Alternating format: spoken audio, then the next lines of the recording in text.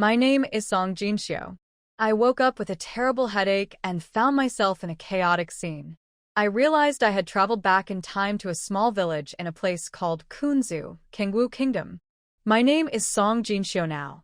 I was injured, my head bleeding, and I had just absorbed the memories of the original owner of this body. My family was trying to sell me to an older man, Zhao Yuanwei, for money.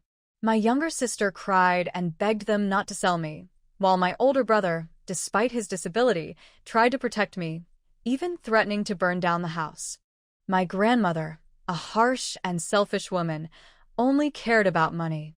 My father, Song Sanju, was a cruel man who blamed my mother for all misfortunes and married another woman, Sun, after divorcing my mother. Sun pretended to be kind, but was the one encouraging my grandmother to sell me. My father even beat my disabled brother severely, making him bleed, while no one in the family intervened. In the chaos, I quickly told my youngest sister to get help from the village head, but Sun stopped her. Fortunately, a neighbor's child, who had seen everything, ran to call the village head, who soon arrived with others. The village head was furious when he saw my brother's condition and the harsh treatment from my father.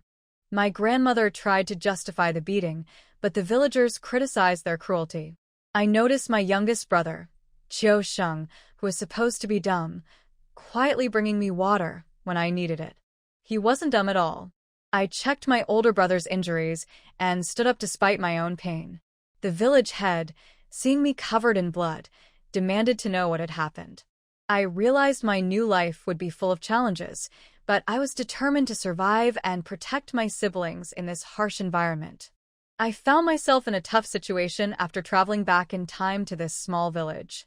My name is Song Jinxiu now, and my family wanted to sell me to an old man as a concubine.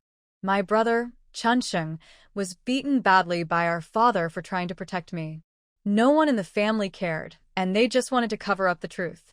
I couldn't stay silent. I begged the village head for help, telling him how my grandmother wanted to sell me and how my brother was hurt. My family tried to stop me, saying it was a good marriage, but I knew the truth. They didn't care about us. My father, who remarried after abandoning my mother, only listened to his new wife and parents. My brother, desperate to save us, asked to split from the family. This made my father furious. He kicked me when I tried to protect my brother. I knew we had to leave. Staying meant more pain. My brother kept begging the village head, saying we needed to live separately to survive. Our grandfather refused, saying we could only leave with nothing if we insisted. My brother agreed. We would rather have nothing than stay. The village head, seeing how determined we were, supported us. He wrote the document for our separation, and the village elders approved it. We were officially cut off from the family. We had no clothes, no land, nothing, but we were free. The village gave us an old house that belonged to someone who had no heirs. We had to take care of the house and honor its former owner's spirit for 3 years. They also gave us some grain and promised my brother a small job when he got better. Life wouldn't be easy, but at least we were away from those who wanted to hurt us. Now it was up to me and my siblings to survive together. Our new home was far from the village center, close to a small mountain. The yard had a tall fence, thanks to the kind villagers who helped us. After a long day, my siblings and I finally settled in. It felt unreal. We had actually left the Song family. My brother, Chunsheng, amazed me with his determination to protect us, even risking his life. Chunsheng knew our grandfather cared too much about the family's reputation, especially because our older cousin studied in the county town. Today, we got lucky because the village head, who had reasons to put our grandfather in his place, helped us. Without him, escaping that house would have been impossible. As we stood together, Chunsheng asked if we blamed him for taking us away to a harder life. But we didn't. My younger sister, Wia, was willing to endure hardship as long as we stayed together. My youngest brother, Qiusheng, who barely spoke after our mother left, clung to me for comfort. I knew he wasn't dumb like everyone said, he was just scared. We had no furniture, no bed, and no cooking tools. Chunsheng shared some roasted beans given by an elder, and we made do for the night. Even with little, my brother worried about me, asking me to wash my bloodied face. But we had no water until our neighbor, Ironhead, brought us some food and water. He even promised to help clean our yard the next day. That night, we shared a jug of sorghum porridge, each taking turns sipping from a chipped ladle. I wanted to refuse at first, but seeing my siblings' hopeful eyes, I couldn't. Survival mattered more than pride now. Before sleeping, we checked the house for dangers and found scorpions. We killed some, but knew we had to be careful. With no beds and the threat of pests, we decided to sleep in the middle of the room and find a solution in the morning. Life was hard, but at least we were free. That night, my brother Chunching decided that he and Chioshing would sleep in the west room, where we found scorpions, so he could stay alert. He always protected us, even though he was only 17, actually 16 by real age. I told him to stop calling me by my old nickname, Sonia. I wanted to be called Song Jinxiu, dreaming of a future where I'd have my own Jinxiu manner. My sister, inspired, asked for a new name too, and I named her Jin Fong, wishing her a bright, prosperous life. While my siblings slept, I couldn't. I was still processing everything. In my past life, I had supernatural powers, including a golden gaze that saw through illusions. I had fallen off a cliff while being chased. I wondered if my powers and my personal space had come with me. To my relief, my special space was still there, but it was in terrible shape, covered in yellow sand, with barren hills and an abandoned house. Only the sacred Bodhi tree and the original spring remained untouched. I knew I could restore everything, given time and effort. As I rested under the tree, a drop of Bodhi dew fell into my mouth, filling me with energy. This rare substance purified my body, though painfully. After an hour, I felt renewed. With no water to bathe, I used the sand to clean myself before quickly washing my clothes in the little water we had. My sister Jean Fong woke up to help, and my brother even offered a shirt, though it needed washing too. We managed to dry our clothes by the fire as morning approached. Determined to restore my space, I headed to the eastern stream to fetch water. I connected the clear, icy water to my space's spring, watching the water spread and soften the sand into fertile soil. A new day and a new beginning awaited us. That morning, I sat on a stone to meditate, feeling the fresh air as the sun rose. In my personal space, the yellow sand that covered my two-story house started to fall off as I focused. When I opened the door inside my space, I was relieved to see everything still there. However, many modern items like the electric rice cooker and microwave were useless in this time. I found a clay pot and coconut bowls that wouldn't raise suspicion, so I took them out for cooking. When I returned with water, my siblings were surprised at my strength, but they didn't know my body had been strengthened after cleansing my energy channels. My brother worried I was pushing myself too hard, but I assured him I felt fine. I explained that I found the pot and bowls by the stream, convincing him not to worry about stolen items. During breakfast, my brother noticed my head injury was gone. I had forgotten that after my body cleansing, my wounds healed. I quickly lied, saying I had used chicken blood to fake the injury. My siblings were amazed at how real it looked. After eating, we started cleaning the yard, but I noticed my brother's leg was badly swollen and bruised. It shocked me that he was still working despite the pain. I got angry at our father for being so cruel and at my brother for not taking care of himself. Worried that his leg might get worse, I sent my sister to borrow a cart to take him to a doctor. My brother protested because we had little money, but I had made up my mind. I went into my space to find a solution. I couldn't let my brother suffer because of pride. If there was one thing I couldn't tolerate, it was someone neglecting their own health when there was a way to help. I was determined to heal him, no matter what it took. She went to the safe and looked around. She found 3 cards and several bundles of banknotes. Even if there were millions in the cards, they were useless here. There were several platinum chains, but unfortunately, they were not made of silver. She wondered if they could be exchanged for money. Suddenly, Song Jinxiu remembered that there were several sets of silver tableware. She hurried into the kitchen and opened the cupboard. Sure enough, The 3 sets of silver tableware were still in the packaging boxes. There were silver bowls, silver spoons, and silver chopsticks. The silver bowls had exquisite patterns. She should be able to exchange them for some money at a pawn shop or a silver shop. If that doesn't work, she can use them as silver by crushing them. As for how to explain it, if it's not clear, I won't explain it. I can't be so cautious and risk my brother's life, can I?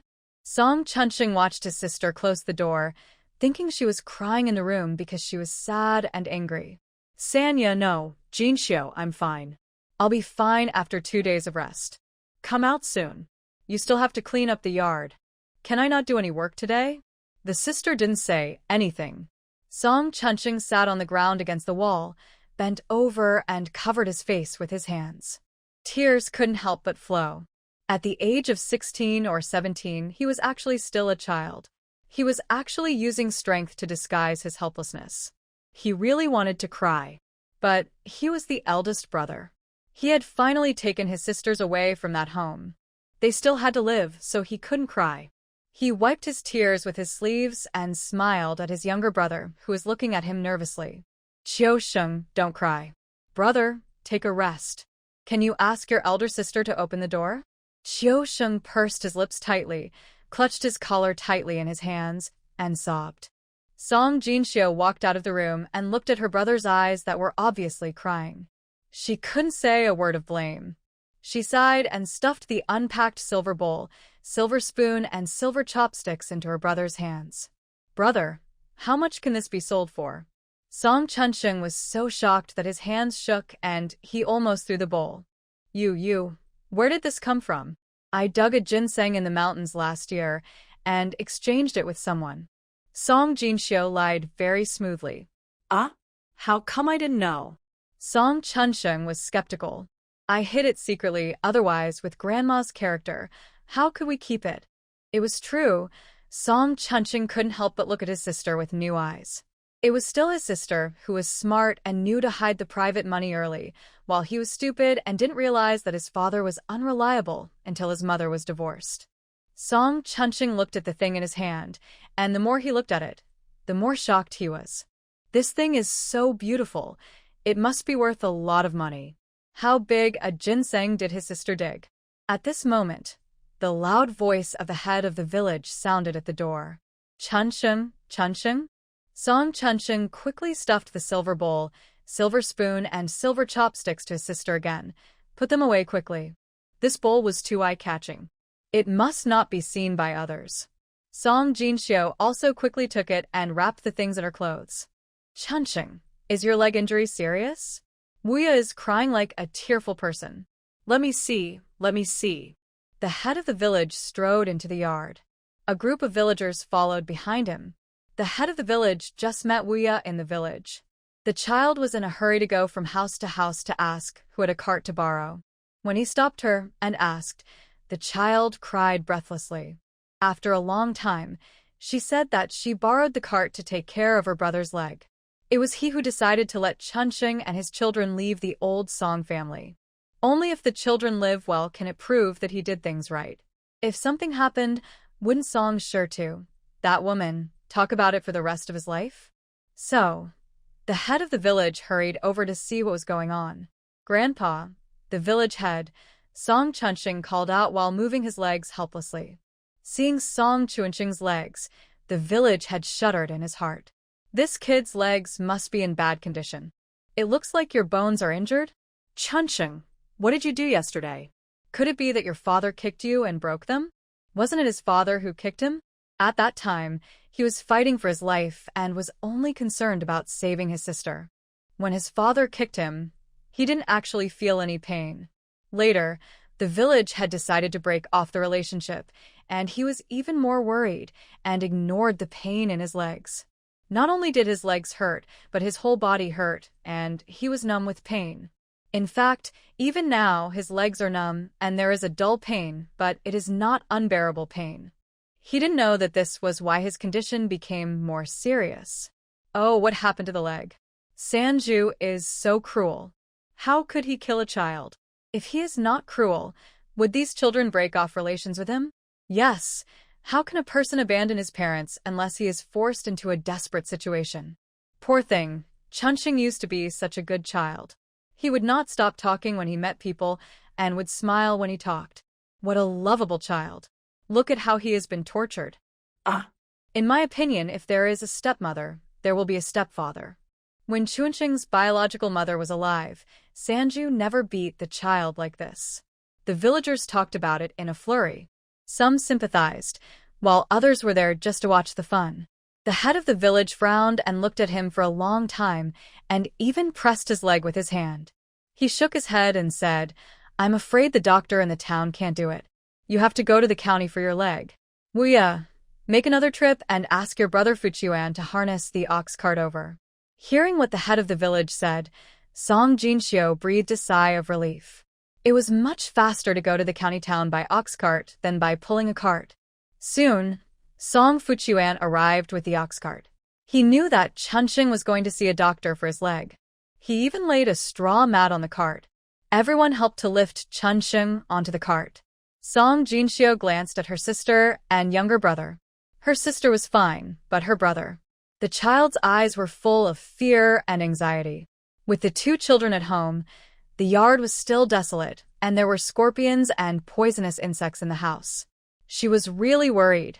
Whatever, the ox cart could accommodate everyone anyway, so they could all go together. The head of the village groped from his sleeve and took out a tael of silver. "Chunxing, take this money. It may not be enough, but take care of your legs first. As for the rest, Grandpa will find a way." Song Chunxing declined with tears in his eyes. "Grandpa Lijing, I know you are good to us, but I don't want the silver. I have 10 copper coins." He wanted to say that he had silver bowls, silver spoons, and silver chopsticks were all money, but he couldn't say that, and finally he said that he had 10 copper coins. "Silly Chunxing, what can 10 copper coins do, kid?" Grandpa Lijing felt sad when he heard 10 copper coins, and he stuffed the silver into his arms. Then he waved his hand and told his grandson to drive away quickly. If he didn't leave, he would cry. Wow, poor child. The Lijing didn't cry, but the woman behind him who saw all this couldn't help crying. 10 copper coins, that's all the belongings of these children, right? Sanju, he is not worthy of being a father for beating his son like this. Well, maybe Sanju has a bad temper and didn't know how to control the severity of his attack. The speaker was Song Dashi's nephew, Song Shulin, Song Sanju's cousin. Their family went to the market yesterday, and when they returned home, they were shocked to hear that Chunxing and his siblings had severed ties with the family and separated. They wanted to go to their uncle's house to ask what was going on. It would be shameful for them to have a severed relationship in the family, right? But as soon as they arrived at their uncle's door, they heard their aunt's full-throated cursing. She cursed Chunxing for being an ungrateful person, Sonia for being an unwanted jinx, and Sanju for beating that disgraceful thing to death. It seemed that he was angry because he didn't sell Sonia and lost his income, and he was cursing whoever he caught in the yard. Song Shulin was afraid of his aunt, and he didn't dare to go in and offend her. So he turned around and went to the east to see Chunxing and the other children. He saw Chunxing's legs from a distance. When Chunxing got on the ox cart, he also fumbled out a few copper coins to give them to him, but when he saw the village head uncle actually took out a tael of silver, he couldn't afford to give them these copper coins. But even if he took more, he couldn't bear to give it, and he really didn't have it. The money at home was managed by his wife, and he only had a dozen copper coins to buy cigarettes. He secretly put the money in his pocket again, and when he heard the group of women scolding Sanju, he couldn't help but want to explain. After all, he was his cousin. Bah, what do you mean by not holding back, Song Shulin? You're so not holding back that you beat your son to death. Hey. Song Shulin sighed, speechless. How could he bear to beat his son? When his wife scolded him at home, he wanted to persuade her. Songjia village is more than 10 miles away from the county town. It was already noon when they arrived at the county town. Song Fuchuan was the third grandson of the head of the village. He was not very old, 1 year younger than Song Chunxing. Brother Chunxing, shall we go to Xinglin Hall, or Li's clinic? Xinglin Hall was a public clinic opened by the government. It was okay for treating headaches and fevers.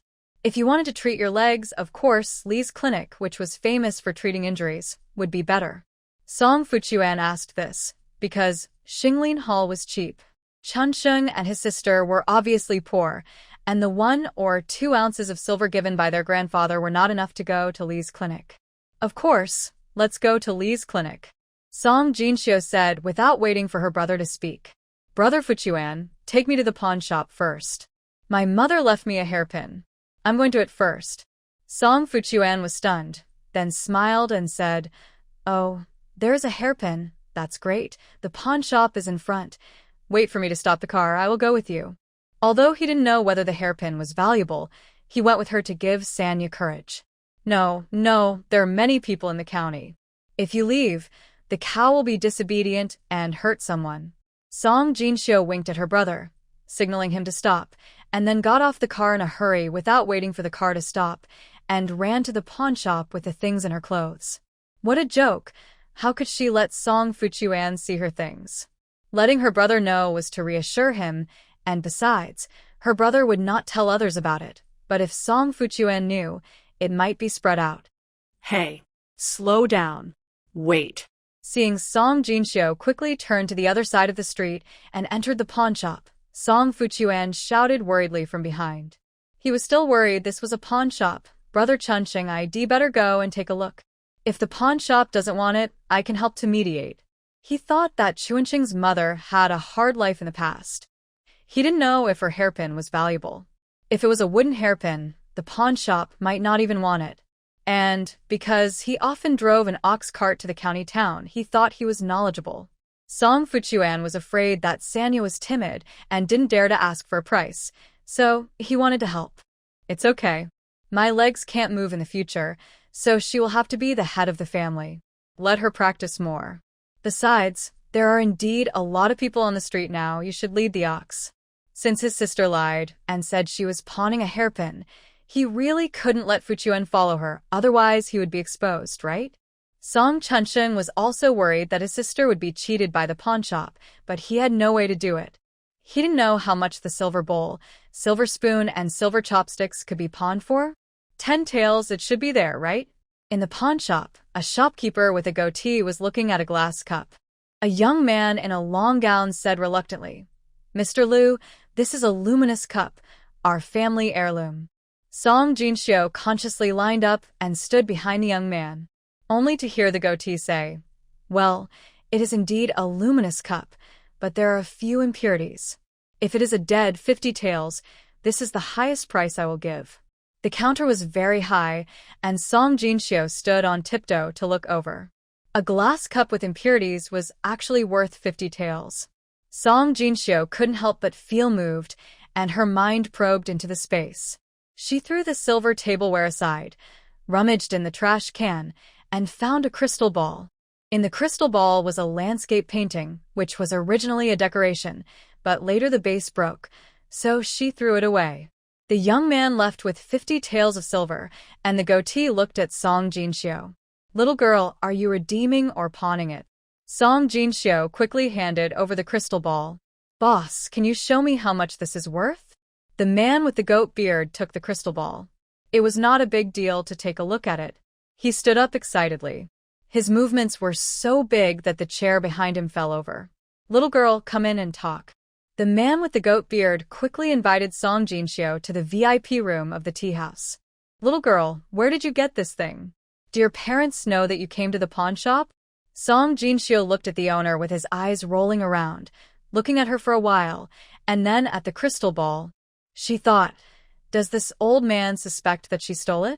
This is my family's ancestral cave paradise crystal ball. It was originally given by an immortal, but it is our family heirloom.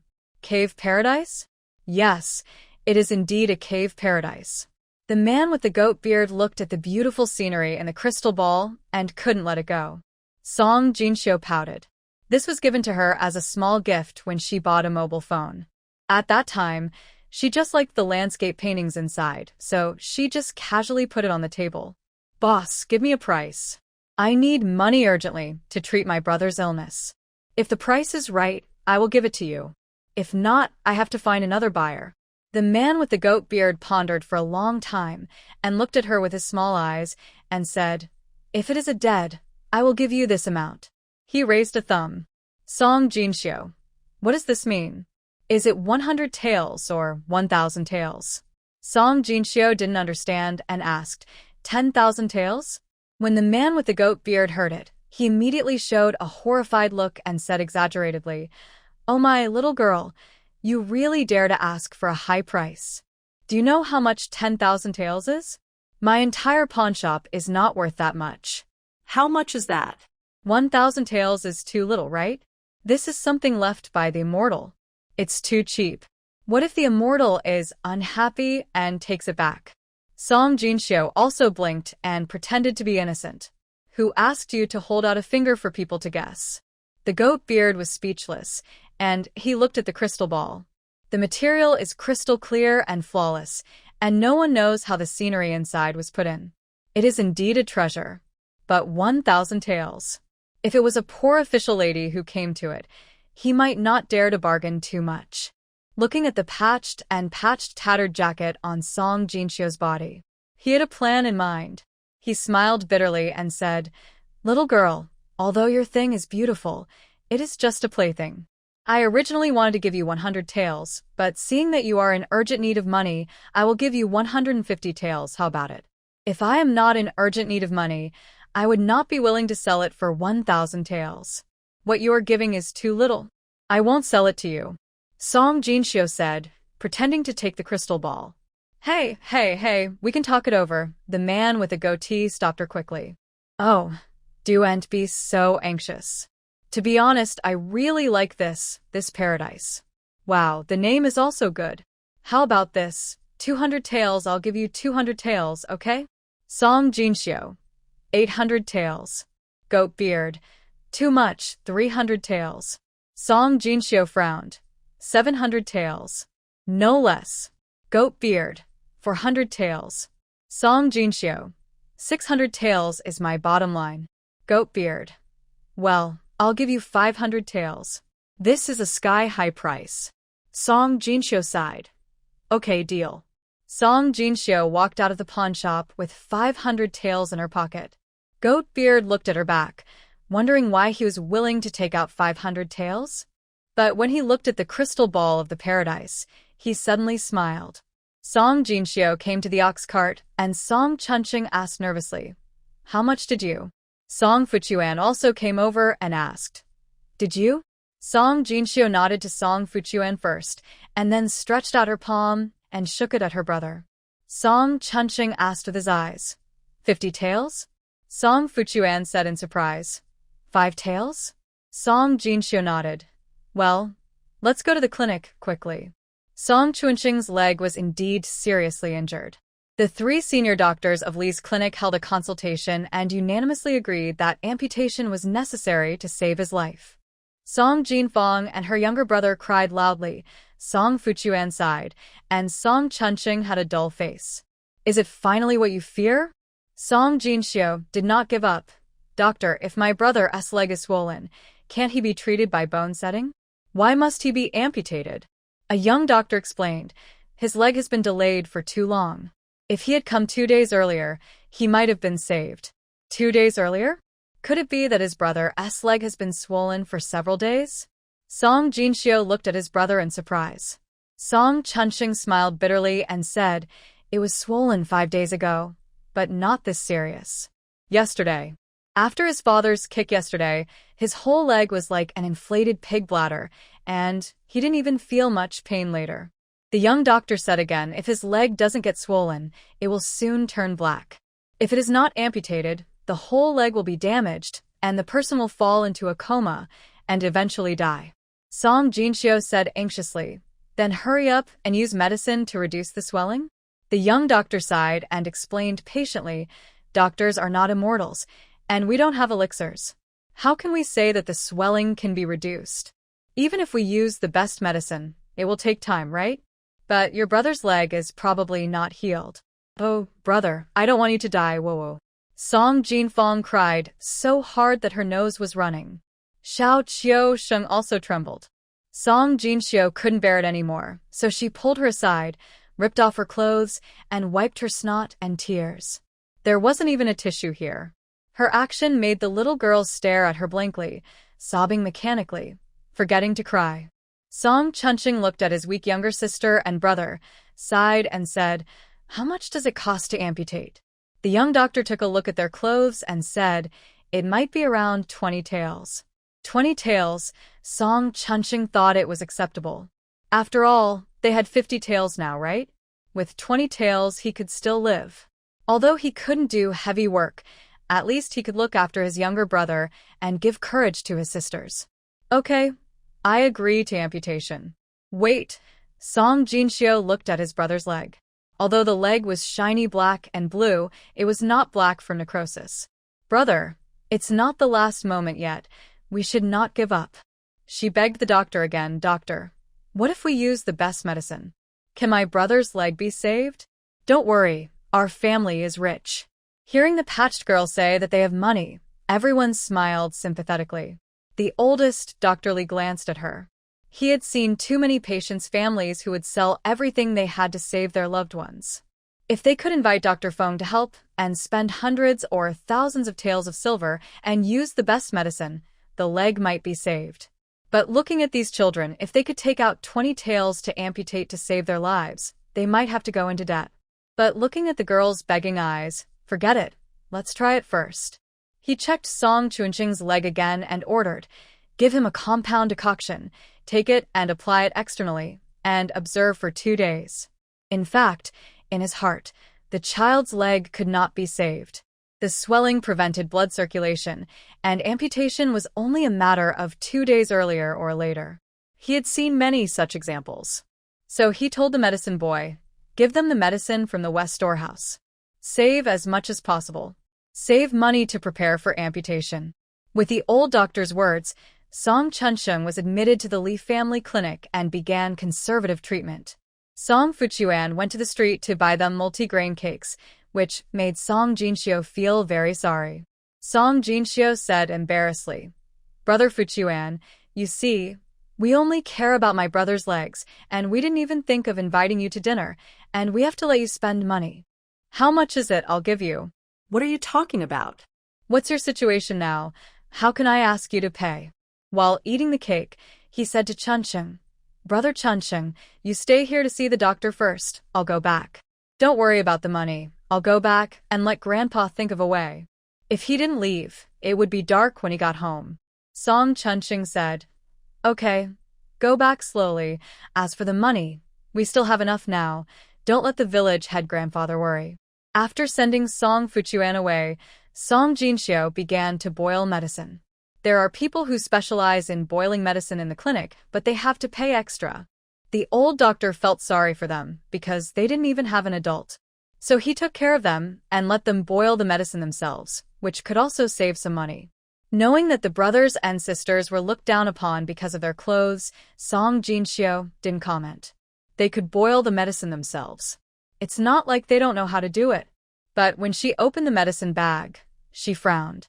Although she is not a doctor, she had a senior brother who was from a family of traditional Chinese medicine in her previous life. She also secretly planted some precious medicinal materials for her senior brother in the space. So she was influenced by her brother and could still recognize the quality of herbs. Although the medicine given by the Li family clinic is sufficient, it is all some leftovers, and the efficacy of the medicine is greatly reduced. Song Jinxio went to the front hall with the medicine bag dissatisfied. At this time, the doctor in the hall had been replaced, so Song Jinxio went to find the guy who prepared the medicine. She put the medicine bag on the counter and asked, "Brother, I said I wanted the best medicine. Why are there so many leftovers here? These medicines are effective, but the effects are too slow. My brother's leg is in urgent need of anti-inflammatory. I need the best anti-inflammatory medicine." At this point, Song Jinxio was stunned. Anti-inflammatory? She had anti-inflammatory medicine in her space. It has only been more than a day since she came here. She was still digesting the time travel, and she encountered so many strange things at once. It was also because she was too nervous about her brother's legs. She felt vaguely that some emotions of the original owner might still remain in her body. Under the stimulation of this and that, she just instinctively knew that if she was sick, she should go to the hospital quickly, but she forgot that the medical conditions here were very different from those in her previous life. Song Jinxio said nothing, picked up the medicine bag, and left. The medicine boy glanced at her back, smiled, and shook his head. He knew what was going on with that bag of medicine at a glance. The herbs bought by the Lee family clinic must be screened before they can be put on the shelf. Some of the leftovers that have been screened will be collected and given to the poor. In fact, if these leftovers are used in larger quantities, the effect is also good, but the price is much higher. If you meet someone who really has no money, they will be given away for free. Just now, when you look at the girl's clothes and the medicine bag she carried, you can tell that the medicine probably doesn't cost money. The girl left halfway through her talk, probably because she thought of this. Yes, how can a beggar complain about the blackness of steamed bread? Song Jinxio hurried back to the inpatient department in the backyard and told her sister to boil the medicine. Although the herbal medicine is not good, it is effective. Of course, it must be boiled and used. She has to use the space medicine to cover it up. Maybe with 2 approaches, the swelling of her brother's leg will soon subside. Using the excuse of going to the toilet, Song Jinxio entered the space. There are many Chinese patent medicines in the space, all of which were forced upon her by the senior brother, who came from a family of traditional Chinese medicine. She found the red-headed old man who can treat injuries, reduce inflammation and swelling, and took 2 boxes of Western medicine for anti-inflammatory. The red-headed old man was torn apart and mixed into the anti-inflammatory mud made by the senior brother. This was something that the senior brother had forced her to do before. Looking at the only 2 bottles of mud, Song Jinxio felt a little sad. There would be no more after it was used up. I don't know if I can still make it according to the prescription left by the senior brother. But no matter how precious the things are, they must be taken out and used. The brother's leg must be saved as much as possible. This child is a good brother. With him, life in this ancient time will be much easier. After leaving the space, she met a medicine boy who was holding a pottery jar and asking his sister which room her brother lived in. Song Jinxio looked at the contents of the pottery jar and asked, "Is this medicinal mud to be applied to the wound?" "Yes," the medicine boy said, and walked towards Song Chunqing's ward. Song Jinxio hurriedly stopped him. "Well, brother, give it to me. We will apply it ourselves." The medicine boy looked at her in confusion and then sneered disdainfully. "That's right, this family can't afford the nursing fee. Didn't they see that they boiled the medicine themselves?" He said disdainfully, "Can you do it?" Do you want me to show you? After that, he added, "Demonstration is free." Song Jinxio was speechless.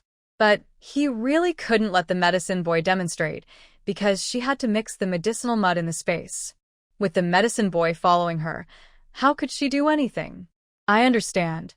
The medicine mud should be evenly applied.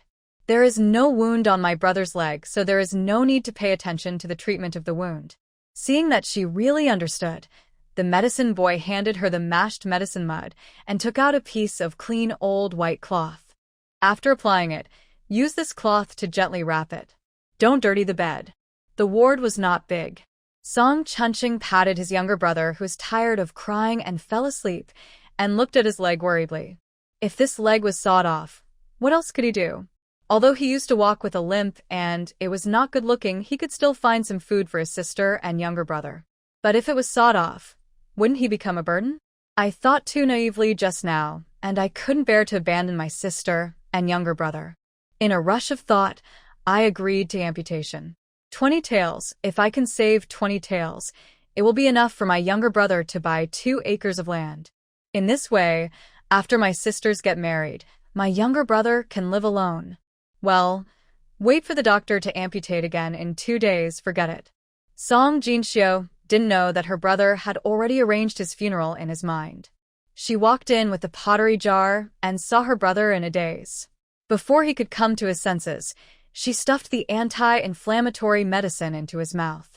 She picked up the water bowl on the side and said, "Drink water and swallow it." Song Chunqing drank the water instinctively and swallowed the food in his mouth. Then he asked, "What is it?" Song Jinxiu remained calm. Oh, the medicine prescribed by the doctor. Song Chunsheng did not doubt it and drank 2 more sips of water. Song Jinxiu brought a stool and asked him to put his injured leg on it. It would be convenient to apply the medicine later. She turned her back to block the pottery jar and poured the medicine mud mixed in the space directly into the pottery jar. Then she picked up the bamboo strips and started to paste it on her brother's leg. Of course, she first used the one in the space and then the one in the clinic. After wrapping it with an old white cloth, she looked at the bed and saw that there was no rope or anything to lift the injured leg. So she simply put the stool on the bed and put her brother's injured leg on it to lift it up. Song Chunsheng asked, "What is this for?" Song Jinxiu explained, "Raising your legs is good for blood circulation and will help reduce leg swelling quickly." So that's it. Song Chunsheng thought his sister had heard this from the medicine boy. Well, it's a lot more comfortable this way. My legs don't feel so stuffy anymore, and there's a hint of coolness. It seems the medicine is working. Song Jinxiu smiled. Of course, this is more comfortable than hanging your legs down, and the cool feeling is because the medicine mud made by her brother contains borneol. She pulled her younger brother to the head of the bed to prevent him from falling asleep and bumping into her brother's legs. "Brother, you and your younger brother can sleep for a while. I'll go see how the medicine is going." "Okay, go ahead." Looking at the back of the older sister leaving, Song Chunsheng was very relieved. The older sister had grown up. She used to be wronged at home. She always quarreled with her stepmother, and she always lost the argument. Every time, her father would beat her up before she stopped. Moreover, the younger sister only made a fuss at home, but was very timid when she saw strangers. But today, she dared to go into the pawn shop and question the doctor. Look at her taking care of her younger siblings and herself, doing things in an orderly manner, just like her mother. She can make her own decisions. People's abilities are forced out. He thought if he died, his sister might be forced to support the family. Then, he can rest assured, right? Song Jinxiu left the ward, gave a few words to his sister who was boiling medicine, and then left the clinic. The brothers and sisters didn't even have a change of clothes, and they were all wearing padded jackets. The weather was getting hotter and hotter, so they had to buy 2 spring clothes to replace. Coming to the street, Song Jinxiu looked at this ancient county town. I don't know if the street is relatively deserted. There are not many people on the street. I didn't find a ready-made clothing store, and after asking around, I found out that there was no ready-made clothing store in this county town. Little girl, girls can't be so lazy. It's not okay for you to not know how to make clothes at this age. Listen to your aunt, and when you have money, go to the cloth shop to buy some cloth and make your own clothes at home. Song Jinxiu was educated by a kind aunt, but she also learned from her that the cloth shop was on another adjacent street. Song Jinxiu thanked the aunt for her kindness and hurried to another street. Sure enough, this street was more lively. The cloth shop didn't sell ready-made clothes, but the tailor shop next door helped people make clothes.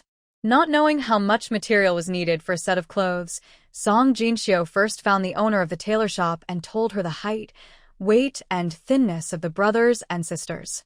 Then, with her help, she bought cloth for 2 sets of clothes for each of the 4 people and agreed to come to pick up the ready-made clothes in 3 days.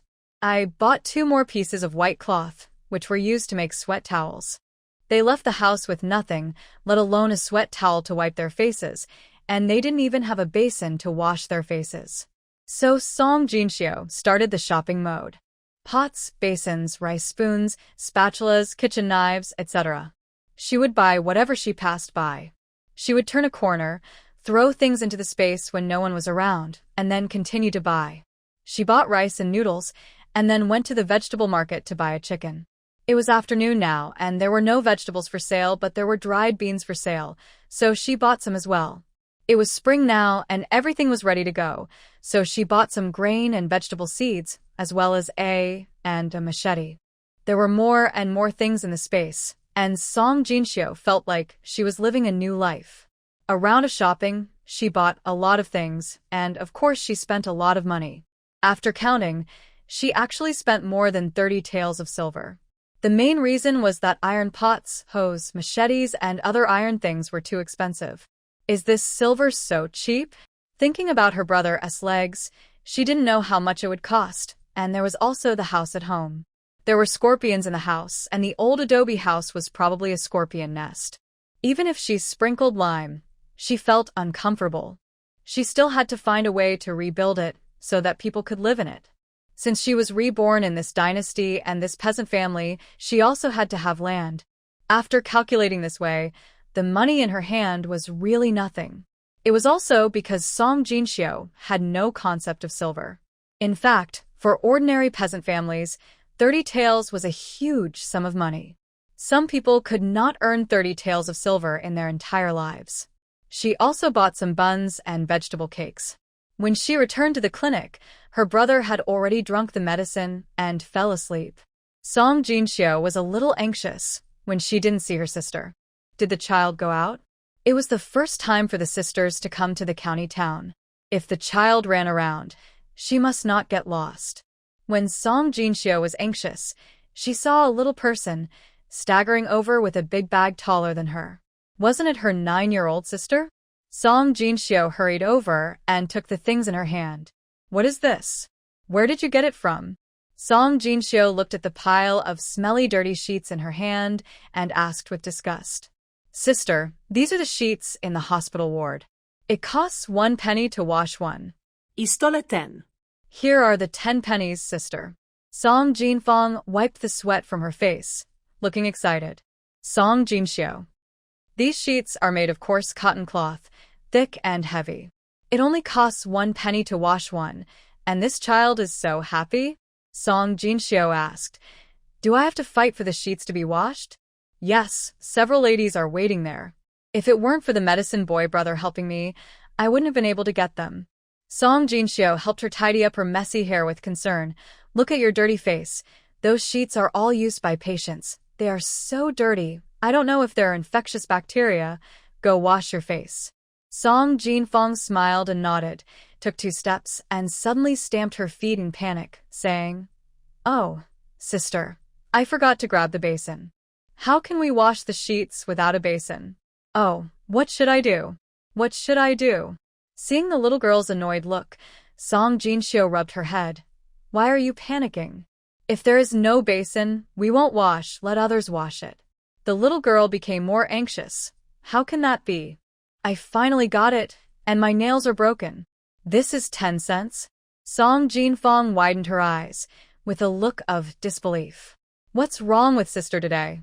10 cents can be refused?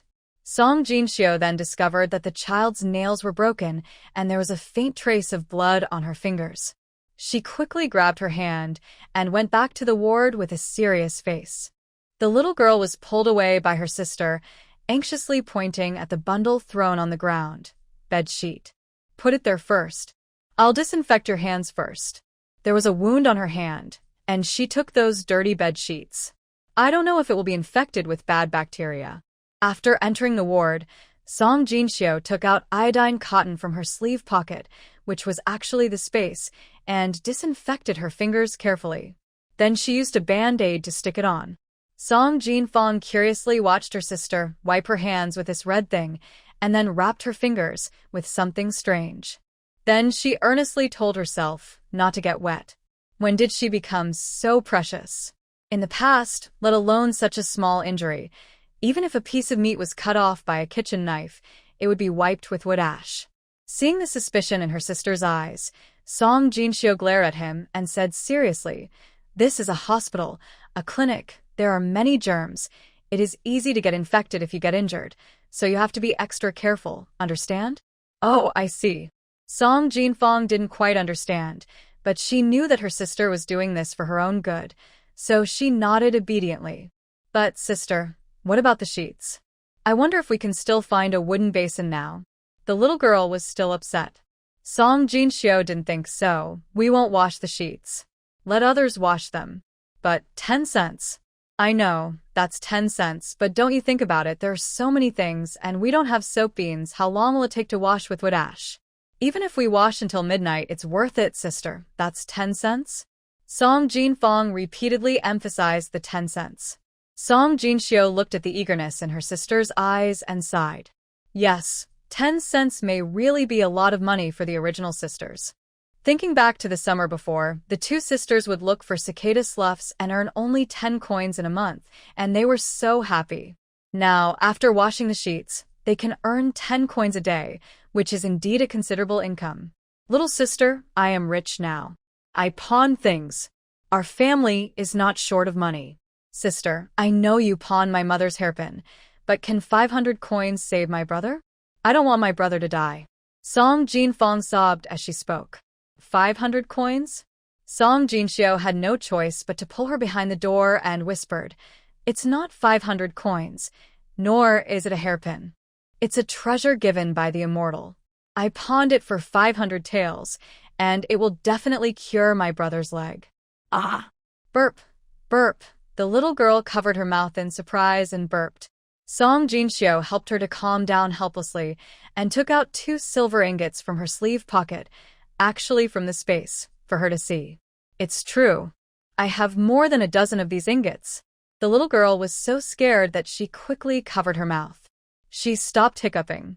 She quickly said, Oh, sister, put it away quickly, put it away quickly. Don't let anyone see it. Song Jinxiu put away the silver ingots and whispered to her sister, Don't tell anyone about this, and don't let my younger brother know.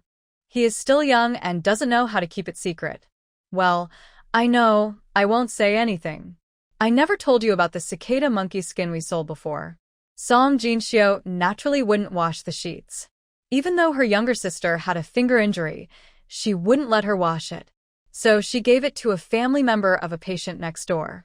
Seeing the aunt next door happily taking the bundle and going to the well to fetch water to wash the sheets, Song Jinfang was still a little reluctant. Although she saw the silver with her own eyes, the little girl always felt that copper coins were money. Besides, it's a good thing to be able to make money. Who would complain about having too much money? But her sister just didn't want to make this money, and she wouldn't let herself make it. Song Jinfang looked at her finger and sulked. Oh. It was really a bad time to get hurt. When it was dinner time, Song Jinxiu woke up her brother and stuffed the anti-inflammatory medicine into his mouth when he was not paying attention. Brother, drink water and wash the medicine down directly. This time, Song Chunqing found something wrong. Why didn't this medicine have the sticky and disgusting smell of Chinese medicine pills? After drinking the water, Song Chunqing asked curiously, What kind of medicine is this? It tastes like soybeans. Well, it was given by the doctor. I heard that it works well. Just take it. Also, you have to drink all this water. The water was from the original spring in the space, and Song Jinxiu also soaked Bodhi leaves in it. So although this water does not have the heaven-defying spiritual energy of Linglu, it is also nurtured by Bodhi Jinmu, which is very good for her brother's body. Although Linglu is a good thing, not everyone can eat it.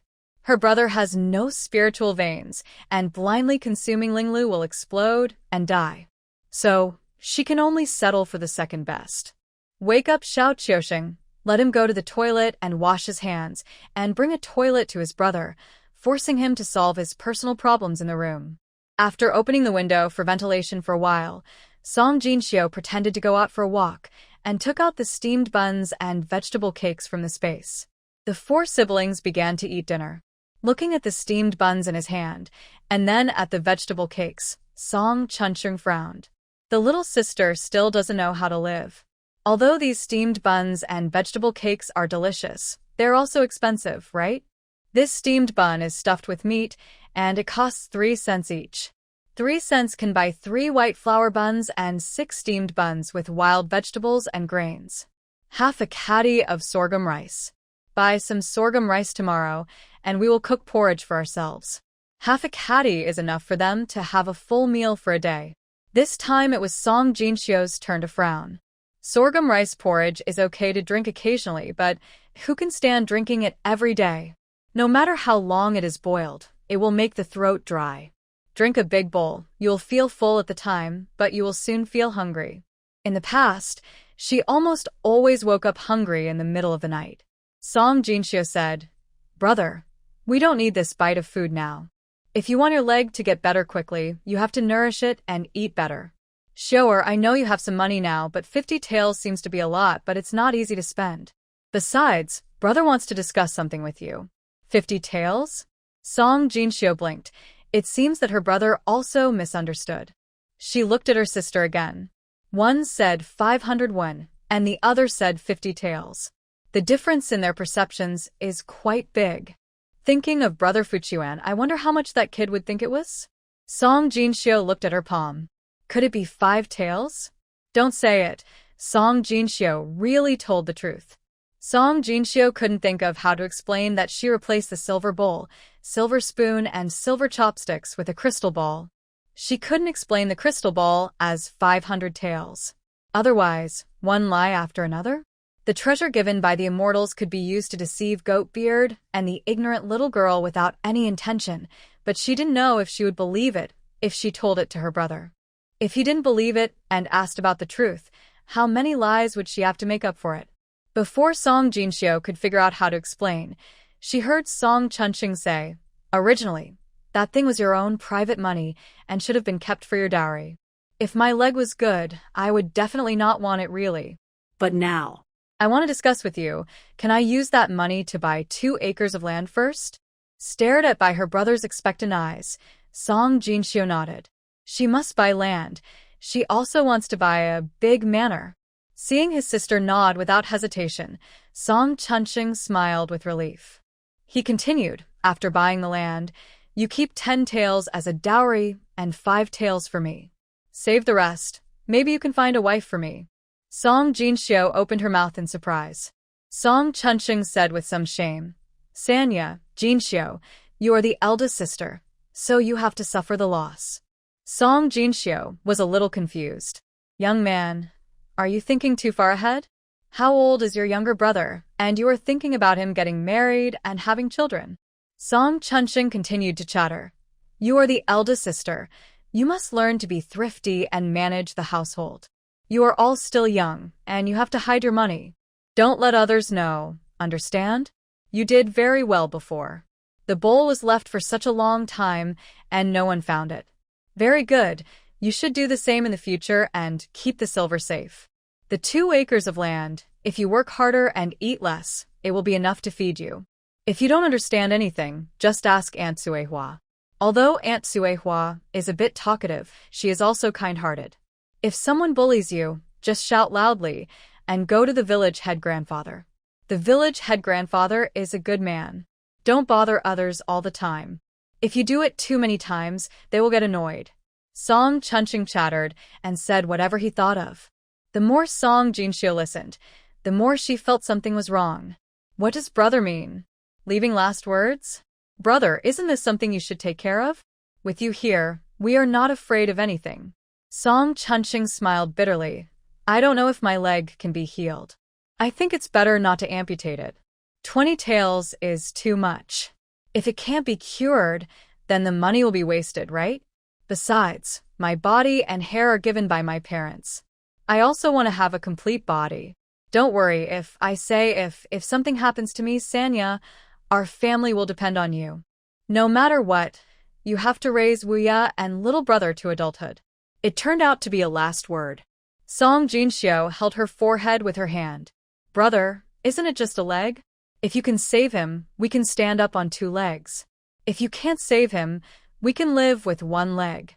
What's 20 taels? As long as brother can get better, we are willing to spend it. As for the body and hair they are given by parents, there is nothing we can do about it. As long as we are alive, it is the best reward for mother. Don't be sad, brother. What's wrong with losing a leg? Isn't there a one-armed hero who travels the world freely? If it doesn't work, we can also be one-legged heroes and start a new life in a wheelchair. Song Chunqing. What kind of sister is this? Can she comfort people? Isn't it just a leg? That's a leg, not a toe. It's so easy to say. What's wrong with losing a leg? Why does she talk like drinking cold water? And there are one-armed heroes, one-legged heroes. What a mess. But he can see that his elder sister is a big-hearted person. Look at the red and swollen eyes of the younger sister and younger brother. Well, being big-hearted has its advantages. When he really passes away, the elder sister will not cry like these 2 little ones. However, if he thought about it, if he died, his sister would still be so careless and say, "What's the big deal? Isn't it just a life? If you die, you die." Well, the more he thought about it, the more uncomfortable he felt. Song Chunsheng simply kept silent and buried his head in eating the buns. Seeing that his brother was silent, Song Jinxiu felt that it was necessary to let him know that their family was really not short of money now. Don't just think about it all day long and die for 20 taels. Song Jinxiu leaned close to her brother's ear and whispered, "Well, brother, in fact, I not only pawned the silver bowl, but also something else. It was not 50 taels, but 500 taels. Song Jinxiu stretched out a hand and shook it. Burp, burp. Song Chunsheng didn't swallow a mouthful of bun properly and choked. Well, they are really siblings. They stretch their necks and stare when they hiccup. Song Jinxiu quickly brought him a bowl of water. Song Jinfeng covered her mouth and laughed. It turned out that her brother could also be scared. Xiao Qiuxing didn't understand what was going on. Seeing his second sister covering her mouth, he covered his mouth too. Song Chunsheng drank 2 sips of water, and then he recovered. He stopped eating the buns and grabbed his sister's hand, asking repeatedly, "Really? You are not kidding me, are you? What did you that is worth so much money? Don't lie to me, are you? Those people in the pawn shop are all shrewd people. If they knew they were cheated, our family can't afford to offend them." "Oh, brother, am I the kind of person who doesn't know the seriousness of the situation?" Song Jinxiu slapped her brother's hand away. The child's hand was so strong that it hurt her. It was exchanged for that pearl ginseng. The ginseng was very old and saved the family's life. They gave me a silver bowl and a crystal ball. I didn't expect the crystal ball to be so valuable. So, brother, don't think too much. Even if you only have one leg left, our family can still support you. Besides, the swelling in your leg may go down tomorrow, and you can reset the bone. In a few days, you will be able to stand up again. Don't be sentimental like a woman anymore. Song Chunsheng felt that he was either dreaming or his sister was talking nonsense. He thought that the set of exquisite silver tableware was pawned for 50 taels, and the pawn shop might have given it for its exquisite craftsmanship. But what did his sister say about a crystal ball just now, and how could it be given for 500 taels? What is a crystal ball? Is it so valuable? If it is so valuable, it would be enough to buy 10 ginsengs. Why did they give it to their sister just for a ginseng? Seeing his brother's unbelieving expression, he said, "You are lying." Song Jinxiu had no choice but to repeat the old trick and let his brother see the white silver ingot. So, Song Chunsheng turned into a devout believer and chanted Amitabha all night. The medicine was changed again at night. When he woke up the next day, Song Chunsheng felt that his legs were much more comfortable.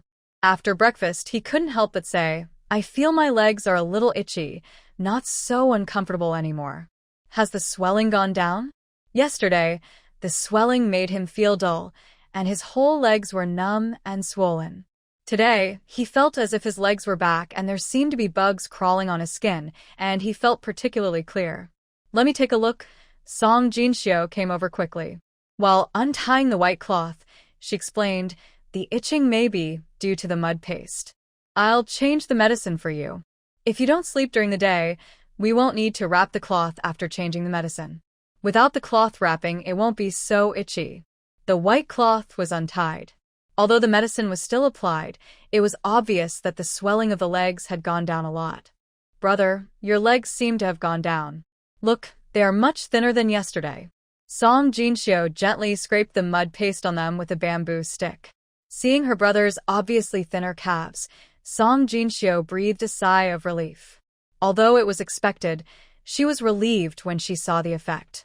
Just then, the young doctor from yesterday came to make rounds. Huh? The swelling has gone down so quickly? It's a miracle. According to their experience, this man's leg would most likely have to be amputated. Unexpectedly, the swelling had gone down.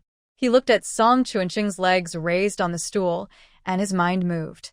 Could it be because of the raised legs? It seems that in the future, when he encounters such injuries, he will also try this method of raising the legs. While nodding, he wrote down today's experience on a bamboo slip. so that he can discuss it with his grandfather later. Okay, increase the dosage of external medicine today, and it is estimated that the bone can be corrected tomorrow. The young doctor was very excited.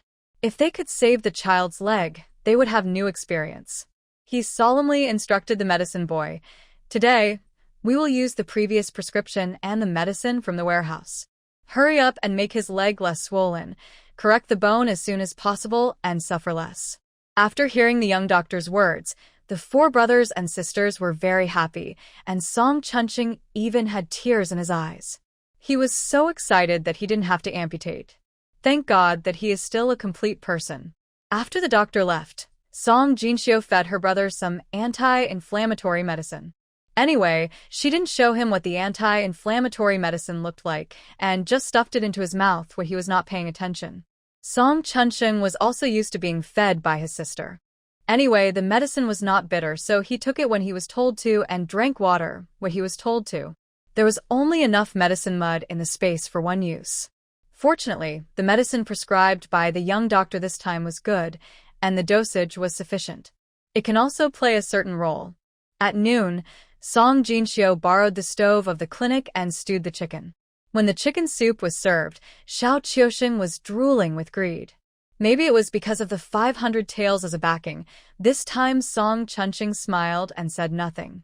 But the action of swallowing saliva secretly was still discovered by Song Jinxiu. She shook her head and laughed. Her brother was still a child after all. No matter how hard he tried to pretend to be an adult, he would be greedy sometimes. In fact, not to mention her brother's greed, even she herself was extremely greedy. She had eaten roast duck and drank red wine the day before yesterday, so why was she so greedy? Could it be that this body was too lacking in oil and water?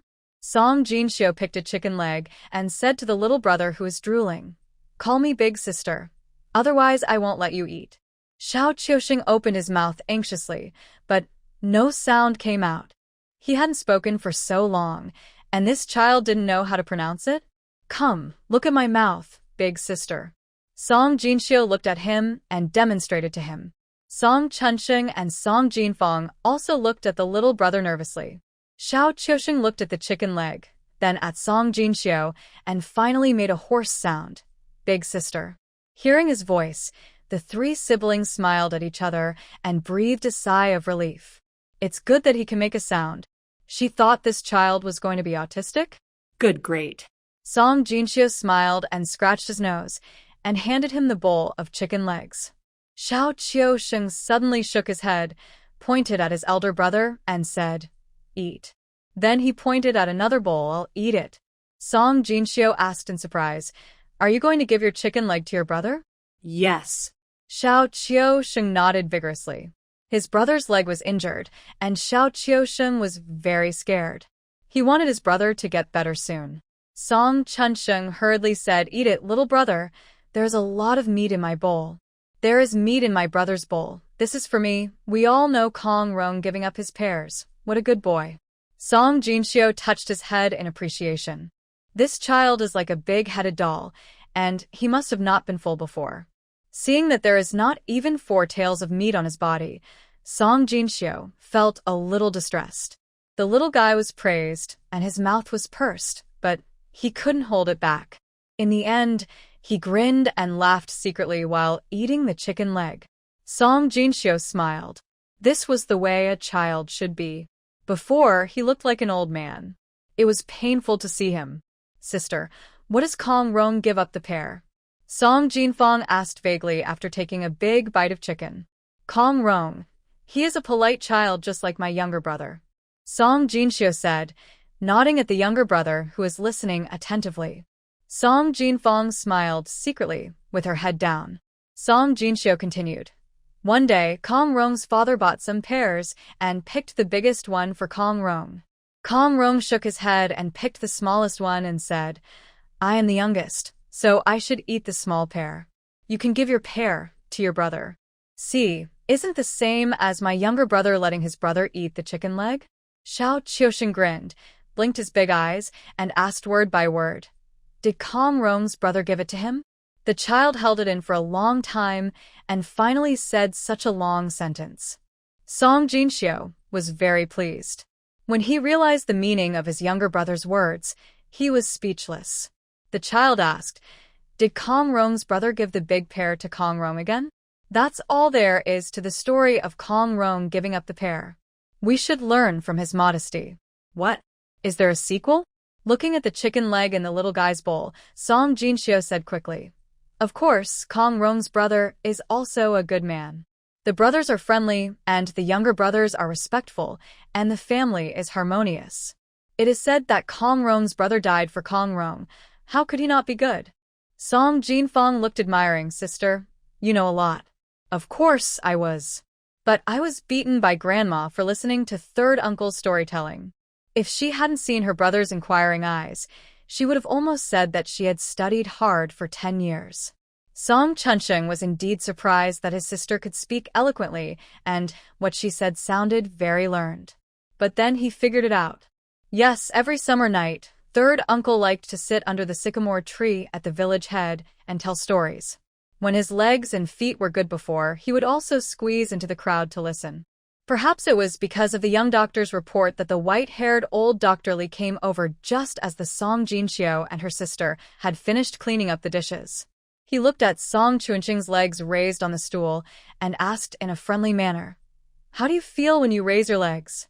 "Feelings?" Song Chunsheng thought for a while and said, "After raising them, my legs are not so swollen. I feel much more comfortable." Dr. Li nodded. "Well, this is a good idea." He turned around and instructed the young doctor following behind him, "Let the patient whose leg was injured by the horse lift his leg up like this." "Yes, I'll arrange it right away." The young doctor turned around and took 2 steps, stopped, turned his head and asked Dr. Li, "Grandpa, should the one with the broken arm be lifted up as well?" "Lift it up. Find 2 benches and let him lift his arm up as well." After hearing so much, Song Jinxiu understood what the grandfather and son meant. It seems that the doctors here don't know that elevating the injured limb is beneficial to treatment and recovery. Hearing the father and son talking about getting 2 stools for patients with injured arms, Song Jinxiu couldn't help but interrupt. "If you have an injured arm, just use a piece of cloth to make a bandage and hang it around your neck. There's no need to get several stools.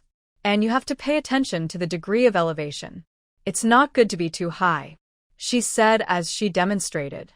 Old Dr. Li looked at her gently and nodded, then said to the young doctor, "The young lady's suggestion is very good, you go." After seeing off the 2 doctors, Song Jinxiu wanted to boil water for her younger brother to wash his hair. Just then, Song Fuchuan and the village head arrived. The 2 had heavy faces. When the village head saw Song Jinxiu, he asked repeatedly, "Sana, where is your brother? Was his leg really sawed off? Is he okay?" Ah. "Has he woken up?" "Village head, why are you here?" "My brother is in the room. Please come in and talk." Song Jinxiu hurriedly let the village head and Song Fuchuan into the house. The village chief strode into the house. Song Chunsheng was lying on the bed resting. When he heard the sound, he tried to sit up. The village head stepped forward and held him down. Don't move, just lie down." "Your leg." Huh. "Your leg wasn't sawed off?" Song Chunsheng said hurriedly. "No, the doctor said it didn't need to be sawed off." "Grandpa, head of the village, look, the swelling in my leg has gone down." Ah? "Oh, the swelling has gone down? Good, that's good. It's good that the leg doesn't need to be sawed off." The head of the village sighed repeatedly. Song Jinfeng brought a stool. "Grandpa, please sit down, village head." The village head sat down and sighed. "Oh, I was scared to death when Fuchuan came home and told me about it yesterday. I was so worried. Tell me, if your child's leg was really sawed off, what would we do in the future?" Song Fuchuan added, "My grandfather was so worried that he didn't sleep all night." The Song brothers and sisters were full of gratitude and guilt. The head of the village said, "How can I sleep? Sawing a leg is no small matter. Didn't a young man in Shuelu village saw off a person's leg? It's scary to think about it." Song Fuchuan said again, "My grandfather got up early in the morning and rang the gong, asking the people in our village to collect money for you." The head of the village said, "Well, I thought that although sawing off a leg is dangerous, People won't let you do it if you don't have money. You kids are so poor that even if you it for 5 taels of silver, it's far from enough. Song Jinxiu couldn't help but look at Song Fuchuan. This kid really thought she pawned 5 taels of silver. Song Fuchuan felt embarrassed by being looked at and explained hurriedly, I only told my grandfather and didn't tell anyone else.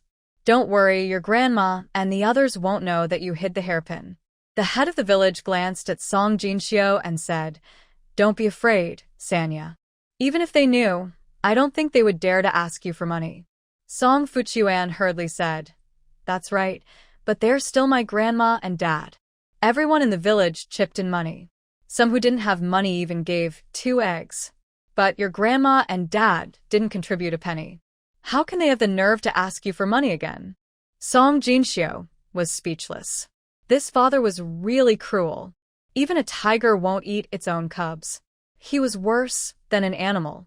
Song Chunqing sneered, They now regard me as a disgrace and wish I would die sooner. How could they possibly pay for my medical treatment? The moment he signed the severance agreement, the look in his grandfather's eyes was poisonous, as if he was a rotten egg that ruined their whole life. But his father spat and said to him, You'd better die outside. Don't let me see you again. You're a jinx to your family. He gnashed his teeth and wished he would die immediately, as if looking at him one more moment would pollute his precious eyes. There was a moment of silence, and the 4 siblings all lowered their heads. The head of the village rubbed Xiao Qiusheng's head and said, Okay, let's not talk about them. Chunqing, Grandpa doesn't have that much money at home, so I can only give you 2 more taels, plus the copper coins contributed by the villagers, a total of 5 taels of silver. The head of the village said, taking out a purse and handing it to Song Chunqing. I thought it was hard to get copper coins, so I changed them all into small change for you. Song Fuchuan also pointed to the 8-bucket basket at his feet and said, And these eggs, they were also collected by the villagers to help you build up your body. Song Jinxiu was touched. The whole village has raised funds for their family. I owe you a huge favor. Grandpa, the village head, I don't want to. Song Chunqing choked up. His eyes were red, and he waved his hands repeatedly. He was so moved that he could not speak. His own grandparents were so stingy that he wished they would all die, but the uncles, aunts, and sisters in the clan actually raised so much money for him. As for the head of the village, we gave them 3 taels of silver in total.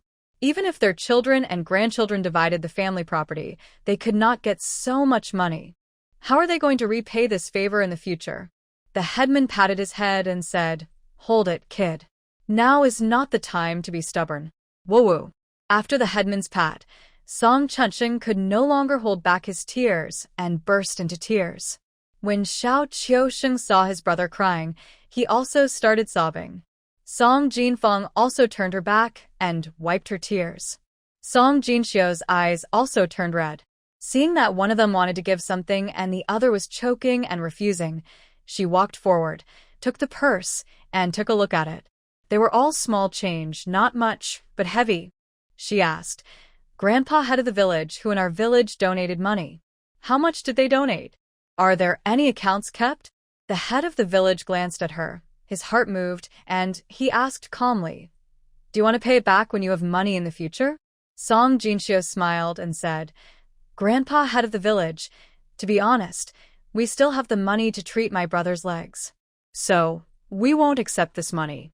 But we will remember the favor. Song Jinxiu said, handing the purse to her younger brother. Song Qiusheng, you come and weigh this purse, remember the heavy feeling, and when you become rich one day, you must repay this help. Song Qiusheng pursed her lips, obediently held the purse in both hands and weighed it, nodded with a crying voice, Sister, I've remembered it. Song Jinxiu handed the purse to her sister again. The little girl weighed it solemnly and said, Sister, I have also taken note of it. It is very heavy and it hurts my heart. When I grow up, I will repay them. Song Jinxiu looked at her sister with admiration. The child was becoming more and more talkative. Song Jinxiu handed it to her brother solemnly. Song Chunqing wiped his tears, took the purse, and said to the head of the village, Grandpa, head of the village, I will definitely repay you in the future. We will always remember your kindness to us. Song Lijing couldn't help but shed tears. Good children, as long as you are all well, Grandpa will be satisfied. The actions of these children touched him. Who doesn't like children who know how to be grateful? He was willing to lend a helping hand to such children. Humph. Song Shirtu and Song Sanju are all fools, pushing such a good child away. If he were to say, Chunsheng is much better than Song Dalong and Song Erling. He can grit his teeth and lead his brothers and sisters to live alone. This courage is admirable. Moreover, this child is not just blindly fighting, he has a plan in his mind. Now look at Sanya, Wuya, and Xiao Qiusheng. They are all not bad. If these 4 children grow up, they will really live up to the saying, don't bully the poor young. But Song Shida's family doesn't treat these children as human beings, which is really unreasonable. The reason why Song Jinxiu did this was to let the Lijing know, and through the Lijing and Song Fuchuan, tell the people of the entire Songjia village that they, the brothers and sisters, know how to be grateful.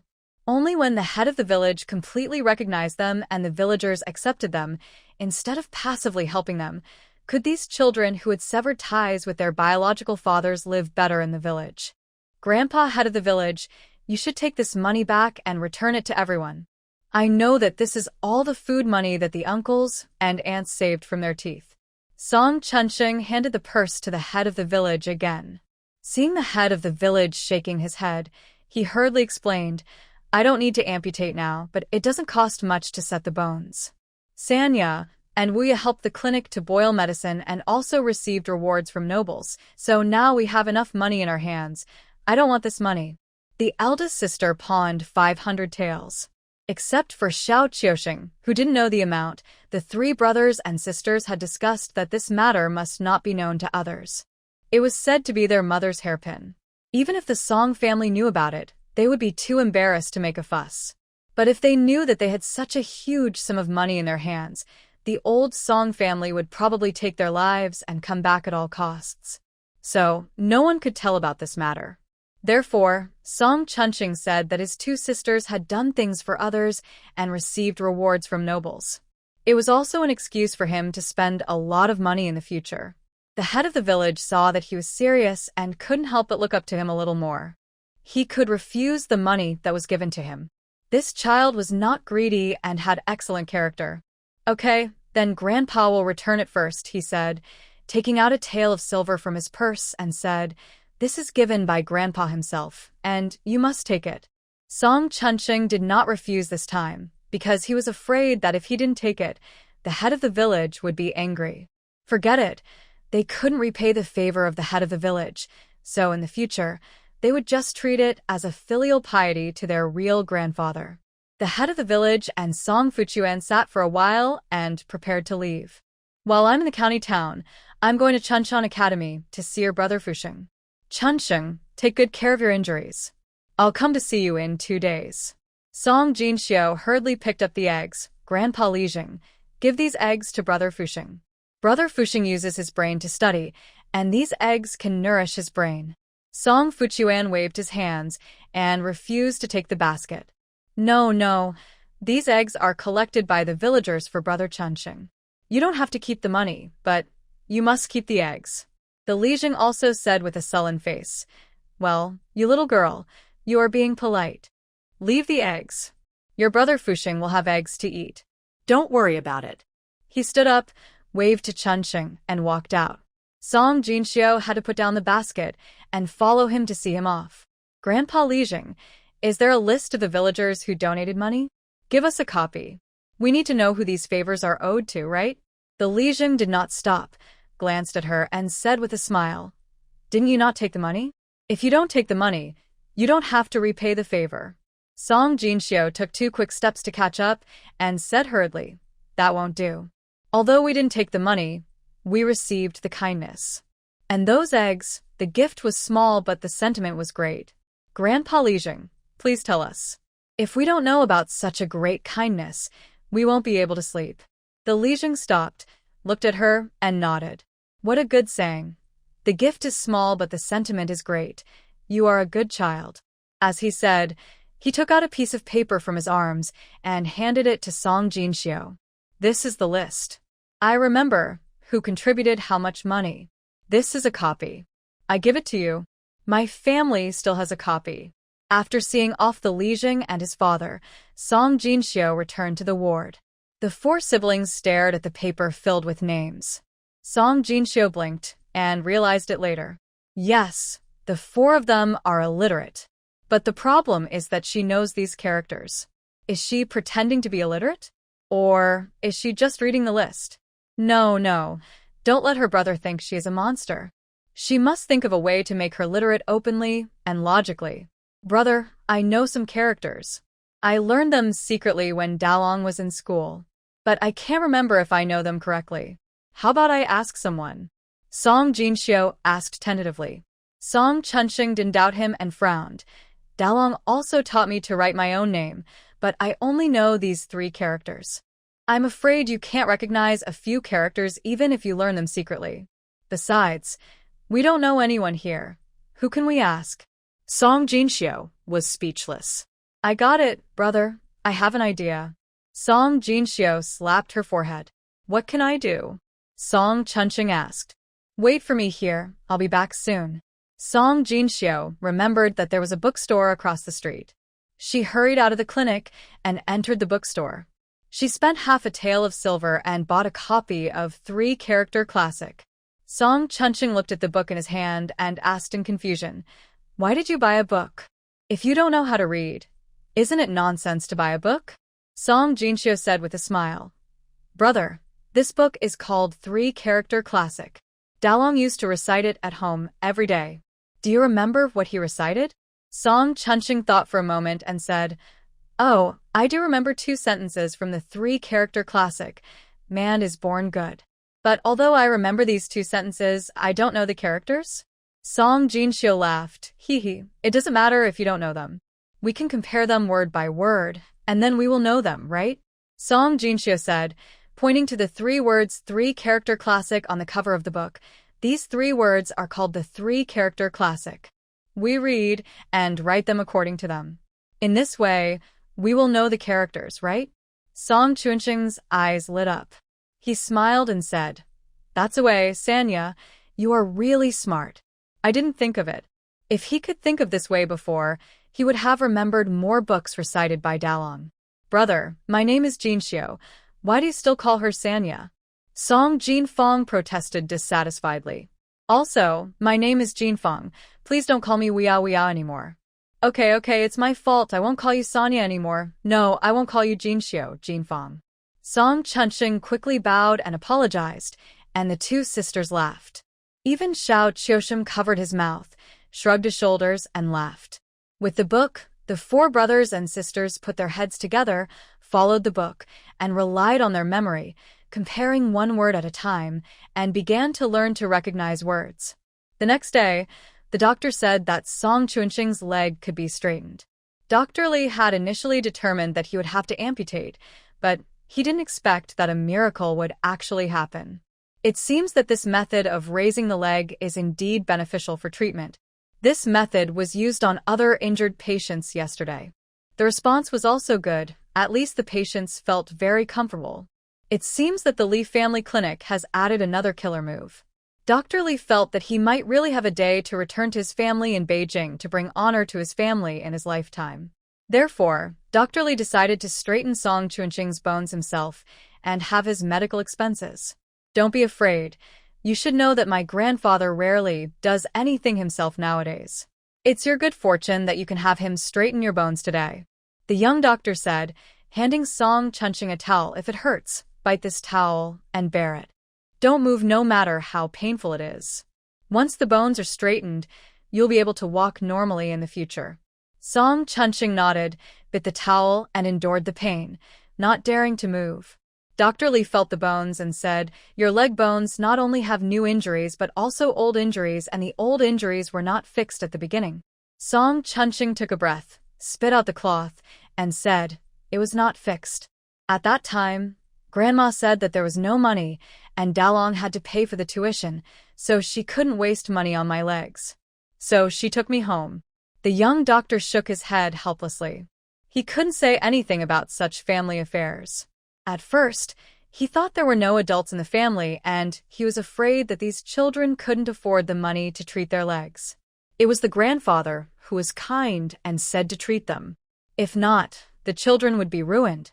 If they really couldn't afford the medicine, the two girls would stay in the clinic as helpers to pay off the debt. Now it seems that there are adults in the family.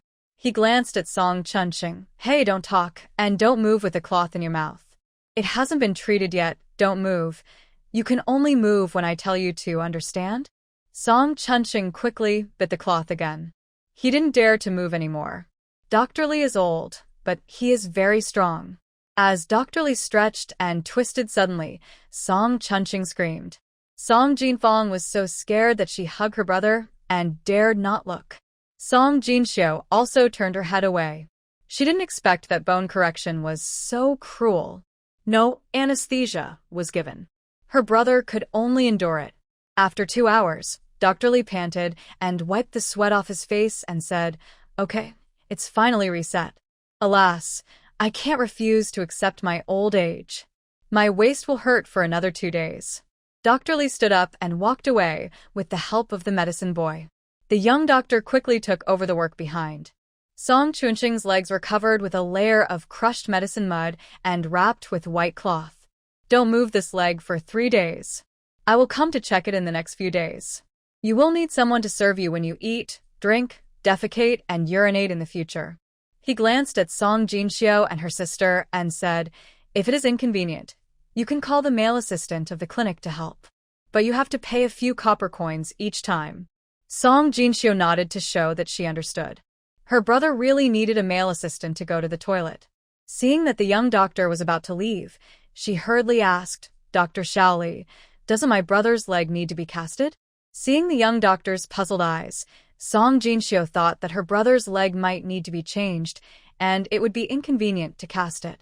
Then he said, "Don't you need to fix it with a wooden board? What if he twists it accidentally and the bone is dislocated again? Didn't I say it? I will come to check it every day. If there is a dislocation, I will fix it for him." The young doctor looked like you're an idiot. Song Jinxiu looked incredible. Question: then why not use a wooden board to fix it? The young doctor was also puzzled how to fix it. You can't just find a wooden board to tie to his leg? He's not a child, just bear with it. He imagined Song Chunqing's leg tied to the door panel. If it was tied like this, wouldn't it be more inconvenient for him too, and? Song Jinxiu didn't know that the young doctor had so many ideas in his mind. She nodded and said, "After all, he is an adult, and it is inevitable that something will go wrong after a long time. Wouldn't it be more reassuring to fix it with a wooden board?" Song Jinxiu gestured on her brother's leg.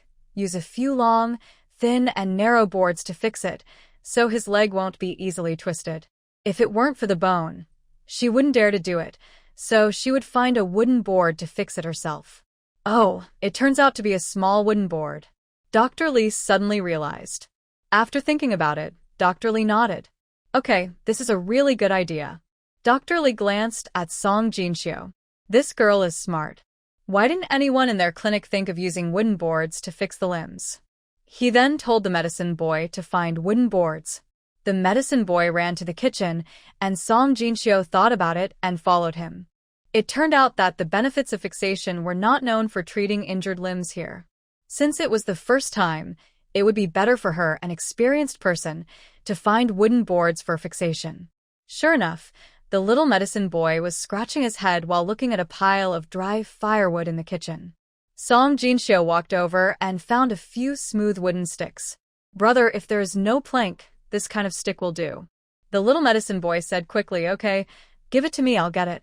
After fixing Song Chunqing's injured leg with a stick, Dr. Li suddenly said politely to Song Jinxiu, "At noon today, the kitchen of the clinic stewed bone soup. I'll have someone bring some to you, so you don't have to cook at noon." Song Chunqing said embarrassedly, No, we can do it ourselves." When Dr. Li was fixing his bones, he said that his medical expenses would be reduced by half. It would be a bit too much to eat his money again. Dr. Li looked about 20 years old, not much older than himself. But now he is a doctor, and he is nothing. When Song Chunsheng talked to Dr. Lee, he was inevitably more reserved and respectful. Dr. Lee smiled and said, "Don't be polite. I should have treated you to this meal. Today, your sister's method of fixing her legs with wooden boards has broadened my horizons. The method of raising her legs is also good." So, don't be polite. Song Jinxiu, the common sense that was known to everyone in her time and space, actually broadened the horizons of a professional orthopedic doctor. What dynasty did she travel to? Dr. Lee looked at Song Jinxiu and asked gently, "What do you mean by plaster just now?" Song Jinxiu, "It means using plaster to fix." Dr. Lee, "Don't you know about plaster?" "I don't know. I hope Miss Song can teach me." Dr. Lee did not hide his ignorance and bowed solemnly to Song Jinxiu, which scared her. Oh, the ancients were quite polite, and they always said, "I am polite." Song Jinxiu didn't know whether she should return the gift and how to return the gift. She turned around and asked her brother for help. She found that her brother was in a state of surprise and did not receive her signal for help at all. Well, Song Jinxiu could only imitate what she saw on TV and bowed to Dr. Lee. "Well, Dr. Lee, please don't be polite to me." She looked so strange and spoke to me in a coquettish voice, which made everyone stunned again. Looking at everyone's expressions, Song Jinxiu felt embarrassed. The problem was, she didn't know what she did wrong. Song Jinxiu waved her hands to hide her embarrassment. "You should know that it is also a medicine." Song Jinxiu gestured and described the shape and characteristics of gypsum. Dr. Lee asked uncertainly, "But the white cold stone for treating fever?" Song Jinxiu said, "I don't know. What does white cold stone look like?" Dr. Lee quickly ordered the medicine boy, "Go get some white cold stone." The medicine boy quickly brought a tray of white cold stone. Song Jinxiu smiled as soon as she saw it. "This white cold stone is gypsum." Song Jinxiu pinched a little gypsum with her hands and twisted it. "It's this thing. Wrap this white powder layer by layer with white cloth. It is soft when soaked. Wrap it on the injured limb. After drying, it becomes a very hard shell, which plays a role in protecting the injured limb." Dr. Lee is a smart man. With just a little mention from her, he can draw inferences. Okay. Thank you, Miss Song. I'll go back and think about it." After sending Dr. Lee away, Song Jinxiu was still afraid that her brother would ask her how she knew about gypsum, so she prepared an explanation in her mind at any time.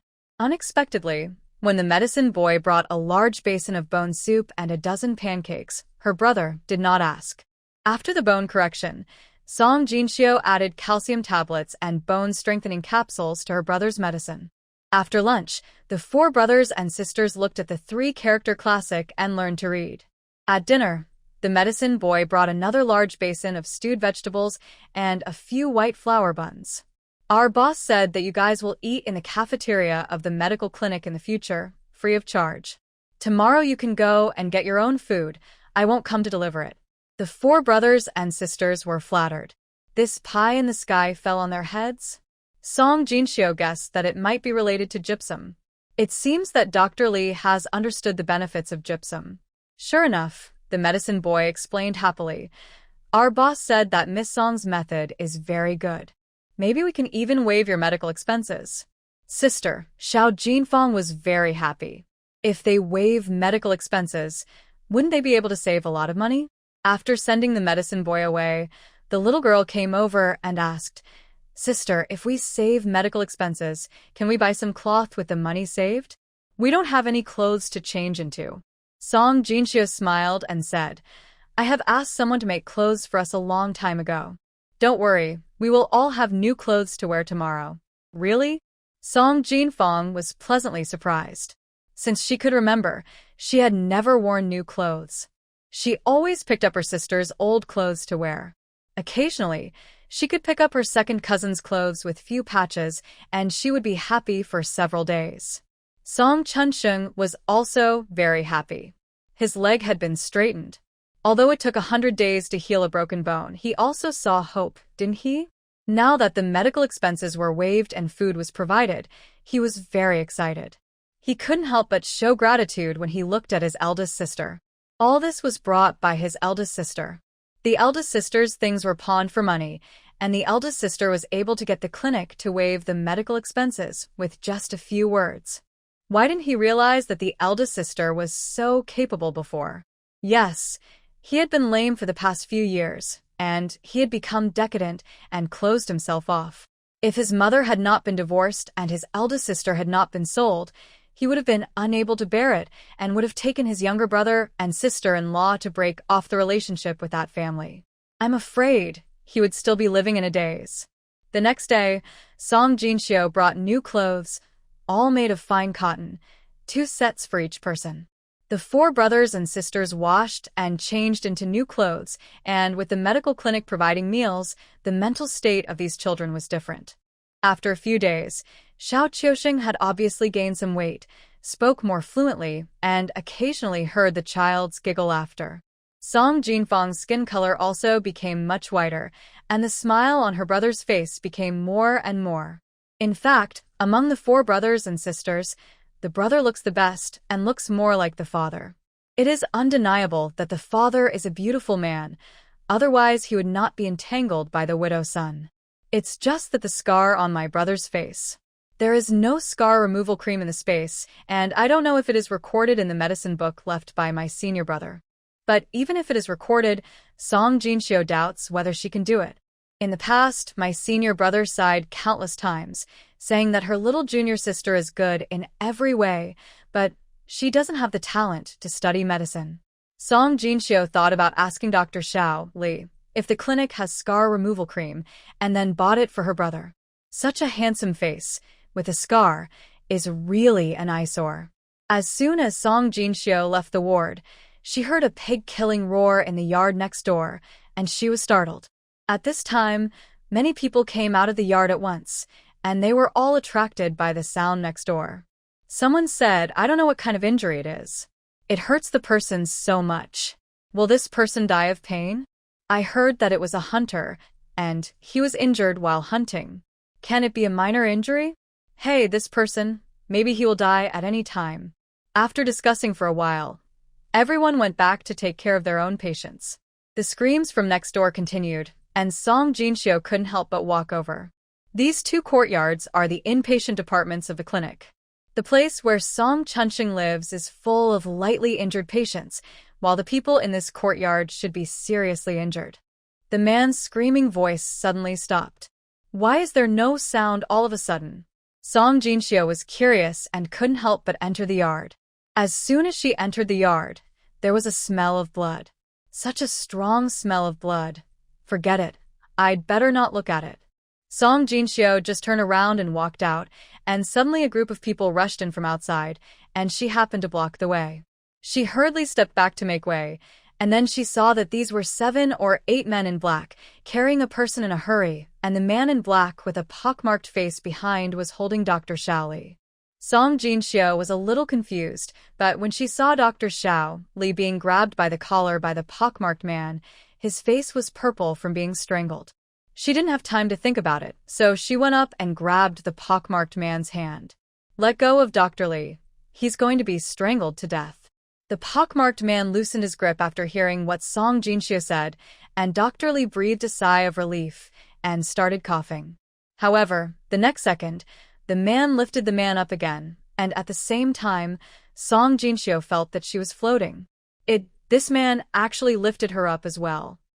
The black-clothed man in front had kicked open the door of the ward and rushed in, and then Song Jinshio and Dr. Li were thrown in. I said, I really can't do this operation. His arrow wound is too close to the heart. If my grandfather was here, he could use silver needles to the acupuncture points and make the patient's muscles temporarily lose consciousness so that the arrow can be pulled out. Dr. Li, are these useful? Old Dr. Li is in the capital now. If our master can hold on until he returns to the capital, will he still need to look for you? Stop talking nonsense. If you want to make the master lose consciousness, I can do it too. I'll just knock him out. Another black-clothed man said. Oh, that's different. Even if he is knocked unconscious, as soon as I pull out the arrow, his muscles will spasm due to the pain. If he moves a little, it will pierce his heart. Once the heart is broken, this person will definitely die. Dr. Li wanted to cry, but had no tears. He really didn't dare to do it. If this person died under his scalpel, these people would have to skin him alive. Song Jinxiu was thrown aside. She finally saw the patient's injury clearly. It turned out that he was shot in the back by an arrow. It was a 3-feather arrow. She was amazed. She actually saw a real ancient arrow. At this time, the room was tense. Song Jinxiu knew that it would be wise for her to leave secretly. However, as soon as she moved, a shining scimitar was in front of her. The blade was sharp. Song Jinxiu knew that this was definitely not a prop, but a real weapon. You have to treat her today, whether you want to or not. If you keep on nagging, I'll kill this little girl. The man with the knife spoke in a muffled voice, with a fierce look in his eyes.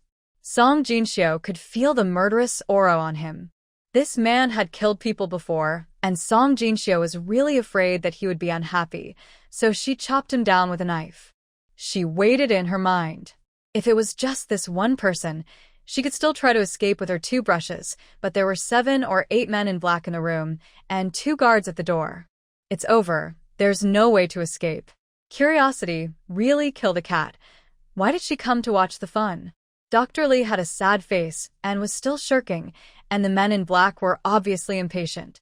I'll say it again. Today my master lives, and you live. If anything happens to my master, you'll be buried with my master. Song Jinxiu looked at the man on the bed, motionless, but the blood was still seeping. If he is not saved, he will indeed die soon.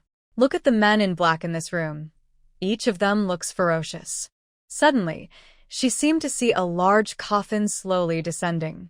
When the coffin was carried into the cemetery, a row of men in black suddenly knelt down and then collectively committed suicide. The last man with a pockmarked face who committed suicide even looked at him. Song Jinxiu couldn't help but shudder. What's going on? She closed her eyes, secretly practiced her skills, and then looked at the man on the bed. Sure enough, she clearly saw that the man's life force was slowly disappearing. Her golden pupils, and her innate magical powers were actually activated at this time. Just now, she accidentally saw the future scene. Oh no. Doesn't that mean that this person is definitely dead? This man is dead, and these men in black chose to be buried with him. What about her? Song Jinxiu didn't dare to think about it. She could only look at Dr. Lee miserably and begged, Dr. Lee, it is the doctor's duty to save the dying and the wounded. Although his arrow is a little close to the heart, you should be careful, and it should be okay. The main thing is that if he is saved, the man may still live. If he is not saved, there will be no hope at all. The problem is, if he dies, will they let the 2 of them be buried with him? Dr. Lee has a family, and it is said that he is from a prominent family in Beijing. This group of people may still have concerns. But she is a peasant girl with no roots and no friends. If she kills him, she will kill him. I am afraid that not even a splash will be made. What do you know? Although the wound from the arrow is not big, it has barbs and needs to be peeled off bit by bit with a knife. It is the most painful to shave the flesh with a knife bit by bit. If he moves a little, it will be over. Dr. Lee glared at her. This little girl is quite smart. Why is she making trouble now? Song Jinxiu was even more confused. Use anesthetics, Ma Fei-san? Wouldn't he not feel pain after using Ma Fei-san? As soon as she said this, the whole room was quiet. Suddenly, the pockmarked man grabbed Dr. Lee and lifted him up. He glared and said, You have Ma Fei-san, but you are still shirking responsibility. Do you want to kill my master on purpose? Dr. Lee wanted to cry, but had no tears. He slapped the pockmarked man's hand and cursed at Song Jinxiu. Cough, cough, cough. You dead girl?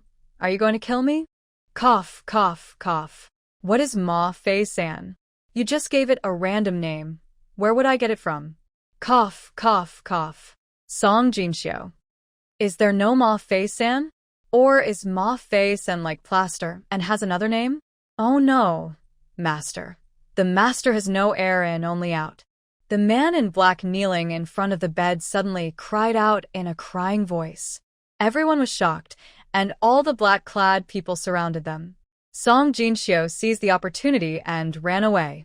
However, after taking 2 steps, she heard a sound of breaking air. Song Jinxio's face changed drastically, and she picked up the stool beside her to block it. The bench was cut in half by the scimitar. Seeing that the pockmarked man's second knife was about to reach her, Song Jinxio hurriedly said, "Don't kill me. I'm going to get life-saving medicine to save your master's life." "What did you say? My master can still be saved?" The pockmarked man was excited and glared. "Yes, there must be," Song Jinxio said quickly. "My brother's leg is broken, and Dr. Lee said he had to amputate it. It was because he took my life-saving medicine that my brother's leg was swollen. Later, the bone was straightened, and now it is almost healed." "If you don't believe it, ask Dr. Lee," Song Jinxio said as she walked to the bed. Since he can't run away, this man can't die." A man in black stood in front of her. "Stop. What do you want to do?"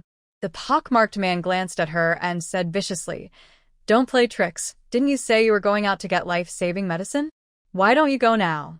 She glanced at the pockmarked man and said to the man in black who was blocking her, "Let me protect your master's heart first, and let Dr. Lee get the life-saving medicine. It's in my brother's purse." "You just take my brother's purse," a man in black said suspiciously. "She is probably lying. I just wanted to escape when I saw her." Song Jinxio said anxiously, "I can't run away now. My life is in your hands. Let me see your master first. If it's too late, there will be no hope." Looking at the man on the bed again, his vitality was draining faster. Song Jinxio could even see that the guy's soul was about to leave his body and sit up. The pockmarked man winked, and the man in black in front of the bed moved aside. Another man in black said, "I'm taking this kid to get the life-saving medicine. Girl, you'd better not lie to me." As he said that, he dragged the frightened Dr. Lee away. Song Jinxio took 2 steps forward and pretended to check the breath of the person on the bed. Then she put her finger into the man's mouth, and a drop of diluted spiritual dew went into his mouth. The spiritual dew is overbearing, and she didn't know if it would be better after dilution. She didn't dare to take the risk to try her brother, but this man was different. He was going to die anyway, so she just regarded it as a shot of cardiac stimulant. No matter if he would explode and die, she would try her best. Since the patient was shot in the back, he had been lying down the whole time. So no one noticed her little action. Song Jinxio fed him the diluted spiritual dew. After revealing, she went to check the arrow wound on his back. She slightly applied her energy to her eyes and could clearly see that the tip of the arrow was 2 millimeters away from the heart. 2 millimeters was enough. If she didn't have superpowers, Song Jinxio would never dare to pull out the arrow for him.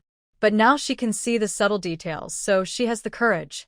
She took the opportunity to tilt the patient's head and let him inhale gas anesthetic. Su Mo could feel that he was going to die. Suddenly, a strong energy merged into his body, and the lost vitality was replenished at a rapid speed. He was about to open his eyes, but suddenly his head tilted, and he fell asleep again. Song Jinxio said, "Get a glass of water." None of the men in black moved. Song Jinxio's face sank, and she said again, "Water. I need a glass of clean water to clean his wound so that I can pull out the arrow." The pockmarked man gave her a look, and then a bowl of water was handed to her. Song Jinxio took the bowl of water, took out a piece of brown sugar from her sleeve pocket, and threw it in. The water quickly turned purple-red. The reason for this was to cover the disinfectant iodine in the space. The pockmarked man stared at her and asked, "What did you put in it?" Song Jinxio rolled her eyes at him. "This is an anti-inflammatory drug. You have bacteria on your bodies. Stay away from me, and don't contaminate this anti-inflammatory water." "You." A man in black wanted to draw his sword again, but was held down by the pockmarked man. He said, "Stand back." The man in black did not move. "I'm worried." The pockmarked man pulled him behind him. "She is the only one who can save the master now. Let us try it out." This girl said she could save him, but he didn't believe it. But what could he do if he didn't believe her? Just wait for the master to die? Now, let alone a little girl in her teens, even if it was an 8 or 9-year-old child, he would give it a try. Song Jinxio saw that the pockmarked face should be ahead. So she said to him, "Go find me some clean bandages to bandage after the arrow is pulled out." The pockmarked face man nodded, and a man in black went out and quickly brought back Dr. Lee's medicine box. Song Jinshio opened it and saw that the things inside were quite complete. Silver needles, scalpels, bandages, and some hemostatic drugs. Put the things you need together, and then cover the sugar water bowl with a white cloth. Pick up another piece of white cloth and pretend to soak it in the sugar water bowl, but in fact it is the iodine in the space. Tear open the patient's clothes and disinfect the area around the arrow with iodine.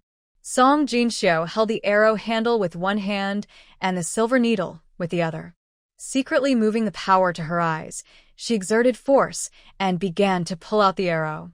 Yes, she didn't need to use a knife to shave the flesh because she could see the scene inside. When pulling out the arrow, she only needed to use the silver needle to control the barbs on the arrowhead and pull it out in the direction she came in. Ma Lian stared at her and saw her quickly pierce the arrow with a silver needle a few times, and with a force, the arrow on the master's back was pulled out. You, he exclaimed, trying to stop the girl. He also knows how to pull out the arrow like this, so why should he ask such a little girl? But the arrow has barbs, and the barbs bring blood and flesh. Wouldn't there be a big hole on the master's back? Can the bleeding still be stopped? Could it be that this girl doesn't know this? Or does she not know how to treat it at all, and is she playing with their master?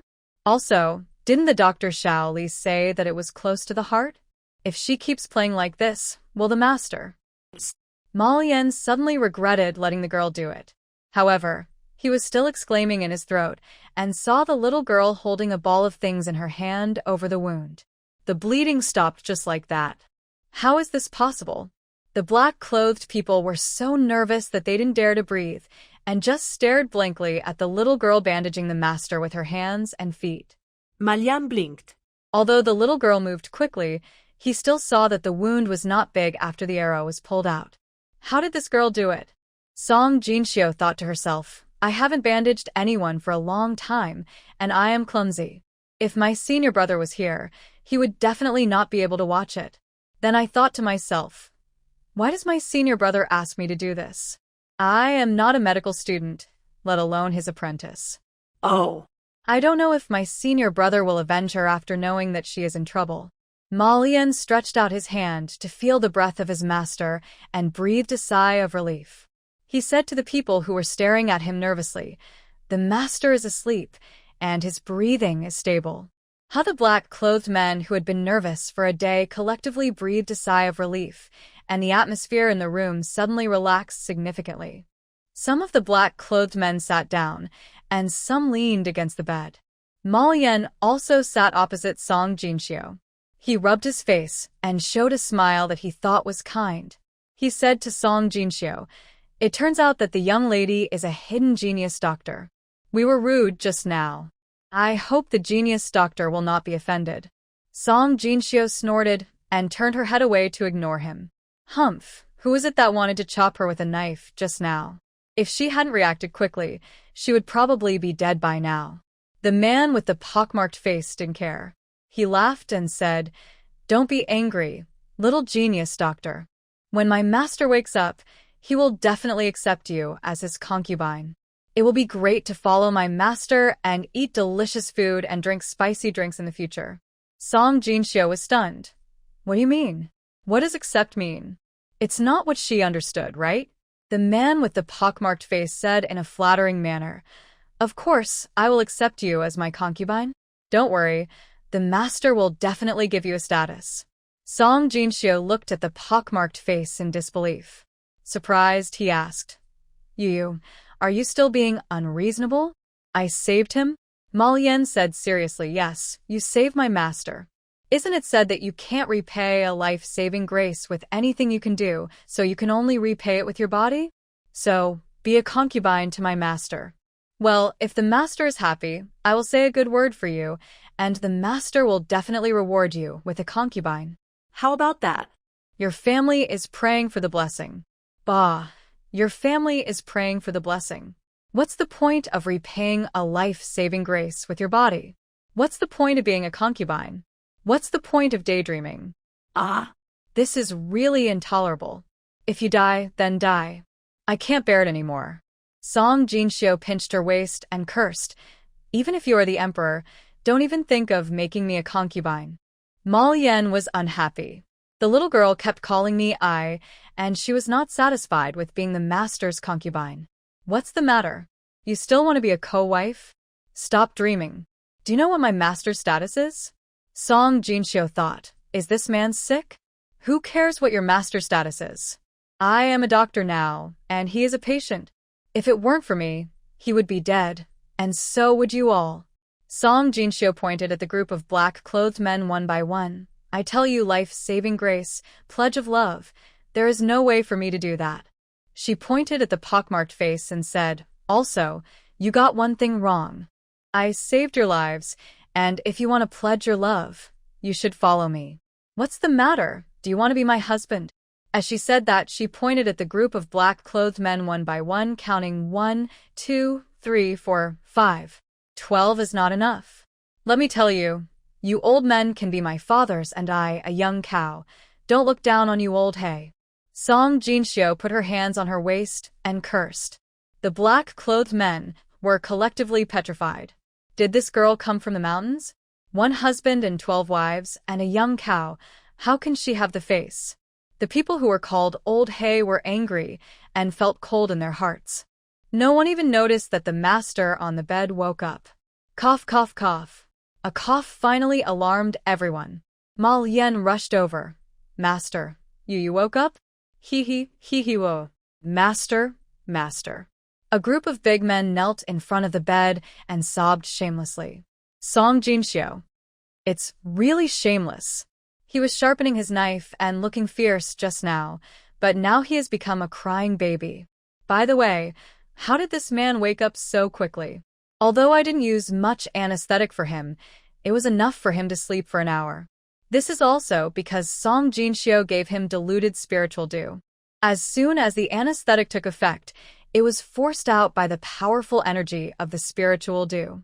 Song Jinxiu was quick in pulling out the arrow, so it was a coincidence that Su Mo just fell asleep while the arrow was being pulled out. Although he was awake, he was only focused on absorbing the remaining energy in his body, so he kept his eyes closed. Of course, he knew everything about the outside world. Ma Lian sniffed his breath, talked with the little girl, and cursed her. Su Mo couldn't help coughing after being scolded as an old hay. Bring the purse. At this moment, the black-clothed man who had taken Dr. Li out came back with Dr. Li, and Song Jinfeng followed behind them. However, no one paid attention to the life-saving medicine at this time. The master had woken up, and the life-saving medicine was obviously just an excuse for the little girl. Song Jinxiu glared at the man in black and Dr. Li with great dissatisfaction. My sister is still young. Why did you bring her here? Dr. Li said helplessly. I told her, but she was worried about you, and insisted on coming. Song Jinxiu waved at her sister and said with a smile, I'm fine, there's just a patient. Dr. Li can't do it alone. I'm here to help him. You go back quickly. Oh. Song Jinfeng glanced at the man in black, took a step back timidly, looked at her sister again, and saw her sister smiling and waving at her. Her sister was really brave and could still laugh, so she was not worried. Then she turned around and ran away. Su Mo. Are women always so fluent in lying? Ma Lian and the group of men in black. The work is done. Who is helping whom? Dr. Li looked at the person on the bed. Huh? Wake up? Could it be a last breath? Dr. Li was incredulous when he heard that Song Jinxiu pulled out the arrow herself. The patient was fine, and the bleeding was stopped. Miss Song, how did you do it? Thinking about the ideas that this girl had from time to time in the past few days, raising the injured limb and fixing it with plaster. Could it be that this is a hidden genius doctor? Song Jinxiu felt a little uncomfortable under the fiery gaze of Dr. Li. He quickly waved his hands and said, I'll just try my best. He'll die if the arrow is not removed, so I'll just remove it, apply medicine, and bandage it. Dr. Li was confused. That's it? Song Jinxiu spread her hands.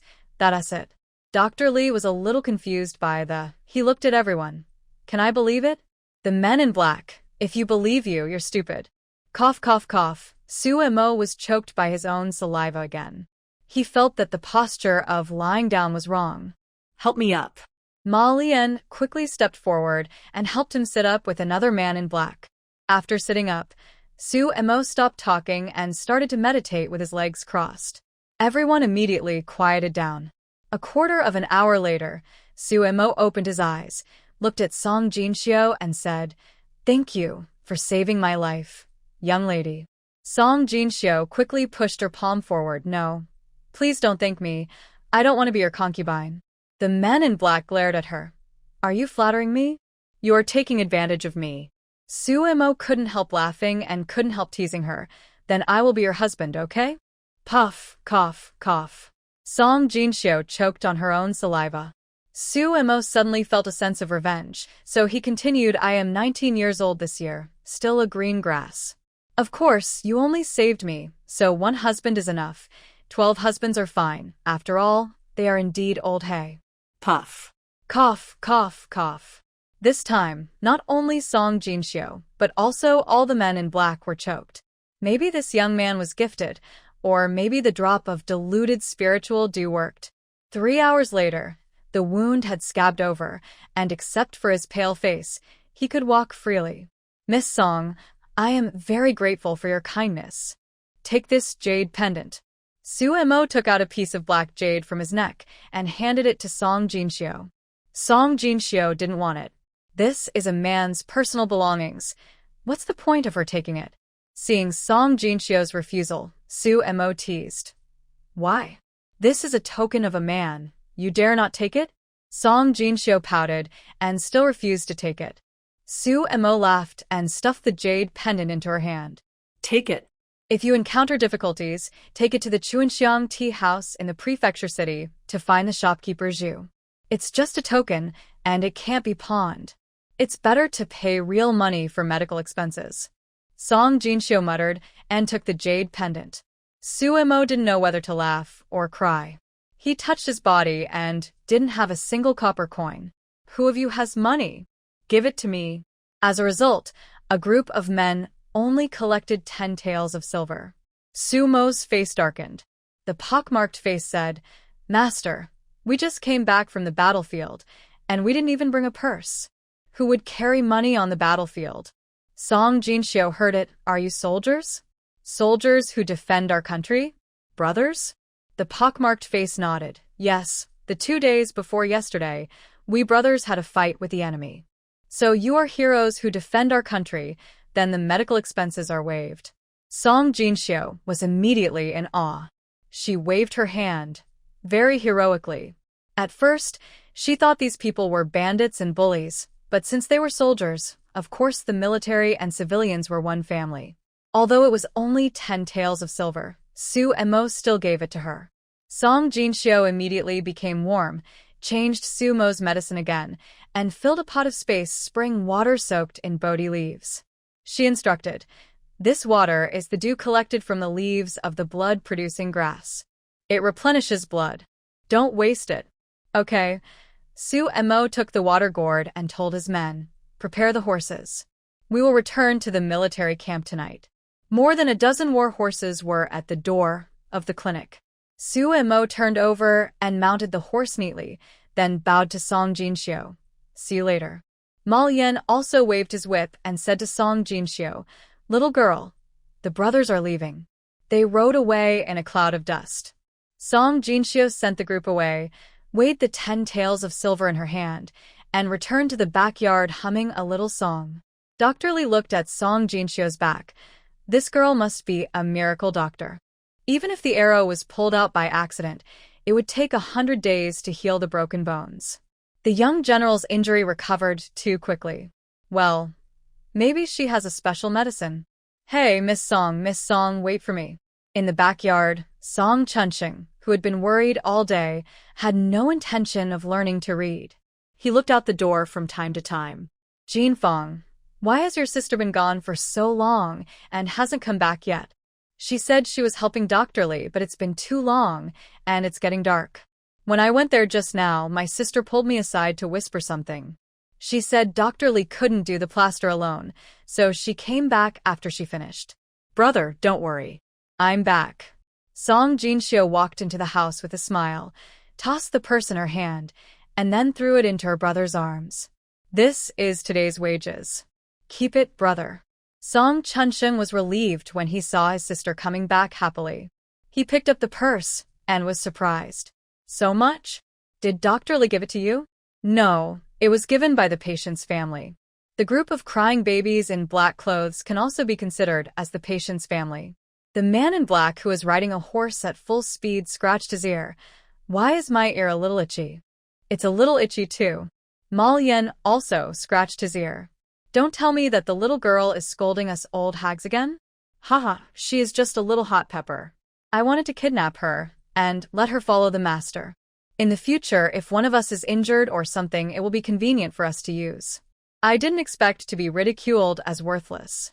"Come on, you want to kidnap her?" "No one wants you to be one of the 12. I'm talking about you, an old hag."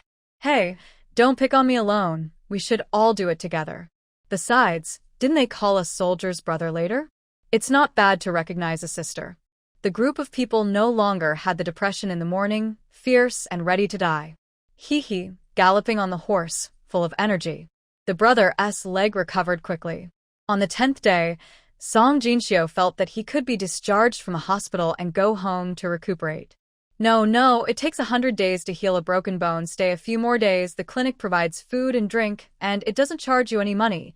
Why are you in such a hurry to go home? Dr. Lee refused to let go. In the past few days, he often took the opportunity to examine Song Chunsheng to discuss some of the symptoms of the injured with her. He found that this little girl was indeed extraordinary, and he benefited a lot from her casual nagging. Song Jinxiu was speechless. Is there a doctor who is so eager to treat people? "Well, Dr. Lee, I really don't know medicine. I'm just a farm girl, and the suggestions I gave you were just inspired. Your occasional inspiration is so powerful. Are you a genius in studying medicine? Otherwise, how about you learn medicine from me? No, from my grandfather." "Auntie?" Puff, cough, cough, cough. Song Chunsheng was drinking water and choked. Song Chunsheng was worried at first. Ever since his sister went to help Dr. Lee that day, he came every day saying that he was here to check his legs, but he always pestered his sister to talk. He still thought that Dr. Lee had bad intentions and had taken a fancy to his sister. "Auntie?" "Oh, so she wanted his sister to study medicine." Yes, since they left the old Song family, his sister seemed to have opened her mind, and her brain worked very well. And not only the eldest sister, but also the second sister became more and more cheerful and lively, and the youngest brother spoke fluently and almost memorized the 3-character classic. And his legs were also recovering. After leaving the old Song family, it seemed that both brothers and sisters had a change of fortune. It seemed that his decision to break off the relationship, which was against the will of the world, was right. In order to retain her, Dr. Lee listed a bunch of reasons, such as it was not good to be discharged too early. There is no adult at home, and it is not convenient for a girl to take care of the patient. If something goes wrong, the joint is still very fragile. What if? With so many reasons, Song Chunsheng felt that if he didn't stay for a few more days, his leg would not be healed. "Well, Jinxiu, why don't you listen to Dr. Shaoli and stay for another 5 days? The injured here are indeed discharged after half a month." Song Jinxiu. Others are discharged after half a month, but are you the same?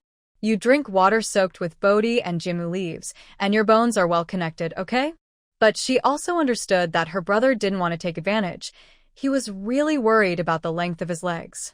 The patient's mood is also very important for recuperation. In order to reassure her brother, Song Jinxiu could only compromise. "Forget it, just stay. Isn't it just this annoying Dr. Shaoli who always wants to trick her? Then let her brother live here first, and take advantage of this time to go home and build a house." Although the old house was airtight, it was infested with scorpions and poisonous insects. Song Jinxiu was disgusted and decided to tear it down and rebuild it. "Brother, I want to go home for a while." "What for?" The brother and sister were talking when the head of the village came. During this period, the head of the village came once. It was heard that the clinic gave them free treatment and provided food and accommodation. The old man was so excited that he almost kowtowed to Dr. Lee. It was also heard that Song Jinxiu accidentally saved a nobleman, and the nobleman rewarded him with a lot of silver. The old man bowed to the sky again. Oh, it's really God's blessing that these children have finally come to happiness after suffering. As for his coming today, he had a purpose. The village head blinked his eyes, looking like an old fox. Sanya, how are you going to use the money given by the nobleman? Song Jinxiu said, Grandpa, I want to buy 2 acres of land first. Do you think it's okay? The village head slapped his thigh. Okay, but it's too much. The good girl is a sensible person. You know, a girl must have a good mother's family. Only when her mother's family is good can she stand up straight in her husband's family in the future. Song Jinxiu smiled and said, Grandpa, I'm still young. I will talk about getting married after the big house is built at home. The brother marries a sister-in-law, the younger brother goes to school, and the sister has a place to stay. The village head laughed, rolled his eyes, and asked with a smile, Oh, you are so arrogant, girl. Are you really willing to spend money to build a big house? Don't you think about saving some dowry money for yourself? If this girl can renovate the house at home, buy 2 acres of land, and Chuanqing's leg is healed, she will not have to worry about not being able to find a wife. As for the 2 girls, they will not have trouble getting married anyway. Send Qiusheng to school, that's fine. It's good enough for Qiusheng, that bean sprout-like child, to grow up. But you know what? The little guy has flesh on his face these 2 times I saw him. The head of the village rolled his eyes. Sanya is not young anymore. It's not uncommon for people to get married at this age. These 4 children are so difficult. He has to find a way to make Sanya take out all the money she got and leave it for these 2 boys. This is also the purpose of his coming today. That day he knew that the children also had money.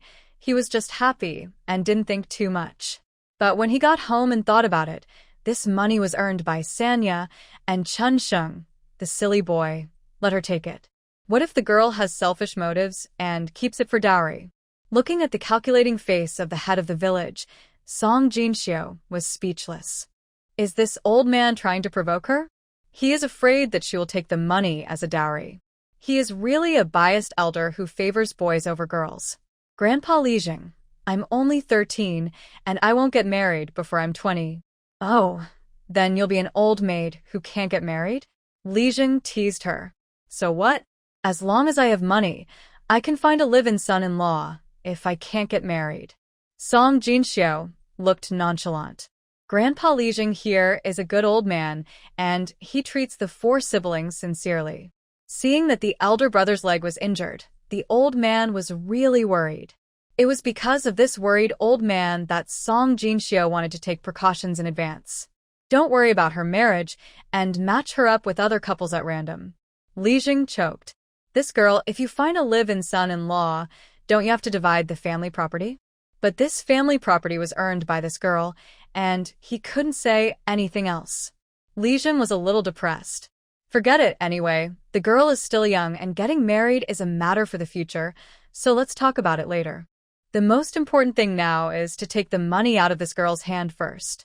Sanya, now is the right time to build a house. The thawed soil is very soft, and it is easy to pull a few carts. The villagers can also help. In a month or so, it will be the busy farming season. The head of the village looked at her eagerly, as if the house was his own. Song Jinxiu smiled and nodded. Okay, we don't know anything about building a house and buying land. Grandpa, head of the village, what do you think we need to pay attention to? Oh, of course you don't know. You are still young, and your brother's leg needs to be taken care of. So, tell me the bottom line. How much money do you have now? Grandpa will arrange it for you. The head of the village looked like a wolf grandmother. Song Jinxiu really wanted to cover her face. If the old man didn't really want to help them, she would have suspected that he had ulterior motives. How obvious it was. The 3 bright words scheming against you on his head could illuminate half the sky. Song Jinxiu stretched out a finger mysteriously. 10 taels? The head of the village was a little disappointed. Didn't the doctorlies say that he saved a high-ranking official? I heard that the officials rewarded their servants with gold leaves. But think about it, Sanyo is just a child and she was able to save people by chance, so it was not bad to get 10 taels. 10 taels can buy 2 acres of dry land. Sanya also pawned 5 taels of silver, which was just enough to build 3 fighting houses. The 4 children can be considered to have a family and a career. The so-called fighting house is the dialect here. The outer wall is brick, the inner wall is mud or adobe, and the roof has a beam. After the rafters are nailed, the thorns are laid, and the mud is pasted and covered with tiles. From the outside, it looks like a grand brick and tile house, but in fact it saves a lot of brick money. Generally, families who don't have that much money but want a good house build it this way. It is not afraid of wind and snow and is economical and grand. In fact, half of the families in Songjia village build it this way. When the son was marrying a daughter-in-law, the girl came to look at the family property and took the girl's parents around the house to take a look, and they immediately agreed to marry their daughter. So the village had decided to build such a house for Chunqing's family. Once the house was built, it would be just right for Chunqing to use as his wedding house. The village head was secretly thinking about where to buy bricks and tiles at a cheaper price and how to get some free labor in the village. But he heard Song Jinxio's long and curved ong sound, ong guess again. Seeing the little girl still shaking a finger, the village head suddenly became excited. The headman leaned forward, approached Song Jinxio, and asked uncertainly, "Is it 100 taels?" His voice was a little trembling, and his small eyes looked at Song Jinxio without blinking, as if he was expecting God's judgment. If it was 100 taels, Qiu Sheng could also get married. As soon as Song Jinxio saw the headman's eyes rolling around, she knew he was plotting against her. Humph! An old man who favors boys over girls. Song Jinxio rolled her eyes, smiled mischievously, and said softly but clearly, "It's 1,000 taels. I'll scare you to death." Plop the headman didn't sit firmly, slid off the stool, and sat on the ground. Song Jinxio, why are you reacting so strongly? Is 1,000 taels a lot? She calculated in her mind that if she bought sorghum and corn, it would be equivalent to about 500,000 or 600,000 in modern times. But if she bought fine cotton cloth, iron pots, and other things, it would be less than 200,000. The headman hurriedly got up from the ground, holding onto a stool, hunched over and looked at Song Jinxio and asked, "What did you say? 1,000 taels?" He lowered his voice. "You're not lying, are you?" Song Jinxio blinked. 200,000 scared the old man like this. If she said she lied, would he faint? The headman's eyes were like searchlights, and his hands didn't dare to tremble, for fear that Song Jinxio would shake her head and deny it. Song Jinxio. She really couldn't stand the look of this old man. Forget it. She did have a few hundred taels in her hand anyway, and there was room for her to earn 1,000 taels sooner or later. In order to avoid being suspected of the source of the money, she might as well take this opportunity to get away with it. She glanced at the old man, and it was just right, using this huge sum of money to test the old man's character. Thinking of this, Song Jinxio said, "Grandpa Headman, the man I rescued is very rich. I touched his body and found a dozen silver notes. One note is worth 100 taels. I counted them, and there are exactly 10. The headman opened his mouth with a look of disbelief. "Oh my goodness, are they fake? Girl, can you show me one to see if it's real?" Ah? The silver note is real. Song Jinxio felt that she was shooting herself in the foot. Why did she have to tease this old man? Why did she have to be so stubborn? Now, where can she get the silver notes? Well, I gave them to Dr. Li and asked him to change them into silver for me. He didn't have much silver on him, so he gave me 400 taels first, and he will give me the rest in 2 days. Song Jinxio said, taking out a few ingots of gold to show him. Unexpectedly, the head of the village glared at her and said angrily, "Oh, you little kid really don't know anything. Don't you know that wealth should not be shown to others? Also, if you want to exchange banknotes, Grandpa will help you. Why do you have to trouble Dr. Li? You don't know the origin of this person. What if he doesn't give it to you? No, I have to go and get it back for you. You'd better hold the banknote in your own hands to feel at ease." As he said, he was about to go out. Song Jinxio was so scared that she quickly grabbed him. Grandpa, don't be like this. It makes me lose face. Which is more important, face or money? The head of the village was unmoved. Seeing that he was about to step out of the door, Song Jinxiu hurriedly said, "Grandpa Lijing, please listen to me. I will go and ask for the banknote. If he doesn't give it to me, you can come forward. Okay?" Song Jinxiu explained. "Dr. Li didn't say he wouldn't give it to me. Besides, we treasure hundreds of taels of silver like our hearts and lungs, but maybe they are nothing in their eyes."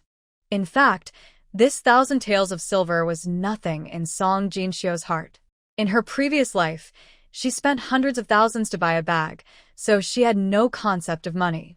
She said it without any burden. How could she know how much disturbance this 1,000 taels of silver caused in Songjia village? "Song Jinxiu, if you just go and ask for it, it's like we're afraid that they'll take it. Although we're indeed afraid, everyone has to save face, right? Besides, my brother's leg still needs to be treated here, right?" Seeing the head hesitate and stop, Song Jinxiu hurriedly said, "Well, I'll go and ask for it, and say that you want to use the money to buy land for us. It's a silver note, and with you here, who's afraid that we can't exchange it for silver?" The head nodded. "Well, okay, just say that. Go ahead, I'll wait here. If he doesn't give it, come find me." Yes, that Jinfeng. Pour some water for the head." Song Chunsheng wanted to say, "Where did the 1,000 taels come from? Isn't it just 10 taels?" But when he saw that his eldest sister said it with details, he began to believe it a little. Although his eldest sister lied without thinking, she wouldn't deceive the head of the village. After all, if she couldn't take out the money, she would be exposed, right? Moreover, he didn't know why, but he inexplicably believed in his sister. No matter what she did, it was reasonable. It was no wonder that Song Chunsheng was calm. In fact, he felt that copper coins were the real money, just like Song Jinfeng. As for silver, he had never seen it in his life, and only got to know it in the past few days. Moreover, he had to convert the silver in his mind for a long time, and only after converting it into copper coins could he understand how much a piece of silver was. As for Song Jinxiu, she went to the front hall depressed, and looked at the back of Dr. Li, who was sitting in the clinic, and felt worried. How could she ask for silver notes for something she didn't have? Otherwise, she could go to the pawn shop to something? That was all she could do, otherwise she really couldn't get these hundreds of taels. After seeing a patient, Dr. Li looked up and saw Song Jinxiu walking out. He quickly got up and came to her side. "Hey, little nun, are you going out? Is there something you need? I'll go with you." Dizzy. Song Jinxiu rolled her eyes inelegantly. "Who is your master's aunt? Don't call her Dr. Li. It will be soon. I have already written to my grandfather about this. He will definitely agree to take you as his apprentice. I called him a few days in advance, so when Grandpa officially takes you as his apprentice, it will be more convenient for me to call him that." Song Jinxiu was in a bad mood and spoke a little aggressively. "Did I say I wanted to learn medicine? If you ask me to become your apprentice, then I have to become your apprentice? My master, my brother has long said that I can do anything, but I am not cut out to study medicine." "Oh, why did he say that? You are such a genius. It's a pity that you don't learn medicine. I'll go talk to him." "Hey, you can't go. The village head grandfather is still there." Suddenly, she saw a familiar figure flash by, and when she looked carefully, she saw that the old man who was peeking out at the backyard door was the village head grandfather. Was he worried and followed her out to monitor her? Song Jinxiu quickly stood in front of Dr. Li and said with a wry smile, "Dr. Li, I want to discuss something with you." Dr. Li asked in confusion, "What is it?" "Let's talk while we walk. Don't block the road." Song Jinxiu whispered, "Ma Fei-san, it's..." "What's wrong with Ma Fei-san?" Dr. Li suddenly raised his voice. Then Dr. Li had a surprised expression on his face. You don't know the secret recipe of Ma Fei-san, do you?" Song Jinxiu was stunned. "Don't you know what Ma Fei-san is? Why are you so excited?" Dr. Li glared. "Nonsense. Which doctor doesn't know Ma Fei-san? The medical saint and his Ma Fei-san are legends. Our family is famous for treating external injuries, and we have grown up listening to his legend. It is said that the medical saint was imprisoned because he did not want to be Chao Gong's exclusive doctor.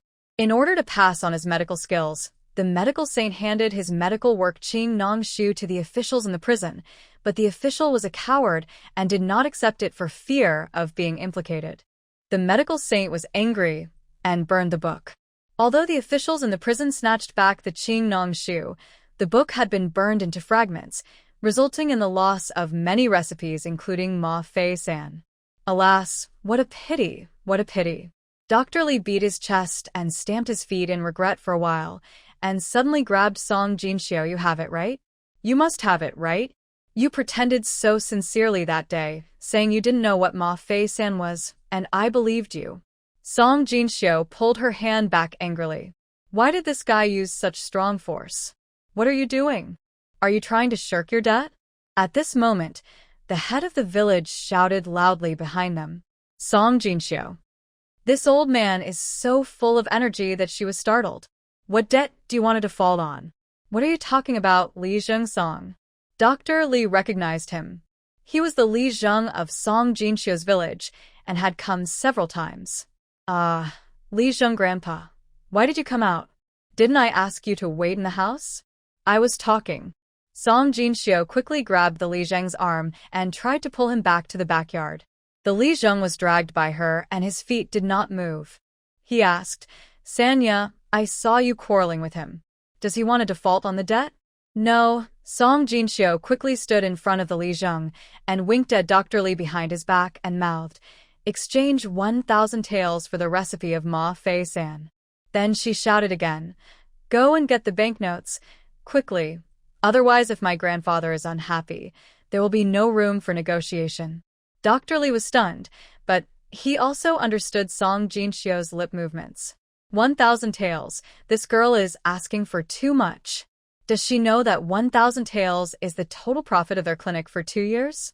However, if it is really the secret recipe of Ma Fei San, 1,000 taels is really not expensive. Considering the girl's usual words and deeds, it's better to believe it than not. Okay, I'll go get it right away. Dr. Li ran to the back hall. He was afraid that if he ran too slow, Song Jinxiu would regret it. The head of the village said proudly, Look, this matter needs an adult to come. You and her argued for a long time just now, and I see that he has taken the initiative. As soon as I came, he was afraid. Song Jinxiu said quickly, Yes, otherwise, you are the head of the village, an official, of course he, a small doctor, must be afraid of you. The head of the village said quickly, Hey, it's okay in our village, but he is nothing outside. He just bullies you because you are young. When an adult comes out, he is scared. The head of the village looked proud, but Song Jinxiu secretly complained in her heart. It said that the recipe of the medical saint's Ma Fei San was burned. Where did she get it from? Although she didn't have the recipe of Ma Fei San, she still had other recipes for anesthesia, and they were better and safer than the recipe of Ma Fei San. Brother, if I sell your recipe to others, is it also considered to be helping you to pass on your knowledge? Soon, Dr. Li came over with a stack of silver bills and handed it to Song Jinxiu. Here, there is also paper and pen. Where are you going to write?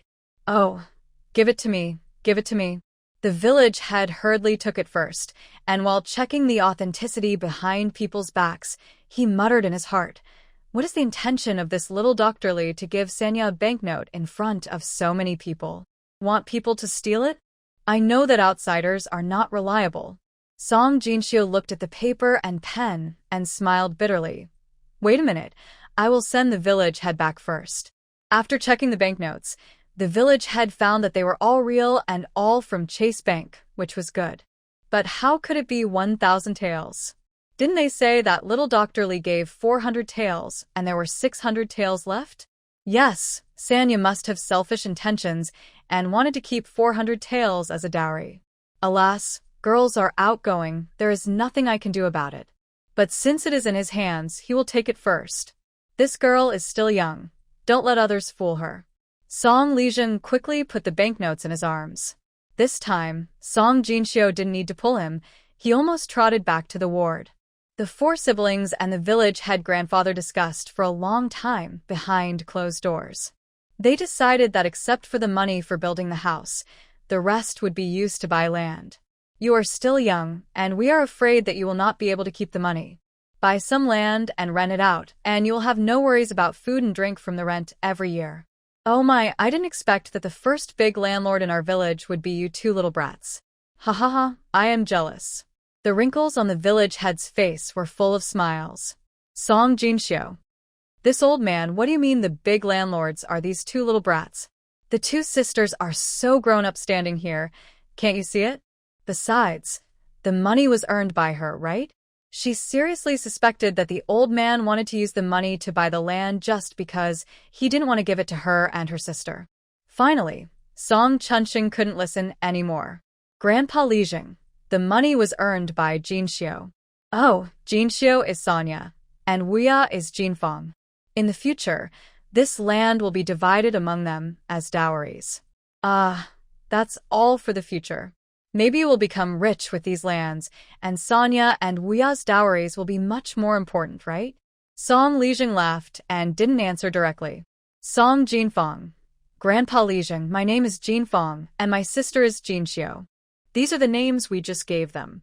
Okay, we have names, okay. Song Jinxiu was helpless. This place really favored boys over girls, and it was perfunctory when talking to the sisters. Fortunately, her brother was a good person, so she was not in a bad mood. The Lijing took the banknotes and the house drawings drawn by Song Jinxiu and left happily. After seeing the Lijing off, Dr. Li, who had been eavesdropping outside for a long time, came up immediately. Hey, little sister-in-law, you just gave 1,000 taels of silver to Song Lijing like this? Aren't you afraid that he will embezzle your money?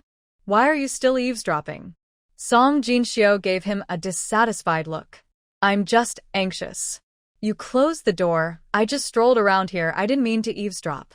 Hey, aren't you really afraid that he will embezzle it? Song Jinxiu. The Lijing is a good man. We trust him. TSK. Money is attractive, little sister-in-law. You must be on guard against others. So what? Be greedy. Can money be compared with life?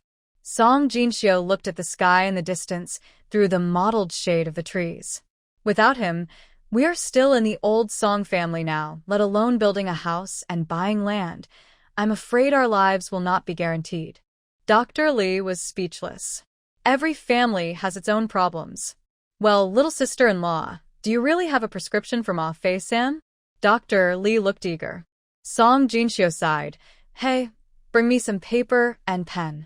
She exchanged her senior brother's prescription for 1,000 taels of silver notes, and the village head grandfather went home to work, while the four siblings continued to learn to read.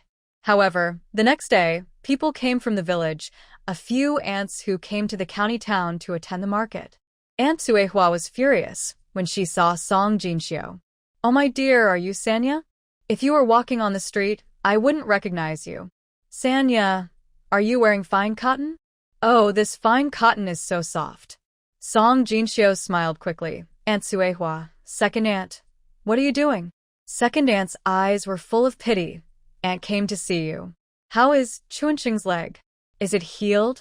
Oh, the doctor said the bone was connected well and the recovery is good, but he can't walk yet. Song Jinxiu let several people into the ward and shouted, Brother, aunt and grandmother are here to see you. Song Chunxing was sitting on the bed and was a little flattered and at a loss when he saw 7 or 8 villagers coming into the room at once. Aunt Suehua slapped her thigh when she saw Song Chunxing. Oh my God, how come Chunxing has gained so much weight? Second aunt also said, he has gained a lot of weight, and he has become whiter. He is really getting more and more handsome. Aunt Huizi also said, is this Xiao Qiusheng? How come this child looks like a human being? Poor thing, he finally looks like a little man. Song Jinxiu choked. What did Aunt Huizi say? But she still smiled gratefully. Aunt Huizi spoke like this. The same words changed their meaning when they came out of her mouth. In fact, she was not a bad person. Among those who donated money to her brother, her family donated 200 coins. Like Aunt Suewa's family, they were one of the few who donated more than 200 coins. For farmers who lived on copper coins, 200 coins was not a small amount. An adult man working in the county town could earn about 500 coins a month. Song Jinfang came over with a pitcher to add water to the ants and wives. They didn't have enough bowls to pour water, but luckily the ants and wives all had water bags and bamboo tubes with them. Song Jinfang filled their cups one by one. Look, I haven't seen you for a few days. Wuya has grown taller, and the 4 children are getting better and better. It's really a pleasure to see them. Well, when they were at Aunt Dashi's house, these children suffered so much that I couldn't bear to see them. So, when I heard that Chunxing was going to leave that family, I told my wife that it was better for him to leave. If he left, we could help the children if they had any difficulties. It's the same in my family. Take this time, for example.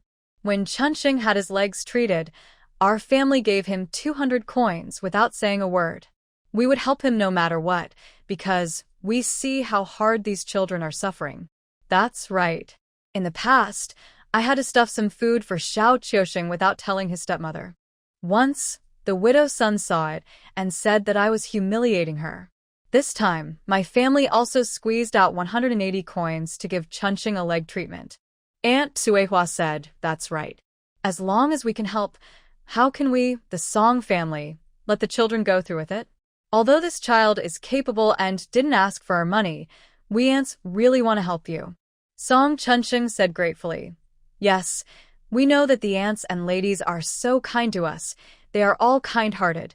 We are very grateful. When Chunxing's leg is healed, I will repay you all." Well, what are you talking about, repaying or not repaying? As long as you can live well, the aunts and ladies will be happy. The aunts and ladies talked to each other, drank 2 cans of water, and finally talked about the purpose of their visit. "Chunxing, I heard that you received a reward from a nobleman, is it true? The head of the village arranged for people to tear down your 2 houses today, saying that they were going to build a new one. We just came to tell you, do you know about this?" "Oh, I know. Jinxiu worked as an assistant to Dr. Li and saved a nobleman, who rewarded her with some money. We asked the head of the village to help rebuild the house and buy a few acres of land so that we can have a home in the future. So that's how it is. I said that these people are all good and blessed." An aunt asked, "Didn't they say that Sanya earned the money? Who is this Jinxiu?" Song Jinfang hurriedly said, "Jinxiu is my sister.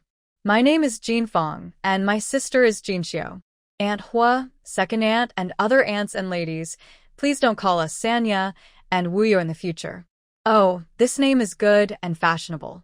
Aunt Suehua smiled and said, "So that's how it is, then we feel relieved." It turned out that these aunts and ladies were also kind-hearted. When they heard that the head of the village was going to build a house and buy land for Chunxing's family, the villagers started to talk about it. Some said that Chunxing sold Sanya to treat his leg. Others said that Sanya sold herself to treat Chunxing's leg. Anyway, they said that the silver was the money from Sanya, that is, Jinxiu's body. These aunts didn't believe it and went to ask the head of the village. Unexpectedly, the head of the village was busy buying land. The head of the village said that the money was earned by Sanya. She couldn't explain the specific situation. So, these aunts and ladies took the opportunity to go to the county market to ask about the situation. After seeing off the enthusiastic aunts and ladies, the 4 brothers and sisters looked at each other, and they were a little amused.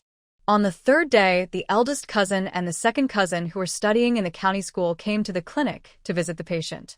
Song Dezhu has 3 children, Song Dia, Song Dalong, and the second son Song Silang. Dia has been married for a long time, Dalang is a student, and Silang is an apprentice in Lin County with Song Erju. Song Erju has 2 sons and 2 daughters. The eldest son is Song Erlang, daughter Song Erya and Song Sia, and the youngest son Song Wulang. The eldest cousin is 19 years old, wearing a moon white long gown, of medium height, slightly fat, fair-skinned, and well-mannered. He failed the exam for the scholar last year, but it is said that he has great hope this year. The second cousin is 17, also a student, also wearing a long gown, tall but with dark skin, narrow forehead, and high cheekbones on both sides, giving people a sense of pointed mouth and monkey cheeks. His appearance is similar to his uncle from his mother's side. It is said that he also plans to take the exam for the scholar this year. When Song Dalang saw this cousin, he almost didn't recognize him. Although Chun Sheng was sitting on the bed, he was wearing clean new clothes. And Xiao Qiusheng was also wearing clean new clothes. Their skin was white, and they were all fatter. The scars on Chunxing's face were not so scary anymore. Who doesn't get skinned after going to the clinic? And they, it seems, are not coming to the clinic for medical treatment, but to enjoy health and well-being. It seems that the rumors in the village are true. No wonder Grandpa and Grandma can't sit still and insist on them to mediate. Song Dalong stood with his hands behind his back, not saying a word. Song Chunxing sat up straight. Brother Dalong, Brother Erlang, why are you here? Song Dalong glanced at him with a complicated expression. I heard that you were admitted to the clinic, so I came to see you. Song Erlang snorted coldly. Chunxing, I'm not saying anything bad about you, but you are too rebellious.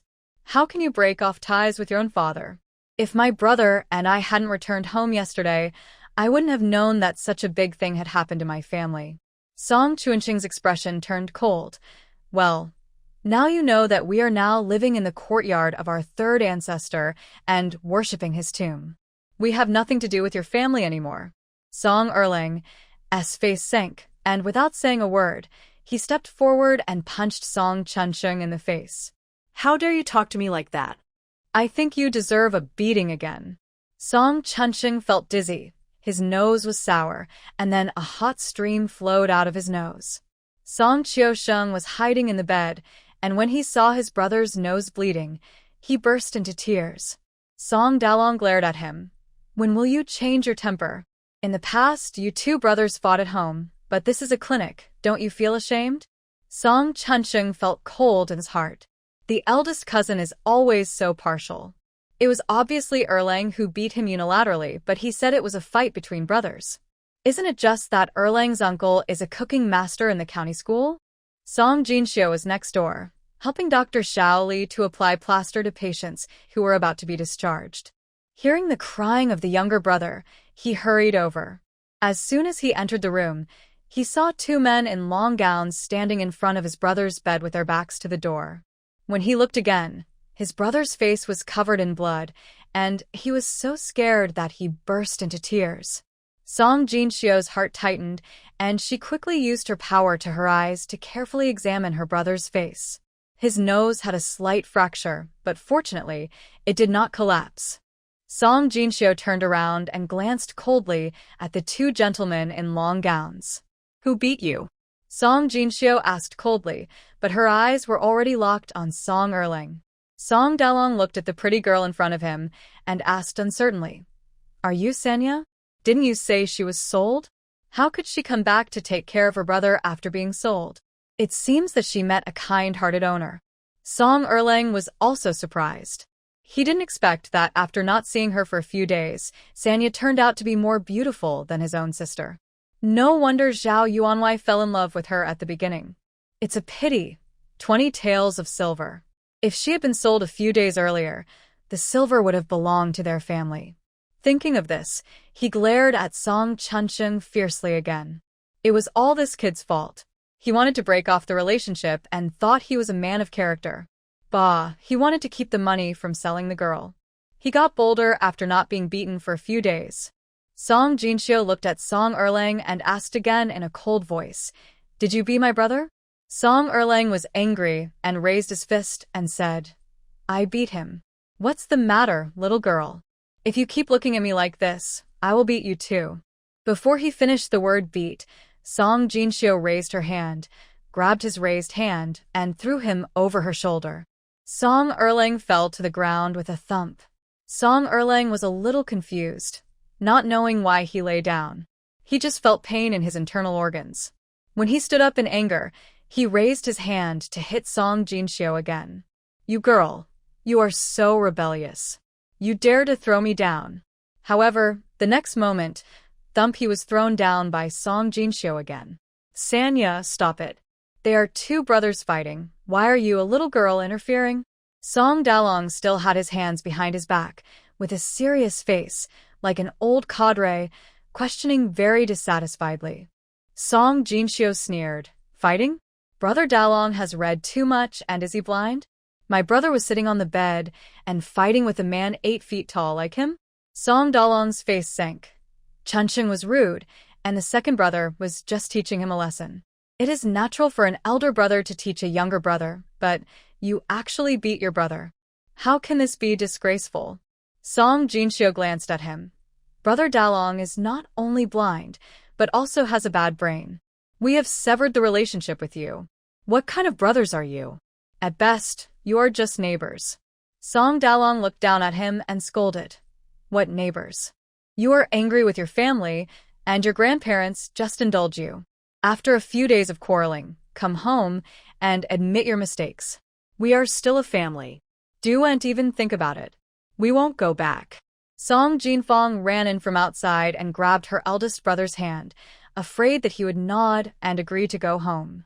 Song Chunqing patted his little sister's hand comfortingly and said to Song Dalong coldly, Brother Dalong, don't joke. We have revised the family tree and comforted our ancestors. We have nothing to do with your family anymore. Song Dalong frowned. Chunqing, don't make the same mistake over and over again.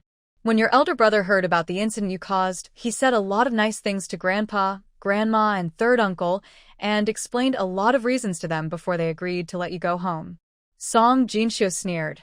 Huh, so we have to thank you? Song Dalong glanced at her. No need to thank me. I'm the eldest brother, the grandson of the eldest son, and it's my duty to take care of the family's reputation. Song Jinshio found herself speechless.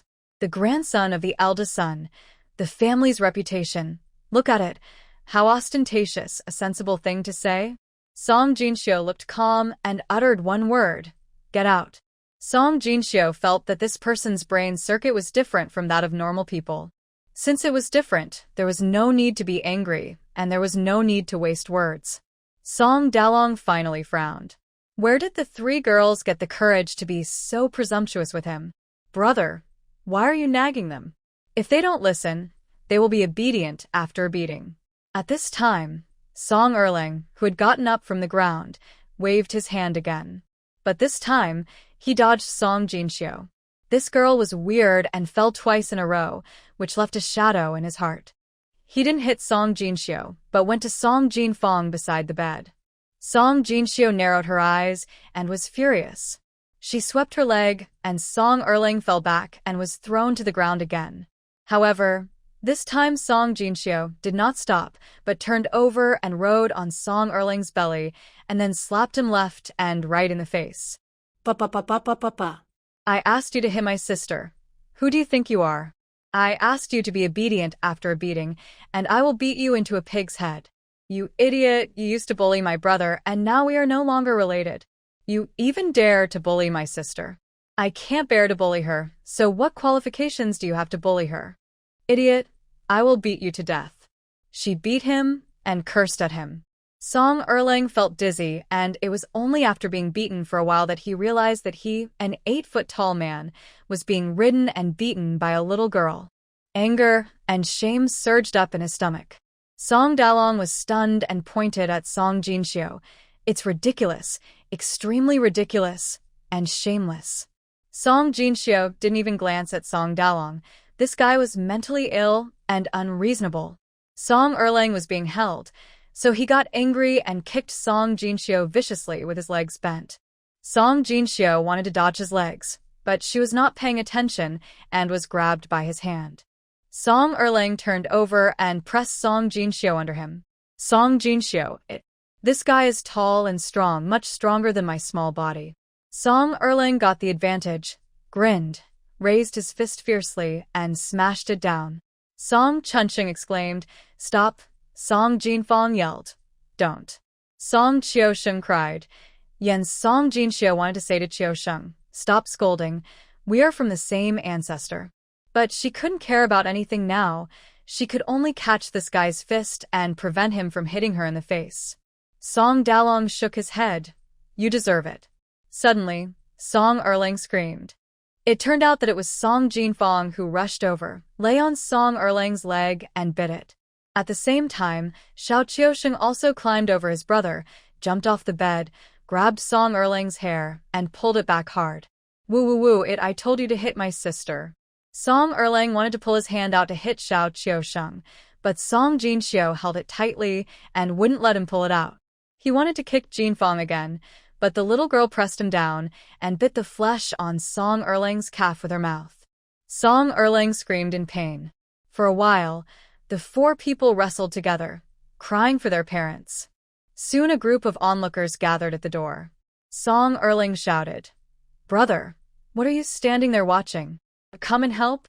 As soon as Song Dalong moved, Song Chunqing said with a sullen face, "Brother Dalong, if you dare to do it, I will go to the academy to ask your teacher. As the eldest brother, you are not friendly to your brothers, and you watched your cousin being sold coldly.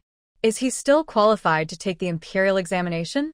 Song Dalong's face turned pale, but he didn't dare to take another step forward. He looked at the few people who were making a mess, and then looked at more and more people outside whispering and pointing fingers, and snorted coldly. This is simply outrageous." He shook his hands, turned around, and walked away with his hands behind his back. In the end, it was Dr. Li, who came with 2 helpers to pull the men apart. At this time, Song Jinxiu was exhausted. This fight was really tiring. If it weren't for her sister and younger brother having physical contact with Song Erling, she would have to use the electric baton in the space to deal with this guy. Song Erling rubbed his scalp with one hand and covered the wound on his leg with the other. He glared at them fiercely. Song Qiusheng took 2 steps back in fear and quickly hid the handful of hair he had pulled out of his hand behind his back. However, Song Jinfeng wiped the blood from her mouth, grinned, showing her bloody teeth, and bared her teeth at Song Erling in a demonstrative manner. Song Erling couldn't help but shudder. These 2 cousins are crazy. He looked around, but didn't see his eldest brother. He couldn't help but hate that this eldest brother actually abandoned him and left. He glared at Xiao Qiusheng again. "Humph, little wolf cub, just wait for me."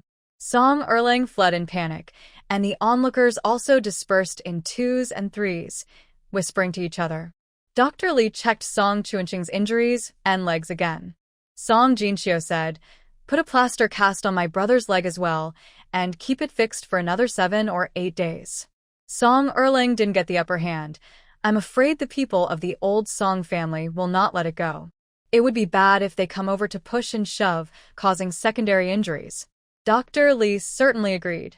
After applying the plaster, he could not help but remind them, if you really want to sever ties with your family, it is not enough to just separate from the clan. If your father knew that you had 1,000 taels, he might go to court with you for the silver. At that time, I am afraid that the clan's decision will not count. In recent years, because the power of clans has become increasingly powerful, the imperial power has suppressed the power of clans, and the new laws do not recognize the decisions of clans. Your money is not a small amount. What if they risk being expelled from the clan and want to make trouble with you?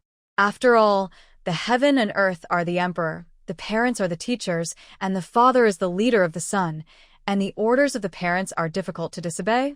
With this large sum of money, they can leave the clan and buy a house in the county and live a good life. Song Jinxiu frowned. "What should we do then?" Dr. Li said, "It is best to go to the government to register it quickly. There is nothing to be afraid of after the severance of ties. But if you go to the government to register, it is a taboo for father and son to sever ties, which will affect the future imperial examinations." As he said this, he glanced at Qiusheng. He saw that the little guy was reading the 3-character classic every day. Song Chunqing and Song Jinxiu also looked at their younger brother. The child usually doesn't talk much, but he is indeed a good seedling for reading and writing. So the 2 of them hesitated. "There is another way," a helper who came to help said. "What way?" Song Chunqing and Song Jinxiu asked at the same time. If it were in the past, they didn't care about their reputation, and being able to stay alive was the biggest wish. But now they will soon have a house and land and live a rich life, so sending little Qiusheng to school is also something they can consider. The helper smiled and said, "It's actually very simple. Just transfer the name to someone else. After entering the family tree, remember to go to the government to file it. In this way, not only in the clan but also in the law, there will be no problem. And your reputation will not be damaged." But the helper glanced at them and asked, "If you are adopted, you have to support your adoptive parents. You should think about it again." Are you sure you can use the money to support your parents instead of spending it on your biological father? Although the father is not kind, the son cannot be unfilial. This biological father is his biological father after all. The helper was familiar with the four brothers and sisters and had a basic understanding of their family's situation. It was just that it was not easy to take care of several children, so he could not help but say more. But after all, they have a biological father. If he gave them advice to let them be adopted, what if they regretted it and blamed him? Song Chunxing and Song Jinxiu looked at each other and said in unison, "We will adopt." The four brothers and sisters were very determined. They would rather be adopted than to draw a clear line with that scumbag family. But who to adopt? They have to consider carefully, not to leave the wolf's den and fall into the tiger's mouth. Song Jinxiu thought for a while and said, "Let's screen first which family is willing to accept us and is not afraid of the old Song family.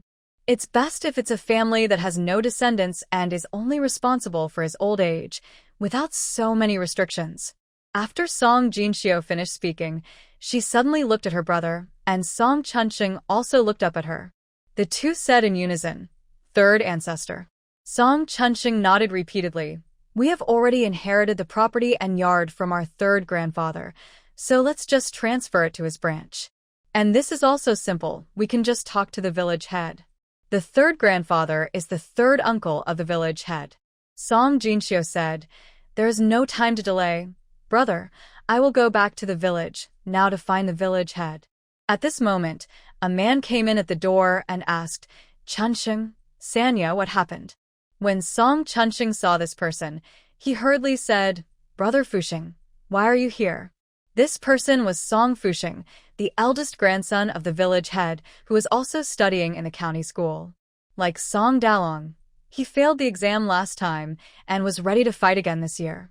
Song Fuxing glanced at his nose and asked, "Did Erling beat you again? Then were the injuries on his body really caused by Sanya and the others?" It turned out that Song Erling limped back to school and went to quarrel with Song Dalong. When Song Fuxing heard about it, he was ready to persuade him.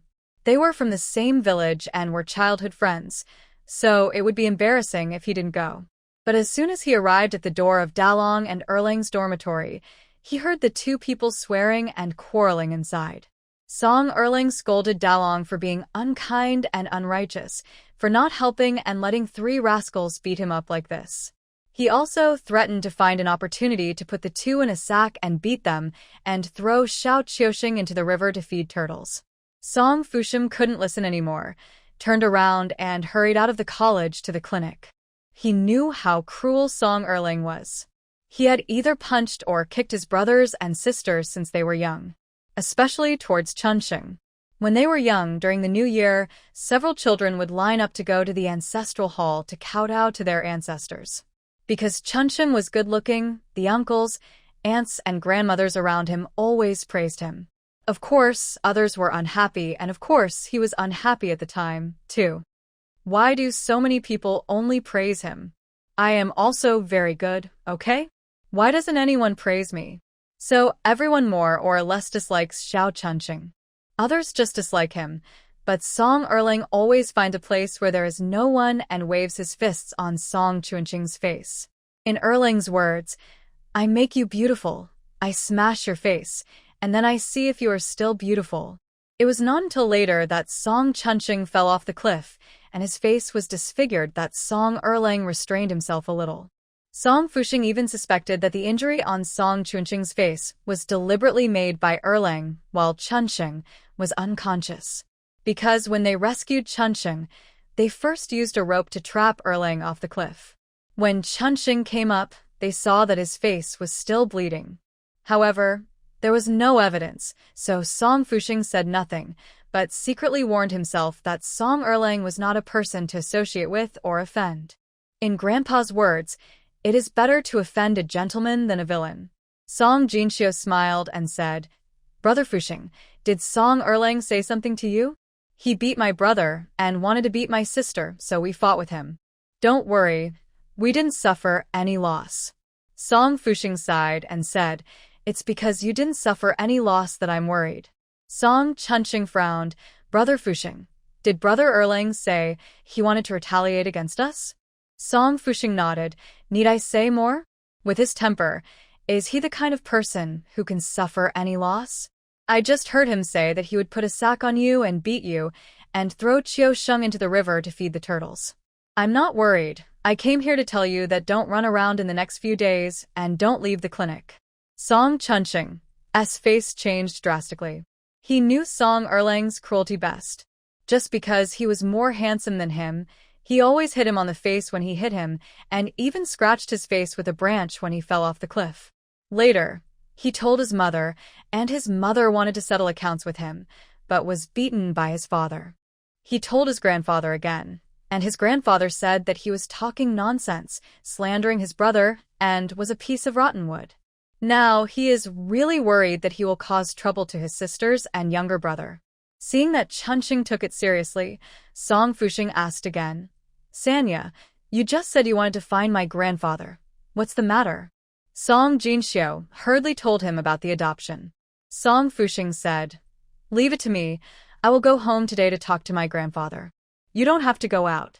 Don't worry, my grandfather will definitely agree to this. After seeing Song Fushing off, the four brothers and sisters looked unhappy. There was no conversation all night. The next day, Fuchuan and the head of the village came early in the morning. Chunqing, I have finished the adoption documents of the clan overnight. All that is left is to fill in the name and put the fingerprints. The head of the village said, and he couldn't wait to take out the written documents. It's just right. These are the previous documents for breaking up the relationship. I brought them all. With these, I can go to the county government to stamp them with a red stamp without your father showing up. The head of the village was holding a few sheets of paper. Come on, write your own name, write it here, and then put your fingerprints on it. And Sanya, oh, Jean Xios and Wuya, what's your name, Jean? Wuya said unhappily, Grandpa Lijing, my name is Jean Fong, Song Jean Fong. Don't forget it again. Hee, okay. Jean Fong, Song Jean Fong. Each of you four will take one, sign and stamp with a red stamp, neat and tidy, so as to avoid confusion in the future. Jean Fong, can you write your own name? If not. Song Jean Fong shook her head and said proudly, I can write. I know a lot of characters now. The Lijing smiled and said, Oh, Jean Fong is really amazing. Xiao Qiusheng was not willing to lag behind. I can write my own name too. Lijing Song immediately smiled. Oh hey, my little grandson can write his name too? He speaks so fluently, good boy. Song Jinxiu couldn't help rolling her eyes. Calling so affectionately. Preferring sons over daughters. But think about it, they are now registered under the name of the third ancestor. According to the seniority, the third ancestor should be their great-grandfather. And the third ancestor is the third uncle of the village chief. Now their relationship with the village chief is not out of the fifth degree of mourning. So aren't they his little grandchildren? Song Fuchuan said with a smile.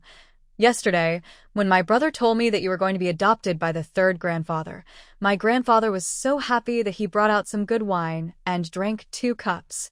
He even dreamed that the third grandfather smiled and gave him a thumbs up.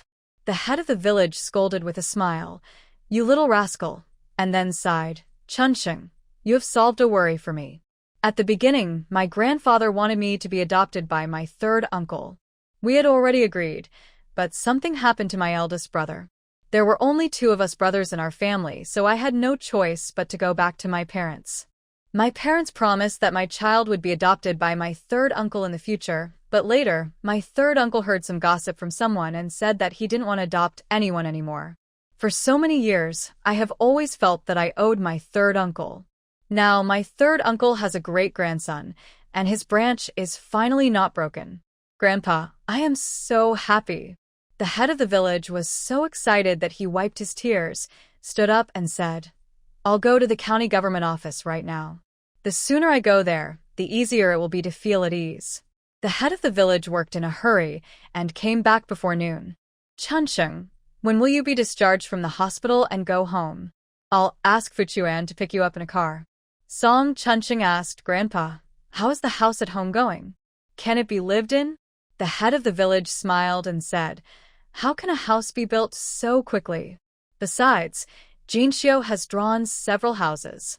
It will take at least 7 or 8 days at the earliest. Song Chunsheng was a little hesitant. His leg could be discharged from the hospital. He had a plaster cast and didn't need to change the dressing. He could just take care of it. But he had no place to live at home. Living here seemed to be taking advantage of others. After all, the food and accommodation in this clinic were free. The head of the village saw his thoughts and smiled and said, "Live in my house first when you are discharged from the hospital. Now you are my grandson, and it is natural for you to live in my house." Song Chunsheng asked embarrassedly, "Will it be inconvenient? There is no empty room at home?" Song Fuchuan smiled and said, "It's okay. It happens that my eldest brother lives in the school, so Chunsheng will sleep in his room. I will squeeze in with you at night, and I can take care of you if it's convenient for you. Qiusheng will sleep in my bed, in the same room with Fugui. Sanya, Jinxiu and Jinfeng will sleep in the second sister's room. The second sister went to the eldest sister's house and is not at home. Even if she comes back, the 3 girls can squeeze in. Her bed is big." The head of the village smiled and said, "Fuchuan has made a good arrangement." Song Jinxiu also smiled and said, "Since brother Fuchuan has made all the arrangements, let's discharge him today." Upon hearing that Chunsheng was going to be discharged, Dr. Li was reluctant to let him go. "Chunsheng, can you stay a few more days? Why are you in such a hurry? Wait for 2 more days. My grandfather will be back soon. It won't be too late to let him check you again before discharging you."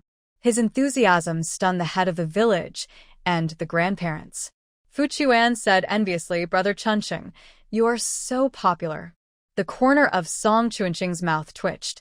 "It's not that I have good relationships with people, it's that they were attracted by Jinxiu's talent. Dr. Li chased me every day and called me Master Sister." The ox cart was rattling, and several people talked and laughed along the way. They were in a very good mood. Song Jinfeng and Xiao Qiusheng carefully held the things on the cart. Song Jinxiu smiled and said, "No need to hold it. The ox cart is so slow, and the things are wrapped in straw paper. It's okay even if they fall over." Song Jinfeng said, "Don't worry about anything else, but this almond is so sour that you need to hold it. If it falls over, it will break." Xiao Qiusheng said, "My candy can't fall over either. I have to hold it." The head of the village asked, "You bought so many candies. Can you finish them?" Xiao Qiusheng said, "I'm not going to eat them myself. "I'm going to give them to Xiang Cao."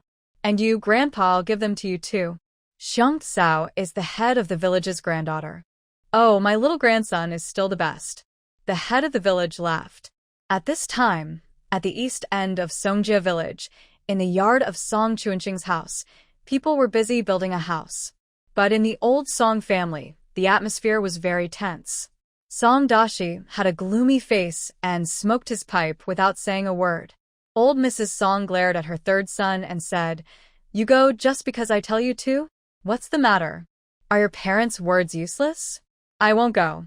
We've broken off the relationship. How can I rush to beg you for help?" Widow Sun held her belly, which had just been found out to be pregnant, and said softly, "Samling, your parents didn't mean for you to beg for help for the children. You are their father. It is natural for you to ask them to go home. Why do you have to beg them?" Old Mrs. Song raised her triangular eyes. "Go home to what? Did I say let them go home?" Widow Sun asked in confusion. Then, "What does mother mean?" "I just want you to ask that wolf cub for money. Sonia was raised in our family and has been eating my rice for more than 10 years. He said he would sell her if he wanted to. We have to take the lion's share of the money. How much can a little girl be sold for? He is to take care of her legs and build a house, and it's impossible to save that little money. I won't go." Song Sanju didn't want to go. Since the breakup, the villagers have said all kinds of things, and he can't afford to lose face. Song Dashi suddenly said, "Then leave the new house. It happens that Dalong is also getting married. With the house, Erling's marriage can also be settled." "This." Widow Sun pouted. She thought that if she asked for money, she would get some, but she didn't expect that the old man would like the house. Humph. Didn't she say that if she asked for silver, she might give some, but if she asked for a house, the clan would not agree? Didn't she see that the village head had been leading this matter? The other party's children didn't even show up, and the village head ran around to build the house. You want to move in? What are you daydreaming about? Besides, even if she wants to come back, she won't have a share. Didn't she hear the old man say that it was for Dalong and Erling to get married? Widow Sun kicked Song Sanju in dissatisfaction, hugged her stomach, and turned away. Song Jinxiu and his party entered the village at noon. Song Fuchuan drove the ox cart and went directly to the home of the village head. The villagers they occasionally met on the road were also in a hurry. Oh, Chunxing is back. Is your leg healed? Song Chunxing said. Yes, it's healed, but I can't go out yet. The doctor said I have to rest for a month. Of course, it takes 100 days to heal a broken bone. Even after a month, I can't do heavy work. Wait until I recover. Another person said. Then where will you live when you go home? If there is no place to live, my family can arrange for one person, but more than one person is not allowed. No need, uncle. I'll live in the home of the village head. Okay. Well, then you guys go home quickly. I'm helping your family build a house. I have to hurry over. Thank you for your hard work, uncle. What's the hard work? It's 15 cents a day. It's not for nothing, ha. It turned out that these people were all helping to build the house. The head of the village explained, there are too many people. I don't have the energy to take care of the meals, so I give them more money. 20 cents for a skilled worker and 15 cents for an unskilled worker. I'm keeping a record of the accounts. We'll check the accounts later. Song Chunxing said quickly, Grandpa is the boss. There's no need to check the accounts. The brother and sister discussed it and decided that the 1,000 taels would be given to the head of the village. The house would be built according to the blueprint drawn by Song Jinxiu, and the land would be bought by the head of the village. He could decide how much to buy. After all, if the Song family knew that they were building a house and buying land, they would definitely come and make trouble. Even if they were adopted, they couldn't beat up their biological father, so they would have to rely on the head of the village to support them in the future. In fact, they knew that the head of the village would not treat them unfairly. The head of the village smiled and said, Even if you don't settle the accounts, I'm still keeping the accounts for you. Originally, I was hesitant about buying the land because I was afraid that if I bought too much, your father and his family would take advantage of it. I felt so bad for you. In fact, I have thought about it. If they really make trouble, I will spend some money to completely buy out their kindness in raising me. But this time, the adoption documents have been completed, and we will have a bright future. You will completely have no relationship with your father and his family. Even if you have a lot of wealth in the future, they will have no share. They are all from my third uncle's branch, ha. Song Fuchuan covered his face. Grandpa is so embarrassing. He is Chunxing's biological father after all. Isn't it a shame for you to gloat over his misfortune? The head of the village laughed and looked at Song Jinxiu and her sister.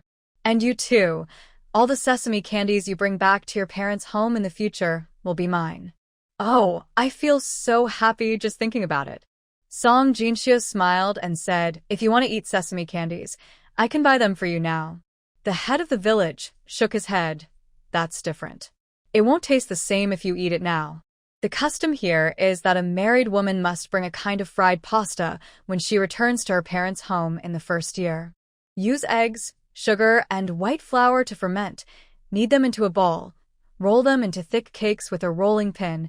Cut them into large rectangular pieces and fry them in a pan. The fried sesame candies are golden and crispy, sweet and fragrant. Some girls love their parents and bring sesame candies every time they return to their parents' home. The girls who bring more sesame candies are filial girls. Are you back?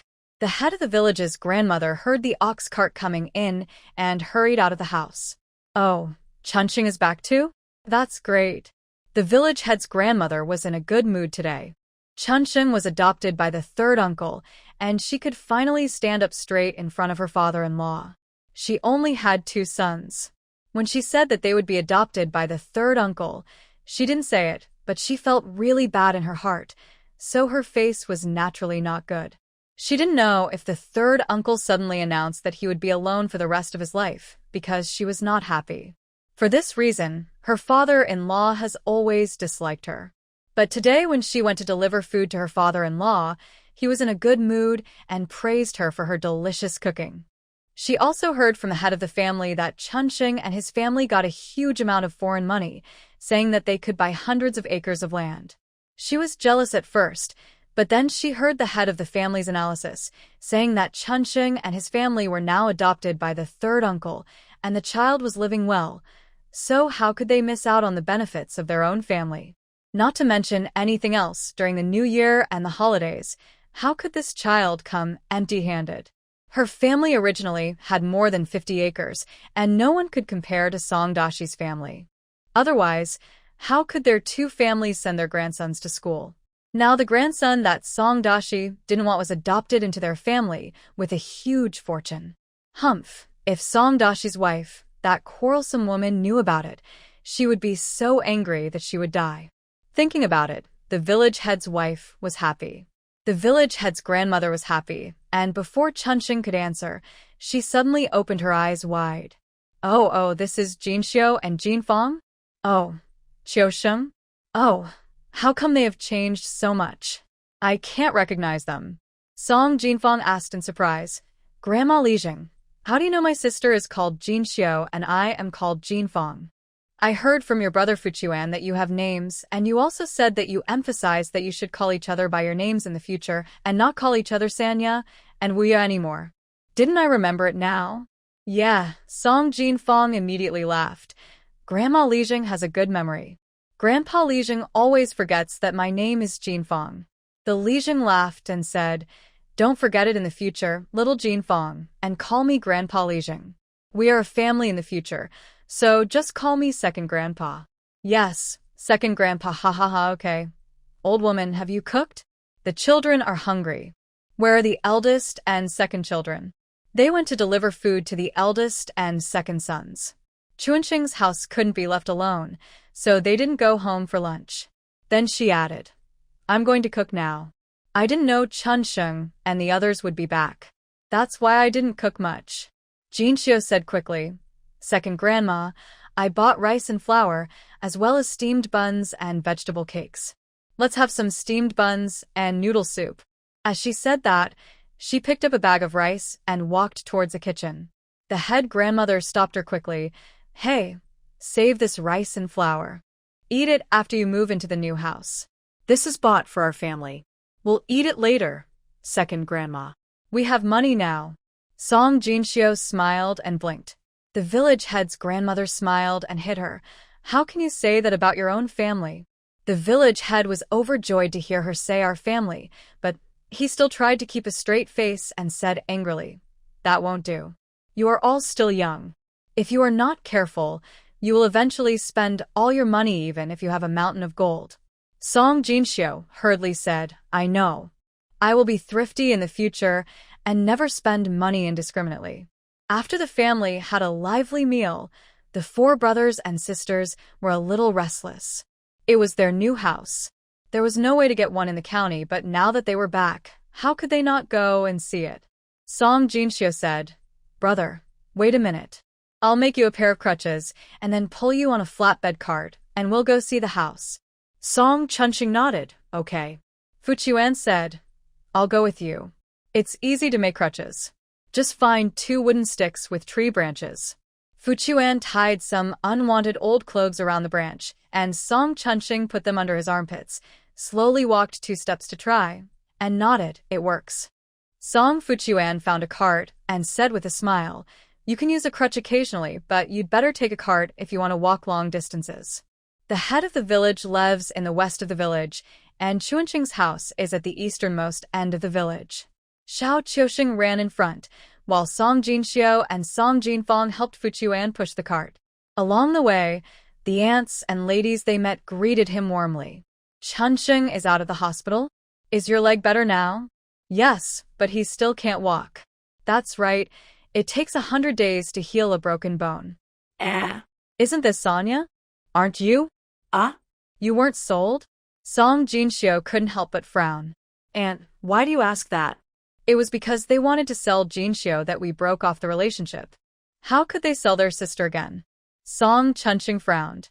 Oh, now you have money, don't you? All the donated money has been returned, and you are still building a house and treating your leg. People in the village say that Sonya was sold. The aunt who spoke smiled at Jinxiu a little embarrassedly. Song Jinfang was not happy about them talking about her sister like that, so she shouted, "No way. My sister saved a noble man's life. In order to repay him for saving his life, he gave us some money, so we built the house. Besides, we also need to buy land." "Oh, is that so? Who is the fool who spread rumors? I told you that you are all blessed. It must be difficult to save a life, and it is only right that people repay you." The two foolish people who spread rumors, one was holding his stomach and eating melon seeds, and the other was picking his yellow teeth with melon seed shells, and they were looking over here. They were Widow's son and Qian Dia, the wife of Song Erju. Widow's son frowned and pouted. "Huh? Second sister-in-law, look, are those people walking over there? Aren't they those rascals? Are they back from the hospital? Then tell Sanju quickly and ask him to stop them." Widow's son ate a bad melon seed and spit it out quickly. "Bah, bah, bah. Why are you stopping me? Didn't you hear Wu Ye shouting so loudly?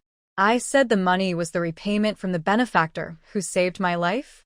We are no longer related, so who would give you the repayment? Isn't Sanju their biological father? Even if we are no longer related, he is still their biological father. Why can't we take it? Come on, when the whole village donated money to Chunqing to treat his legs, I said we should give some. After all, he is Sanju's biological son. Others have given money, but we are too ruthless if we don't. You guys are clamoring to stop us, but you don't care. Who knew that several elders would scold us, Sanju? Second sister-in-law even urged us, Sanju, to ask for money. We Sanju still have some dignity. Why don't you let our second brother go to ask for money?" Qian Dia choked. This second married widow's son is really annoying. She never knows how to be respectful when talking to her, the second sister-in-law.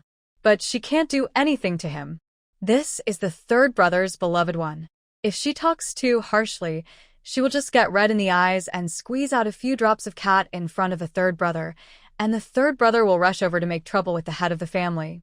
And because widow's son married with all the family property, and she brought a house and several acres of land as a dowry, even her parents-in-law turned a blind eye to her. Oh. The third brother's wife is still the best. She will do whatever she is told. If she is not happy, she will tell the third brother, and the third brother will beat her up to vent his anger. Qian Dia rolled her eyes and turned to go home. She had to go home and tell her mother-in-law that those ungrateful people were not only building a house, but also buying land. She didn't know if they had any money. Widow's son snorted coldly. She couldn't stand this family either. What kind of brains did they have? The breakup of the marriage was so noisy that not only Songjia village, but also the neighboring villages knew about it. Now that the other person is rich, they want the other person's money, and they only want the money, not the person. What good is she thinking? Widow's son really couldn't afford to lose face with that man. She always liked to scheme, but she also wanted a reputation. She was the kind of self-proclaimed smart person who wanted both. And a good reputation. If it were her, it would be okay to ask for money, but as for this man, she had to melt him with her emotions. Be nice to him, say soft words when necessary, and show your true feelings when necessary. As long as you act with your true feelings, as long as he thinks you're good to him, then it's basically done. Isn't Song Sanju the same? He is in her palm, isn't he? What about those children? She knows what to do, but she just won't say it. She is a stepmother, destined to be a different kind of person from the children born to Tian. In the eyes of the children, she is the culprit who caused their biological mother to be divorced. How can she be filial to them when she is old? I'm afraid she would wish she could die early. So she would be more than happy to have those children divorced. Who would want to be a stepmother? It's thankless? Besides, what's the use of saying it? It is the three Jews who have put in the effort, thought, and energy to pretend to be good people. Can they be given the third room after getting the benefits? No, the old man only thinks of Dalong and Erlang. As for his own sons, don't think she can't see it. These two old guys have always suspected that their second son Song Yukai is not their grandson. Several times, she saw these two old guys pulling her and her ex-husband's sons Utian and Yukai to look at them. Humph. Two brothers born from the same mother. How can they not look alike? Can this prove that these two children have the same father? It is impossible to prove that they have the same father. Yotian's father has been dead for 10 years. Could it be that Yukai is the child of her and the dead ghost? What a bunch of idiots. If it weren't for Song Sanju's good looks and his lack of brains to be controlled. She wants to find a father for her child again, and she really doesn't like the old Song family. The four brothers and sisters saw from a distance that their yard was very lively. The eldest son of the head of the village, Song Fusheng's father, Song Qingshan, came over with a smile. Chunsheng is back. Uncle, Song Chunsheng called out and quickly got out of the car. He supported himself under his armpits with crutches, bent his plastered leg, and stood up. Song Qingshan looked at the plaster on his leg and asked, "What is this white thing on your leg?" "It's plaster. Wrapping it like this will keep my leg safe inside. After a few days when the bones have grown solid, I can knock it open." Song Qingshan bent down and knocked it, praising. "Oh, this thing is good. It looks like a tortoiseshell. Plaster? Could this be the plaster that Sanya came up with?" Song Jinfeng said proudly. "Yes, it was my sister who came up with it, uncle. My sister is very smart." Dr. Lee also said that my sister is a genius. Really? Sanya has a good brain. Everyone was talking and laughing, and Song Qingshan pointed to the yard and said, "The framework of the main hall and the east wing has been basically built. We just need to wait for the east wing to be built before we can put up the beams. Your grandfather, the head of the village, said that we have to choose a good day to put up the beams and have someone calculate the time so that the family can be stable and the descendants can prosper." Song Jinxiu hurriedly said, "I'm sorry to trouble second grandpa, uncle and second uncle. We are a family now, so we shouldn't say such foreign words. Besides, your second uncle and I are just like the villagers. We get paid 15 cents a day." Song Jinxiu said, 15 cents is not enough. Uncle not only works but also manages this business. Second uncle also sleeps here at night to watch over things.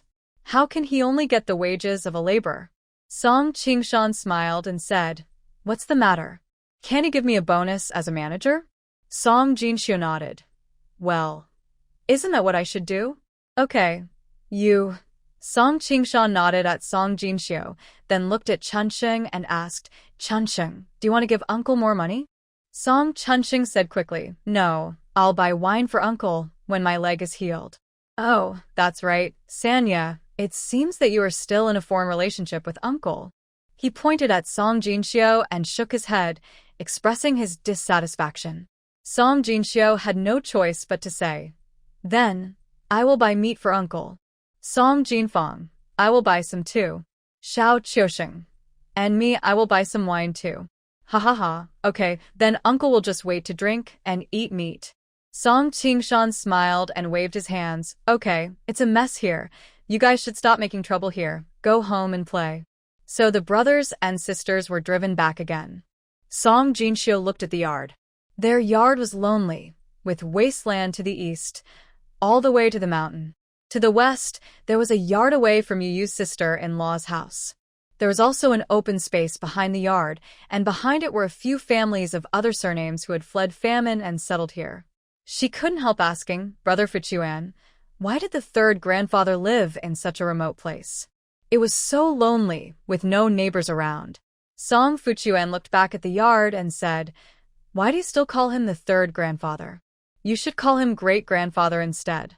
Song Jinxiu laughed and said, "I'm used to calling him that, it's become stale." Song Fuchuan smiled and said, "I heard from my great-grandfather that some wicked fortune-teller said that the third grandfather was doomed to be alone and would bring misfortune to his father, mother, and nephews.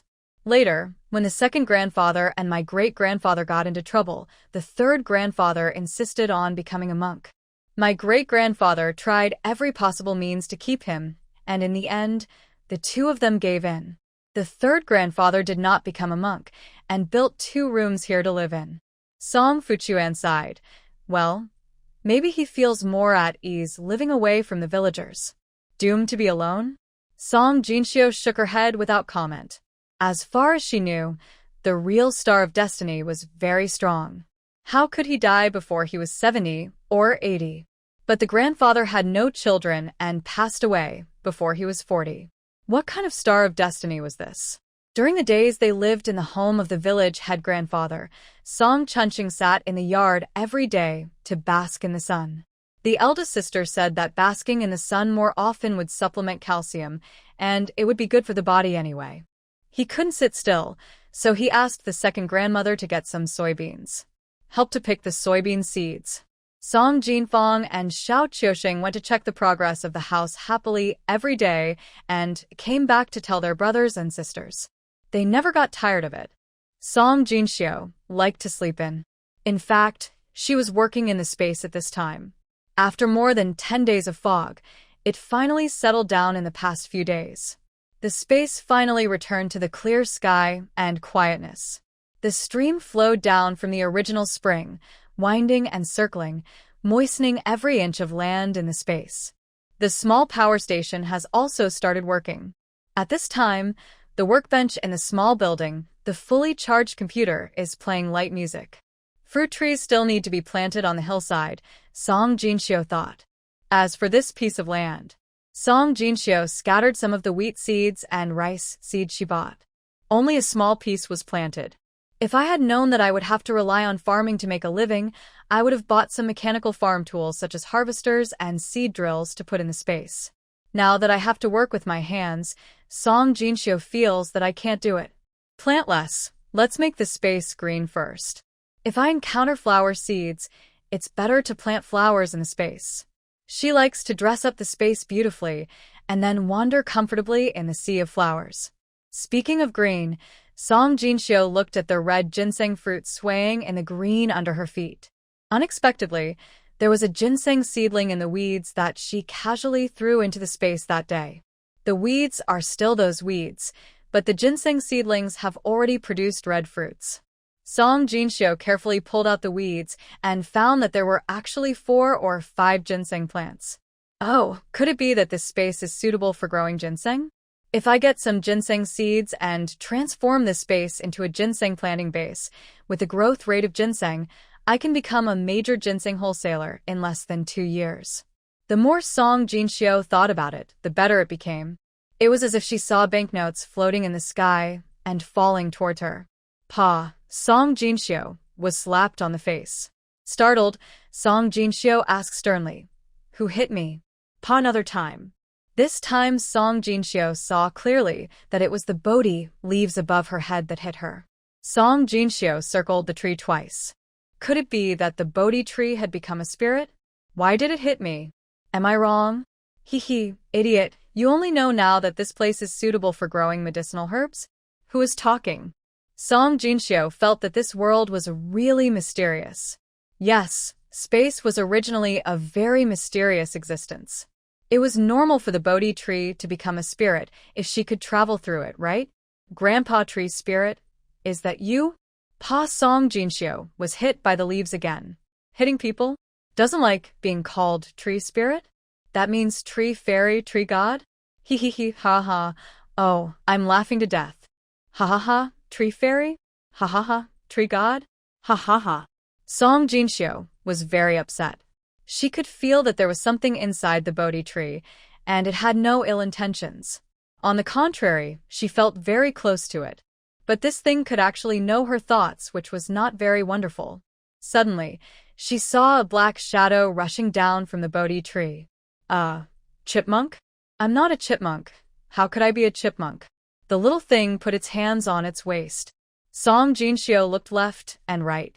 Although this guy was very human, he was undoubtedly a chipmunk. TSK, you are ignorant. Remember, I am a little elf in the medicine field, the favorite of my master, and I can't be seen in the sky or found on the ground. I am a top-grade treasure hunting mouse. Poochie, Song Jinxiu laughed. Isn't it still a mouse? Oh, master, why are you like this? Ever since we've depended on each other, we've entered the palace of gods, descended to the underworld, crossed the thunder realm, and crossed the netherworld. The master has never laughed at little Junjun. Little Junjun? Song Jinshio raised an eyebrow. We've depended on each other. Entered the palace of gods? The heavenly palace? Descend to the underworld? Is it the Yama palace? And what about crossing the Thunder Realm and crossing the Netherworld? Are you sure your master is me? The chipmunk suddenly fell silent. A trace of sadness appeared on his humanized mouse face, and Song Jinshio couldn't help but feel a pain in her heart. She wanted to comfort this little thing, but somehow, she herself had already burst into tears. Master, it doesn't matter if you don't remember, as long as little Junjun remembers. The treasure-hunting mouse held onto the Bodhi tree, bent over and coughed twice. The little thing seemed to be in poor health, and Song Jinshio couldn't help but frown. Song Jinshio wiped her face and waved away the inexplicable pain in her heart. Smiling, she asked, "Your name is Little Junjun?" The treasure-hunting mouse nodded. "Yes, actually my name is Junbao. I was the first to find you, and then I met it." The treasure-hunting mouse patted the Bodhi tree with its little paws. It insisted on calling me Bodhi baby, so the master called me Little Junjun. It was Baoya and the water spirit Ling Papa. It's the clear spring on the top of the mountain. It seemed that there was a lot of information, and Song Jinshio suddenly fell silent, and the pain in her heart came again. She sat down against the Bodhi tree. "Junjun, can Baoya and Ling Papa talk?" The treasure-hunting mouse jumped onto her palm, squeak, squeak, squeak, and said shrilly, "Baoya was originally the Tianju of the Huangyuan's secret realm. Later, the master enlightened her, and Baoya could speak after she changed her shape. Lingling is a princess of the water tribe. She was sealed in the cold pond by Qingjun to be a furnace to cultivate water spirits. After being rescued by the master, she had become an old woman. Later, the master was framed and became a saint of heaven. At the moment when the sky fire descended, at the critical moment, it was Lingling who offered the water spirit pill to protect the master, and I tore the barrier and took the master out. Later, we were caught in the turbulence of space, and the storm was raging in the turbulence of space. Baoya could only transform into Bodhi and open up the space. But the master's Dantian had already been destroyed by someone, and he was seriously injured. There was no way to save him, so he could only fall into reincarnation and start from the beginning. Oh, was I so unlucky in that life? Song Jinshio leaned against the Bodhi tree, stroking its rough skin, feeling it was so soft and warm, as if stroking a 7- or 8-year-old girl. Is this my second reincarnation? No. This is the master's 10th reincarnation. Song Jinshio frowned, but I only remember my last life. Treasure-hunting rat Junjun also frowned and said, "Before the master reincarnated, he forced divination and was retaliated by the way of heaven. His soul was damaged, and he was a fool in his 8 reincarnations. Of course, a fool has no memory." Song Jinshio nodded and asked again, "It seems that my soul has been repaired in my 9th reincarnation, which is my last life." The treasure-hunting rat nodded and suddenly smiled slyly. "Because I dug out my inner elixir for you? I didn't expect that the master got my inner elixir. Not only did his soul recover, but it also stimulated your golden pupil supernatural power in your first life. It's great." Looking at the treasure-hunting rat Junjun jumping happily, Song Jinshio's tears finally cover her eyes. Oh, master, why are you crying?" Song Jinshio hugged it and stroked it hard with her hand. "Silly Junjun, digging the inner elixir. Don't you know it hurts?" "It doesn't hurt. The master said before reincarnation that the 10th life is a hurdle. If you can die peacefully, you can enter the underworld, walk through Inshan Mountain, cross the boundary bridge, and return to the world of immortals to avenge your hatred." Song Jinshio sighed.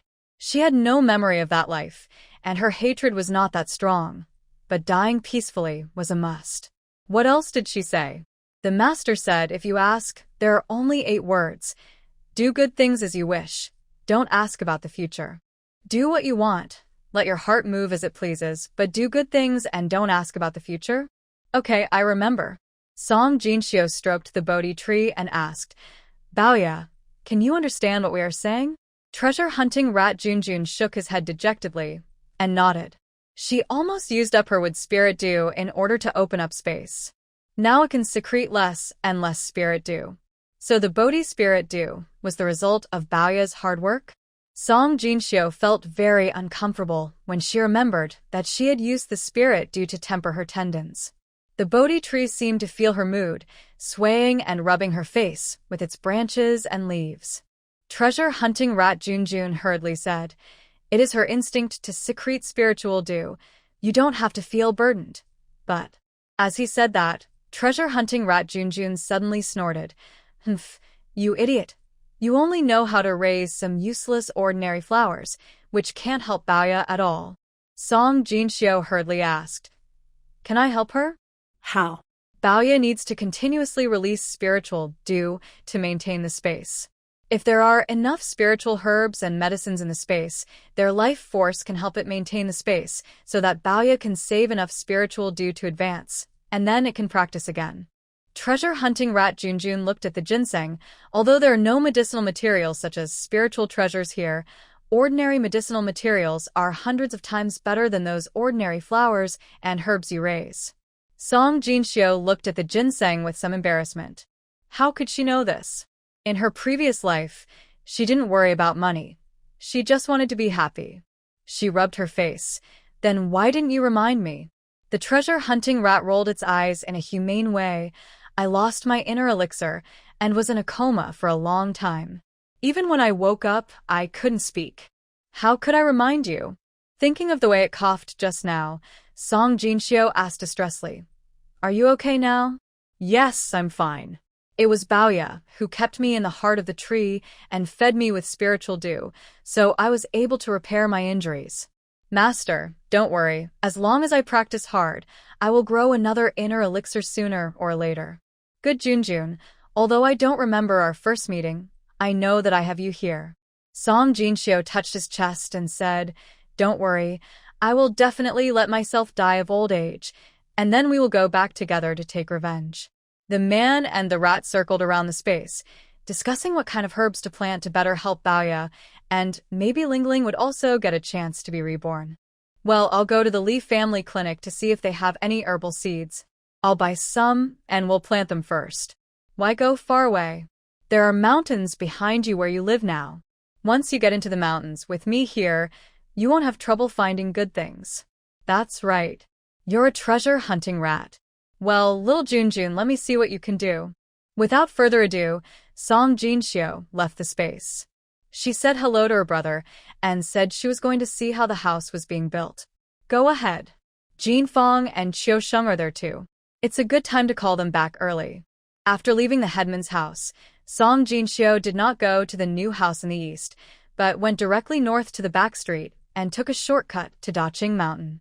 There was a row of willow trees at the foot of the mountain to the north of the village. They were originally willow stumps that the villagers had made to prevent landslides and wild animals from entering the village. The year when the willow stumps were built, there was abundant rain, and the willow stumps took root and sprouted. The village head had people cross and entwine the new willow branches. Over the past few decades, a tree wall has been formed, which has become the best protective belt. Song Jinxiu cut some willow branches and threw them into the space, and then walked while his hands kept working.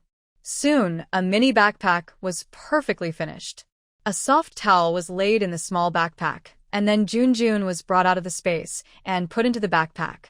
This little thing was weak and coughed occasionally.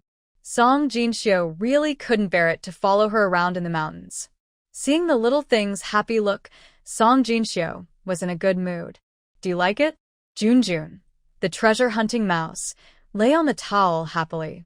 The space inside was just right. No matter how he slept, he would not hit his head, and if he stood up, his head would just show up.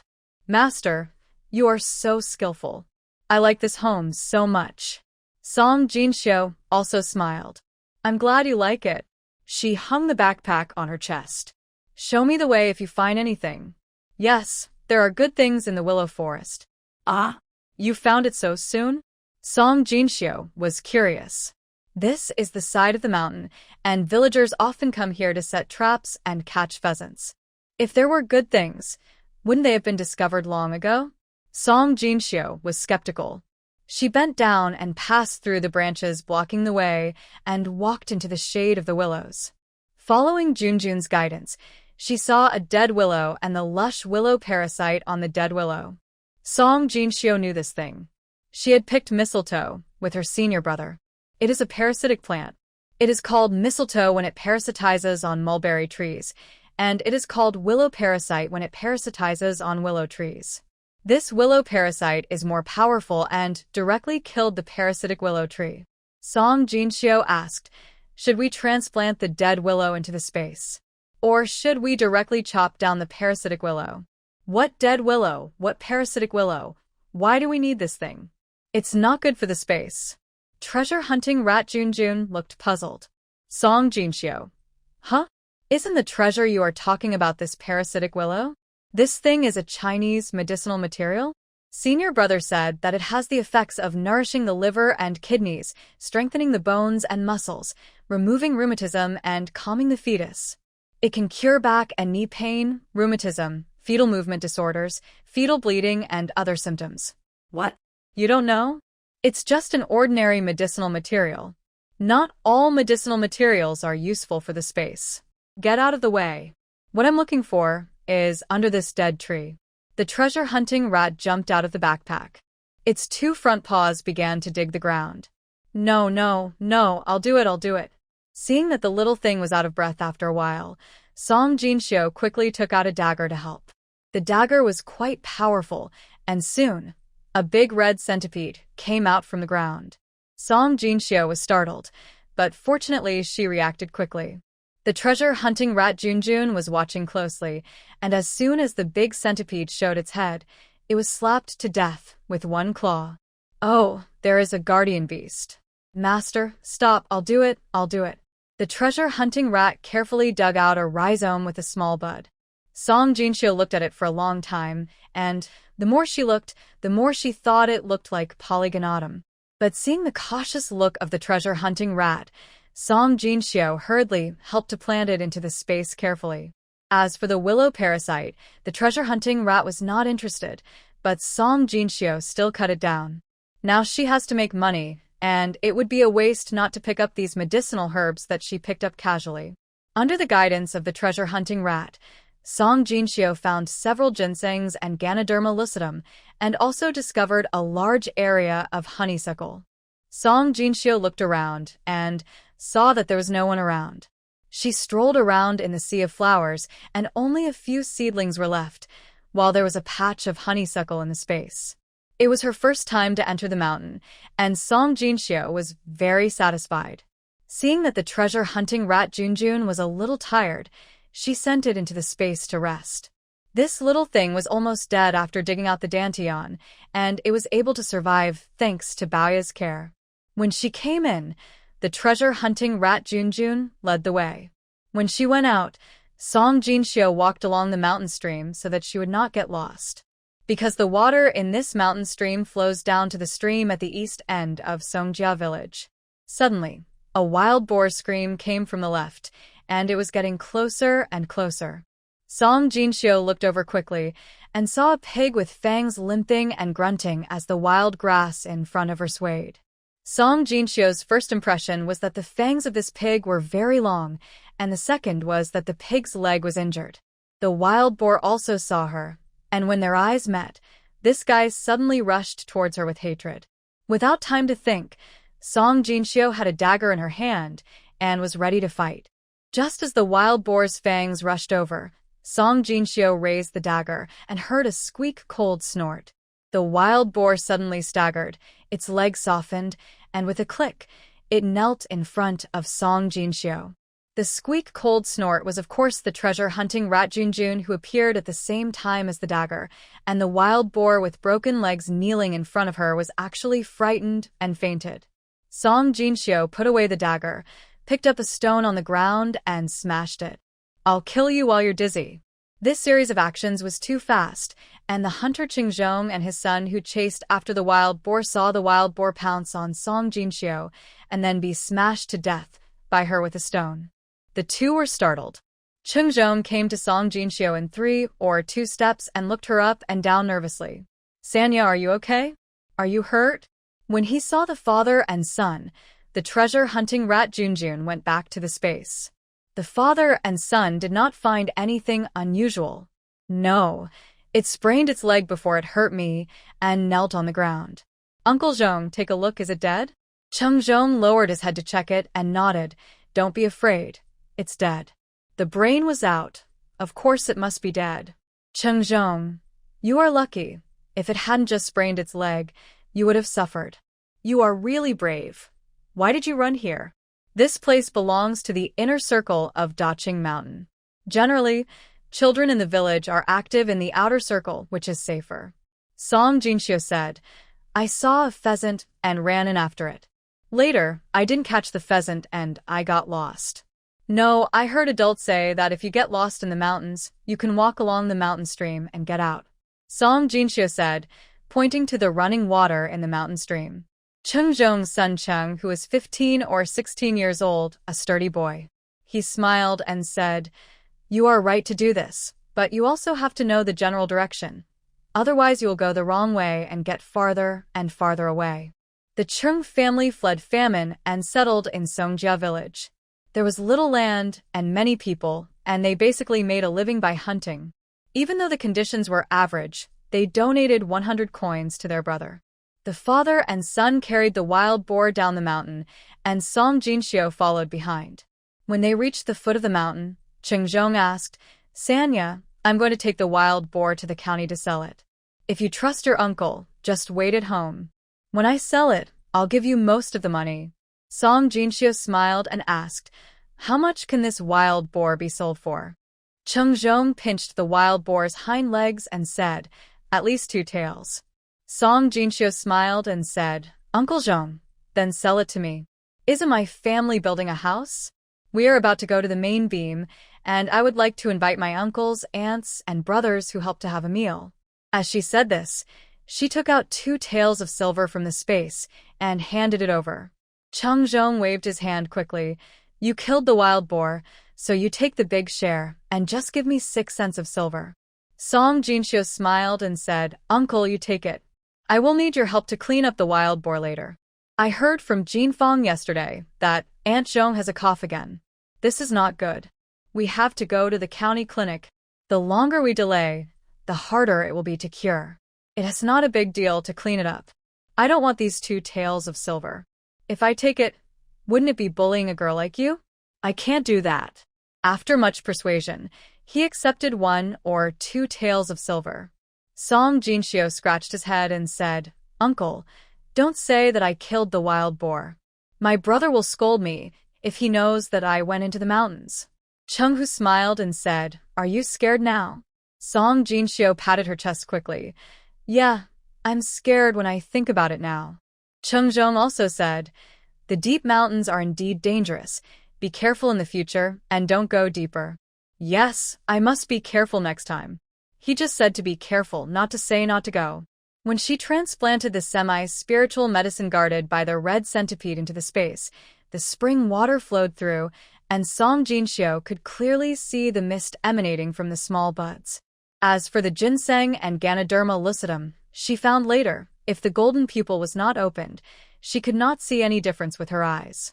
This shows that it is not necessarily medicinal materials that are helpful to the space, but spiritual plants. The reason why the treasure-hunting rat Junjun thinks it is good to plant medicinal materials is that in the life of its owner, medicinal materials were basically spiritual plants. It is said that Song Jinxiu bought a wild boar and wanted to treat the people who built the house to a meal on the beams. The whole village was boiling. A whole wild boar. How much does it cost? This kid just doesn't know how to live. How much money can he have? He is just making trouble. I have only heard of eating housewarming banquets since I was a child, but I have never heard of eating rice on the beams. Hey, you are so young, what do you know? I heard that the money was given to the head of the village. Didn't you see that the head of the village has a happy face these days? I guess he has a lot of money. The person who spoke pouted and made a grasping gesture with his hand. No way, the head of the village is not short of this little money. How can he covet the money of a few orphan children? Then who knows, if it were you, would you be able to pinch some? The person who spoke made another grasping gesture. The other person stopped talking. He wondered if he would take some if it were him. He should take some hard-earned money, right? After all, building a house is a lot of trouble. Didn't you see Qing Shan and Qing Shu take turns sleeping there to watch things at night? Of course, some people speculated, how much money do these kids have? If it's less, can they spend it so lavishly? It's outrageous. These kids have no adults to teach them, and they actually do such things? It seems that I, as a grandfather, have to teach them. After receiving the news, Song Dashi of the old Song family walked out angrily with his hands behind his back. He really couldn't sit still anymore and finally found an excuse. If he didn't go to show his presence, how would he live in the new house in the future? Seeing the old man go out, Mrs. Song also hurried to the field, put on her shoes, and chased after Song Dashi. Although the old man was strict, he was not good at speaking. If she followed him, she might be able to help him. Song Deju was sitting in the yard packing up farm tools. Seeing that his parents had gone out, he winked at his wife, so the eldest wife of the Song family also put down her work and followed. When Song Erju's wife saw this, she was unwilling to be left behind and ran out. Song Sanju also wanted to catch up, but was pulled by Widow Sunday. "Where are you going?" Song Sanju said. "I'm going to help. Those ungrateful wolves are very stubborn. Don't let them fight with Dad." "What if they fight? They have broken off the relationship. They don't recognize their grandparents. Will they recognize you as their biological father?" It was not easy for those wolf cubs to no longer be in her sight. She couldn't let Song Sanju go. What if the father-son relationship rekindled and they were brought back together? Wouldn't it be disgusting? Thinking of this, Widow Sun said softly, "Sanling, don't be sad. Even if you lose those children, don't you still have this one in my belly?" As she said that, she leaned over and let Song Sanju touch her belly. Touch it. "It's only been more than 2 months, and I can feel it moving. Other children feel fetal movement when they are 4 months old, but you see our 2 children, they can feel it when they are 2 months old. There is no doubt that our child is a smart one." Song Sanju touched it for a while and nodded hesitantly. To be honest, he really didn't feel any movement, but he felt it when it was only 2 months old. Widow Sun said that the child's fetal movement was early and smart. Song Sanju felt that he seemed to feel the child move. In fact, how could he know that the fetus would move when it was 2 months old? But he just believed what Widow Sun said. He thought that Widow Sun loved him deeply and endured for 5 or 6 years for the sake of her family harmony before finally marrying him. How could she lie to him? Unlike the wooden block of his ex-wife, who would only be gentle for 2 days after a word or a move or a beating. And these children are indeed not as smart as Yukai. Yukai can recite the 3-character classic, but those few can't even read a single word. Widow Sun's voice rang out again. "Sanling." The teacher praised Kair's handwriting again. "Don't worry, our Kair is smart, and he will definitely pass the exam to become a scholar, or even pass the imperial examination to become a Jiren. By then, Sanling will be the Jiren's father, and others will call you Old Master." Song Sanju was overjoyed to hear this, and when he saw Widow Sun's shy and coquettish appearance, he couldn't help but hug Widow Sun and go up to the house to make out. But when Song Dashi and his group met someone who asked him what he was doing, Song Dashi sighed helplessly. It's the father's fault if the child is not well educated. Sanju didn't teach the child well, and as a grandfather, I can't just sit back and do nothing. Uncle's sure to. Are you going to find Chunshan? Didn't you both break off the relationship? Why do you still have to discipline him? Alas, I'm old and can't control my son. The child has a temper with his father. Although the relationship is severed, he is still my grandson. His father doesn't care, but as his grandfather, I can't ignore it. He called him the real grandfather every time, and he was talking to the head of the village. What second grandfather? He has to manage the money of several children. He is the real grandfather. No matter how the money is discussed, he has to manage it, right? Song Jinxiu was discussing the matter of the beam-raising dinner with her brother and the head of the village. "Brother, second grandfather, I just think that the uncles and cousins are very dedicated in helping to build the house. Although this is the favor of the second grandfather and the eldest uncle, the second uncle, the uncles and cousins are indeed not lazy. And my brother's leg treatment. Everyone donated money. We are very touched, and we happened to see the wild boar killed by the middle uncle, so we thought of inviting the villagers to a pig-killing dinner. There must be a reason for this meal, so I said the beam-raising dinner. Second grandfather, do you think it is feasible? The head of the village smiled and stroked his beard. Well, you are a good kid who knows how to be grateful. I heard that there is also this custom of the beam-raising banquet in the south, but we don't have it here, so it's not easy to start it. The head of the village explained, once you start it, what will happen when others build their houses in the future? If they have money, it's easy to say, just provide a meal. If they don't have so much money, you can provide a meal. You may not want to do it, but if you don't, will people talk about you?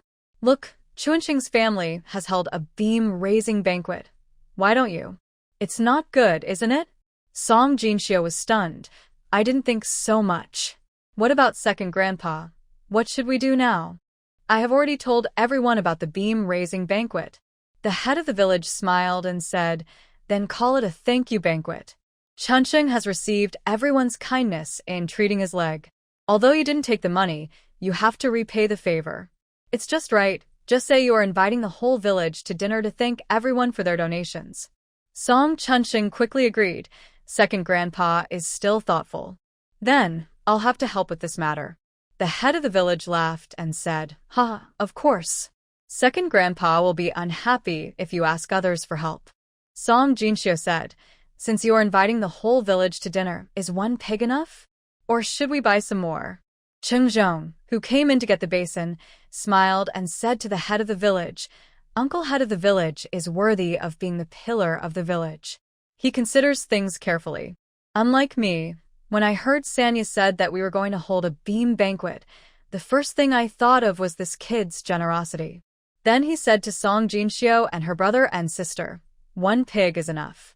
We're not just going to eat meat. We can just buy some vegetables to go with it. Several people were chatting and laughing.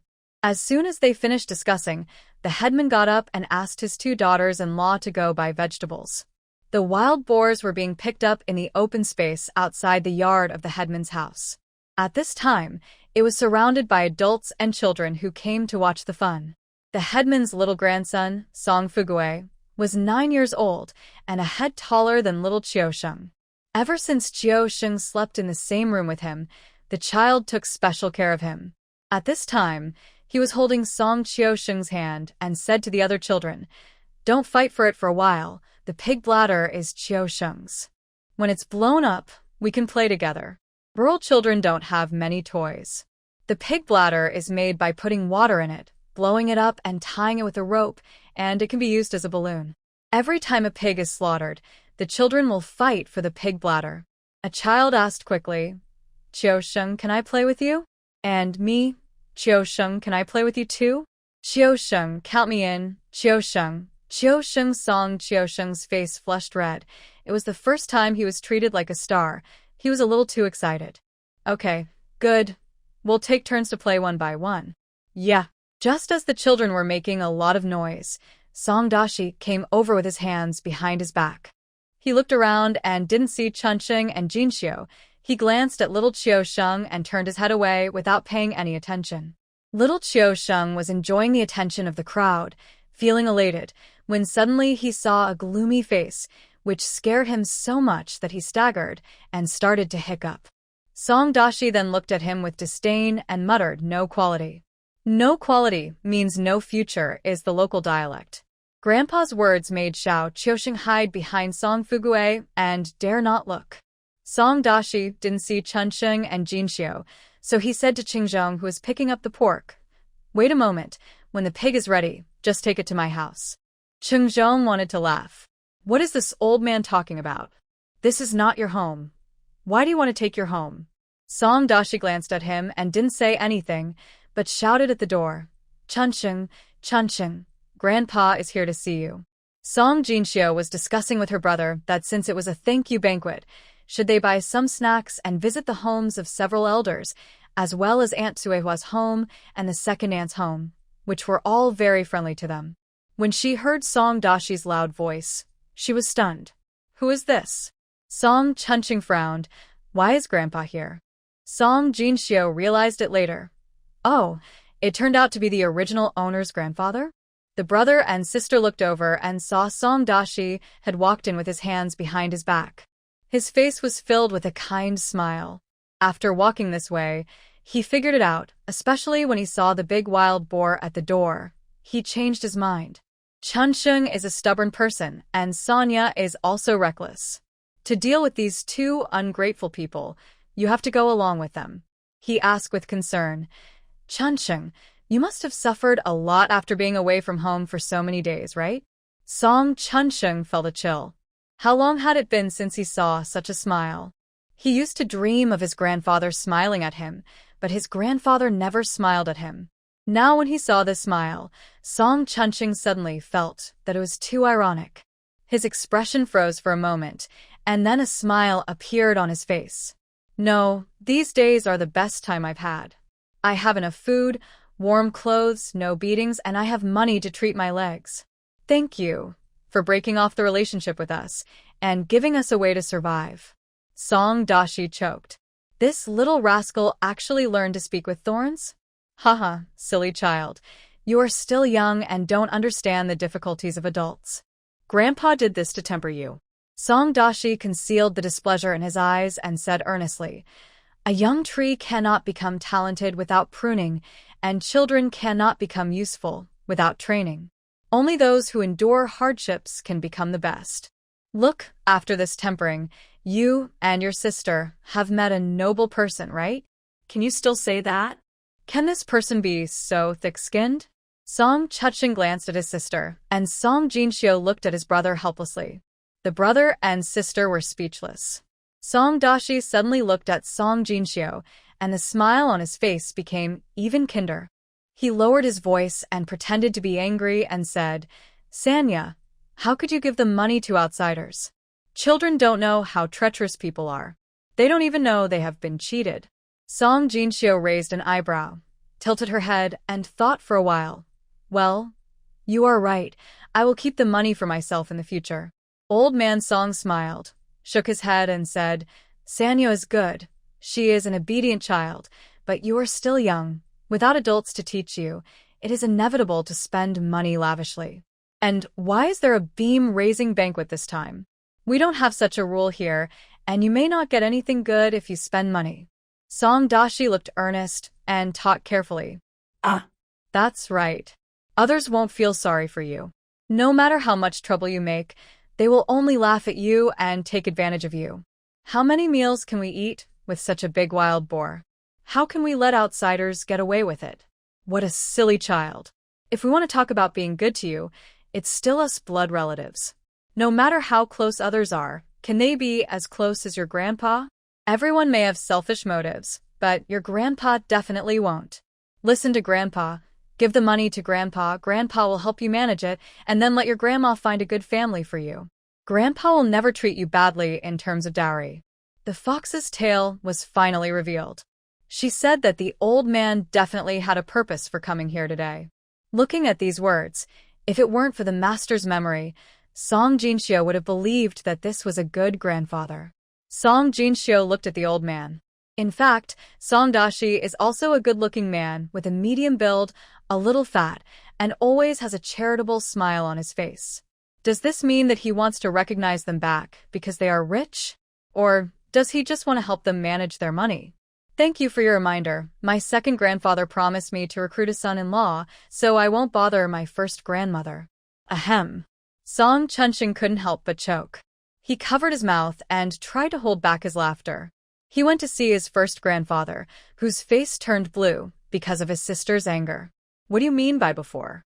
It's not the ex-husband or ex-wife. Do the first grandfather and the second grandmother also have a before and after? Song Dashi finally couldn't pretend anymore. His face suddenly darkened. How dare you talk to me like that? Just then, there was a commotion and the crying of a child outside the door. What are you doing? Hey, stay away from me. Knife, knife, knife. That's ours. Go away, little rascal. Song Jinxiu heard that it was the cry of her younger brother, left Song Dashi, and ran out. Outside the gate of the village head's house, it was already a mess. Chung Zhong raised the knife above his head to prevent accidentally hurting people. And the pork that had just been taken out of the pig's offal in front of him was being snatched by several people. "Don't steal my pig, woo woo woo." Song Jinxiu followed the sound and went to look for her younger brother. She found him sitting on the ground holding a man's leg. It turned out that Mrs. Song followed Song Dashi and naturally heard Song Dashi's words about taking the pork home. Looking at the pig again, "Oh my god, it's so big, look at the back seat, look at the fat, it's really tempting." Well, the old man said that the meat should be taken home, so why are you hesitating? She turned around and ordered, "The first family, the second family, Wulong, Xiling, come and help, take our meat back." While he was picking the bones, he was pushed away by Qian Dia, the wife of Song Erju.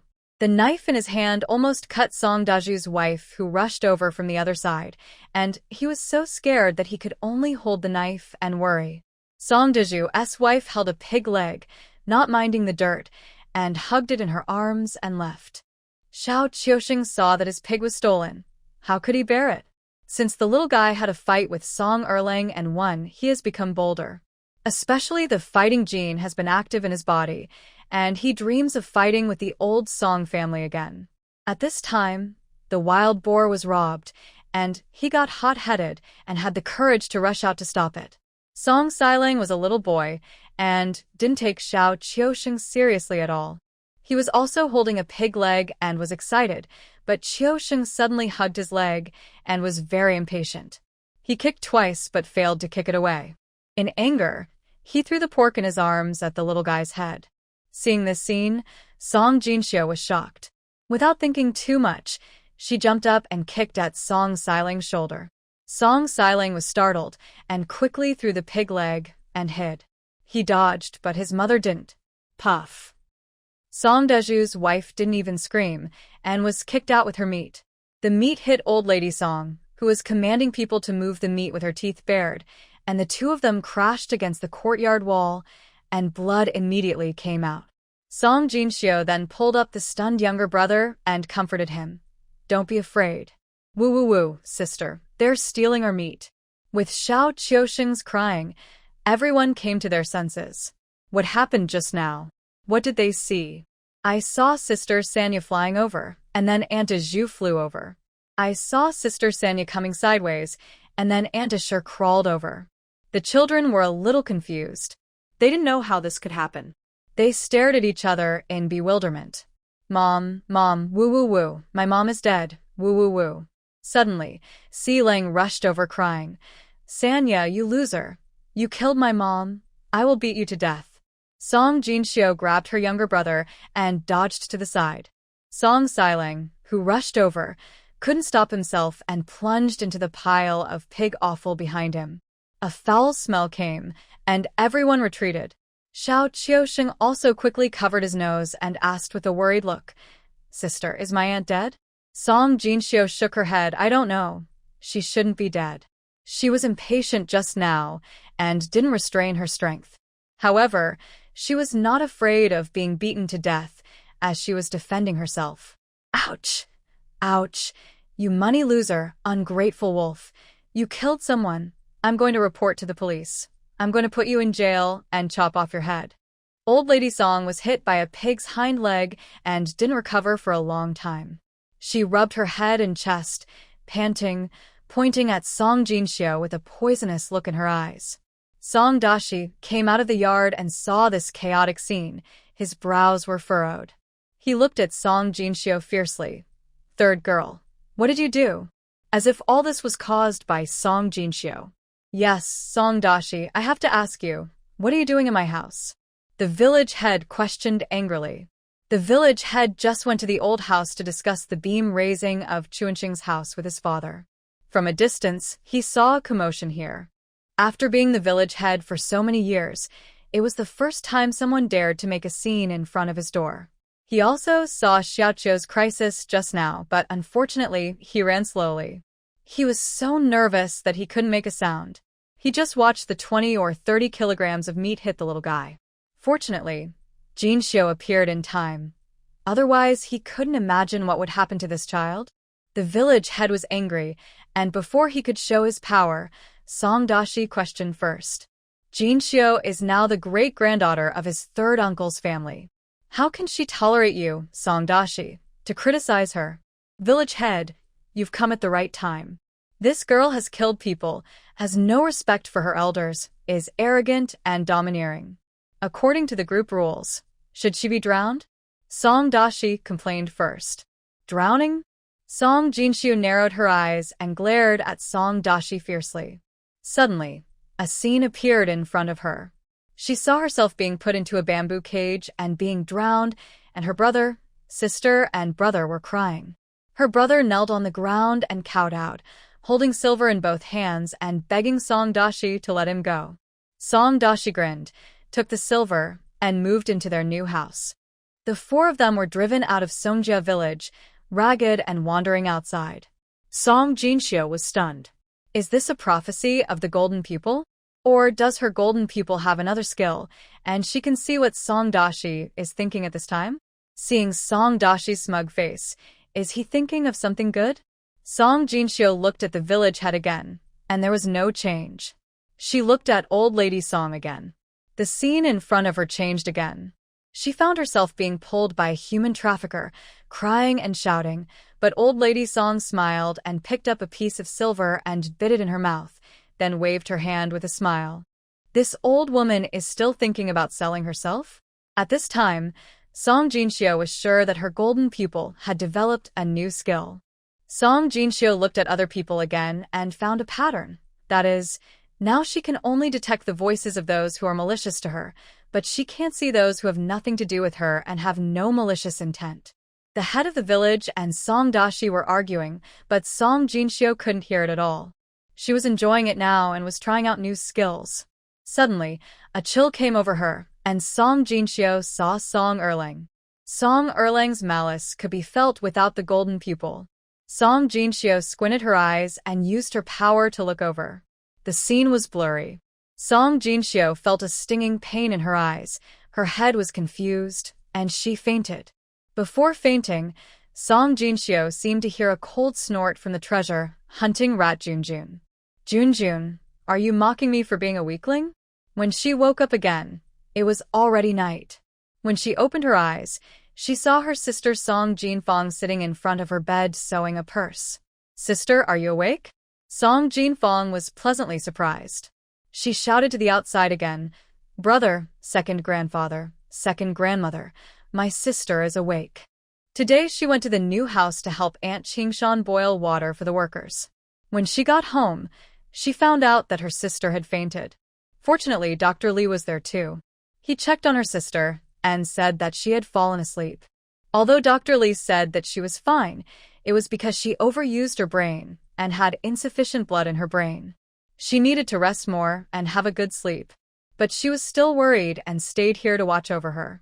Following Jinfang's voice, a group of people came in. Song Jinxiu blinked. Dr. Li? Dr. Li, why are you here? Song Jinxiu was about to get up, but Dr. Li waved his hand. Wait a minute, I'll take your pulse again. Yes, let the doctor take a look. Song Jinfang quickly gave the stool to Dr. Li. Dr. Li took the pulse and nodded. Well, it's nothing serious. Song Jinxiu thanked him and asked, Why are you here? You said that you agreed to worship my grandfather as your master, but you didn't expect to have no news after you left. I was looking forward to seeing you in the clinic, but it was a pity that I was too busy during this period and didn't find time until today. I didn't expect you to faint as soon as we got here. If my grandfather hadn't said that you were overworking your brain, I would have thought you were pretending and didn't want to see me. But, little sister-in-law, what did you do to overwork your brain? Dr. Li said a lot, and Song Jinxiu remembered today's farce. So she asked the village head, Second grandpa, where are my great-grandfather? The village head choked, and then said angrily, What do you mean by great-grandfather and second grandfather? When you see them in the future, just call them Stone Grandpa. Song Jinxiu couldn't help laughing. Okay, just call them Stone Grandpa, Stone Grandma, Dezhu Uncle, Erju Uncle, Sanju Uncle, Siju Uncle.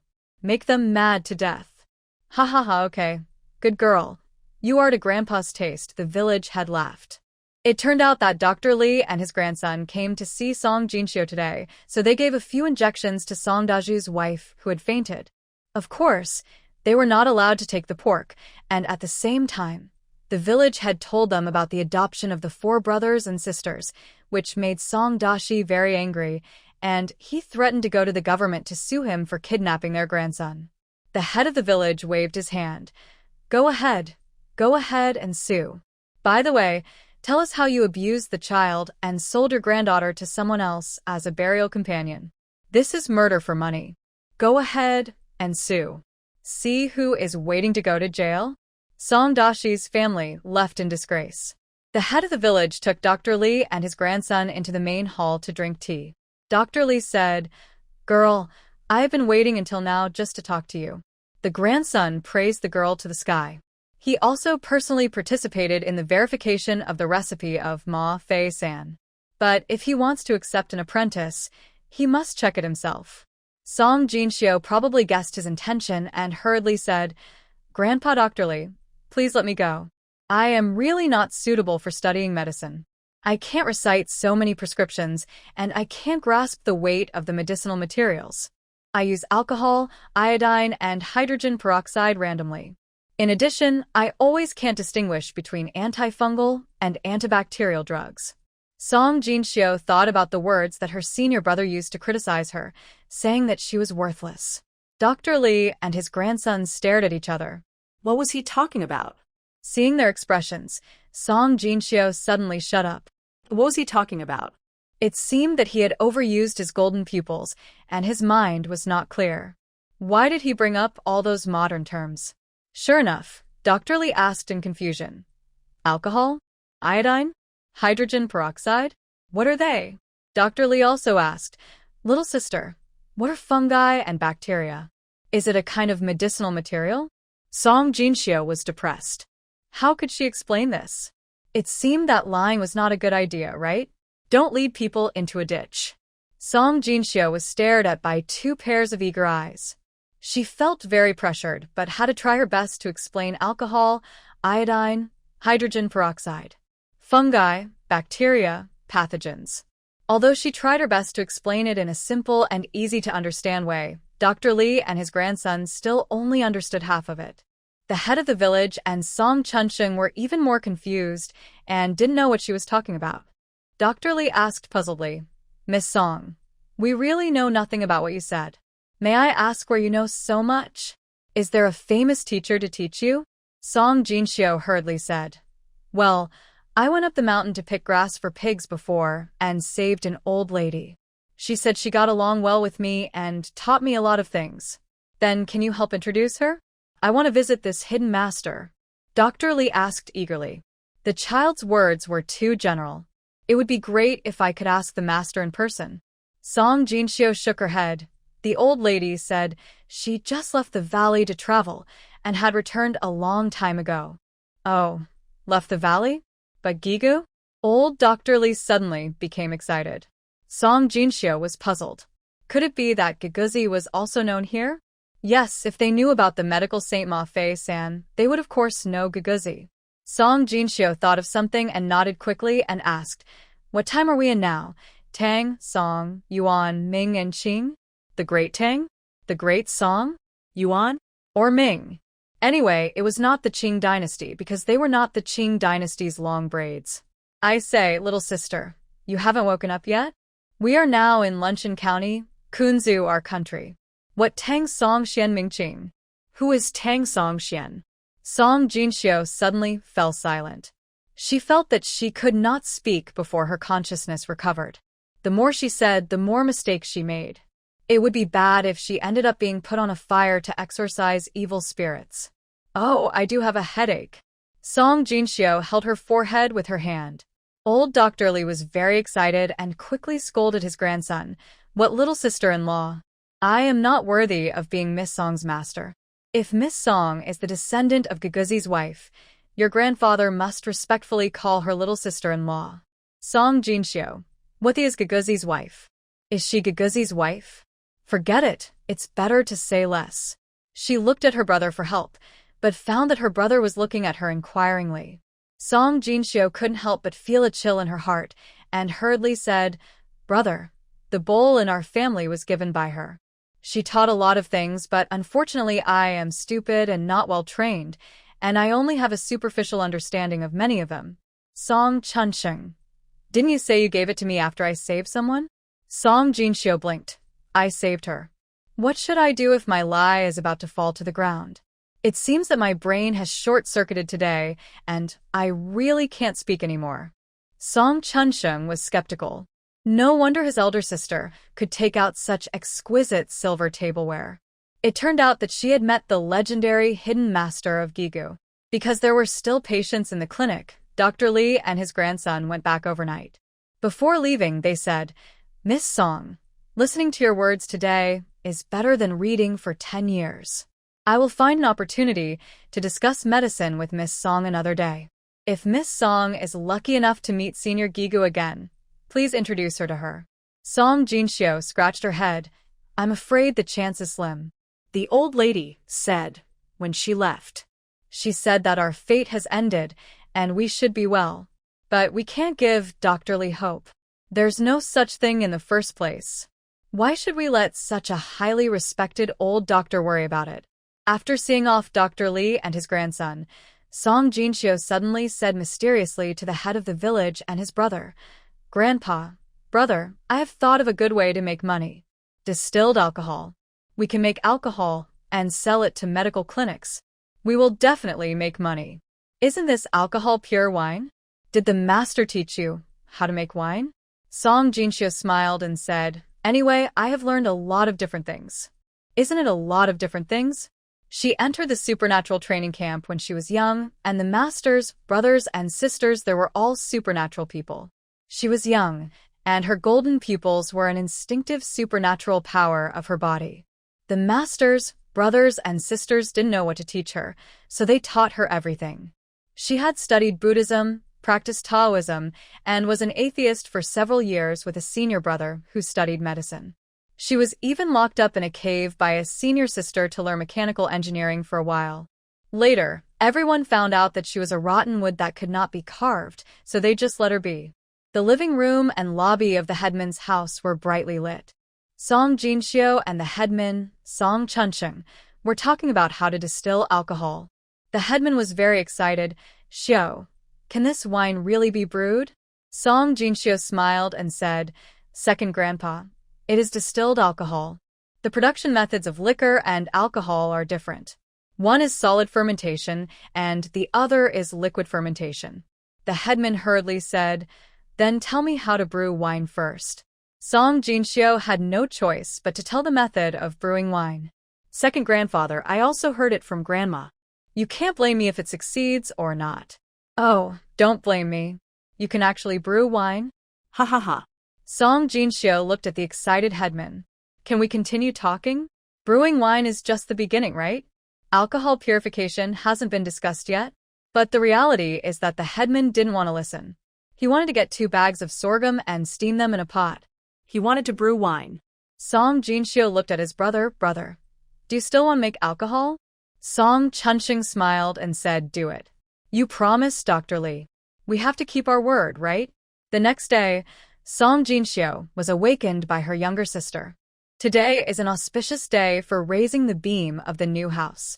The village head asked someone to calculate it. Raising the beam on this day can avoid evil spirits such as Tai Sui. When it is close to noon, the yang energy is at its peak and the yin energy is gone. It is an auspicious time to raise the beam. As the owner of the house, Song Chunsheng must be present. But Song Chunsheng has difficulty walking, and the yard is made of bricks and wood, so he asked his eldest sister Song Jinxiu to go, and he stood outside the yard to watch.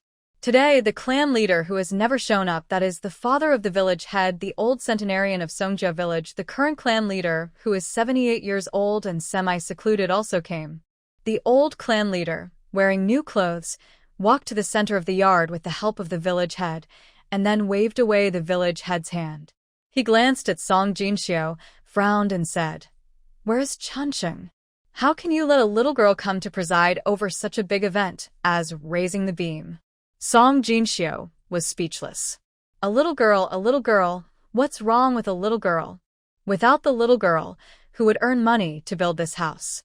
Song Chunsheng heard the words of the clan leader outside and hurriedly shouted, "Grandpa, my legs are inconvenient. Let Jinxiu take charge." The old clan leader turned his head and looked at Chunsheng, who was leaning on crutches, with his legs bent and covered with a layer of white plaster. He looked at Xiusheng again and waved his hand. "Then you come." Song Xiusheng hurriedly stepped back 2 steps and shouted, "I won't go. My brother said that my eldest sister will be the head of the family in the future. Today, my eldest sister has to come to offer sacrifices to the sky." The old clan leader then formally looked at Song Jinxiu. "Are you sure you want to be the head of the family?" Song Jinxiu looked at him with a smile. "Grandpa, do you think it's feasible?"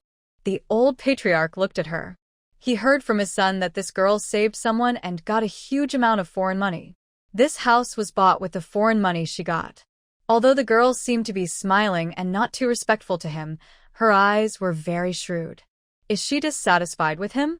The old patriarch was experienced and saw through Song Jinxiu's thoughts at once. He narrowed his eyes, which were exactly the same as the patriarch's, and said seriously, "The head of the family, you can't be partial." Song Jinxiu raised an eyebrow. "Grandfather agrees?" Huh? He didn't scare her. He even dared to glance at him.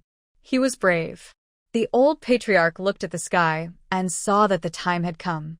He said in a deep voice, "Let's start." He straightened his clothes and shouted loudly, "Please come in, Tai Gong." Then, a master stood in the middle of the yard with a sign that read, "Jiang Tai Gong is here. All gods abdicate." Song Jinxiu placed the fruit offerings in front of the sign and knelt down to kowtow. After kowtow, the beam was wounded. That is, a piece of red cloth was wrapped in the middle of the beam, and red paper with the words "Green Dragon supports the jade pillar, White Tiger supports the golden beam" was pasted on both ends of the beam with rice soup. There were 3 more plates of fruit offerings. Song Jinxiu looked at them and saw that they were a bunch of flowers, a carpenter's inkwell, and a square. At this time, the master who built the house and the carpenter came up together to light incense and candles, burn paper money, and chanted words, each saying auspicious words. "The world is open, the source of wealth is abundant, the people are strong and the horses are strong." The golden boy and the jade girl help to move forward. The roof is completed, and they gather in the hall. When they finished reading, Song Jinxiu followed and kowtowed, and she had nothing to do. After Song Jinxiu kowtowed, she supported the clan leader and left the yard. At this time, the men in the yard who were preparing to put up the beams were ready. With a shout of "Go!" the shouts and firecrackers rang out, and the children who were waiting outside to grab the wedding buns shouted together, "Build a new house, put up the beams, firecrackers drive away the demons, and people are blessed. The left is the blue dragon, the right is the white tiger, and my family is a big landlord." Song Jinfang and Xiao Qiusheng also shouted and jumped. The last part is the children's favorite part, throwing the beams, also known as scattering blessings. The carpenter stood on the beam with a basket on his shoulder and threw sorghum mixed with candy and peanuts, wheat bran, and a thumb-sized white flour bun with reds from the air. The people who were spreading blessings shouted, "Blessings, long life, blessings, 5 blessings." Song Jinxiu had never seen such a scene before and was very curious. She was also excited by the atmosphere. It was very lively and joyful here. But the atmosphere in the old Song family was very depressed. Song Dashi smoked a pipe, and his brows were so furrowed that they could pinch a fly to death. Yesterday, he came back from the head of the village and thought about it all night. It was not worth going to court with the head of the village for a house. After all, it was adopted, and it was hard to say whether it would come back. Even if it came back, the house was built on the yard of that unlucky star, and there would be disputes with the head of the village. But he couldn't just swallow his anger. His grandson was adopted without a word, and he didn't even know about it. This was too bullying. Originally, he went to the East End that day and saw the yard where the house was being built in full swing. He was shocked. At first, I saw the village head pulling bricks and tiles, and I thought he was going to build 2 brick houses. Judging from the movement, maybe the house is not bad. Then, the brick house is just right for Dalong and Erling to marry. As for those ungrateful people, as long as he wants them, Do they dare not give them? As for breaking off the relationship, he just threw those disobedient children out. He can throw them away, but those children cannot be unfilial. Since ancient times, the father is the leader of the son. If they dare to be unfilial, it is not too much to strangle them to death. But I didn't expect the village head to intervene and let those stubborn people be adopted. Bah, so shameless. Can they pick up what others don't want and treat it as a treasure? Song Dashi was angry and didn't sleep all night. He went out for a stroll early in the morning, and he came to the new house. Looking at this magnificent small courtyard, Song Dashi couldn't help but feel jealous again. This courtyard, let alone marrying Dalong and Erlang, even if their family moved in, it would be enough to live. Well, the old couple lived in the east room of the main house. Dalong was the eldest son and grandson, so the west room had a door facing outward, which was just right for him to live in. However, he didn't expect that when he was calculating how to divide the house, the old patriarch stood beside him. The old patriarch hit him with his walking stick, which scared him. The old patriarch smiled and asked him, "Sure too, this is my third brother's yard. Why are you standing here? Are you missing my third brother? Are you here to chat with my third brother? What is he talking about? Can he talk to someone who has been dead for many years? What the?" It made his scalp numb in broad daylight. Who knew that when he was feeling scared, he heard the old clan leader coldly say, "Don't think about this house. The children have nothing to do with you anymore." He explained with a smug face, "Uncle clan leader, the children are still young, and I'm afraid they can't keep this house. No matter what, I'm their grandfather. I have to help them, right?" The clan leader sneered, "The relationship is broken. If you can force the children to break the relationship, it means that you are not a reliable grandfather." With so many people watching, he felt embarrassed to be scolded by the old clan leader. This hateful old thing. Ever since he said that his third brother was a doomed star and the old thing heard it, he has disliked him. He didn't say that alone. Why did he always target him? He didn't want to pay attention to this old thing, but the new house was really enviable. Just when he was about to say a few more words to make amends, he heard the old clan leader say, "I'm going to say this today, these kids are mine now. Anyone who dares to bully them is showing disrespect to me." Song Dashi was so angry, but he didn't dare to act rashly in front of this old man, so he could only return home in disgrace. But when he got home, the more he thought about it, the angrier and more aggrieved he became. It was obvious that those ungrateful rascals were from their Song family, and those houses should belong to him. Why should he be controlled by these old guys in the clan? Song Erlang's face was also gloomy. "Master, those rascals can't be let off easily. We have to get back the face of our Song family." The wound on his leg hadn't healed yet, and the grudge had been made. Song Erlang swore that he would make those rascals pay the price. Song Daju was full of questions. What happened? How did he get adopted? Could it be that the head of the village wanted to covet the money of a few stubborn people? How much money did the nobleman give? If the head of the village was jealous, it must be more than just a house, right? That won't do. How can the head of the village take it? This money belongs to our family? Song Dashi was depressed. "I have read the adoption documents, and they are stamped with the red seal of the government. Why do you want it? They are playing tricks on us? Dad, if it doesn't work, the four of us brothers will fight them. Are we afraid of them?" Song Siju is Song Dashi's late son. He is 19 this year, the same age as Song Dalong. He has already married and rented a house in the county town for work. Song Siju also went to school, but because he hated literature and liked martial arts, he clamored for Song Dashi to find him a job transporting goods for doffing agency. The Song family has its own ox cart. During the slack season every year, he helps the doffing agency deliver goods, which is equivalent to a modern postman or courier. Today is a day off, and when he got home, he heard his parents complaining. How could young people, full of youthful vigor, stand such humiliation? Song Dashi also wanted to fight. It was too aggrieved. But he knew that although the head of the village had only 2 sons, they were not easy to mess with. Song Qingshan was strong and could knock down a cow, and Song Qingshu was agile and no one could beat him in going up mountains and down rivers. As for these few in his family, He said that they were good at quarreling, but they were no match for him in real life. Humph, they say that Sanya, that saved someone and the noble rewarded her with money. Pa, that stubborn guy, is he capable of saving someone? He must have done something shameful to get the money. Old Lady Song glared with her triangular eyes, raised her eyebrows, and said angrily, if she sells herself, it's righteousness, but if she does something shameless, I think she will sink. Without an excuse to ask for the house, and without getting a single piece of pork, and getting all stinky, Old Lady Song felt resentful. Song Deju, Mom, is it really impossible to get the house? What about Dalong getting married? Old Lady Song grinned. The house hasn't been built yet. Why are you panicking? Humph, when they build it, I will move in directly. Do they dare to kick me out, their own nurse?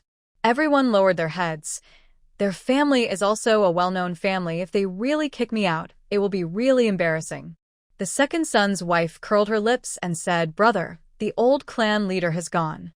They actually asked the old clan leader to preside over the beam raising ceremony. The village head is clearly trying to protect them. Deju's wife had a white cloth wrapped around her head, and she was itching with hatred. Humph, is there any need to say more? Didn't they say he was adopted? The old clan leader must be very happy. Only those wolf cubs are ignorant. They dare to recognize the star of misfortune as their ancestor, and they are not afraid of being killed. Song Erju, who came back with Song Siju today and works as an accountant in Yuanyang County, asked in confusion, Dad, have you ever offended the head of the village? Isn't it obvious that he is supporting those guys by doing this? Why? Why else?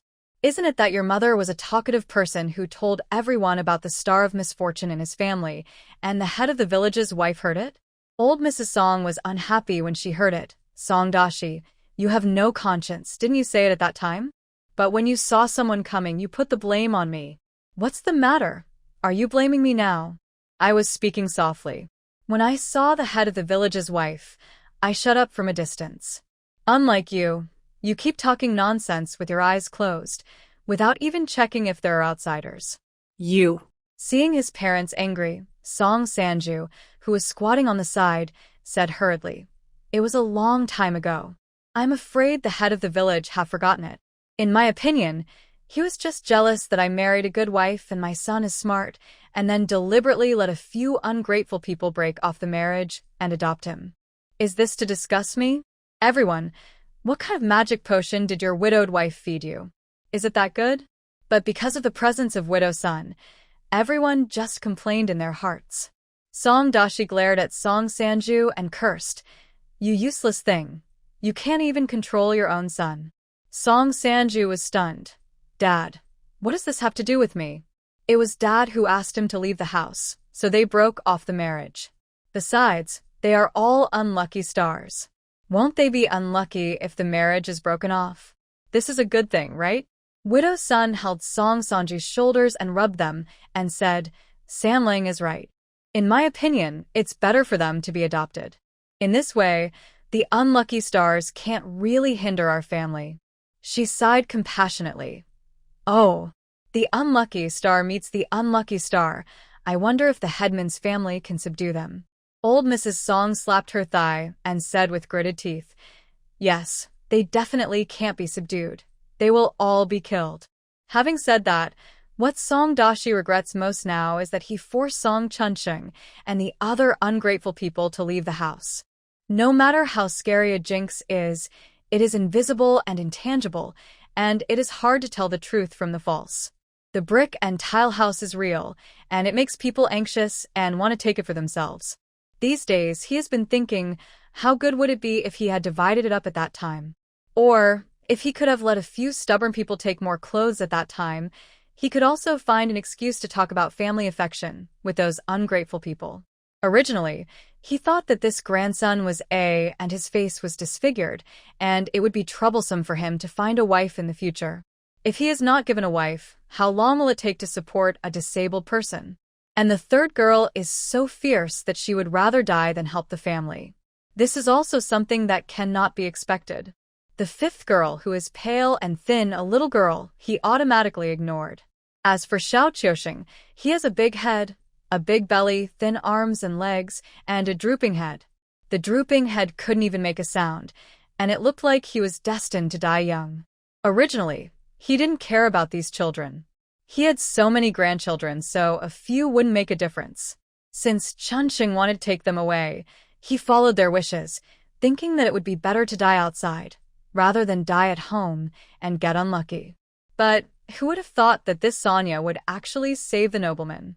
After the beam was put up, it was time for the 4 brothers and sisters to have a thank you banquet.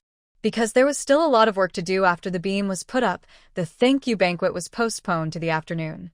At the end of the shun time, dozens of tables were lined up in the street in front of the headman's house. The headman's grandmother was directing, while Aunt Qingshan and Aunt Qingshu, Aunt Suehua, second aunt, Aunt Huizi, and others were busy serving dishes, while half-grown children like Fuchuan and Taitu were constantly serving dishes. While serving the dishes, Taitu pinched a meatball and stuffed it into his mouth, and was slapped by Tayata's mother.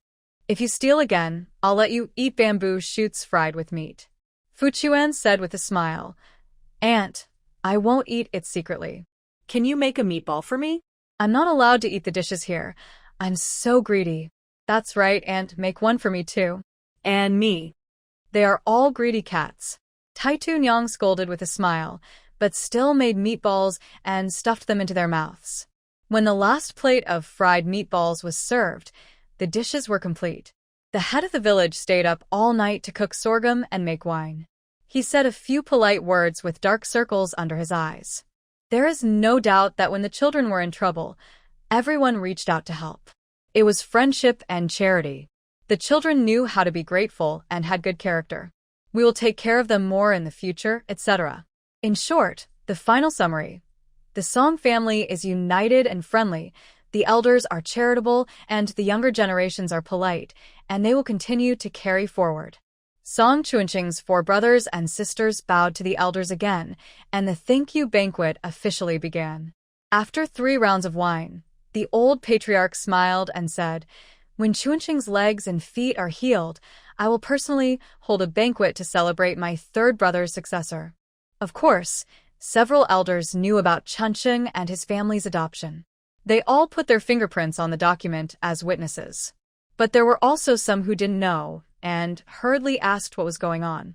Song Qingshan smiled and conveyed the news that Song Chusheng had been adopted by his 3rd grandfather. Qingshu also smiled and said, "I had wanted to hold a banquet to inform them a long time ago, but Chunqing's leg hasn't healed yet, so it's not convenient for him to worship the ancestors. So my grandfather decided to wait until Chunqing's leg is healed, and he can walk before holding the ancestor worship and holding a big banquet." Well, congratulations, everyone. Another round of lively greetings. It was lively here. Almost all the villagers came. Those who had difficulty walking were arranged for their families to take some food back. Only the 8-year-old Song Wulong and the 10-year-old Song Xia from the old Song family sat among the children and ate heartily. No one else came. Song Wulong was the youngest son of Song Erju.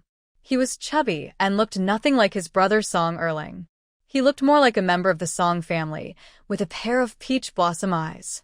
While eating, he asked Xiao Sheng vaguely, "Brother Chunqing was adopted. Are you adopted as well? Will you play with me in the future?" Song Qiusheng said, "Yes, I will play with you as long as you don't hit me." Song Wulong shook his head quickly. "I hit you because I treat you as my own. You won't be my brother in the future, so I won't hit you. Will you still call me 5th brother in the future?" Song Qiusheng tilted his head and thought for a while eating. "My brother and eldest sister call Grandpa the former grandpa, so I will call you the former 5th brother." Song Wulong was unhappy. "Calling me like that makes it sound like my last name is Qian. I don't share the same last name as my mother. Sun Yutian is not my 3rd uncle's child, so she shares the same last name as her mother. You might as well call me Brother Wulong." The 10-year-old Song Xia glanced at the 2 people with disdain. "Bah, you have no conscience, you just eat and can't shut your mouth? Our grandma said that they are all ungrateful, and don't let us talk to them." Song Qiusheng asked, "If you don't let us talk, then why do you come to eat our meal?" Song Wulang was also unhappy. "4th sister, you should be grateful to others. guests are welcome, and harmony brings wealth. Eat first, and talk after you're full. This Song Wulang, although he learned a lot of idioms from his father who was an accountant and was full of business, he was actually very cunning. And he said different things to different people. As long as it was beneficial to him, he would kneel down and kowtow to call others dad without hesitation. Song Jinxiu had been paying attention to this table because of Song Xiya's malicious eyes. She was afraid that little Qiu Sheng would suffer. In the past, these two children bullied Qiu Sheng a lot. I remember that the original owner's mother occasionally gave food to Qiu Sheng, and Wu Lang would definitely grab it. He also threatened Qiu Sheng, saying that if he dared not give it to him, he would be beaten. If he dared to complain, he would still be beaten. Half of Qiu Sheng's injuries were caused by these two children. Otherwise, Wu Lang would be so strong and healthy, while Qiu Sheng looked like a bean sprout. Song Jinxiu wanted Qiu Sheng to stay away from the children of the old Song family, but she also thought that there were so many people, and it was not good to keep him too close. She could only pay attention to him at all times. Song Wulong said, "Grandma asked me to find out how much money Saniji has. You can find out by asking Saniji. You are eating at the same table with us men here. Didn't you hear what Dalong said? Boys and girls should not sit at the same table after the age of 7. Do you understand that men and women should be separated?" Song Jinxiu was speechless. "What nonsense are you talking about? I heard from Grandma that she is shameless, so I won't look for her. Tell me, how much money do you have?" Song Xia pointed at Qiu Sheng and ordered him around. Song Jinxiu's smile froze on her face. She walked over. "What? How much money does my family have? What does it have to do with you? Do you care so much?" Song Xia was arrogant at first, but when she heard Song Jinxiu's words and saw her gloomy face, she suddenly felt a little scared. This Sanya's sister likes to her head. Not only does she herself, she also bangs her aunt's head and makes it bleed. She was so embarrassed that her face turned red. "Grandma said you are shameless. How can you sell? Otherwise, where will you get the money to build a house?" Song Jinxiu narrowed her eyes. Although Song Xia didn't say it out loud, Song Jinxiu knew it wouldn't be a good thing. This old woman Song loves to make up stories. And many times she speaks without thinking based on her own imagination. She actually disdains such people. And today is her own family banquet, so she doesn't want to make a fuss. But the scene that Song Dashi thought of in his mind yesterday made Song Jinxiu hold her breath. What kind of people are they? Not only did they occupy their house, but they also wanted to drive them out of Songjia village? And there is old lady Song, who has been thinking about selling her out till now. Now she is still plotting against her behind her back. Doesn't she know that a girl's reputation is important? No, she knows. She is just a selfish and vicious old woman. As long as she doesn't get what she wants, she can do anything. Old lady Song is really annoying. She is thinking about how to discipline her. Why are you glaring at me? It was Grandma who said you are shameless and your money is not clean. You are shameless, and you still have the nerve to be mean to me? Song Xia could no longer bear the low pressure from Song Jinxiu. She shouted this sentence loudly and ran away crying with her face covered. Her voice was so loud that people at the nearby tables heard it. Suddenly, those who were already envious, jealous, and hateful looked at Song Jinxiu differently. "I told you Sanya is so lucky. There are so many people in the village. How come she is the one who saved the nobleman's life? It turns out that... Oh, the world is really going downhill. Okay, stop talking nonsense. Can you listen to Aunt Shida's words? Some smart people couldn't stand it. Why can't you just listen? That's her own grandmother. If it's not true, what kind of grandmother would speak ill of her own granddaughter like that? But no grandmother would be so cruel as to drive away several children and make them leave the house with nothing and cut off ties with their grandchildren." Sister Shifeng curled her lips. "Hey, if you ask me, there is no smoke without fire. Didn't you see that their house is one of the best in our village? They said it was the reward she got for saving someone. Why don't I believe it? What kind of noble lady is worth so much money? Hey, are you done yet? Don't you know what our own child is like? I know you have a grudge against Daji's mother. Why are you making up stories about the child too? Did I make it up? Didn't her own grandmother say that? If they cut off the ties again, it would be like breaking bones and tendons. If you ask me, this Sanya is not a good person either.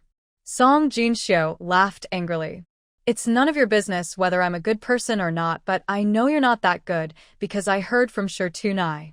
She lowered her voice and said, she said you were not decent at your parents' house. You got married with your child, and your daughter didn't even know whose child it was. What? Did she eat? She's lying with her eyes open? I'm going to tear her stinky mouth apart. She did get married with her child, but the child was her husband's.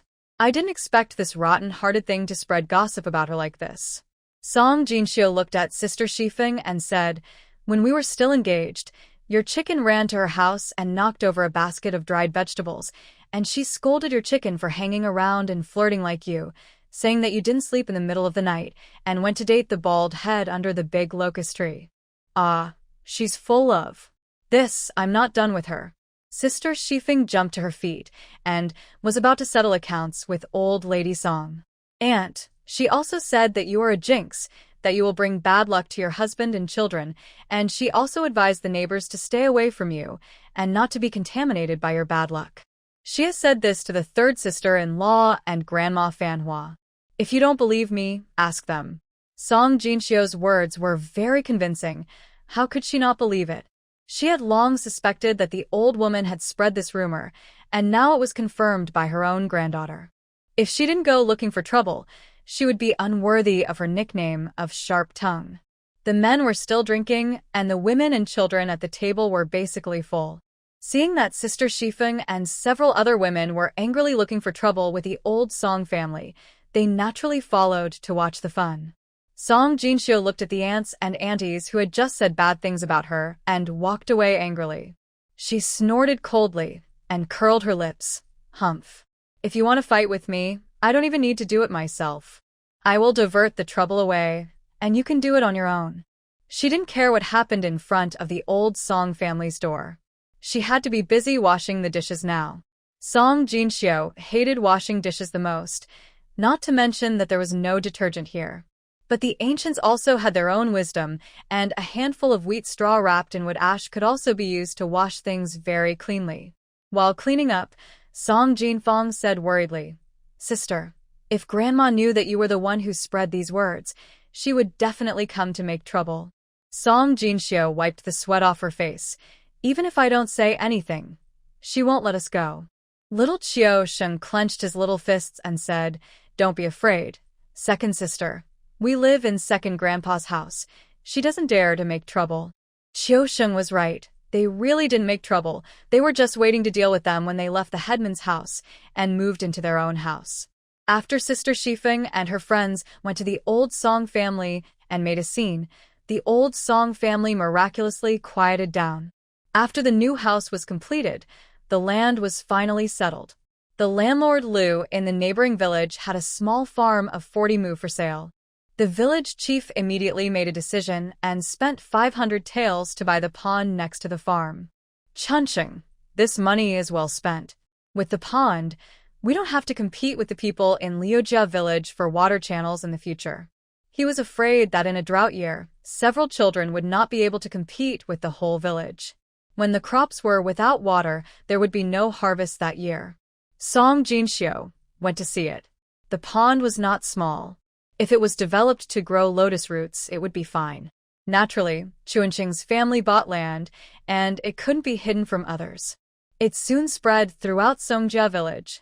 On the day of moving to the new house, many people were sighing that the 4 brothers and sisters were blessed. Originally, they thought that the children would be hungry after leaving the old Song family, but they didn't expect that in less than a month, they had a house and land and lived a life like a landlord. For this reason, some young girls and wives in the village dreamed that they had saved people and received rewards from noble people. Therefore, there were more and more things to help others. Who knows, maybe one day you will save a noble person. The plaster on Song Chuanqing's leg was taken off, and his leg recovered well, but the scar on his face was also much lighter. Everyone said that they were now well fed and clothed, and they had gained weight, so the scar was not so conspicuous. Didn't you see that Xiao Qiuxing had gained weight and looked like a New Year's picture doll? In fact, Song Jinxiu knew that this was all because of drinking bodhi, leaves soaked in water. On the day when Song Chunxing and his family were officially adopted, the clan leader invited relatives and friends to hold a banquet, and it was another lively occasion. With a house, land, and a backer, Song Jinxiu felt that this life was not bad, and there would be no problem with dying of old age. The land at home was managed by the elder brother, and even the distillation of alcohol was left to the elder brother to explore on his own. The younger sister took care of the housework. Although the child was young, she was good at sewing, mending, washing clothes, cooking, and taking care of her younger brother. Moreover, she was very enthusiastic about her work, and she didn't even need Song Jinxiu's help. She was like a hard-working little bee every day, busy and happy. Seeing the little girl busy, Song Jinxiu felt a little sorry. Is this still a child labor? Besides, she didn't want to do it herself, so how could she let the child do it? She thought about finding an opportunity to buy some people. She didn't care about the family affairs, and she was only thinking about how to enrich the space herbs to help Baoya. It would be great if she could find a few more spiritual plants. Although the treasure-hunting rat Junjun was not satisfied with the medicinal seeds brought by Dr. Shaoli, he still planted them first, which was better than nothing. As for the spiritual plants, Song Jinxiu decided to go into the mountains to have a look. After saying hello to her brother, she went into the mountains with a backpack on her back and did not see her brother's expression of wanting to say something but stopping behind her. After entering the mountain, she saw that there was no one around, so she let the treasure-hunting rat Junjun out. Junjun's body has improved a lot. The man and the rat chatted about everything and gradually went into the deep mountains. There are still good things in the deep mountains. At the end of the day, Song Jinxiu had a great harvest. Not only common herbs but also ginseng, Ganoderma lucidum, and even 2 rare goblin Cistanche deserticula. Cistanche deserticula was originally a sandy plant, and somehow it grew in the cracks of rocks in the mountain stream. Treasure-hunting mouse Junjun looked at it for a long time and came to the conclusion that it had mutated. Seeing that it was getting late, Song Jinxiu hurried back. On the way back, she found another piece of dendrobium on a cliff. The cliff was steep and high, so the treasure-hunting mouse was left to dig the dendrobium. It could plant it in the space while digging. Feeling the good mood of the treasure-hunting mouse Junjun, Song Jinxiu knew that this piece of dendrobium had caught the little guy's eye. Therefore, Song Jinxiu was bored and just enjoyed the scenery in the mountains. With the treasure-hunting mouse following, large wild animals hid far away, and only a few stupid pheasants fainted on the ground. Picking up the pheasant and throwing it into the space, the treasure-hunting mouse Junjun also completed his work. After leaving the deep mountains, the treasure-hunting rat Junjun went into the space to rest. Song Jinxiu had a great harvest today and was in a good mood. She hummed a little tune and walked out with a branch in her hand swinging in circles. Just as she reached the foot of the mountain, she suddenly heard a familiar voice. Little sister, over here, brother is here." Song Jinxiu looked at the pockmarked man with a sly smile, as if he was teasing a decent woman. "It's you? Why are you here?" "Our master is here too. Come with me quickly." "My master is injured." Song Jinxiu was alert. "Your master is injured. Why are you still smiling so obscenely?" Last time, it was this guy who had this expression, and then he wanted her to be a concubine for their master. "What are you looking at?" "Am I smiling obscenely? I'm being amiable, okay?" "Song Jinxiu, is your master really injured? If he is injured, he went to the clinic? Why are you looking for me like a wolf grandmother?" Although Ma Lian didn't know who the wolf grandmother was, he knew from the tone of this girl that she was not a good person. "Don't you have a miracle doctor? Why are you still looking for those idiots? Come with me quickly." Seeing Song Jinxiu hesitated, his face sank. "Don't refuse a toast, and then drink a forfeit. If you keep on dawdling, be careful that the soldiers will beat you up." This guy said harsh words and tried to make a ferocious expression on his face, but Song Jinxiu was not afraid. Instead, she thought he was very funny. "Su Kuei, don't be rude." At this moment, a green-faced old man walked out from behind the tree. The pockmarked man nodded to the old man, Dr. Feng. The green-faced old man came to Song Jinxiu and bowed solemnly. Miss Song, my master is seriously injured. I hope you can help him. Song Jinxiu was stunned. Is he really injured? Where is he? In the carriage on the east side of the road. Please come in, Miss Song. Okay, lead the way. If he is really injured and someone comes to find him again, then I really can't just ignore it. Although she doesn't plan to practice medicine with her half-baked medical skills. But she has golden pupils and some medicine in her space, so she can still treat external injuries. The carriage stopped in the grass beside the path. There were 12 guards last time, but only 5 or 6 people came this time. 5 men in black were protecting the carriage. When they saw Song Jinxiu, they all smiled and nodded to her.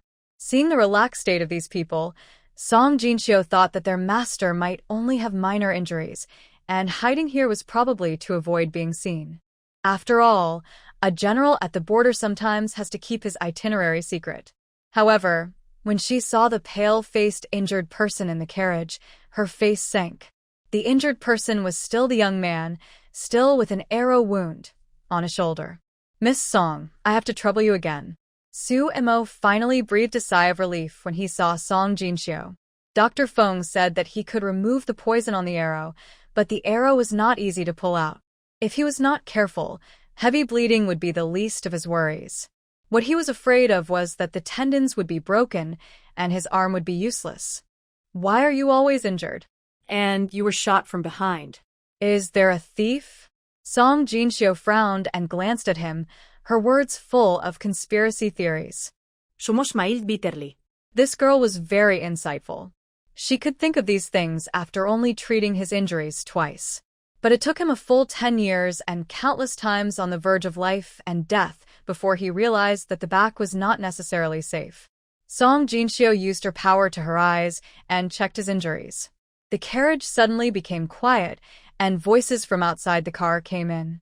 Brother Kuei, why did you take so long? Sister Song is not at home. I went to the foot of the mountain to look for her and came back. How is the master?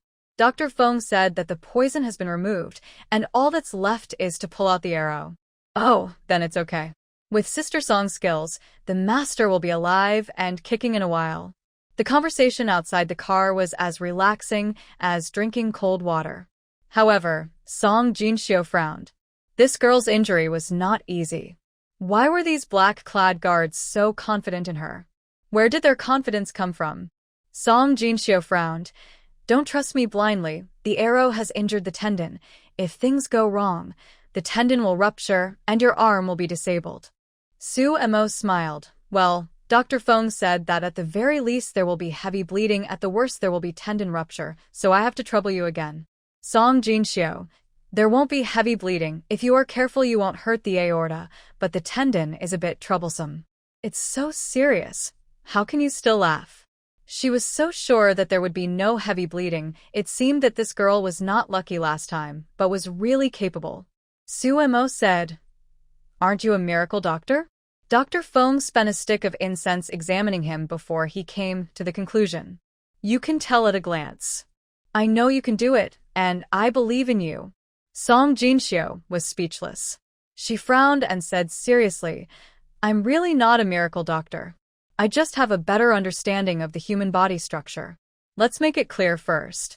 Your arm is a bit troublesome. If there is any accident, you can't blame me. Just don't worry about removing the arrow. The worst that happens is that your arm will be crippled. I won't punish you no matter how well or badly it is cured. Song Jinxiu curled her lips. This is the superior. Not punishing is a mercy, right?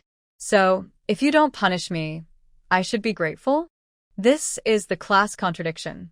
Song Jinxiu couldn't help pouting in a bad mood.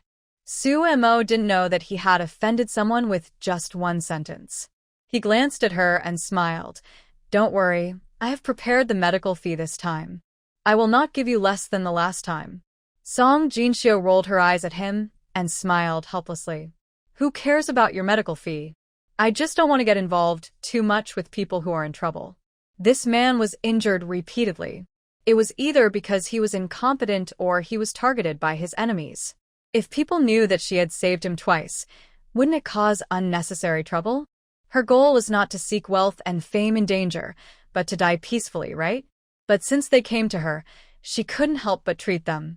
Although they looked like good neighbors now, she knew that she couldn't afford to offend these people just by looking at the ferocious people last time. I can treat your injuries, but I have a request. You tell me. Don't spread the news that I treated your injuries. I don't want your enemies to know and kill them to silence them. Okay. Su Emo was awake this time, so Song Jinxiu naturally wouldn't use inhaled anesthetics again, otherwise it would be difficult to explain. She fumbled for a purse in the backpack. She took out iodine, gauze, and hemostatics from the purse. Su Emo asked curiously, "Your purse is not big, but it can hold a lot of things. But you actually carry these things with you? Did you know I was coming?" Song Jinxiu used the purse as a cover, and took things from the space while sneering. "TSK, wishful thinking. I'm not a god, I can't predict the future." She pointed to the backpack, which contained 2 pheasants used as cover. "Didn't I go into the mountains? It's hard to walk in the mountains with branches and forks. I was afraid of getting hurt, so I naturally brought some first aid supplies." As she said, she took a black pill. "This is an anesthetic. You take it so that I can pull out the arrow." Fortunately, she made 2 anesthetic pills according to the prescription of her senior brother. "I just don't know how effective it is, so I'll use this person to try the efficacy of the medicine today." Looking at the pill that was smelly and black, Suemo shook his head. "No, just do it, I can bear it." Song Jinxiu raised an eyebrow. "Don't think it smells bad. There is datura in this medicine. It's just the smell of datura. Eat it, take a nap, and you'll be fine when you wake up." Suemo refused to eat it. Song Jinxiu was impatient and stuffed it into his mouth directly. "What are you hesitating about? Eat it quickly and get treated quickly. She has to go home quickly after the treatment." Maybe she was used to stuffing medicine into her brother's mouth before, so it went smoothly this time. Suemo took the medicine and soon became drowsy. I don't know if the anesthetic pills made by Song Jinxiu are limited in effect, or if Suemo himself has antibodies to anesthetics. Although he was drowsy with his eyes closed, he still had some perception of the outside world. He could feel the cool things wiping the wound and the little girl's hands wandering on his shoulders. After a sudden burst of intense pain, he felt numb and cool in the wound. He heard the little girl muttering, "I really don't want to give it to you, but since you are so pretty, I'll use it. Otherwise, you will become Yonggua and you don't have the divine eagle. Isn't that a pity?" Song Jinxiu used Bodhi leaf juice to clean the injured tendon and applied medicine. This was her new discovery. Bodhi leaf juice was better than water soaked with Bodhi leaves. The scar removal cream she made for her brother with leaf juice was very effective. If her brother's leg had been treated with Bodhi leaf juice, he would probably have recovered faster. But the treasure-hunting rat Junjun attached great importance to the Bodhi tree. It was okay to soak the drooping leaves in water because it was just like giving Baoya a bath. But if the leaves were pressed for juice, it would howl and object. Therefore, she would not use Bodhi leaf juice unless it was absolutely necessary. She helped bandage it. Song Jinxiu then said to the green-faced old man who was peeking at the car door, "Come in." Feng Shoren blushed a little when he was found out. He didn't mean to steal the master's skills, he just didn't trust his master. Although the master and the 12 guards praised Miss Song as miraculous, he just couldn't believe it.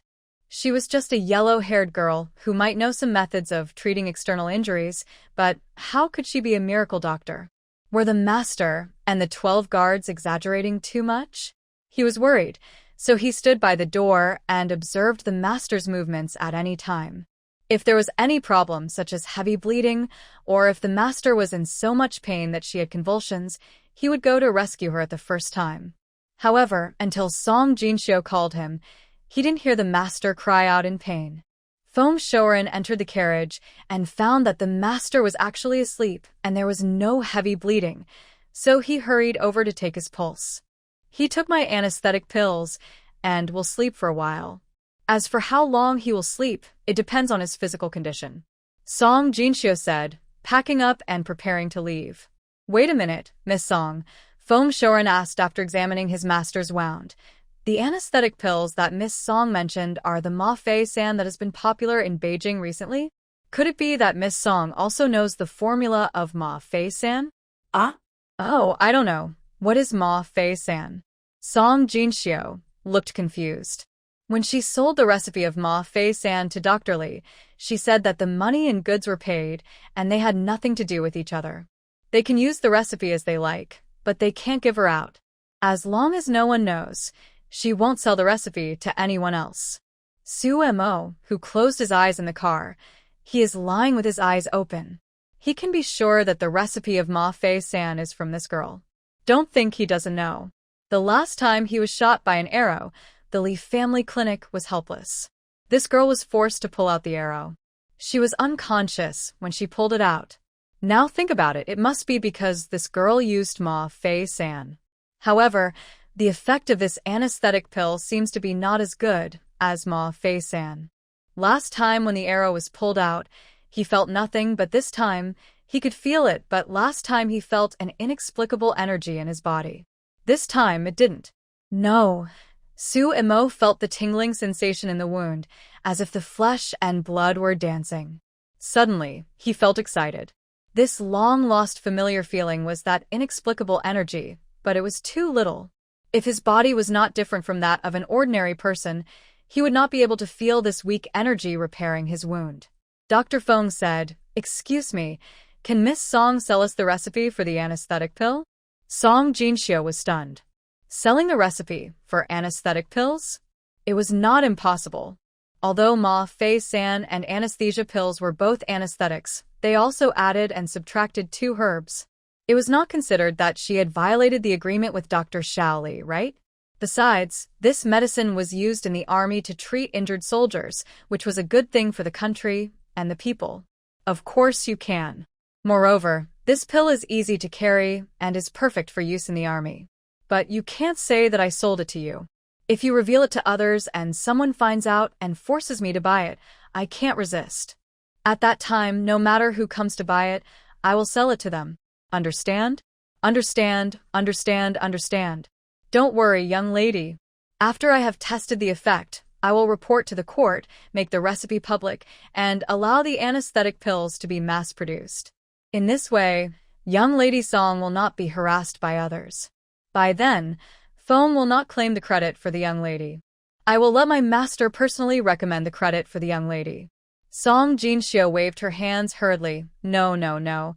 Don't recommend the credit. The fact that you can make the recipe public shows that you are a kind-hearted doctor and a good doctor. I will sell the recipe to you, and that's just a payment. It has nothing to do with anything else. Isn't it good to recommend the credit? Maybe you will get a royal reward, and then you will become famous, young lady? Dr. Feng looked puzzled. How many ladies from noble families and famous ladies in the capital were trying their best to stand out and were crazy about becoming famous. But this little girl didn't want to. Was it because she was young and didn't understand the benefits of being famous? Song Jinxiu. Dr. Feng. Do you know that people are afraid of fame just like pigs are afraid of being fat, and the gun shoots the bird that sticks its head out? I am just a peasant girl, and my ancestors have been poor peasants for 8 generations. I just want to be rich and healthy and die of old age. Well, how much do you plan to pay for the house, Dr. Feng? The little girl spoke in an old-fashioned way, but it also made sense. Feng Shoren sighed and laughed. Miss Song is too self-deprecating. I wonder how much you want to sell it for? Song Jinxiu stretched out a finger. She thought Dr. Li gave 1,000 taels, so Dr. Feng should also give 1,000 taels impartially, and even if they talked about it in the future, no one would complain that she was partial. Feng Shoren nodded. 10,000 taels? Okay, deal. Ahem. Song Jinxiu quickly turned her back to hide her gaffe. 10,000 taels? Well, Dr. Feng, actually we don't need so much. Song Jinxiu stammered. If she accepted 10,000 taels, she would feel psychologically pressured. Feng Shoren laughed. This time he laughed very happily. Don't worry, Miss Song, I will make a profit by giving you 10,000 taels to buy out the prescription. If the prescription is accepted by the military medical headquarters, not only will I be promoted, but my master will also have done a great deed.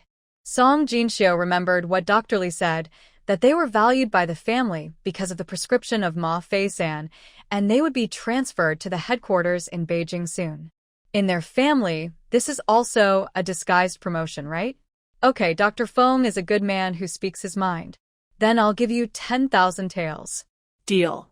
Song Jinshio was in a good mood. She took out a sketchbook and pencil from her purse space and wrote it down in one go. She not only wrote down the formula for the anesthetic pills, but also attached the formula for a hemostatic pill. Dr. Feng, buy one get one free. You won't lose out on this 10,000 taels.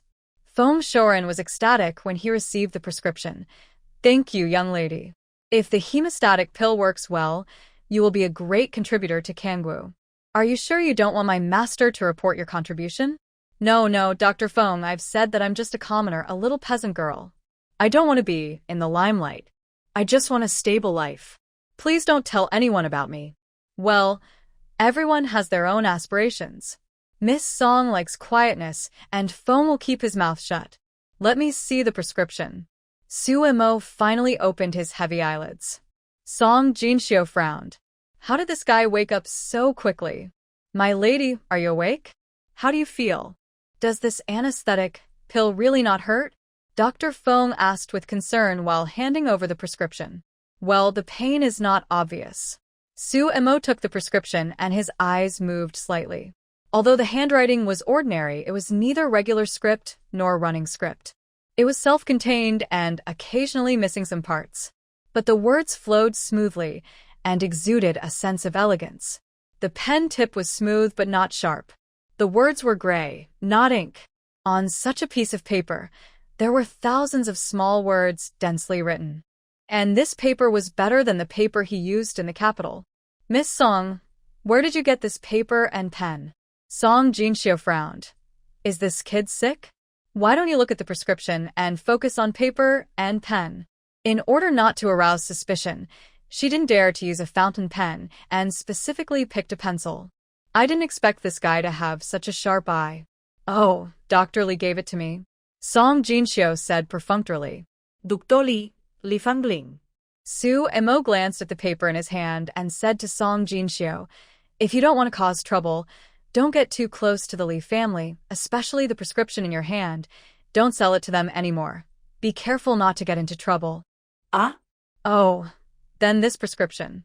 Song Jinshio pointed at the paper in his hand with some worry.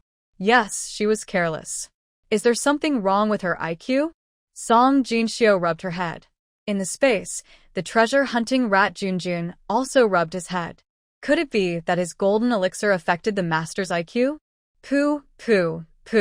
This beast is the descendant of the super beast Tianqian beast, and is extremely smart. The master's IQ must have been severely damaged, and has not fully recovered. It seems that I have to find some good things to replenish the master's brain. Sumo's words reminded Song Jinshio of the truth that a man is innocent, but guilty of possessing a treasure. When power is unequal, it is better to keep a low profile and be vigilant and careful. She is still going to die. Dr. Feng saw Song Jinshio's eyes and thought, does this little girl want to regret it? He looked at his master with resentment. Master, what are you talking about? Are you shooting yourself in the foot? Suemo couldn't help but laugh and cry. Don't worry, I'm different from the Lee family. You can trust me. Song Jinshio didn't comment. They were all casual acquaintances. No one belongs to anyone who can be trusted. At the beginning, the senior brother said that as long as he was there, he would be able to protect her. But hasn't she come to this remote place? No matter how solemnly she swore, he was not around, and it would be out of reach if danger came. Moreover, the senior sister also said that even men who sleep in the same bed may have different dreams. It is better to rely on yourself than on others, so now that she is alone, she has to be more cautious. Seeing Song Jinshio's non-committal expression, Suemo couldn't help but said seriously, I will repay you for saving my life.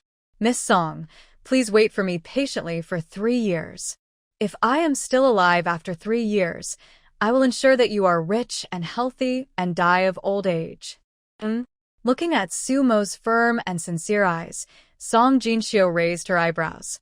Is this a thigh? But what does it mean to wait for you for 3 years? And if you're still alive? It seems that this kid knows that he is destined to be full of disasters. Yes, in less than a month, he was seriously injured twice. If he hadn't met me, he would probably be just a pile of dry bones by now, right? Thinking of such a handsome young general turning into a pile of dry bones, Song Jinshyo couldn't help but feel a chill. Seeing Song Jinshyo looking at him, frowning and pouting, Sumo blushed. He asked angrily, "Don't you believe me?" He knew that there were many dangers around him. Even when he met the girl today, he did it to conceal his presence. One was for his own safety, and the other was that he did not want to cause trouble for the little girl. But he believed that within 3 years, he would be able to clear the obstacles and eliminate the hidden dangers, and then he would support her openly. Song Jinshyo frowned, because the prophetic ability of her golden pupil was activated again. Since the power was reopened, she can control the golden pupil to observe the structure of the human body and can detect other people's malice towards her, but the ability of prophecy is only for this young man. At this time, she saw the young man in a piece of yellow sand. His eye sockets were sunken, his skin was cracked, and he was dying. There was only the pockmarked man beside him. The pockmarked man was also in a mess. He cut his wrist with a dagger and wanted to feed his master with his blood, but was stopped by the young man. "In this way, we will all die here. Don't worry about me. Go out and find reinforcements. I'll wait for you here." "No, I won't leave. Master, don't try to trick me into leaving. I'm the only one left of the 12 guards now, and I can't abandon you. Besides, the sky is full of yellow sand here, and I can't tell the directions at all. Master, I have to die with you. I will follow you in the next life." The pockmarked man tried hard to let his blood drip into the young man's mouth, but the young man kept his lips tightly closed. At this moment, a burst of yellow sand rolled, and both of them were buried under the yellow sand. Seeing this scene, Song Jinshyo actually felt a dull pain in her heart. Look at the young man in front of her again. Although his skin color was dark due to excessive blood loss, his cheeks were fleshy and his eyes were bright. Forget it, since I saw it. It means we are destined to be together, and I can't just ignore it. Besides, this thigh hasn't been hugged yet. Song Jinshyo glanced at Dr. Fong and said, "Please find some branches for your master, Dr. Fong." "I will fix your master's arm." Fong Shoren asked in confusion, "Miss Song, my master is injured in the shoulder. What's the point of fixing his arm? Go when I tell you to." Sumo said in a deep voice. "Yes."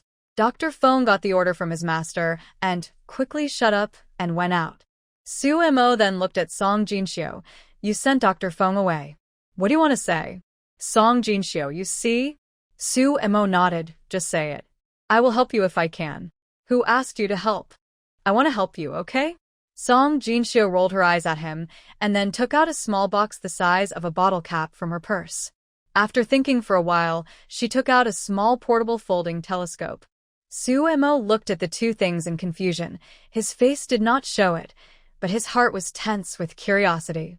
Song Jinshyo opened the small box and pointed to the compass inside and said, "This is a compass.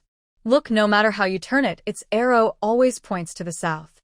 Sumo tried it and was amazed. Song Jinshyo asked, "This can be used regardless of day or night, cloudy or rainy. It is useful for you to identify the direction when marching and fighting, right?" Sumo's eyes were excited. "It is useful, very useful. Is this for me?" Song Jinshyo nodded. Sumo quickly put it in his arms, as if he was afraid that Song Jinshyo would regret it. Song Jinshyo couldn't help laughing, fiddling with the telescope, and said, "This is also a treasure. You can see far away." As she said, she adjusted the telescope and handed it to him. "Try it." Sumo imitated Song Jinshyo's behavior and picked up the telescope to look at her. He took a quick look and saw a big eye, which scared him. Song Jinshyo didn't know whether to laugh or cry. "Why are you looking at me? Look into the distance." Song Jinshyo lifted the curtain of the car window and motioned him to look outside. Sumo looked sideways at the leaves in the distance blowing in the wind and looked back at Song Jinshyo in surprise. "Is this the legendary clairvoyance?" Song Jinxiu nodded. Yes, a telescope. You can call it a clairvoyance. Su Emo looked sideways at the distance again, then sat back, looking at Song Jinxiu with deep eyes. How did you get these? Song Jinxiu looked at him. I said an immortal gave them to me. Do you believe it? I believe it, Miss Song. Do you have anything else? Su Emo said, glancing at the purse that was still bulging. Song Jinxiu followed his gaze and looked at the purse in her hand. She quickly threw the purse into the backpack and asked with a cold face, What? Are you still not satisfied? No, Su Emo explained quickly. Miss Song, you'd better not show these treasures to others in the future. Do you follow the principle of the man is innocent, but guilty of possessing a treasure? Song Jinxiu looked at him coldly. Then will you covet my things and harm me? Su Emo shook his head quickly. Of course I won't. Song Jinxiu smiled and said, That's it. I don't think you are an ungrateful person. If you feel bad, just give me more silver. Of course, I'll let Su Kue send you the silver later. Su Emo was still worried and said, Miss Song, not everyone is a gentleman. You'd better be careful. Song Jinxiu waved her hand and advised, I see. I'm giving it to you because you're a good person.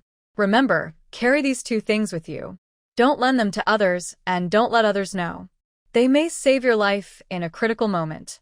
Seeing that it was getting late, Song Jinxiu didn't stay any longer and rushed home with the backpack on her back. There was an extra 1,000 taels of silver in her space. Su Emo promised to let the pockmarked man take the remaining money and send it back. The 1,000 taels was the medical fee he gave. Su Emo asked the pockmarked man to secretly protect Song Jinxiu back home, and then he left with peace of mind.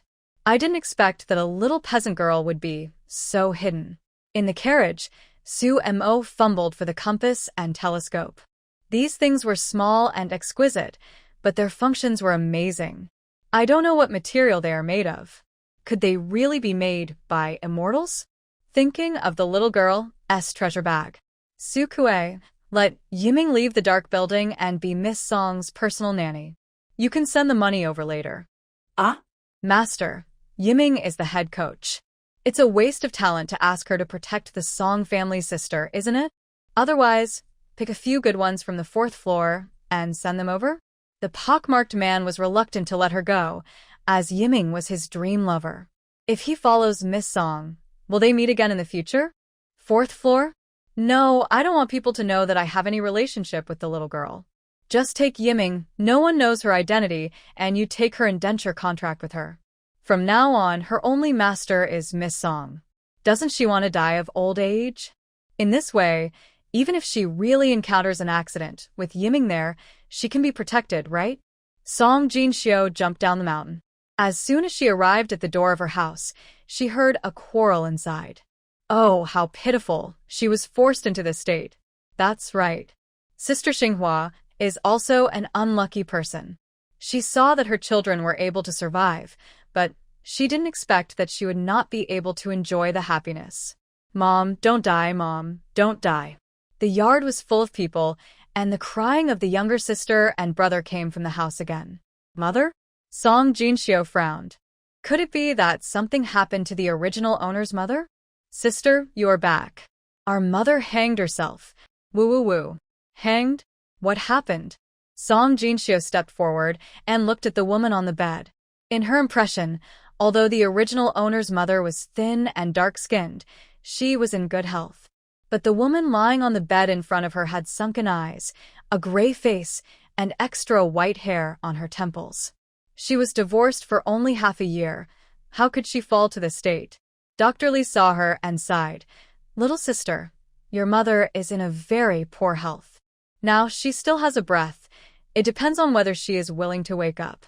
He didn't become a disciple, so he called this guy little sister just for fun? But now Song Jinxiu didn't have time to care about these things. Song Chunxing said, Jinxiu, mother refuses to take medicine. What should I do? Refusing to take medicine. Does this mean she doesn't want to live? Song Jinxiu asked in a deep voice. What's going on? It turned out that after Tian Xinghua was divorced and sent back to her parents' home, her vicious stepmother sold her to Zhang Bangchue, a hunter who fled from the mountains. Zhang Bongchue's family fled from famine and settled in Toad Village. There were only two of them, mother and daughter, living in a thatched house on the mountain. They had no land and made a living by hunting. But Zhang Bongchue was weak and could barely make a living by hunting. It took 10 years for the mother and daughter to save 5 taels of silver from their teeth. They bought a daughter-in-law and naturally kept a close eye on her, fearing that she would run away. Tian Xinghua was powerless to resist and could only accept her fate and live a life of hunger and fullness with Zhang Bongchue.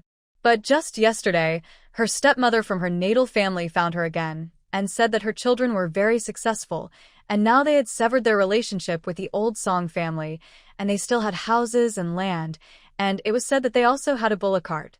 The stepmother asked her to go back to find the children. Looking at the calculation in her stepmother's eyes, Tian Xinghua secretly hated her. She could live with humiliation and burdens just because she was worried about the children, thinking that one day she would know the news of the children.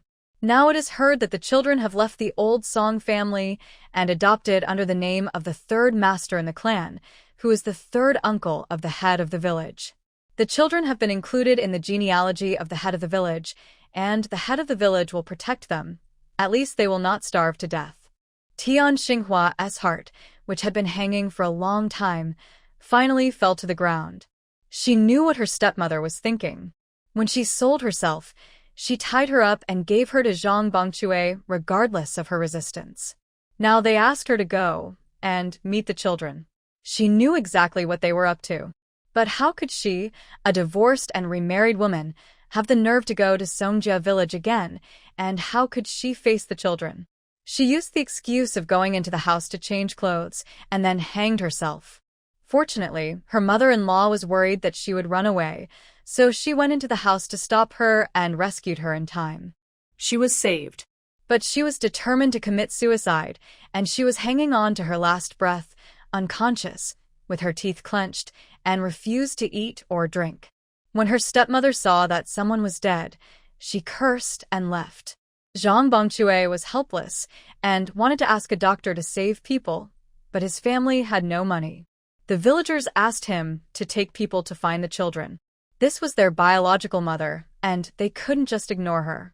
Song Chunsheng was naturally nervous when he saw his half-dead mother and asked someone to find a doctor. It happened that Dr. Shaoli was practicing medicine nearby, so he asked him to come. At this time, Song Chunsheng's eyes were red, and he choked up and said, "Yesterday, Fuchuan and I went to the farm to check on the crops. We ran into my uncle and learned that mother had remarried. I said I would discuss with you when to go to see her, but I didn't expect." Song Jinxiu looked at the man named Zhang Bongchue, who was squatting in the corner with his head in his hands. This man was in rags, even worse than when they left the old Song family with nothing. He looked like a beggar. Song Jinxiu waved her hand. "Brother, take them all out. I want to talk to mother." After everyone went out, Song Jinxiu sat on the bed and said softly, "Mom, are you afraid of causing trouble for us? Don't worry, now that we are adopted, we have nothing to do with the old Song family. Now we have built a new house and bought land. Let alone supporting mother, we can also support the mother and son of the Zhang family."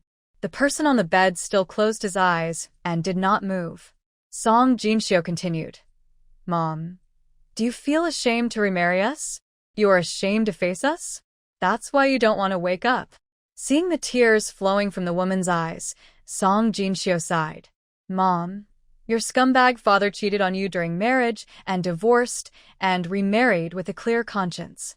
Isn't it natural for you to divorce and remarry? There is nothing to be ashamed of. If you don't like this idiot, we will divorce him. You will live with us in the future. If you want to remarry, we can take our time to choose. It is not impossible to pick a good one to marry into our family." Cough, cough, cough. The person on the bed finally couldn't listen anymore. Tian Xinghua opened her eyes and said weakly, "What nonsense are you talking about, kid?" "Oh, forget it. I am worried without my mother watching over me. How can this child have such outrageous ideas? Without the guidance of adults, what will she be like? If she died like this, wouldn't the children grow up to be weeds without the guidance of adults?" Song Jinxiu smiled, Brother, Jinfeng, get some food for mom. Song Jinfeng and Qiusheng fed Tian Xinghua. In the East Wing, Song Chunsheng and Song Jinxiu sat on stools, looking at Zhang Bangchue, who was squatting on the ground uncomfortably. Song Chuanqing's face was livid, and he didn't want to look at the man. Mom remarried, and this man should be their stepfather. But this man was thin and petite, with dark and rough skin, red eyes and a bad nose, and he was too ugly. Didn't you see that everyone in the village laughed at their mother today? Song Jinxiu was calm. No matter what this man was like, being able to send her mother here was like saving her mother's life. She glanced at the man, pointed to the stool beside her, and said, "Uncle, don't be nervous. Sit down and talk." No, I'm fine like this, fine." Zhang Bangchue's heart was pounding. He didn't expect that the homes of Xinghua's children were like this. Look at this new house. It's better than the houses of the landlords in their village. It seems that he can't keep his wife. Forget it. Don't let others chase her away. You can go by yourself. Thinking of this, he wiped his face, stood up, and said, "Is your mother okay? If she is, let us go now." Song Chunsheng asked dissatisfiedly, "Why? You still want to take her away?" Zhang Bangchue glanced at Song Chunsheng and asked tentatively, "Can I take her away?" Song Chunsheng said imposingly, "Of course not." Zhang Bangchue smiled bitterly. "I knew it, forget it. She is also a pitiful person, as long as you treat her well." As he said, he turned around and prepared to go out. Song Chunsheng and Song Jinxiu looked at each other. They breathed a sigh of relief at the same time. They were really afraid that this man would take their mother away. Although they would never let their mother leave at this time, it would not look good if they made a fuss, right? Zhang Bangchue took 2 steps and turned back to ask, "Where is Erguzi who came with me?" "Let us go back now." Song Chunsheng frowned. "The man driving the ox cart? Didn't he leave?" "Ah? Gone?" Zhang Bangchue looked at the dark sky. He was traveling alone at night. To return to Toad Village, he would have to walk all night. The problem was that he was in a hurry when he came here and didn't remember the route. How could he walk back in the dark? He hesitated, fumbled in his sleeves for a long time, and took out 5 copper coins. "Can I stay here for one night? It's dark and I don't remember the way." Looking at the 5 copper coins in his hand, Song Jinxiu took them and smiled. "Uncle, stay here first and we'll talk tomorrow," she said, motioning her brother to take the people down to rest. Seeing her brother reluctantly taking the man away, Song Jinxiu fumbled for the copper coins in her hand. Although Zhang Bangchue didn't look like a bad guy, forget it. Whether Zhang Bangchue was honest or cunning, it was not easy to tell at once. "Let's talk about it tomorrow. The decision on whether this man stays or leaves is up to my mother." After returning to the main hall, I fed Tian Xinghua some water soaked in Bodhi leaves, settled her down, and didn't say a word that night. The next day, Tian Xinghua obviously had strength again. She even managed to get up and made breakfast with her little girl. She looked at the stove made of blue bricks and couldn't help but feel heartbroken. These children really didn't know how to live. Whose stove was made of blue bricks? How much money did it cost? Is this all your sister's idea? This child, even if she has a little money, she can't be so extravagant? Seeing that her mother was dissatisfied with her sister, Song Jinfeng hurriedly explained, "Mom, my sister doesn't just have a little money, she has a lot of money. Don't be afraid, our family is not short of money now." Tian Xinghua looked at her little daughter with dissatisfaction. "No matter how much money you have, you can't be so extravagant. As the saying goes, you can't be poor if you eat and wear, but you can't be poor if you plan. You can't learn from your sister." "Oh, mother knows a lot." Song Jinfeng hugged her mother and felt that it was good to have a mother. Even if she scolded herself, it was good. Song Jinxiu got up when she was eating breakfast. After the family had breakfast, Zhang Bangchue said to Tian Xinghua, "You stay here. I have to go. I am worried about my mother being alone at home." Tian Xinghua said, "Okay, I will stay for a few days and then go back. Here is the money for you." As she said that, she took out a handkerchief bag from her body, opened the handkerchief, and there were 20 copper coins inside. "This is what you gave me before. You can take it back. There is no rice at home." No, no, just take it. Although the children are not short of money, it is better to have it in your hand than to give it to the children. Zhang Bongchue said, turned around and left. Song Jinxiu hurriedly said, Uncle, wait a minute. I will ask someone to take you back. Zhang Bongchue hurriedly said, I can walk back, I won't bother you. Song Jinxiu smiled and said, No trouble, I have already greeted the third uncle at the head of the village. He will be here soon in a bullock cart. At this moment, the voice of the third uncle sounded at the door. Chunxing, Jinxiu, have you eaten? Song Jinxiu quickly responded, I've eaten. Third master, we'll leave now. As she said that, she winked at her brother and Song Chunxing said nothing, went into the east wing, picked up a bag of rice and a bag of noodles, and put them on the ox cart. This was what the brother and sister had discussed. This man is now their nominal stepfather. As for whether their mother wants to live with this man, she will have to wait until her mother makes a decision.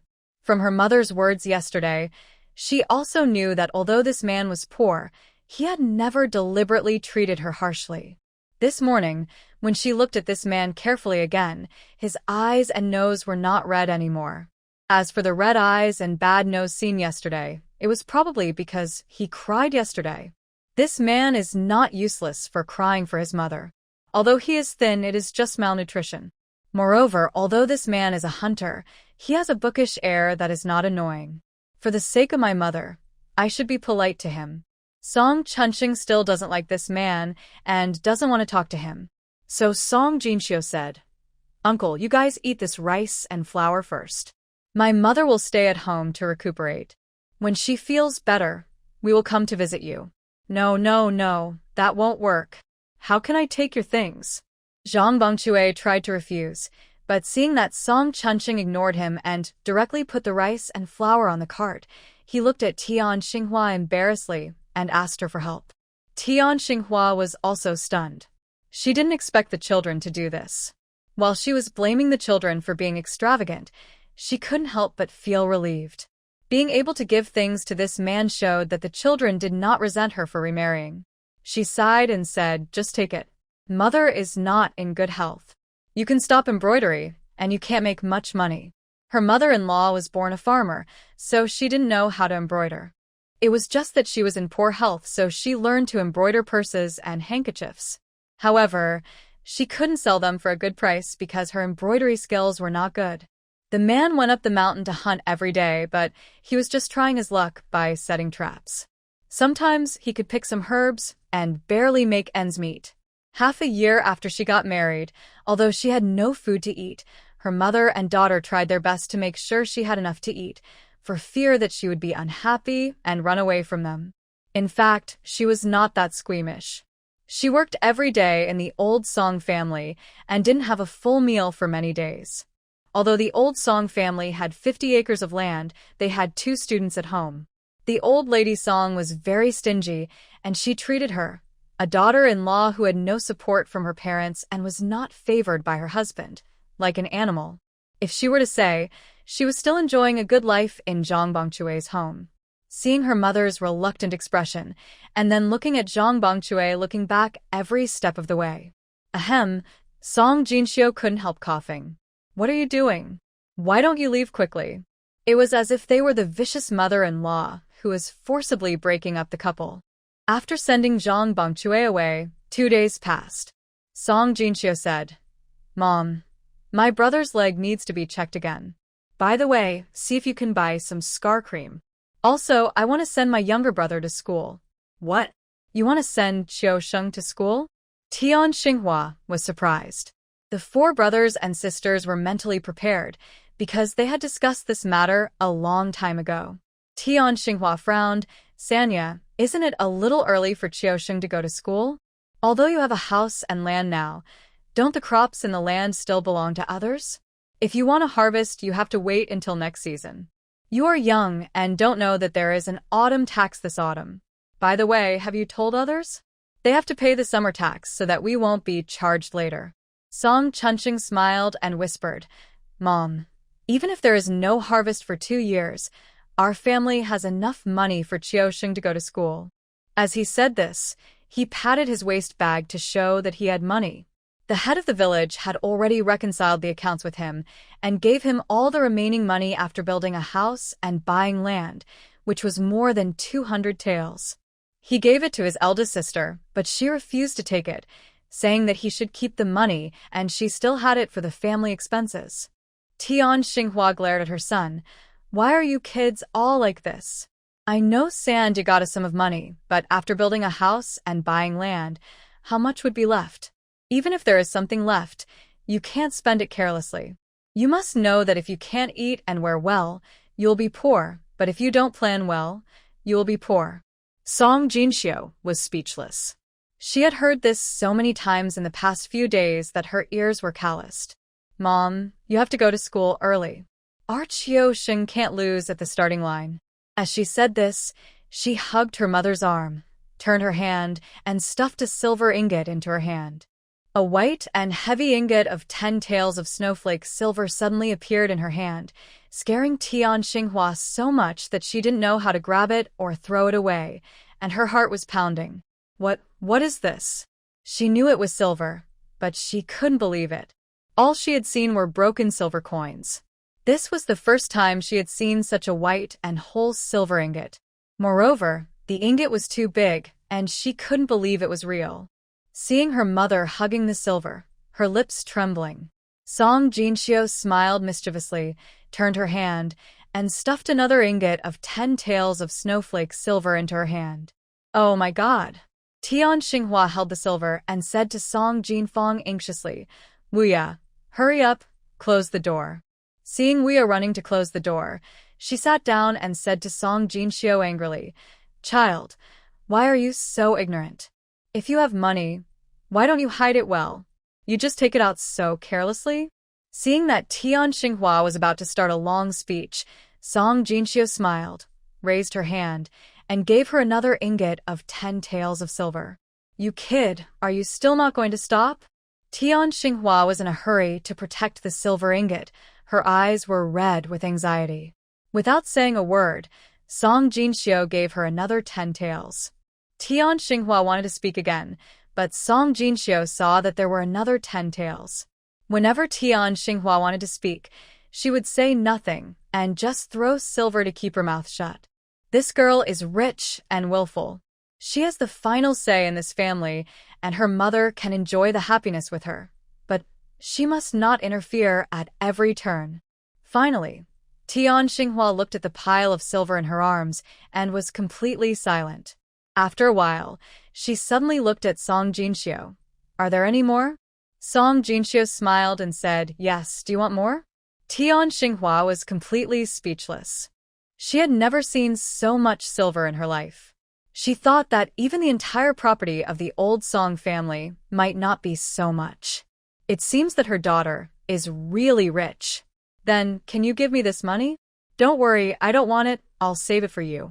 She would definitely not take this money, but she was worried about leaving it in the hands of this girl, because this child was a spendthrift and had no plan.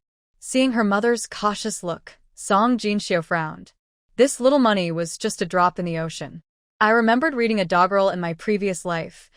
I am short of money, and can't express my feelings.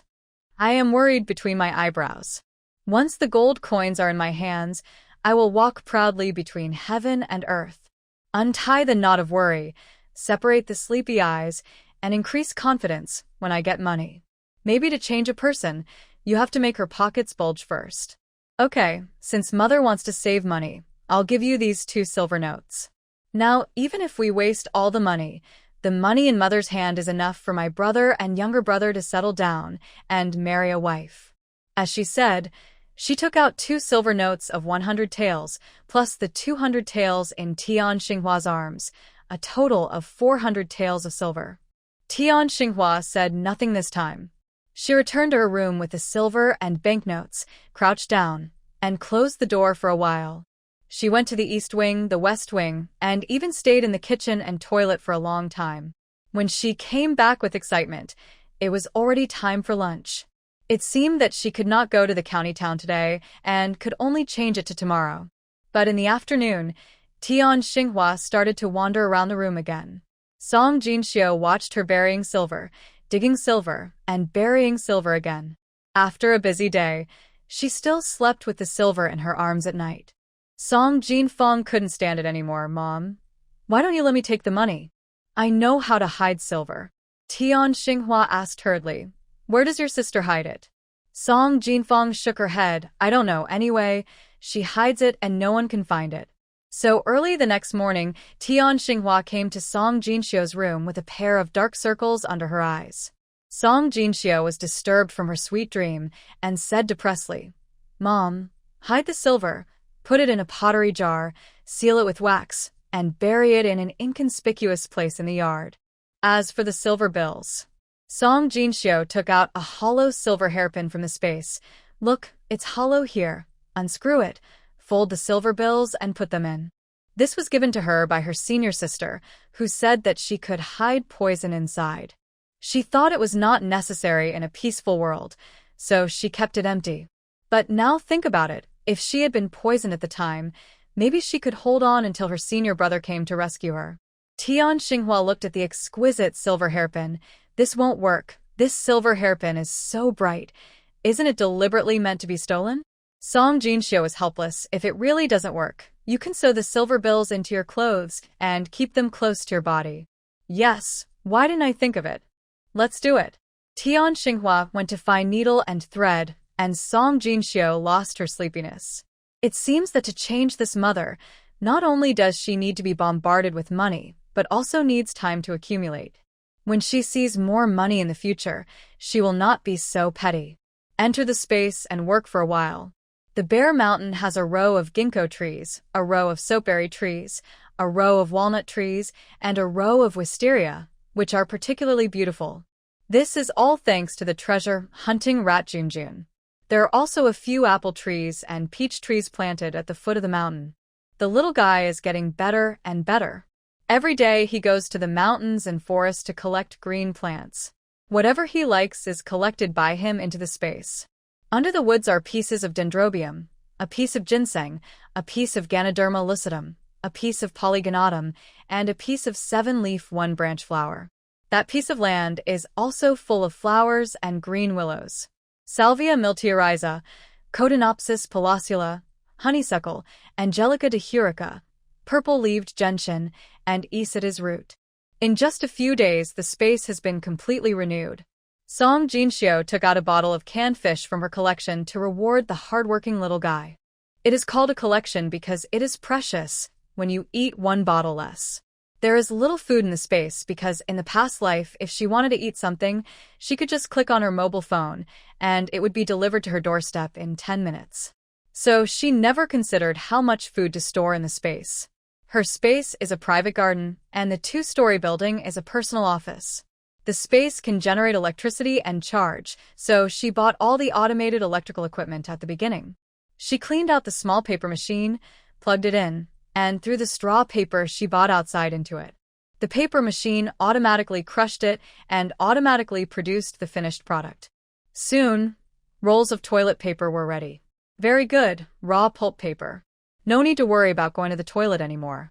Song Jinxio was most grateful for the paper machine she bought on a whim. Adjust the pressure valve. The paper machine can make 5 types of paper. The hardest is cardboard, and the softest is this toilet paper. In the past, she used it occasionally to recycle discarded documents and draft paper. The sketch paper she used was made by this machine. But now, what she wanted to do most was to use toilet paper. Every time she saw her sister collecting leaves to wipe her, she wanted to take out the toilet paper in her space. But this little girl was getting harder and harder to fool.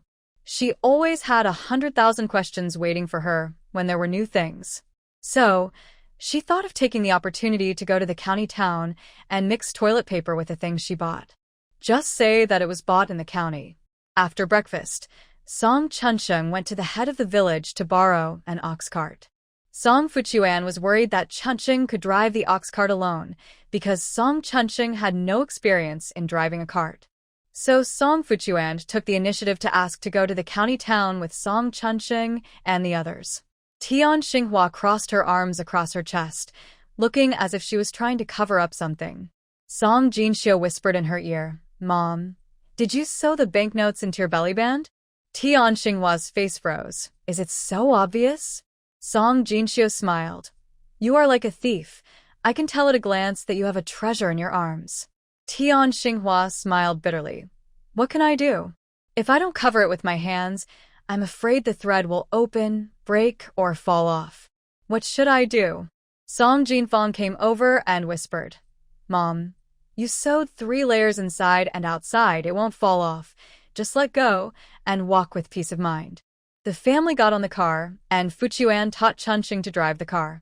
From a distance, they saw several women at the entrance of the village carrying backpacks and 8 bucket baskets waiting for the ox cart of the third uncle. Hey, look, is that Sister Xinghua? Yes, Sister Xinghua changed into new clothes. I couldn't recognize her. Lu Songhua shouted from a distance. Chunxing, Sister Xinghua, where are you going? Ever since Chunxing's leg healed, his family built a house and bought land. Lu Songhua has been thinking about marrying her niece to Chunxing. So every time she sees Chunxing, she is very enthusiastic. Where else can she go? She is a resident of Toad Village now, so of course she will go back to Toad Village, right, Lao San's family? The person who answered was Qian Dia, the wife of Song Erju. At this point, she covered her big yellow teeth and smiled artificially. Oh, look at me. I'm talking nonsense. I can't call you the third brother's family anymore. The third brother in our family doesn't want you anymore. I'd better call you Sister Xinghua. Tian Xinghua's eyes were dim, and she was ashamed and angry. She forced a smile and said, Second sister-in-law, Sister Songhua, are you waiting for the bus? Although she hated the Song family and her children had left that family, she didn't have the confidence to argue in front of these people. After all, it was a shameful fact that she was divorced and remarried. She didn't want to make a scene. She was even more afraid that if the scene got out of hand, she and her children would be embarrassed. Qian Dia curled her lips. Oh, you still call me second sister-in-law? I have no face to respond if you dare to call me that. If my third brother's wife, who is so delicate, gets to know about it, she will be so jealous that my third brother will be heartbroken. Qian Dia got jealous when she saw this family. If she were to say, those who were kicked out of the family should be poor and beg for mercy on their knees, but she still looked down on them, ridiculed them, and refused to help them, making them regret it to death.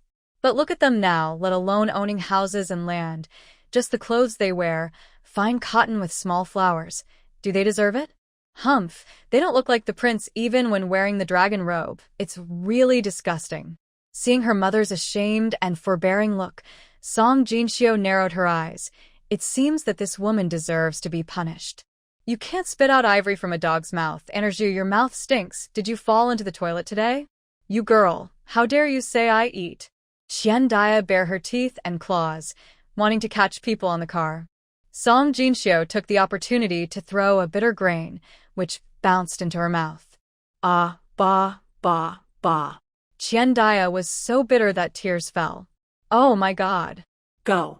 Song Chunxing raised his whip and whipped it. The tip of the whip sounded right next to Qian Dia's ears, scaring her so much that she quickly stepped back. When she came to her senses, Song Chunxing had already passed by with the ox cart. When she started to scold again, Song Fuchuan turned around and said, Aunt Erju, if you keep talking dirty, I will tell my grandfather that you are not trustworthy.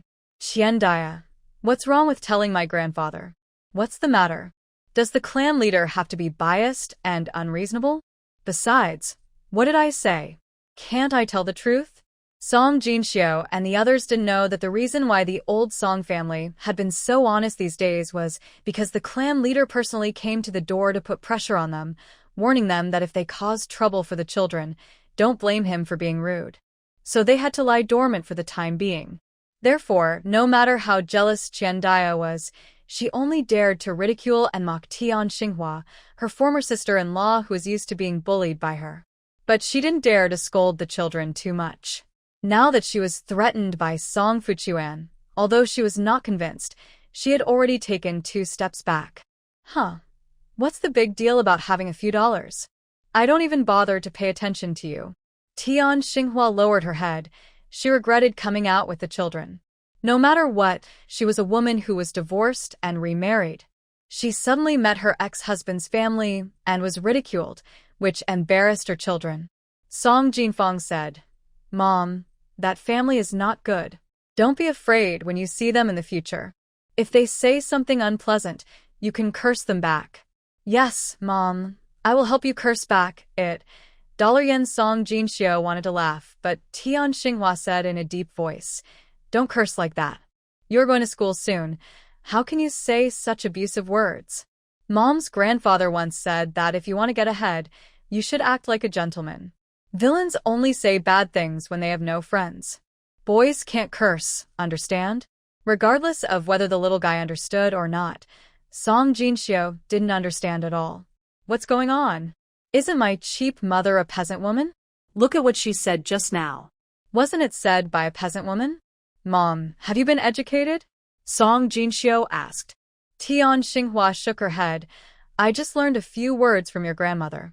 But when mother was little, she followed her grandfather and recited the rules for women. Are you proud of reciting the rules for women? You know that Ban Zhao, who wrote the rules for women, was a hypocrite who said one thing and did another. She was a female emperoress teacher and was made a marquis and a prime minister with a glorious life. She participated in politics and competed with men, but she wrote the rules for women to restrict others. A book of rules that teaches women to support their husbands and children and not to compete with men for the world. Women regard it as the golden rule. Tian Xinghua stroked her hair and said, "Why don't you take advantage of the free time now and let mother teach you to recite the rules for women? Girls who are well-educated and well-mannered will." No.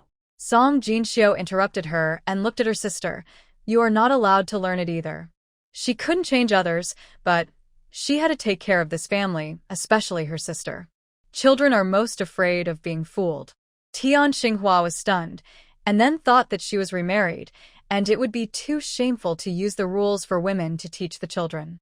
Seeing her mother in a bad mood, Song Jinfang hurriedly said, "Mom, what does Grandma look like? I have no impression of her." Tian Xinghua sighed and said sadly, "Your grandma left early." It turned out that Grandma was a talented woman, but unfortunately, she only gave birth to a daughter, the stepmother. The talented woman was well-educated and well-mannered, and she was a woman of virtue. She was childless at the age of 30. After taking a concubine for her husband, the concubine gave birth to 3 sons in a row. The mother relied on her sons to gain status and squeezed out the wife. Grandma carefully selected the Song family for her precious daughter. Song Sanju was young and handsome, and the Song family was rich and healthy. Grandma was quite satisfied. However, after the stepmother got married, Grandma was bedridden and passed away 4 or 5 years later. The concubine was promoted to the stepmother of the stepmother. That year, she went back to her parents' home during the spring festival, but she was late because of the snow. From then on, the stepmother accused the stepmother of being unfilial and making her parents wait in the snow, and they stopped communicating from then on. This also led to the reason why the old Song family bullied her for not having her natal family's support and beat and scolded her at will. What a bloody plot. Song Jinxiu rubbed her fingers. What should she do if she suddenly wanted to pinch someone? What dynasty did she travel to? There was no Ma Fei San, but there was female rings. How nice it would be if she traveled to a society where women were superior. No, she had to teach her stepmother a lesson. Mom, if you ask me, to deal with that kind of, you have to scold her until she is at a loss. And there is also Grandma. Why take a concubine? What's wrong with a daughter? As long as you live happily, it's fine. At worst, you can recruit a son-in-law to live with you, and you can also support yourself in your old age, right? What do you know? Without a son, wouldn't our Tian family be extinct? And if we recruit a son-in-law, which good son would be willing to be a son-in-law? It's hard to say. Things are in the hands of people, right? Look at your scumbag father. He seemed like a good man at the beginning, right? Grandma picked him carefully, and in the end... Tian Xinghua was speechless by her daughter.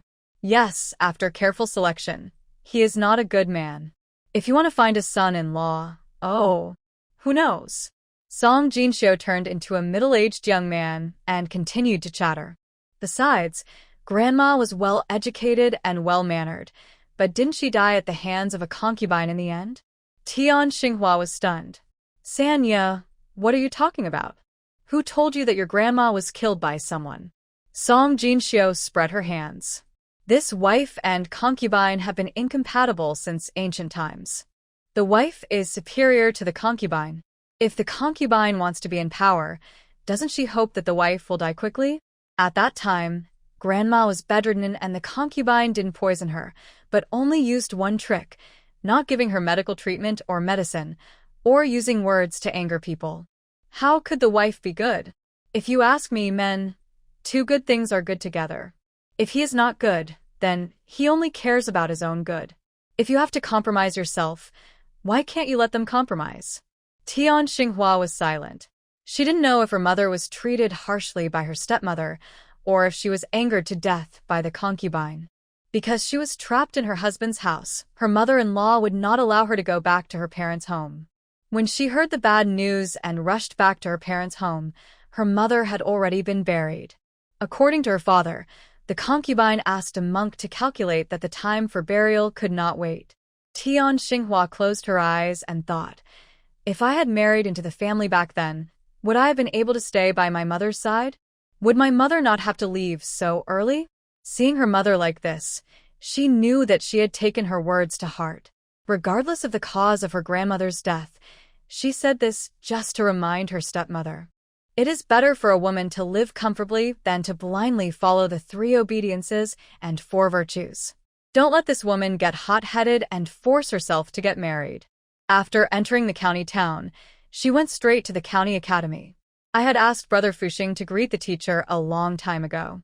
When she arrived at the gate of the academy, Song Fuxing was already waiting there, as were Song Dalong and Song Erling. What's going on? Aunt, Chunxing, Jinxiu, Jinfeng, Qiusheng, Quan, you are here. Song Fuxing saw them, came over with a smile and carried Qiusheng out of the car.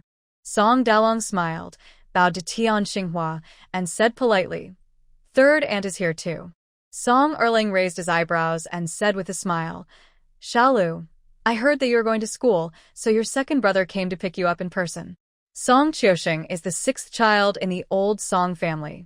Song Jinxiu's family was confused. What's going on? Why are these 2 people here? What do they want to do? Song Chunxing couldn't help but frown and asked, What are you 2 doing here? Song Fuxing lowered his voice helplessly. I was talking to the teacher, and they heard it, and they had to come to pick you up. Then he glanced at Song Erling and said, Be careful, I suspect they have bad intentions. Song Jinxiu, is there any need to say that? They definitely have bad intentions. Brother Fuxing, is Qiusheng's enlightenment with you? If they are together, it doesn't matter if he can't go to the county school, so that Qiusheng won't be led astray by these 2 people. To be honest, the old Song family members all have character problems. My brother and sister may have been neglected by them and missed out on education, so they escaped the spiritual harm. Song Fuxing shook his head. Not together. They are in the east courtyard, and we are in the west courtyard. Not together. Are these 2 people deliberately coming to make trouble? Song Fuxing looked at Song Dalong and Song Erling again with concern. They grew up together, and he knew these 2 people too well. Song Dalong is a man who cares about his reputation. He is always proud of his status. His status as a student and the elder brother makes him feel superior to others. He will not ruin Xiao Qiusheng's entrance examination. It's hard to say about Song Erling. This guy is full of bad water and cruel. Song Fuxing whispered to Xiao Qiusheng, When you see the teacher later, you only need to look at my eyes and ignore others. Song Qiusheng nodded obediently. Brother Fuxing, is the teacher scary? The teacher is not scary, but he is cannibalistic. Song Erling said with a grin. Song Jinxiu stared at Song Erling. They just had a fight. This one suffered a loss, so he came here to find a fight? Brother, are there other schools in our county? Yes, but only this one is the county school. It means public schools. Song Jinxiu didn't know much about this dynasty, and didn't know if there was any difference between public schools and private schools. Is the teaching staff here stronger? but it's okay. If Song Erling ruins the opportunity here, then he can go to school somewhere else. As long as he has money, he can go to the capital. As for Song Dalong, Song Erling has been at odds with him since the last quarrel. He is always sarcastic and hypocritical to his elder brother. When Song Erlang's uncle serves food in the school cafeteria, he deliberately deducts money from him, which makes him feel miserable. At first, the family planned to let him study alone, but Song Erling cried and made a fuss, saying that his father was the one who made the most money in the family. If he was not allowed to go to school, he would not let his father make money. The second uncle was extremely partial to this eldest son. If he said not to let him go, the second uncle really couldn't bear to let him go. The grandparents had no choice but to compromise and grit their teeth to let both of them enter the school. Humph. He took away half of his tuition and secretly did bad things. He would have to talk to Grandpa about this matter when he returned home on holiday. He turned his back, ignored Song Erling, and looked at Song Chio-shung with a smile that he thought was gentle. He had not paid much attention to this Shalu before, but he did not expect that he would look so presentable in new clothes. It was said that Sanya got some extra money, built a house, bought land, and even had money to support Chio-shung to go to school. How much money did she get? As far as he knew, his family lived frugally, and the harvest from 50 acres of land, plus the monthly allowance from his second and fourth uncles, was enough to barely support him and Erling to go to school. It seemed that these brothers and sisters had made a fortune. Thinking of these inconspicuous children, they actually got so much money, which made him jealous and unable to sleep. If the relationship was not severed, wouldn't Sanya's money belong to the old Song family? And the money of the old Song family was all his. With this money, he would not have to be short of money and be laughed at when he attended a class reunion. And Master Fong's daughter, would she be able to look at him more, right? Tossing and turning, thinking over and over, he thought of a way to start with Xiao Chio-shung. That is, to win over Xiao Chio-shung with family affection, especially to win him over with the third uncle. What's the point of saying that the relationship is broken or not? How can there be an overnight hatred between father and son? Besides, children can't leave their parents, and their father is always closer than their brother, right? If Chio-shung can be won over, then Sanya, Wuya. As long as they return to the old Song family, the house, land, and money, won't they all be theirs?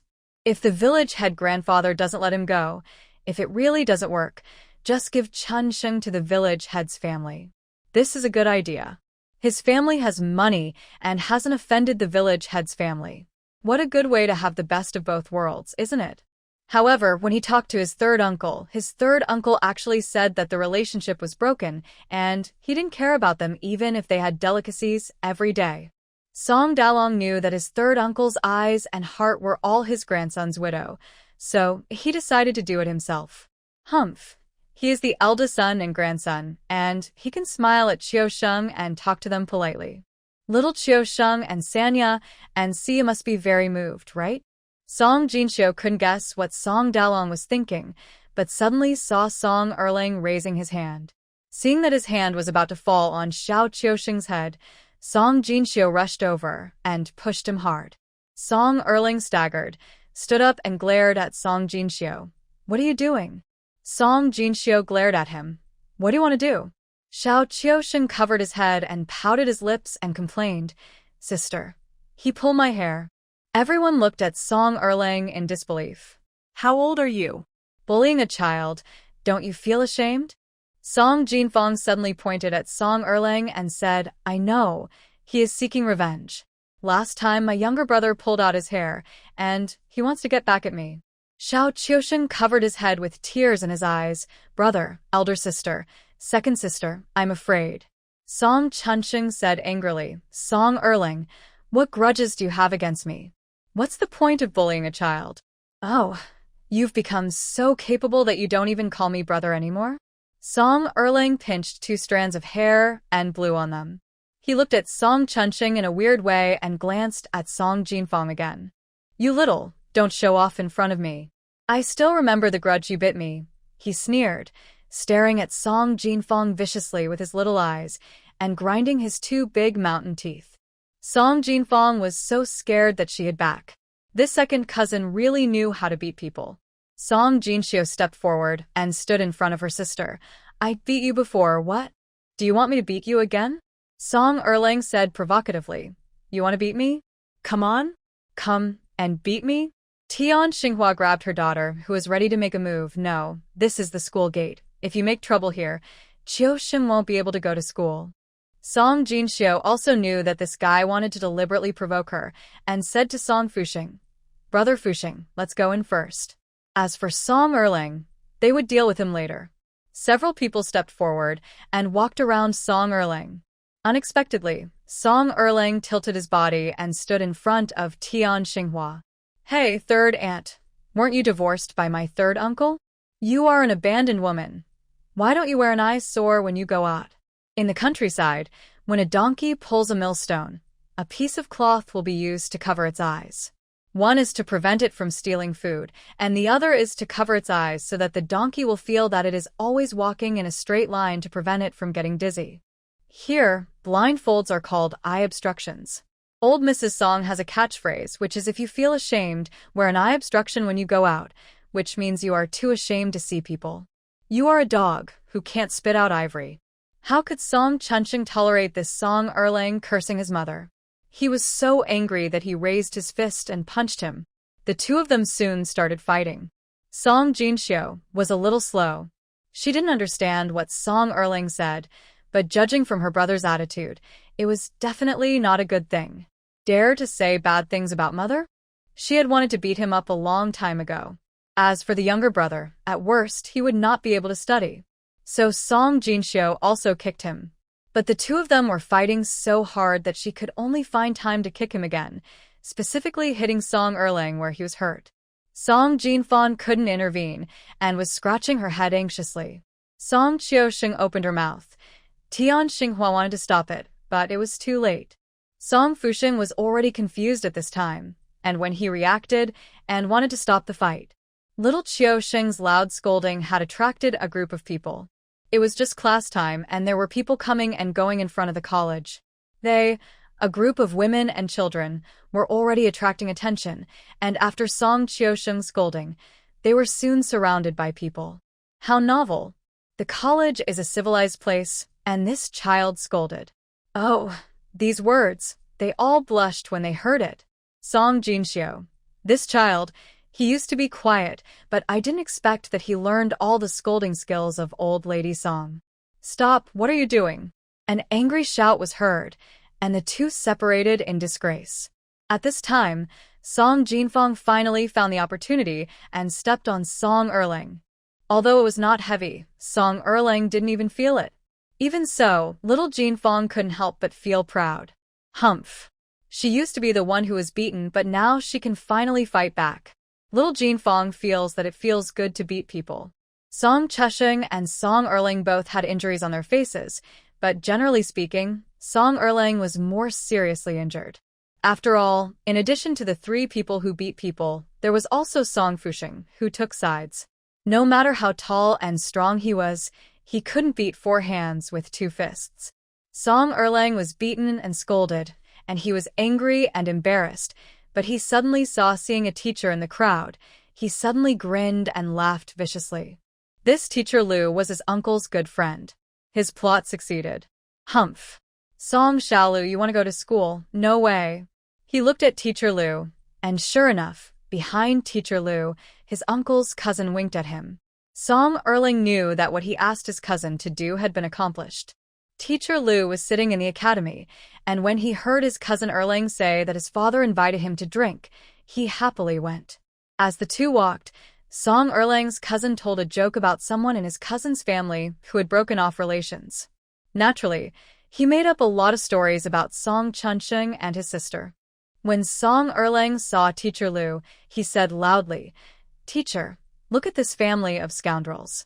They have been expelled from the family, but they are still so arrogant. They ran to the gate of our college to beat people. Our college can't accept such people." Master Lu had just heard what his cousin Song Erlang said. He was extremely displeased with Chunsheng's family, who had severed ties with his parents. Now that he heard that this traitor was here, He snorted coldly. Humph. Of course we can't have him. The people who didn't understand what was going on also began to point fingers. That's right, this kid is so uneducated. How can he say such a lot of things? It shows that this family has poor upbringing. Didn't you hear that he was expelled from the family? If he wasn't very bad, how could he be expelled from the family? That's right. What kind of family is this? Look, a maid in her family dares to hit people, and the child scolds other people's sisters. What kind of words are these? It's really disgusting. Everyone was talking about it. There were students from the academy and passers-by. They all said bad things about them. Song Qiusheng's scolding was indeed harsh. The child grew up until he was 7 years old amidst the scolding of old lady Song. What does a 6 or 7-year-old child know? He naturally learns from adults. He used to be like a little mute in the Song family and didn't speak. Unexpectedly, after the separation of the family, there was no one to suppress him, and he gradually showed some signs of growing up astray. The whole family was caught off guard by him. Song Jinxiu sighed. The child was still young, and it was the time for him to imitate others like a parrot. It seemed that he should be educated well when he returned home. Seeing this, Song Dalong took 2 steps back with his hands behind his back and quietly left the crowd. He came to show goodwill, not to accompany them in embarrassment. He has always adhered to the teachings of his grandfather. When encountering power, stay away from it. When encountering trouble, retreat and avoid it. He looked back at the crowd, turned his head, and walked away with his hands behind his back. When Song Chunxing saw that the teacher was talking to Song Erlang, he quickly explained, "Teacher, we broke off the relationship because we had no other choice." Master Lu snorted coldly. Humph, since ancient times, the father has been the leader of the son. As a child, breaking off relations is a great act of filial piety. It is ridiculous that such an unfilial and unfraternal person still has the nerve to come to school. Tian Xinghua stepped forward, bowed and saluted, begging, "My son is only 7 years old." The severance of relations was caused by the elders in the clan who felt sorry for the children and stepped forward to solve the problem. How can it affect the child's schooling? Master Lu said unhappily, "Who are you?" Song Erlang said quickly, "She is my 3rd uncle's divorced wife, divorced by my 3rd uncle." Master Lu's face suddenly sank, an abandoned woman, without any virtues of a woman, showing her face in public, shameless. She even dares to speak so brazenly at the gate of the academy, which is simply a disgrace to society. Everyone also talked about it, so her mother was divorced? Divorced by her husband's family. It seems that she was not a good one. There is an abandoned woman in our village. It is said that she was divorced because she beat her mother-in-law and refused to let her eat. There is also one in our village. She was caught cheating on a man in bed. Everyone was talking about it, and they looked at Tian Xinghua with contempt and disgust. Tian Xinghua was ashamed and angry. Her lips trembled, her face was pale, and her head was sweating. Song Jinxiu saw that this cheap mother was about to faint. She quickly pulled a piece of mint leaf from the space and put it in her mouth. She said loudly, "Mother, you are upright and do things properly. Don't take those vicious words that criticize people without knowing the truth to heart. There are such teachers here who make arbitrary judgments without knowing the whole story. It's better not to go to this school. I'm afraid that my younger brother will be taught badly by them." When Mr. Lu heard this, he said angrily, "You are a young boy, a rotten wood that cannot be carved, and you even want to ruin the reputation of my county school." Bah. If you want a reputation, do you have to ruin other people's reputation? Just at this moment, Xiao Qiusheng's unbearable curse sounded again. Song Jinxiu took a look and found that it was Song Erlang who was cursing with his mouth, deliberately provoking Xiao Qiusheng to curse. This Song Erlang is too bad. Song Jinxiu was helpless about the abuse of her younger brother. She pulled the child, but the child seemed to be red-eyed from cursing. He even slapped his and jumped up to curse. This was exactly a smaller version of old Mrs. Song. Song Jinxiu pulled him again. "Qiusheng, cursing is not good." Xiao Qiusheng was puzzled. "I think it's good. When I curse that old thing, You see his hands trembled, but he couldn't speak. He was so angry that he died. Mr. Liu pointed at them angrily. You are really a group of evil people. You are so young, and you are so outspoken. If such people enter the academy, it will be like a rat spoiling the whole barrel. Get out of here as far as you can.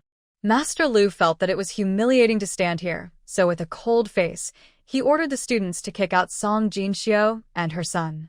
However, his words were of no use, and the students just watched the fun and did not step forward. Song Jinxiu glanced at the crowd and then caught a glimpse of Song Erlang with a smug look on his face. It seemed that if she didn't talk things over today, the reputation of her family would be ruined. Her eyes flickered, and she rubbed her eyes, brewing her emotions, and then she said aggrievedly, "What you students don't know is that Song Erlang is our cousin. In order to support his studies, my grandmother wants to sell me to someone to be buried with him." No way? Which grandparents can be so cruel as to force their granddaughter to die? I don't believe it. I don't know whether the grandparents are cruel or not, but I know Song Erlang. He is narrow-minded and vengeful. He is not a gentleman. Yes, Song Erlang is indeed a villain. Last year, Senior Brother Hao offended him, and he secretly made trouble for Senior Brother Hao several times. Song Jinxiu looked at Song Erlang coldly. Didn't you keep saying that we were expelled from the family? Then let's make a big fuss about this and make it known to everyone, so that everyone knows why we have to break up. Song Erlang glared at her. Get out. Don't dirty the county school. What nonsense was this girl talking about at the gate of the college? Xiaoshen couldn't go to school anyway, and she had to chase them away as soon as possible to succeed in her plan. Song Jinxiu had a sad face. Look, everyone, this is our cousin, and I didn't want to be sold by them for money, but he didn't care about family affection at all. Not only did he target us for everything, but he also ruined our reputation everywhere. Song Erlang retorted, "You're talking nonsense. The dying old man was found by your stepmother, and it was your grandparents who decided to sell you. What does it have to do with me?" Everyone was in an uproar. I thought it was just this girl talking nonsense, but it turns out to be true. Listen to what Song Erlang said. This little girl was indeed sold by her grandparents to be buried with someone. This is too cruel. How old is this child? Just watch her being buried with someone? It's unbelievable. TSK, didn't you hear what he said? Stepmother. There is already a stepmother. What else is impossible? Yes, with a stepmother, our cousin bullies us even more. Song Jinxiu covered her face and squeezed out 2 tears. Song Erlang, since you want to play pretend, I'll play with you. Although I've never played it before, it doesn't hurt to try. I was scared to death at that time. I didn't want to die, and my brother didn't want me to die either. He tried his best to protect me. Even the head of our village, the clan leader, and the elders all protected me when they knew about it. In the end, my brother argued with reason, and with the help of the head of the village and the elders, we broke off relations with their family and never had any connection with them again. Because only by completely breaking off relations can we have a chance to survive, right? Are you scared to death? Who wouldn't be scared? Oh, it's so pitiful. Since it was the decision of the head of the village and the elders, it means that even the clan leader and the head of the village couldn't stand it anymore. Humph. Just now Song Erlang swore that they were expelled from the family. What family? It's just that they broke off relations with their family. Didn't I hear that the head of the family was on their side? Song Jinxiu continued. When the relationship was just severed, we had nothing, no roof over our heads, no rice to eat. My brother's leg was broken and it was badly swollen. The Li family clinic said that he had to amputate it. Someone asked curiously, "Hey, why is your brother's leg broken?" Song Jinxiu wiped her tears, pointed at Song Erlang and said, "He broke it by kicking it." Everyone looked at Song Erlang as if he was a villain. Someone asked him, "Song Erlang, aren't you too vicious? They are so pitiful, and you still want to add insult to injury?" Song Erlang. I'm the one being shot again? He said angrily. Duet listened to her nonsense. It was clearly his uncle who broke his brother's leg. Song Jinxiu cried and said, "You are talking nonsense. Your uncle is our biological father. How could he be so cruel as to break his own son's leg?" "That's right. Song Erlang is still a student in the academy?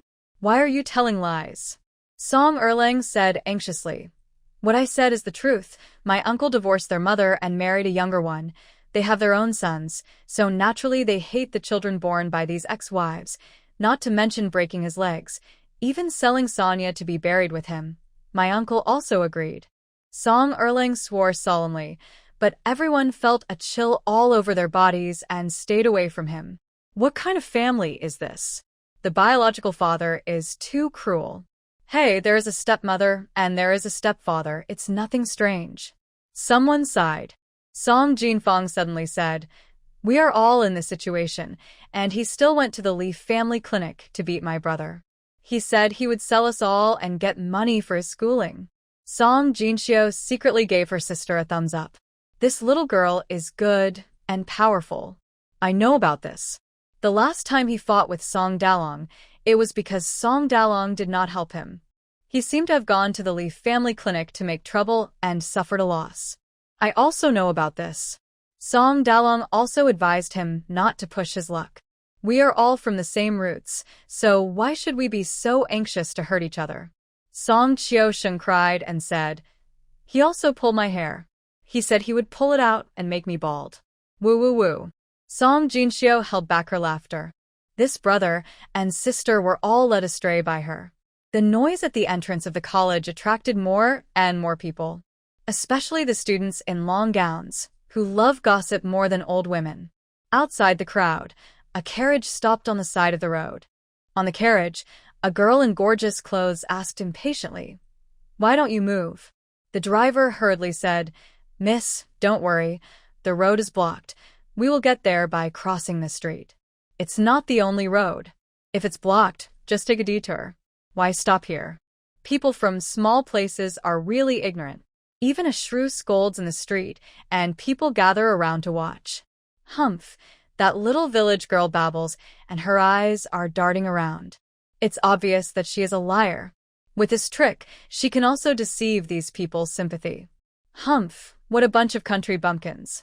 Song Jinxiu didn't know that her poor acting skills had been discovered. Even if she knew, there was nothing she could do. She is not an actor. It is her best effort to deceive most people with half-truths and half-shams. In fact, she wanted to slap people in the face more forcefully. Unfortunately, she can't do it yet. After leaving the gate of the college, the whole family was a little depressed. Originally, they were happy to send Qiusheng to school, but in the end, he didn't even enter the gate of the college. Tian Xinghua couldn't help crying. She thought she would suffer after being divorced and remarried, but she didn't expect that her children would suffer even more because of them. It is said that even a tiger won't eat its own cubs. Song Sanju is really worse than an animal. Mom, don't cry. We won't go to this academy, and it will be the same if we go to a private school. I'm not crying because of this. I regret that I didn't insist on taking you away. You have suffered so much. At the beginning, she learned that Song Sanju and Widow Sun had a 6 or 7-year-old son behind her back. They had been hooking up for so many years, and the whole family knew it, except for her. She was very sad and felt that the sky had fallen. From the first time she saw Song Sanju, she fell in love with this handsome man. They were inseparable in the first 2 years. However, she later found out that this man was just good-looking, but he had too many problems. The first one was laziness. She could still tolerate his laziness. She washed his feet, combed his hair, massaged his back, and tried to do as much housework as possible every day. Who made her man lazy and handsome? At first, the man praised her a few words to make her happy. However, as time went by, these tasks became what she should do. Sometimes when she was tired and worked slowly, she would be scolded by the man, and later by her mother-in-law, and later, the whole family could point fingers at her. At this time, she knew that she was wrong, but she was powerless to resist. Because once she resisted, she would be cursed by her mother-in-law and even beaten by the man. Not only would they beat her, but they would also deduct the children's food to punish her. In order for the children to have a full meal, she could only work hard and never complain. At this time, she realized that this man was not only lazy, but also cold-blooded. He didn't even know how to protect his own children. He was stupid and cold-blooded. So, when the man took out the divorce letter and pushed her out of the house, she even felt lucky to be free. Thinking that without her as a failed mother, the children would at least not be implicated by themselves and could have a full meal. But unexpectedly, Song Sanju, a heartless man, treated her children even more harshly and even wanted to sell Sonia to be buried with her. Song Jinshio comforted her, saying, "Mother, it's all in the past. Are we doing well now?" This stepmother is a contradiction. She was trained to be by her scumbag father, but she is also proud in her bones. Oh. Women are difficult.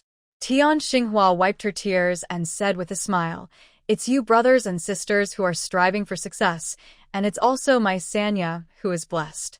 I heard from your brother that you have a master who is a hidden master. If I have the opportunity to meet your master again, I will kowtow to him and thank him. If it weren't for this master who taught my daughter the recipe to save people, how could my daughter save the nobleman and get all this money?" Song Jinfeng corrected her, saying, "Mother, my sister's name is Jinxiu. Don't always call her Sanya." Tian Xinghua said helplessly, "I've called her for so many years, and it's easy to say." The mother and the others were walking on the street, and Song Chunsheng and Song Fuchuan discussed buying a bullock cart. The family still had 40 acres of land. Even if they rented it out to others to grow, they had to keep 2 acres for themselves to grow, so it was imperative to have a bullock cart.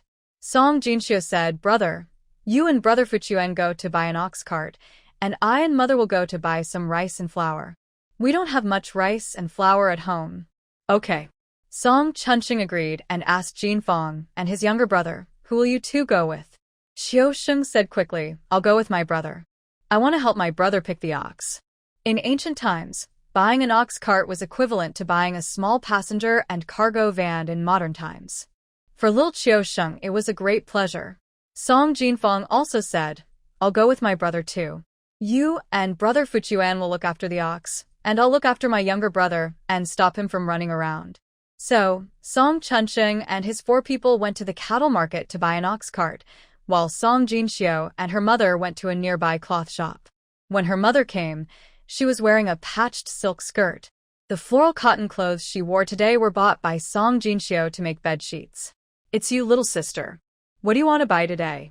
The cloth shop owner recognized Song Jinxiu, who told her to pick the best things when buying things, not bargaining and paying very generously. In modern terms, she is a fool and rich. In Tian Xinghua's terms, she is a spendthrift. But Song Jinxiu is such a person. In her previous life, she had no concept of money. She only looked at the number when spending money and scanned it with her mobile phone. In this life, she is not worried about money so far. She spends money as she pleases and picks the best. "Sanya, this cloth is too expensive. Buy less. Mom will only make you 1 set of clothes. Mom can wear coarse cloth. And your brother, it doesn't matter if he works in the fields, as long as it's sturdy. Mom, let's buy more fine cotton cloth and make 2 long gowns for my younger brother." Song Jinxiu pointed to the moon-white and indigo-blue fine cotton cloth and said to the proprietress, "2 pieces of each of these, and this one with white flowers on a blue background is also very beautiful. 2 pieces, and this. Tian Xinghua, I don't want this one. 1 piece of this one will be fine." "How much is this one?" "Wait a minute, let's agree on the price first, and then move." "Oh, don't worry, sister-in-law. If you order a large quantity, there will be a discount." Tian Xinghua stopped her while the proprietress happily told the waiter to put the cloth that Song Jinxiu had picked on the other side. Finally, Song Jinxiu symbolically said, "Can you give me a discount? If it's too expensive, I won't come to your house to buy next time." "Don't worry, little sister. I will give you the lowest price." The proprietress smiled. Song Jinxiu smiled. As long as the price is fair, she doesn't bargain and she is not short of money, but she doesn't want to be a sucker. Such scenes appeared in the rice shop and the oil mill. Coming out of the blacksmith shop, Tian Xinghua was numb. She looked at her eldest daughter with a sad face. This child scatters money like scattering leaves. What can she do? The problem is that making money is not like sweeping leaves. Who can afford to support such a lavish child? Hey, mother, I don't spend your money. Why are you frowning? Be happy, okay? Tian Xinhua grinned. She couldn't be happy. Song Jinxiu sighed, rolled her eyes, pulled Tian Xinhua aside, and whispered, Mom, I went to the mountains yesterday and found a ginseng field. There are 7 or 8 trees. I dug 2, and we went to the medicine shop to sell them. The money will be shared by everyone. How about we each take half? Tian Xinhua looked at the ginseng stuffed in her hand and followed her daughter into the Huimin Medical Clinic with a heavy head and light feet. The ginseng is all 50 years old. Good quality, fresh. Huimin Medical Clinic buys it for 300 taels apiece. A total of 600 taels. 50 years old. Even Song Jinxiu was surprised. She only thought that the space was suitable for growing medicinal materials, and the ginseng grew well. It was plump in just 1 month. I didn't expect it to be 50 years old. Looking at the ginseng field that spread over 70 or 80 square meters in the space, and then looking at those Ganoderma lucidum, Polygonum multiflorum. I did nothing, but I was lying flat on the space herbs. I lived in vain in my previous life. Even if I buried myself in a sea of flowers, it would not be as shocking as this ginseng. However, she still likes flowers. Why not buy all the vacant land in front of and behind the house and plant fresh flowers for all seasons, which would be quite beautiful? Yes, let's do that when we get back. Song Jinxiu spent another 20 taels to buy some rare medicinal seeds. Ever since she saw the ginseng, Tian Xinhua has been dizzy. With 300 taels of silver in her arms, she walked for several steps before she came back to her senses. She could see that the eldest daughter was a little magical, and this fortune from heaven was no joke. Show her, if you have any good things in the future, keep them to yourself and don't take them out. Mother is afraid that if you do this to her a few more times, her heart will not be able to bear it. Don't think she didn't see it. The girl did it on purpose. She deliberately threw money at her to make her shut up. Tian Xinhua touched her chest, but the feeling of being thrown money was really good. She said and looked at Song Jinxiu again. In the future, you can buy whatever you want and mother won't care. Song Jinxiu hurriedly smiled and said, Okay, then let's go to the dental shop. I want to buy a book boy for my younger brother. Burp. Tian Xinhua was disheveled again. Tian Xinhua, disheveled in the wind, started to walk again, and didn't even hear someone calling her from behind. Song Jinxiu looked at the excited old woman and the stunned man. She pulled her mother. Mom, it's Uncle Bongchui. Tian Xinhua was stunned for a moment, and then she saw her current husband and mother-in-law. The old woman pulled her excitedly and asked nervously, Xinhua, when are you going home? Let me tell you, there is white flour at home now, and I'm saving it for you. Song Jinxiu smiled and glanced at Zhang Bongchui, nodded and greeted him. Zhang Bongchui was ashamed. The flour was given by someone else's children. He didn't explain it clearly when he got home, so his mother thought he had found a job copying books to earn it. Now she said this in front of someone else's children. She felt really ashamed. Tian Xinhua said embarrassedly, I will stay for 2 days and then go back. She is with the children again now. How can she bear to leave the children and go back to Toad Village? Although Chunxing is the eldest brother, he is not yet married, so she has to find a girl for him. Jinxiu is now like a rich young man, spending money lavishly, but she is still worried. Jinfeng is sensible, but washing, cooking, sewing, and mending at home and outside can't be left to a 9-year-old child, right? Thinking of this, she couldn't help but look at her eldest daughter again. This child only knew how to go up the mountain to pick pig grass at the old Song family, and she couldn't even do needlework, not as good as Jinfeng. Thinking about it, teaching the eldest daughter to knit and embroidery is even more worrying. And the youngest son. These days, Xiao Qiusheng has to be watched by her before he can fall asleep. How can she leave all this? Tian Xinhua smiled bitterly. Mom, can I stay a few more days? Okay, you can stay as long as you want. Don't worry, I'll save the flour for you. The old woman tried to please him carefully. As she spoke, she whispered, there is still half a bag of rice. Bongchui wanted to sell it all, but I secretly saved some for you. Cough, cough, cough. As the old woman spoke, she started to cough. Zhang Bongchue blushed with shame and didn't dare to look at Song Jinxiu. He was so embarrassed in front of other people's children. While stroking the old woman's back, he explained in a low voice, "I just sold it because I was getting medicine for my mother." Tian Xinghua looked at the medicine bag in his hand, gritted her teeth, and said, "Then I'll go back tomorrow. The mother-in-law is ill, and the daughter-in-law should take care of the sick. At most, she can stay at home for a few days and then come back when the mother-in-law recovers." Now that she has the support of her children, she thinks that the mother and daughter will no longer watch her, afraid that she will run away, right? Song Jinxiu finally couldn't stand it anymore. "Who are the family showing the deep love between you and me and the mother-in-law and daughter-in-law for?" "Well, mother, since your mother-in-law is ill, don't leave. Let's go back to Songjia village together later, so you don't have to run back and forth." Zhang Bongchue hurriedly shook his head. No, Song Jinxiu glanced at him. "Is there anything else that you can't let go of in your family?" Zhang Bongchue, "No, it's just what can't be put down in a thatched house. It's just that a gentleman does what he should do, and what he shouldn't do. He is a stepfather, and he drags his family and his mother to live in someone else's child's house. How can this be allowed?" Song Jinxiu said seriously, "Uncle, my mother won't go with you, and your mother is sick. In order to fulfill my mother's filial piety, then uncle and your mother will stay at my house for a while. Okay? If you don't stay, how can you contact him? If you don't contact him, how can you know what kind of character this man is? If you don't test this man well, how can you feel at ease to marry your mother to him?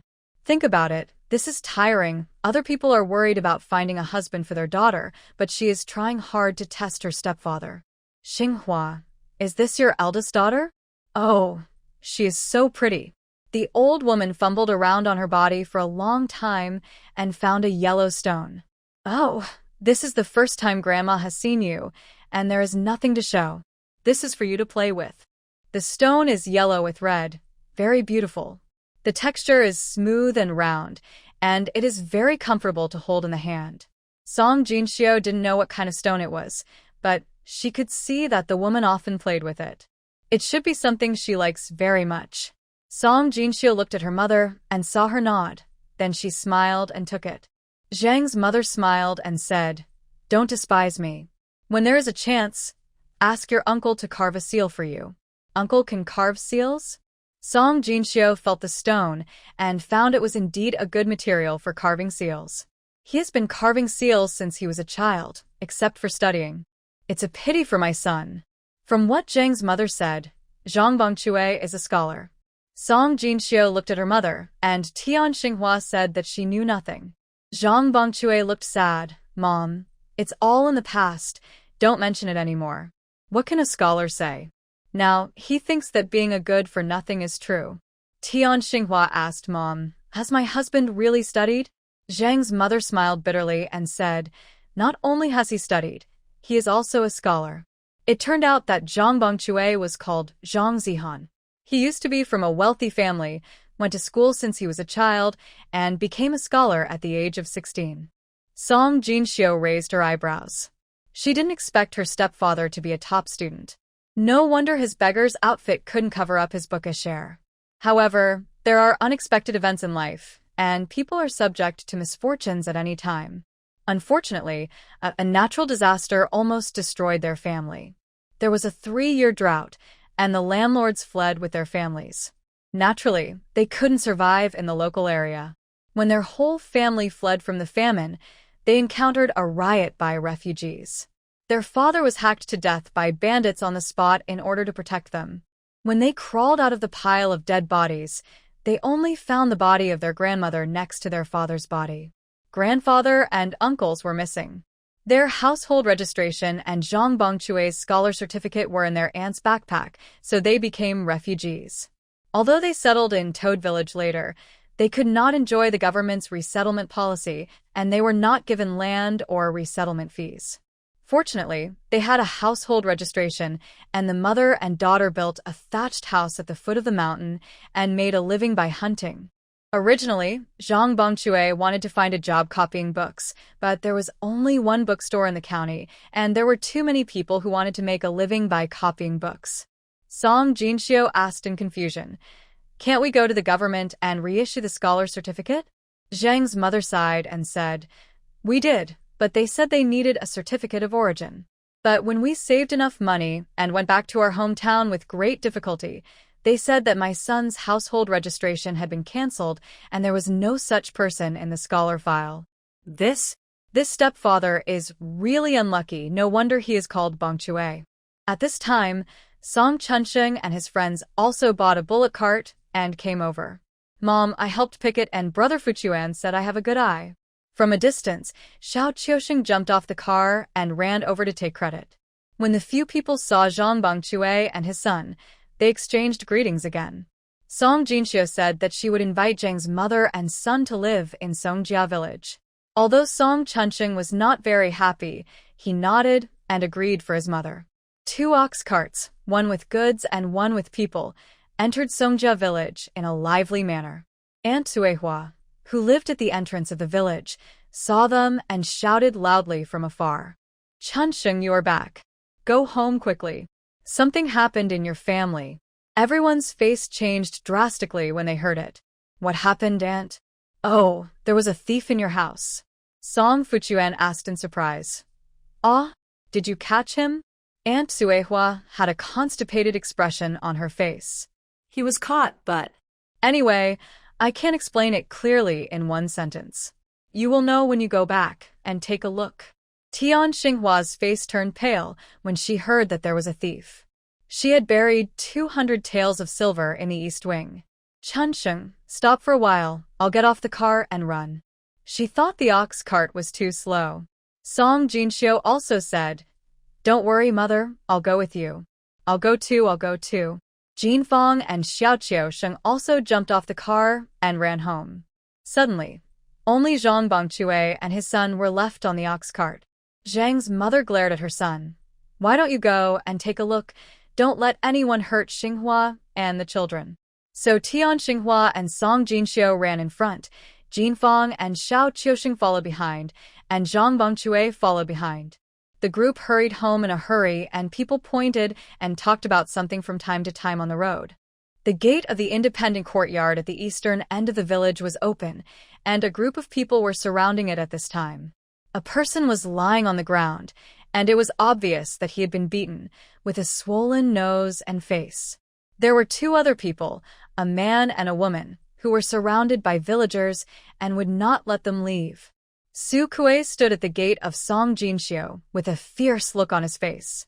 Today, he brought Yiming to give money to the Song family's sister. Unexpectedly, the Song family's door was closed and no one was at home. He and Yiming hid in the dark and chatted, waiting for the Song family's sister to come back. However, at this moment, an old man came sneakily and pried open the Song family's door. He and Yiming looked at each other and followed the old man into the Song family. Want to see what the old man wants to do? The old man leaned on the window of the east and west rooms and looked inside, then took out the weighing hammer in his arms and went to smash the lock of the main room door. Su Kuei saw that this was not a thief, so he went up and beat him up without saying a word. The old man was beaten so hard that he cried for mercy. His voice alarmed the villagers passing by, and soon the whole village was in an uproar. Someone questioned who Su Kuei and the other 2 were, why they beat the old man, and why they came to Chunqing's house. The person who was beaten was none other than Chunqing's grandfather Song Dashi. Song Dashi then realized that the one who beat him was not Chunqing or the villagers, so he insisted that Su Kuei and the others were thieves, and he wanted to kill them to silence them after he found out. Song Dashi came and complained first, shouting, "Where's the head of the village? Where is the clan leader? You have to make a decision for me. This thief is too rampant. He wants to kill people to silence them after failing to steal." Su Kuei sneered, "You old man, it was you who used the hammer to break the door lock, and we caught you in the act. Are you trying to turn the tables?" How could Song Dashi admit that he had stolen? He would never admit it even if he was beaten to death. He was too old to be embarrassed. He said, "You're talking nonsense. This is my grandson's house. How could I come to my own house to steal things? But you are not from our village, right? You are obviously a thief. Sukue was almost laughed at by the old man's nonsense. But the old man just said that he was Miss Song's grandfather? This grandfather would not steal his own things. Could it be that he misunderstood him? When Song Dashi saw that the man was hesitant, he became more demanding and insisted that they pay for his medical expenses. You are thieves. You beat me like this. If you don't give me 100 taels of silver today, don't even think about leaving. Everyone looked at him sideways. 100 taels? Song Dashi, is it worth 100 taels for you to sell your bones and meat? Yiming couldn't stand it anymore, so he said, "It's true that you smashed the door lock with a hammer. As for us, whether we are thieves or not, we will see for ourselves when the Song family comes back." At this moment, the head of the village heard the news and rushed over.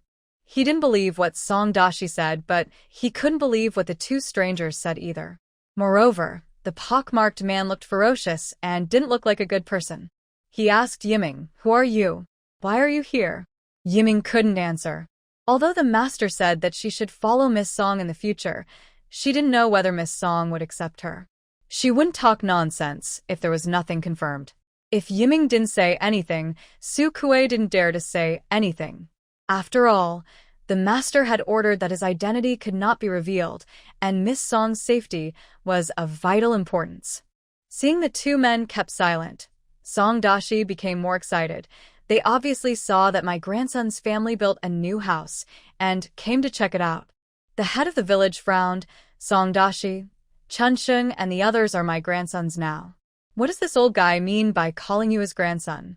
Song Dashi's eyes were red. "I am their biological grandfather. That's the fact." The head of the village corrected him again. "They are not as close as me now. I am the second grandfather, and you are at best a clan relative." Song Dashi was so angry that he was speechless.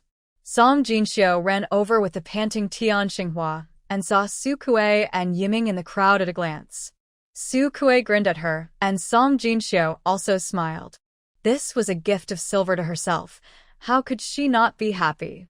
Sukue grinned at her. "Sister, a thief broke into your house, and we caught him in the act. Look, it's him.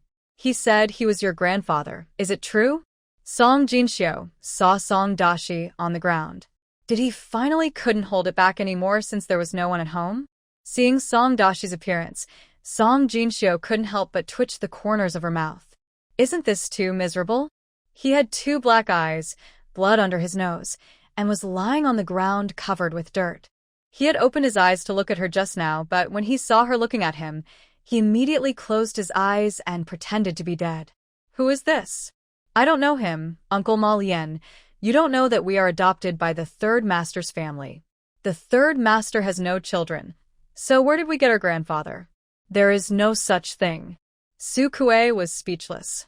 How did he get promoted in generation? This is not okay? It's okay if he is of the same generation as the master, but if he is one generation older, how can he report to his brothers when he goes back? They are still thinking about matching the Song family sister with their master. Tian Xinghua only cares about the silver in the yard.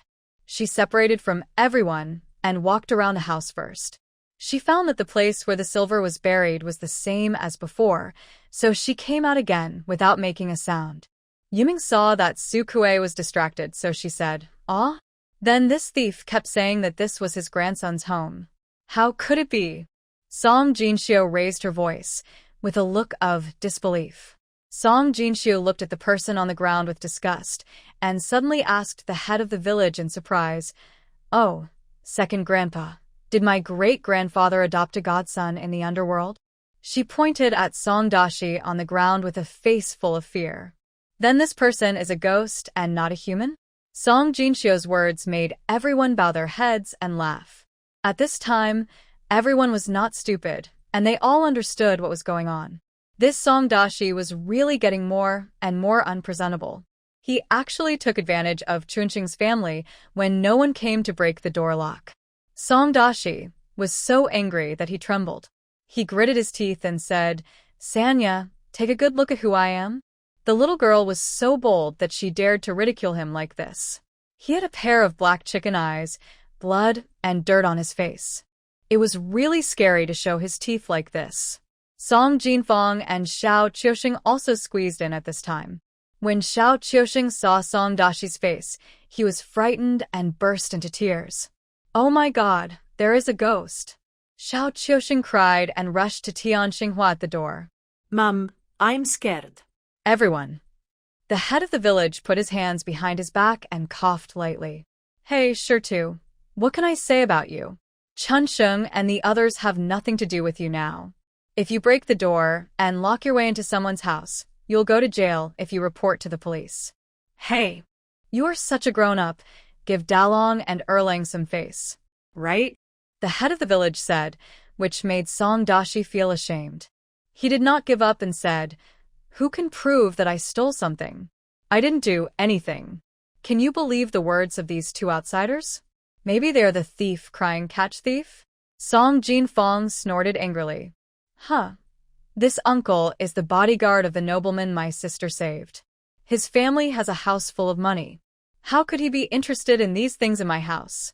Song Jinxiu corrected. That's called a storehouse. Ah. So this is the nobleman's bodyguard? No wonder he looks so majestic. That's right. This nobleman can even afford guards and has a storehouse at home to store money. How could he be interested in Chuanqing's things?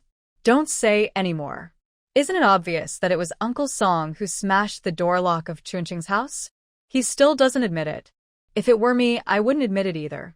It would be so embarrassing to be caught at my age. Everyone was talking one after another, and as they talked, those who wanted to save face shook their heads and waved their hands and walked away. What were they doing here? They were all from the same clan, and they were embarrassed to call others uncle or grandpa. They felt ashamed to watch an elder make a fool of himself here.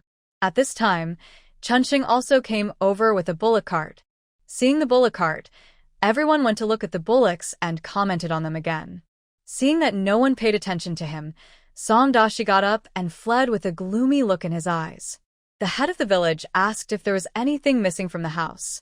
Tian Xinghua shook her head and said that only 2 locks were broken. Chunqing invited the head of the village to sit at his home. The head of the village waved his hand and said, "No, your great-grandfather has had a backache these 2 days, and I'm giving him moxibustion. I'm going out. I'm worried about Qingshan being alone, so I'd better go and take care of it." Song Jinxiu hurriedly took 2 boxes of snacks from the car and handed them to the head of the village. "Second grandpa, these are the snacks we bought for your great-grandfather in the county. You take them there first and we'll go to visit him in the evening." "Girl, why do you buy things every time you go to the county town? You have to be frugal even if you have money, you know?" "Yes, I know, but we're happy to buy snacks for our great-grandfather. Who asked our great-grandfather to be so good to us?" After sending the head of the village away, Song Jinxiu quickly invited Su Kuei into the yard. "Uncle with pockmarked face, come in and talk." Su Kuei quickly waved his hand. "Sister, I don't deserve to be your uncle, just call me Brother Soldier." Song Jinxiu laughed. "Okay, then I'll call you Brother Pockmarked. Are you here to give me some silver today?" "So we noted, yes." Song Jinxiu looked at her mother, who was greeting the mother and son of the Zhang family, Jinxiu, who was tidying up the yard, and her elder brother and younger brother, who were walking around the ox cart. While everyone was still not paying attention to this side, she quickly made a gesture to Su Kuei, "Brother Pockmarked, please come to the living room to talk." After entering the living room, Su Kuei did not sit down, but took out a box from his arms and handed it over, and said straight to the point, "This is given to you by the master. Please check it, sister." Song Jinxiu took the box, which was heavy. When she opened it, there was a stack of silver bills on it. Picking up the silver bills, there were also a few gold bars at the bottom of the box. Song Jinxiu raised her eyebrows. "This is more than 20,000 taels." Su Kuei chuckled. "How can I ask Lao Kuei to come in person for just 20,000 taels? This banknote is for 50,000 taels. Hee, my master said that the girl's things are worth this price. But if the girl feels embarrassed, you can just give her something in return." "Oh, are you still thinking about the things in my purse?" She smiled and put the banknote into the box. Since the young general was generous, she couldn't be too stingy. She thought about giving her something in return that could be used in the march and battle. At this time, Su Kuei said again, "The master also asked me to bring someone to the girl." As he said that, he waved to the outside of the door. Yiming, who was standing at the door, came in and saluted Song Jinxiu. Yiming clasped his fists towards Song Jinxiu and said, "Yiming meets the young lady." Song Jinxiu asked curiously, "What's going on?" Su Kuei explained, "Her name is Yiming, and the master picked her when he was selecting guards. We have trained together for 7 or 8 years, and no one noticed that she was actually a woman dressed as a man. How can this be possible? We are a group of rough men going to war. How can we bring a woman with us? Besides, it is against military regulations for women to enter the barracks, right? The master was worrying about how to deal with her, and then he met you, my sister. He thought of giving her to you as a personal nanny." After saying that, as if he was afraid that Song Jinxiu had some psychological burden, he muttered again, "Anyway, this person is a burden to us." Yiming lowered his head. "Boy, with someone like you, I can't beat 2 of you alone. How can you become a burden?" Song Jinxiu's eyes lit up. The female master Hua Mulan? Only then did she look at her seriously. Yiming is about 27 or 28 years old, not black or white, with narrow eyes and single eyelids. If her eyebrows are thicker, it is indeed difficult to tell whether she is male or female. Yiming also thought in his heart, although the little girl is a peasant girl, she is quirky and has a free and easy temperament that no noble lady in Beijing has. This girl is definitely not an ordinary person. No wonder the master asked her to protect her. "Can you beat Brother Ma Zi?" Song Jinxiu pointed at Su Kuei and asked. Yiming glanced at Su Kuei and nodded. "Yes." "Su Kuei, this is not giving any face at all." "What do you mean by yes? I usually give in to you, can't you see it?" Song Jinxiu smiled when she heard it. "Okay, then you can stay in my house." Yiming knelt down on one knee suddenly, clasped his fists to Song Jinxiu and said, "Yiming greets the master. Is this a formal recognition of the master?" He took the contract paper handed over by her with both hands. "This is a contract of sale, stamped with the red seal of the government." Song Jinxiu became serious at this time. She said, "My family is just an ordinary farmer, not as rich as your master. If you don't want to, I can help you get rid of this slavery." Yiming said, "I am willing. As long as the master does not abandon me, Yiming is willing to follow you through life and death." Follow through life and death? This reminded Song Jinxiu of the prophecy scene she saw when she first met Su Imo. Su Imo died, and the 12 guards committed suicide to bury him. Is this what it means to follow him through life and death? Hey, she didn't want it. It would be best to die alive. If something really happened, why bother with other people's lives? The cause and effect would be too heavy. Song Jinxiu stared into her eyes and said with a smile, "It's not necessary to follow you through life and death. As long as you are loyal, we can die together." Su Kuei had military duties to attend to and could not stay any longer. After explaining things to Song Jinxiu, he took the sunglasses Jinxiu gave him and left coolly. As for why Jinxiu gave him sunglasses, it was because she thought of the prophecy. Desert? The sun is so dazzling. There happened to be 2 boxes of sunglasses in the space, which were left by her senior sister. 13 pairs were given to Su Kuei, just enough for each of the 12 guards and his master. Song Chunsheng unloaded the ox cart, and at this time Song Fuchuan arrived with a cart of things. Everyone unloaded the goods in a hurry. When they settled down, they found that the pockmarked man was gone, and there was a woman beside Song Jinxiu. Song Chunsheng said, "Has the general left?" Jinxiu, did he pass by or come to see specifically? But what happened? He didn't know Su Kuei, he heard it from Jin Fong, but he was busy unloading the car just now and didn't have time to greet him. Song Jinxiu smiled and said, "It's okay, he was just passing by on official business and has left." Song Jinxiu waved to everyone and said, "Don't be busy. Let me introduce to you the new member of our family." Song Jinxiu pointed at Yiming and said, "Her name is Yiming, and she will follow me from now on." Yiming performed a standard blessing salute to everyone: old lady, madam, master, eldest young master, second miss. Youngest young master, my surname is Su. You can call me Nanny Su. Everyone looked at each other. What does this mean? Tian Xinghua. How come in the blink of an eye, there is a servant in the house? And, is this a servant? Looking at this man's aura and the clothes on his body, why does she feel that she is the servant? But Nanny? Is that what she understood? Zhang Bongchue and his mother were even more shocked.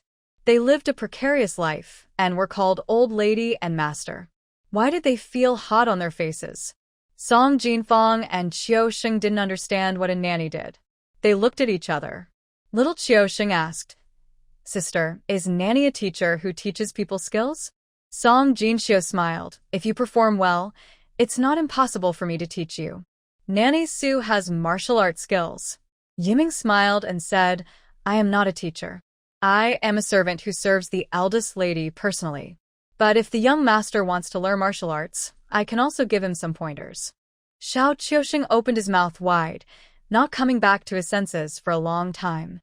This Madame Su said that she was the eldest sister's. The eldest sister bought, eh?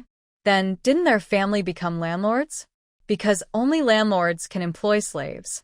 Everyone here knows each other, and their mentalities are different. At this moment, outside the yard, a burst of shouting and cursing came from afar.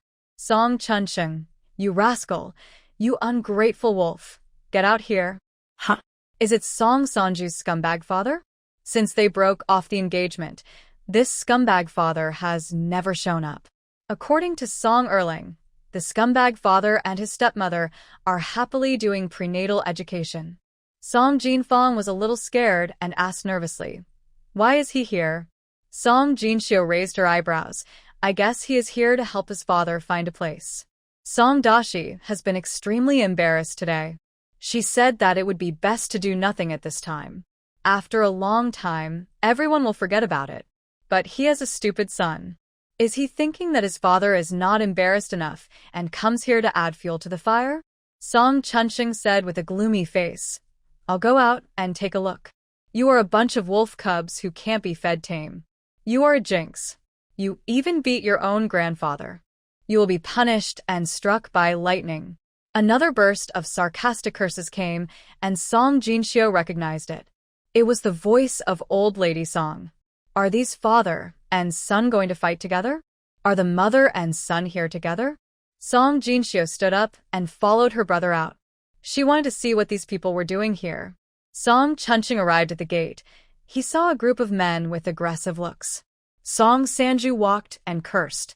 Since he severed his relationship with these children, he felt comfortable all over. The eldest son born to his dear widow son was very smart, and it was said that he was smarter than Dalong. And the one in her belly now, how many months old? He could understand what he said. Whenever he talked to the son in widow son's belly, widow son would cry out, saying that the baby was kicking her and that it was greeting his father. Song Sanju was so happy. However, his happy life was interrupted today. His father was beaten. And he was beaten in the yard of the son of the jinx. Mother, eldest brother, and fourth brother all said that if he didn't come to seek justice for his father this time, they would kick him out of the house. Song Sanju was so angry that he couldn't live in peace even though they severed their relationship. He was full of anger, and he looked at the new house in surprise while cursing. He knew that these jinxes had built a new house. He also knew that his parents had been very jealous these days. Originally, he had been dismissive. If Sanya could get some reward money, renovate 2 houses to live in, and buy 2 acres of land to live on, wouldn't that be great? After all, these were his own children. Even if he didn't like them, he didn't want to see them die. As long as they didn't bother him, who cared whether they lived well or not? Therefore, he didn't pay much attention to these children. He didn't even want to come to the east end of the village. Because he really didn't like these children, they were jinxes and they were rebellious. It was best to stay away from them and never have any contact with them so as not to be affected by bad luck. However, at this moment, seeing that this house was unexpectedly good, he suddenly felt an inexplicable feeling in his heart. He turned his head and stopped looking at the yard. When he turned his head, he saw his eldest son standing at the door, with his back straight, serious expression, and looking at them with disgust. Boy, this look was exactly the same as the day when the relationship was broken off. It seems that they are father and son, and they hate each other. Song Chunxing said with a cold face. What are you doing here? You are not welcome here. You little rascal, how dare you talk to your father like that? Song Sanju glared and swung his hand to hit him. Song Jinxiu came out and saw that this scumbag father attacked, without saying a word. She was quick-witted and picked up the wooden fork at the door to block her brother. Song Sanju quickly withdrew his hand, but he was still too slow. His palm hit the wooden fork, and he grimaced in pain. You little rascal, do you want a rebel? Song Jinxiu said coldly. Song Sanju, do you believe it or not? If you dare to touch my brother, I will beat you to pieces? Song Sanju was so angry that he trembled. This rebellious girl actually called her own father by his name. It was really outrageous. Ever since she saw them, old lady Song wanted to eat them. Now there was a fierce look in her eyes. She cried out to the sky, "He's crazy. Everyone come and see. There's a very unfilial person in our village. It's not enough that the grandson hit his own grandfather. This girl hit her own father. Unfilial children must sink into diarrhea." Song Deju also took 2 steps forward, with his hands behind his back, looking down at them, and said viciously, "Unfilial children, why don't you kneel down?" Bah. Who do you think you are? Kneel down? Can you bear it? Song Jinxiu thought this man was ridiculous. They had already broken off the relationship. Why was he still pretending to be an elder? Song Siju said angrily, "Third brother, why are you wasting time talking to them? Just beat them up and drive them out." This house is really nice. He couldn't find a chance to do it, but he didn't expect that they would dare to hit their father. Now, they are in the right to drive them out for beating their elders. That's right, mother, let's fight. Daju's wife, Erju's wife, Song Samling and Song Siling all rolled up their sleeves, each like a wolf. Oh, is the whole family out? It seems that they are planning to rob their house. With such a big commotion, naturally a group of people gathered to watch the fun. Some people couldn't stand it any longer and advised, "Deju, Sanju, Siju, why do you hit others? Isn't it good for you to live your own lives after you have broken off the relationship?" That's right. Such a large group of people come to bully a few children. Sampang, you should quickly find the head of the village. Okay, I'll go now. Song Siju snorted coldly. Humph. It's useless to find the head of the village or the clan leader. I beat my own nephew, and you have no right to interfere. Song Sanju also said, "If he dares to beat my father, I dare to beat them. If a father beats his son, who dares to intervene? I will intervene.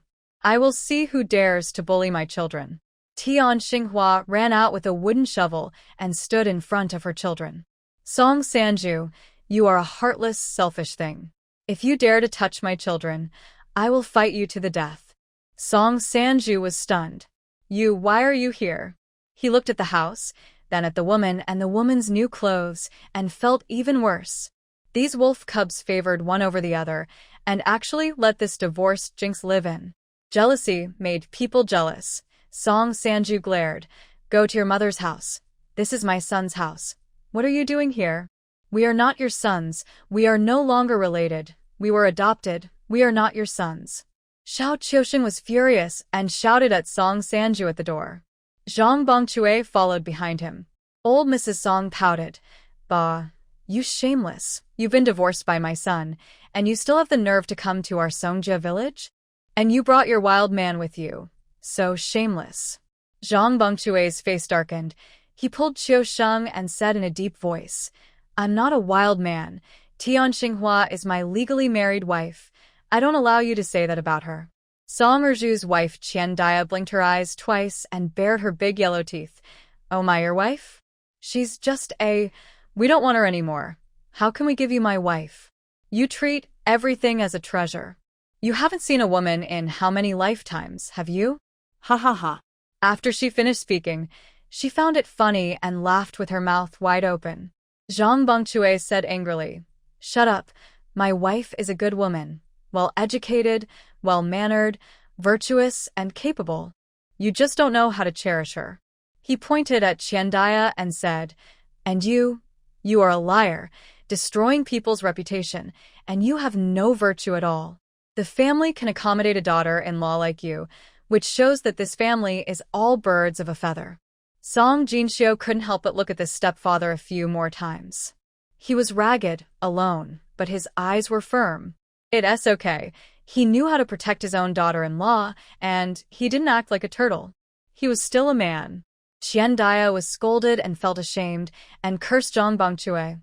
Bah, you are an outsider. Don't act wild in our Songjia village. Song Daju's wife also waved her hand and said, That's right, I said. Third sister-in-law. We are dealing with family affairs here. You are an outsider.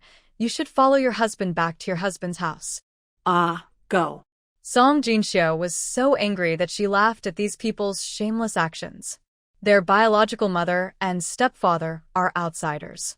When did these scumbags who have severed their relationship become family? I say, Andaju, are you mistaken? We have nothing to do with you. We are severed, understand? Also, this is our biological mother, and that is our stepfather. From now on, my mother will live with us in Songjia village, and our home is her home. And my stepfather will naturally follow the husband and live with us. We are a family, understand? What? This woman actually remarried? Song Sanju listened to everyone talking, and then he knew that Tian Xinghua actually remarried. Wasn't this woman deeply in love with him? Why did she remarry? He glared at Tian Xinghua fiercely. How shameless. Just after being divorced, another man wanted her. Why? He looked at the man again. Not as tall as himself, not as strong as himself, and not as good-looking as himself. He felt a little better. Humph, I knew she would definitely not find someone better than me. Really, she can't even keep it for 3 years. She is really unfaithful to her husband. Song Jinxio didn't know why her scumbag father looked abandoned. If she knew that her scumbag father still wanted her mother to keep it for 3 years, she would definitely spit in his face. Bah, do you think you are mourning for you? Keep it for 3 years and celebrate the 3rd anniversary? What are you thinking? Sanju, what are you still dawdling about? They dared to beat your father. Let them pay money. If they don't compensate us with the house, let these unfilial children sink.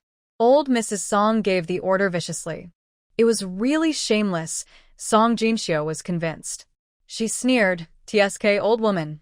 You don't think we beat Song Dashi, do you? Rebellious girl." Song Sanju pushed Tian Xinghua away angrily and kicked Song Jinxio. This girl is hopeless. It's not enough for her to call her biological father by his name. She dares to call her biological grandfather by his name, and even dares to call her mother an old woman? Don't keep her, just beat her to death. Song Jinxio hurriedly reached out to support her mother, and at this time Song Sanju's big foot kicked in front of her. Song Jinxio frowned. With such force, if it were her old self, this kick would have taken half her life. And Song Siju had wanted to beat these children for a long time. Whose children dare to break off the relationship? Disobedient? They are so lawless because they were beaten lightly. If he were at home, he would have punished them and made them obedient. Break off the relationship? Humph. Beat them up severely, and I guarantee that he will not dare to go east and west. What? You beat someone up and you still dare not admit it? Then I will teach you what it means to beat him until he admits it. Song Siju was a hot-tempered person and he loved practicing martial arts. He was agile and ruthless. He shouted to fight and punched Song Chunqing's head. Song Chunqing didn't know how to dodge at this time. Instead, he stiffened his neck and raised his hands to block. But he was a weak boy. How could he be a match for Song Siju, who was strong and practiced martial arts frequently? Song Jinxio had to either dodge the big feet of her scumbag father to protect herself from getting hurt, or she could risk taking his kick, pull her brother away first, and dodge her fourth uncle's iron fist. At the same time, Mrs. Song urged her 2 daughters-in-law to fight Tian Xinghua and Song Jinfeng, while Silang and Wulong rushed towards Xiao Qiusheng. All this happened in a flash. Song Jinxio had no time to think and could only instinctively protect her brother first. Because her body was tempered by the Bodhi's spiritual liquid, it would not be a big deal even if she was kicked, but it was different for her brother. If his head was hit by Song Siju, it would be a big deal. As for the others, she could not take care of them now. Song Jinxiu made up her mind to ignore the big feet of her father and just pull her brother. The father's foot was already in front of her. At the critical moment, a woman's hand stretched out from behind Song Jinxiu. The hand changed from palm to fist and blocked towards the center of Song Sanju's foot. At the same time, Song Jinxiu also pulled her brother to avoid Song Siju's iron fist. Song Sanju felt as if he had kicked the iron pendant, and a stabbing pain went through the sole of his shoe to the center of his foot and went straight to his heart. He screamed "Ah!" and fell backwards. At this moment, Song Siju's iron fist arrived. Song Sanju was half fallen, and his height was just right. Just by chance, Song Siju punched him on the head. Ah! Plop! Song Sanju fell straight down. Ah! Stop it! Stop it! Someone's been beaten to death, the onlookers shouted in panic. Oh my god, that's right, Sanju was beaten to death by Siju. Oh no, come and have a look, Siju beat Sanju to death. After hearing the news that the old Song family was looking for Chunxing and others to make trouble, the head of the village hurriedly trotted over. Before he got there, he heard people shouting that someone was dead, and he was so scared that he staggered and almost fell down. It wasn't me, Song Siju explained when he saw his third brother, lying on the ground. He didn't want to hit the third brother, he wanted to hit Song Chunxing, right? If Song Chunxing didn't hide, how could he hit the third brother on the head? Thinking of this, his face turned red, pointing at Song Chunxing and said, "Who told you to hide?" Ah?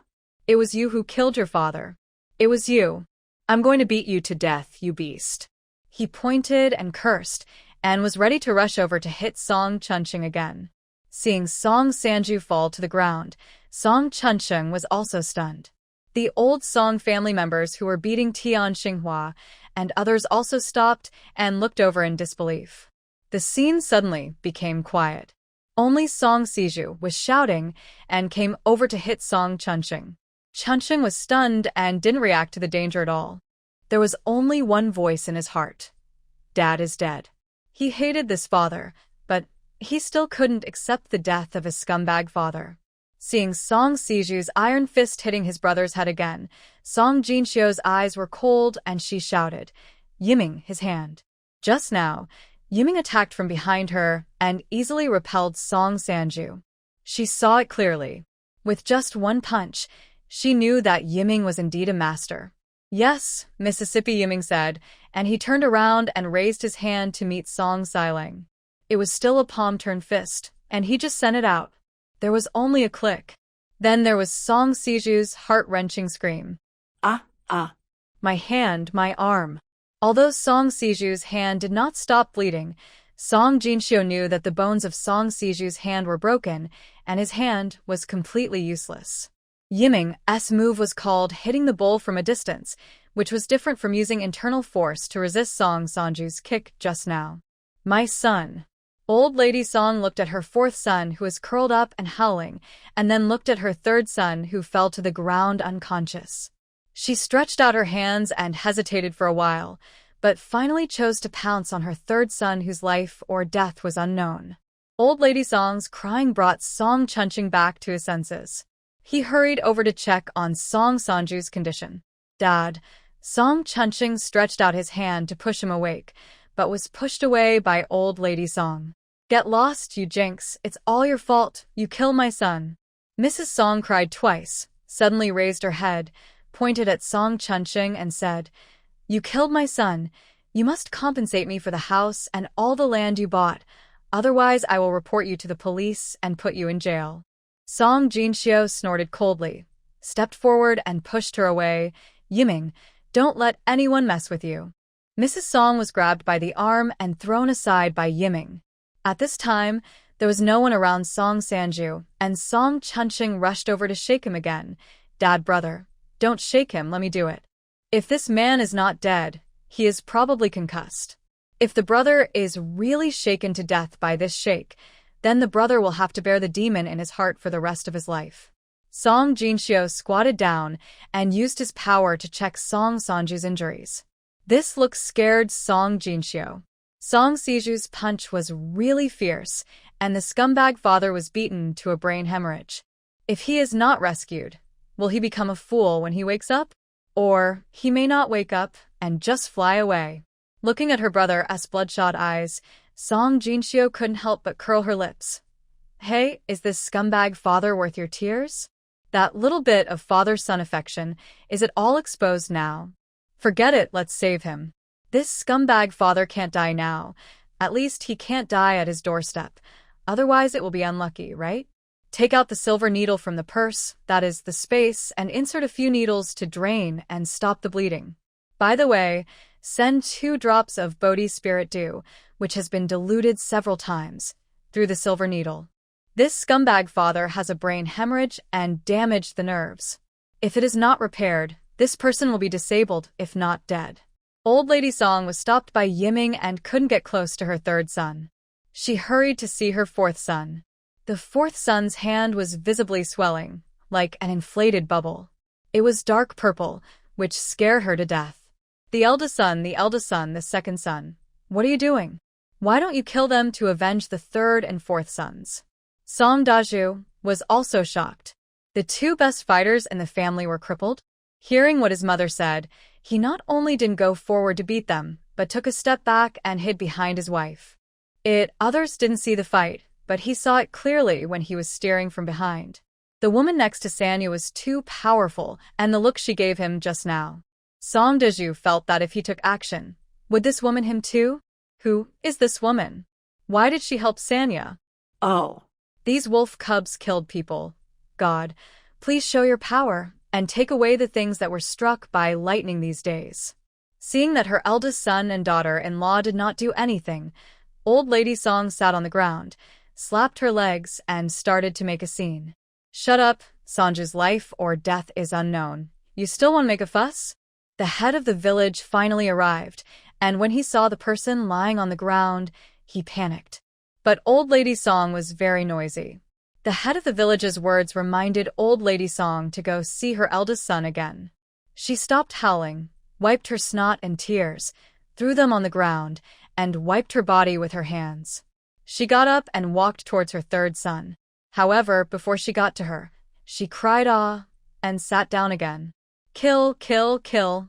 Murder. The Jinx killed her father. Report to the police. Report to the police quickly. I want to put them to death. Old Lady Song pointed at Song Jinshio's hand, trembling with fear, gritting her teeth. Hiss. The head of the village also saw it and took a breath of cold air. Sanya was seen holding a silver needle and stabbing it into Song Sanju's head. A pool of blood flowed out along with the needle. He did not doubt that Sanya would kill his father. Sanya had a great master, a master that even Dr. Lee admired. So, she must be saving people at this moment. Didn't you see that she was using a silver needle? Sanya? Can your father be saved? After Song Jinshio gave the last needle, she watched the blood clots being discharged, the bleeding stopped, and the diluted spiritual dew was also acting on the brain nerves. She nodded and said he shouldn't die. Speaking of Song Sanju, he was knocked unconscious by a punch from his 4th brother, and he actually had a dream that lasted for 1,000 years. He dreamed that his 2nd brother and 4th brother were fighting, and he went to persuade them to stop, but was knocked unconscious by a punch from his 4th brother. When he woke up, he found that half of his body could not move. At first, his family hired a doctor for him, and Widow's son took good care of him. However, after taking several doses of bitter medicine, there was no improvement. He could only curl up one hand, drag one leg with a limp, and barely take care of himself. He cried and begged his parents to take him to the city to see a doctor. His father sighed all night, and the next day, he took him to the Huimin Medical Clinic in the county and prescribed half a month's worth of medicine. His father told him that he had never been to the city and was afraid of being cheated if he went there. He would be fine if he took medicine for 2 more days in the county. But he heard under his parents' window yesterday. He went to the city to have a look. If the patient didn't see any signs of improvement, he would give up. But what if the patient did see any improvement? However, before he could open his mouth, his brothers started clamoring to separate the family. By separation, they meant to separate his family. Widow's son made a fuss, saying that her husband couldn't work anymore. How could he live after the separation? His parents looked helpless and said that their sons were not under their control. They were old and couldn't take care of them. They wanted to let their sons live on their own. He begged his fourth brother, saying that he was beaten by him and he had to take care of him. The fourth brother looked impatient and said, "My second brother and I had a fight. Why did you come here to make trouble? Now you are blaming me? Am I feeling wronged?" He threw himself 2 pieces of silver. "Brother, I have given you the 2 taels of silver that I saved from my teeth, and I have done my best." In the end, their family was kicked out. After the separation, Widow's son no longer showed care and concern, but scolded him for eating for free every day. Within 2 months, Widow's son had another lover, and sometimes did that thing with that man in front of him. He couldn't stand it anymore, so he said a few words to her and was kicked out. He was locked outside the door, and no one opened it no matter how he knocked. When Widow's son didn't open it, he called his beloved son Song Yukai.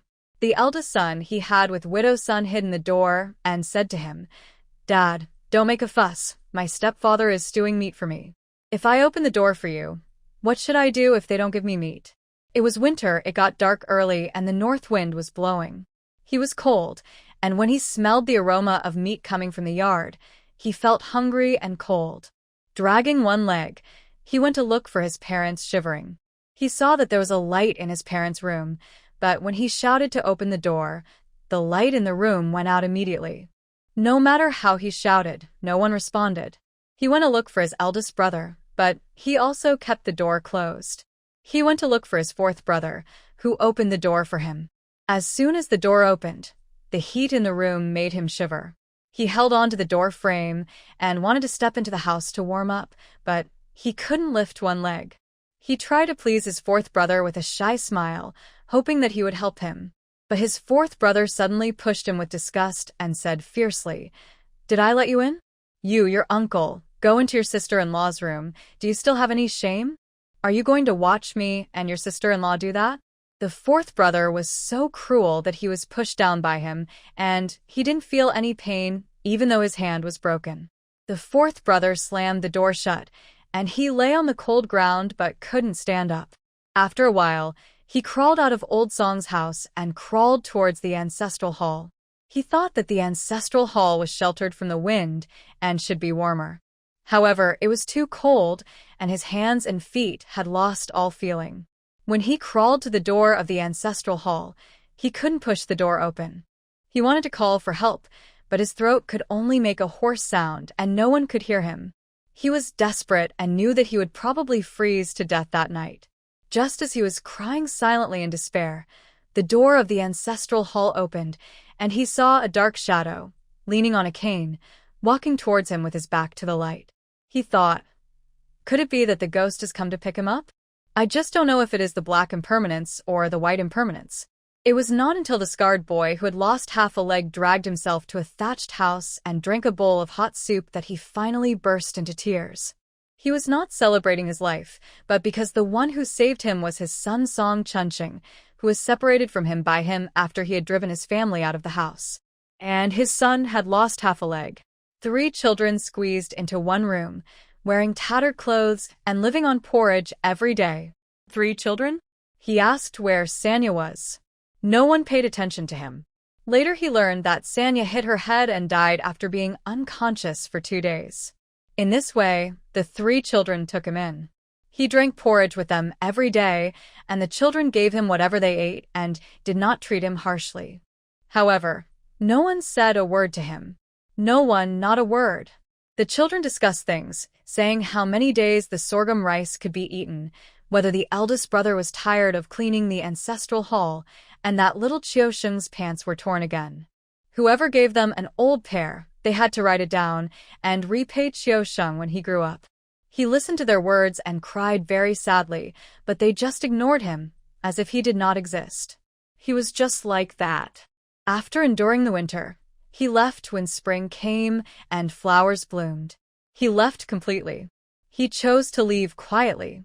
He told the children that he was going back to Old Song's house. Then he left. Still no one spoke to him, and no one tried to keep him. The children were busy with their work and didn't even look at him. Just like that, he rolled up one hand, dragged one leg, and walked past Widow Sun's door, past Old Song's door, and walked to the small river at the entrance of the village. The river water in spring was very cold, just like that night in winter. He didn't know if his body would be found, but he knew it would go farther along the river. Song Sanju felt that his life was a joke. In the cold river water, he burst into tears again. Seeing Song Sanju crying, Song Chunching asked excitedly, "Second grandpa, my father is crying. Is he not going to die?" Song Jinxiu glanced at this scumbag father and said impatiently, "He is definitely not going to die. How painful can it be?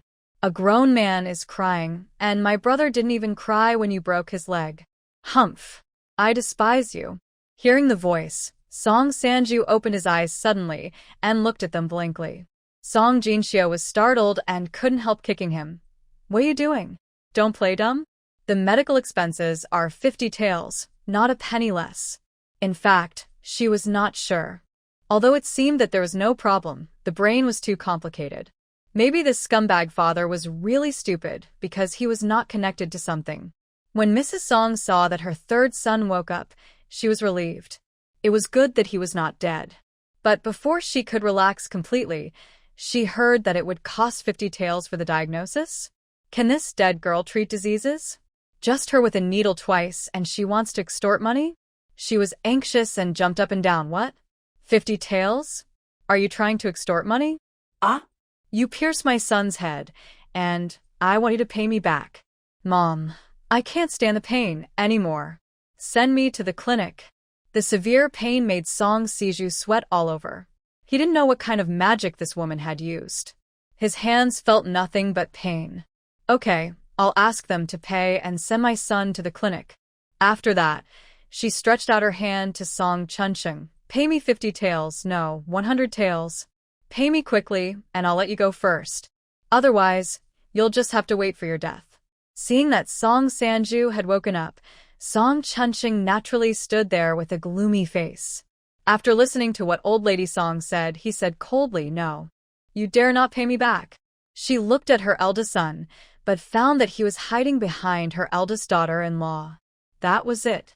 It seemed that she couldn't count on this coward. Her eyes rolled around and suddenly she grabbed the sleeve of the head of the village. "Head, look at what they did to my two sons. You have to help us." She pointed at Song Chunching and said, "This rascal not only beat his grandfather, but now he has injured my son. He is going to be punished." "What are you talking about? I think you are the one who should be punished." The head of the village finally got angry. This old woman is vicious and thinks that punishment is a joke. If we talk about punishment, your Song Dashi is the first one who can't escape. He broke people's locks and stole things and was caught in the act. It was a disgrace. We didn't bother with him because of his age. What's wrong? Are you still angry? And you, Sanju, you cheated before marriage and had an affair. Don't you deserve to be punished too? Song Sanju shuddered. Wasn't he punished? The feeling of being drowned by the cold river water was too clear and too real. Wait, what did the village head just say? Dad broke someone's lock. Dad would be a thief. The old Song family was also confused. Mrs. Song's first reaction was that the village head was lying, and he must have said it to please these children. That's right, Auntie. Uncle took advantage of Chunching's family being alone and smashed the door lock with a weighing hammer. He happened to meet someone passing by and was caught in the act. Don't you know about it? Uncle Shirtu came home with a wounded face. How could they not know about it? They probably wanted to extort money, right? Oh, you didn't see it. I saw it from beginning to end.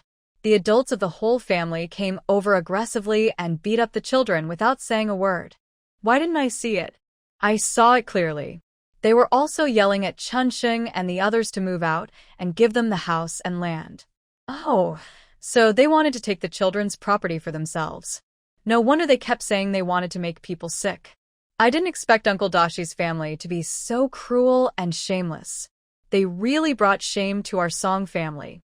The villagers criticized the old Song family one after another. Song Daju felt his face burning and ashamed. He didn't expect his father to do such a thing. You said you want to steal, so just steal. Can't you come at night? In broad daylight. Aren't you trying to get caught? Song Dashi. There's no one at their house during the day. Song Daju's wife cursed in her heart. A cheating father-in-law. Didn't he know that Dalong was going to take the exams soon? Didn't he know to save some face for his children and grandchildren? For Dalong's career, was it easy for her to try to be gentle and generous? This old guy ruined his personality in an instant. The couple looked at each other and quietly withdrew from the crowd in tacit understanding and left. Song Sanju watched his eldest brother and sister-in-law just abandon their mother and brothers and leave without looking back. He was surprisingly calm in his heart. Isn't it that the eldest brother's family has always been so selfish? After waking up, Song Sanju's thoughts kept going back and forth between reality and dreams. It was not until this moment that he completely remembered that his father had been beaten, and he came to cause trouble for his rebellious son. However, the dream was too real, and his heart was still cold. Just like the cold river water, it chilled his bones. He looked at Jinxiu for a long time, and Song Jinxiu wanted to stab him blind. Song Sanju looked at his eldest daughter standing in the light and shadow, and suddenly asked, Sonia? Are you a human or a ghost? In fact, he wanted to ask, Sonia, have you ever died? Song Jinxiu. You are the ghost, your whole family are ghosts? Why? Are you afraid that I will come back to life and seek revenge on you, the scumbag father? Do you think you are worthy? Song Sanju suddenly laughed. He laughed and cried again. He wanted to laugh while crying. Song Jinxiu frowned. Well, this scumbag father seems to be really stupid. Song Sanju stood up shakily, wiped his tears, cried and laughed, and even staggered away. The dream changed his mood too much. His son and daughter were not in the miserable situation of having no food to eat in the dream. Sonia was not dead, and she even called him dad. The scumbag father was still a father, at least he talked to him. Maybe it was just a dream, but he could no longer face his own mother, brothers, and those children with a normal heart. Song Daju and his wife left. Song Sanju also left, and Qian Dia also slipped away when she saw that the situation was not good. At this time, at the door of Chunqing's house, there was only old lady Song who was crying and begging for compensation, Song Siju who was crying and shouting in pain, and Sileng and Wulong who were dumbfounded. The head of the village said impatiently, Okay, let's send Siju to the county first. If he keeps arguing, I don't think he can get his arm back. Old Lady Song had no sons and daughters-in-law to support her, and the villagers were pointing fingers and leaning towards Song Chuncheng and them. Moreover, she really loved her son and finally urged Sileng to go home and harness the ox cart to go to the county town. Before leaving, she threatened Song Chuncheng, You are a rotten thing born by a mother but not raised by a mother. Just wait for me, I will be back. The troublemakers left in disgrace, but the head of the village was still worried. He glanced at Yiming and asked Song Jinxiu quietly, Xiu, was your fourth uncle really hit by that girl? Song Jinxiu nodded. Yes, her name is Yiming, and she is my bodyguard. If it weren't for her, we would be the ones lying on the ground with broken arms and legs. The head of the village nodded. Yes, I was careless. I didn't expect that they would have the nerve to come and make trouble. It's good to have a bodyguard. That's good. Suddenly, the head of the village was surprised and said, Bodyguard? What kind of bodyguard? Are they here to help or some relatives? It can't be what he thought, right? No, this girl doesn't look like a servant. Don't let these kids get fooled. Song Jinxiu smiled knowingly at the head of the village's expression and said, She has signed a contract to sell herself, so don't worry, second grandpa. The head of the village was relieved, and he said, however, since Siju was really hit by your people, you still have to pay for the medical expenses. Don't worry about it. I'll talk to they can just negotiate. Song Dashi's family is very difficult to deal with. Jinxiu and her family are already in a weak position, so it's better for her, the head of the family, to do it. Song Jinxiu said gratefully, It's great to have elders at home. Second grandpa, don't be anxious and angry. If they dare to ask for too much, I will let Yiming beat them again. Didn't Song Siju say that if he doesn't listen, he will be beaten until he obeys? Then let's see how hard his bones are. The head of the village glared at him. Nonsense.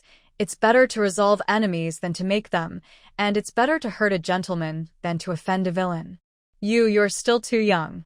Be careful that they will hold a grudge and do bad things. You should know that it's easy to dodge an open spear, but it's hard to guard against an arrow from the dark. You still have to be careful in the future. After scolding Song Jinxiu for a while, he then frowned and said, Humph, since they started the trouble first, they deserve to be beaten. Just give them some medical expenses as a token of your appreciation. After sending the head of the village away, the family went home. Today, Song Jinxiu was very satisfied with the performance of the Zhang family's mother and son. When they fought, they did not hide. Zhang Bongchui protected Xiao Qiusheng, and Zhang's mother protected Song Jinfang. Both of them had black noses, torn clothes, and messy hair, but the two children were unharmed. Yiming's kung fu also made Song Jinxiu look at her with new eyes. This woman is indeed a master.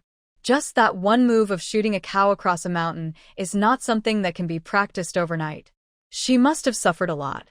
There was no conversation that night, and the next day was another sunny day. Su Yiming's arrival shocked everyone. Unconsciously, Song Jinxiu's status suddenly surpassed everyone else. Everyone also took her words very seriously.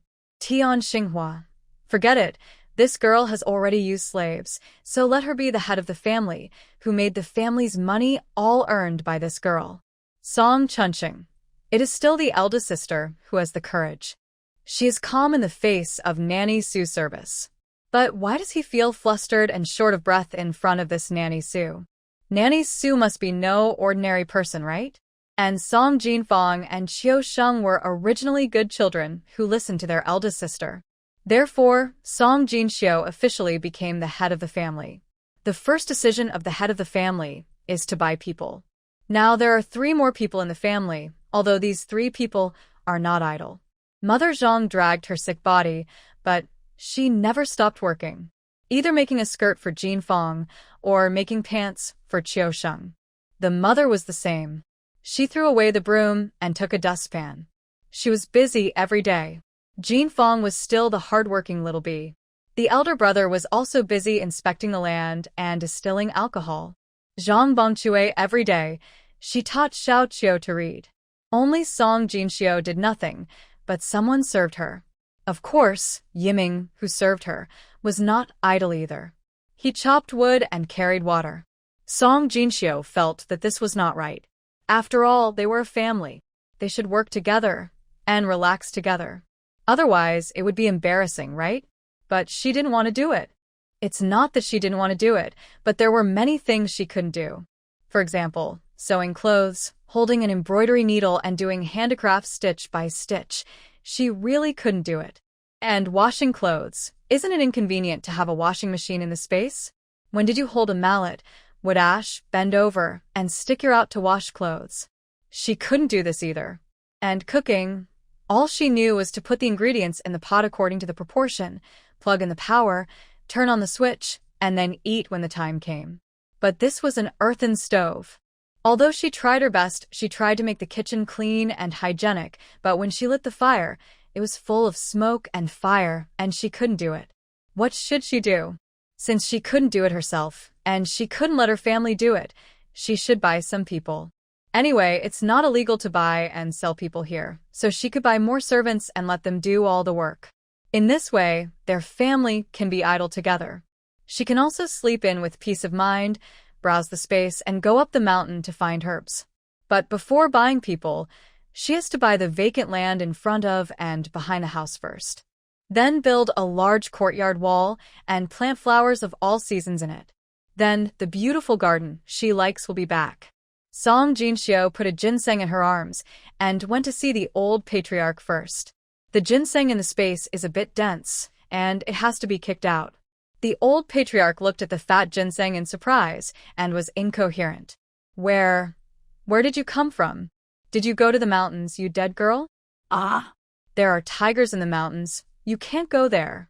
Song Jinxiu smiled. No, I just want to dig wild vegetables, and I was so lucky to dig it up. So I thought that great-grandfather was so good to us, so I will give this treasure to you to replenish your body. The old patriarch was overjoyed and waved his hands repeatedly, saying, "Oh, you have this intention, and great-grandfather is happy. I can't afford to eat such a good ginseng. I'd better keep it and sell it. It's worth hundreds of taels." Song Jinxiu pouted. "Why can't I eat it? My great-great-grandfather must eat such good things." As she spoke, she suddenly took action and pop, pop, pop, she broke off all the ginseng roots. "Oh, you prodigal. What are you doing?" The old patriarch hurriedly grabbed half of the ginseng and angrily pointed at Song Jinxiu and called her a prodigal. Song Jinxiu smiled. "Great-grandfather, who told you not to eat it? I did this, and you will be willing to eat it." The old patriarch blew his beard and glared. "You still have the face to laugh? Several hundred taels. How can you be so greedy?" Song Jinxiu made a face and suddenly came forward, scaring the old patriarch so much that he quickly hugged the half ginseng in his arms, fearing that she would do something wrong again. Song Jinxiu took out another ginseng slyly, which was exactly the same as the previous one.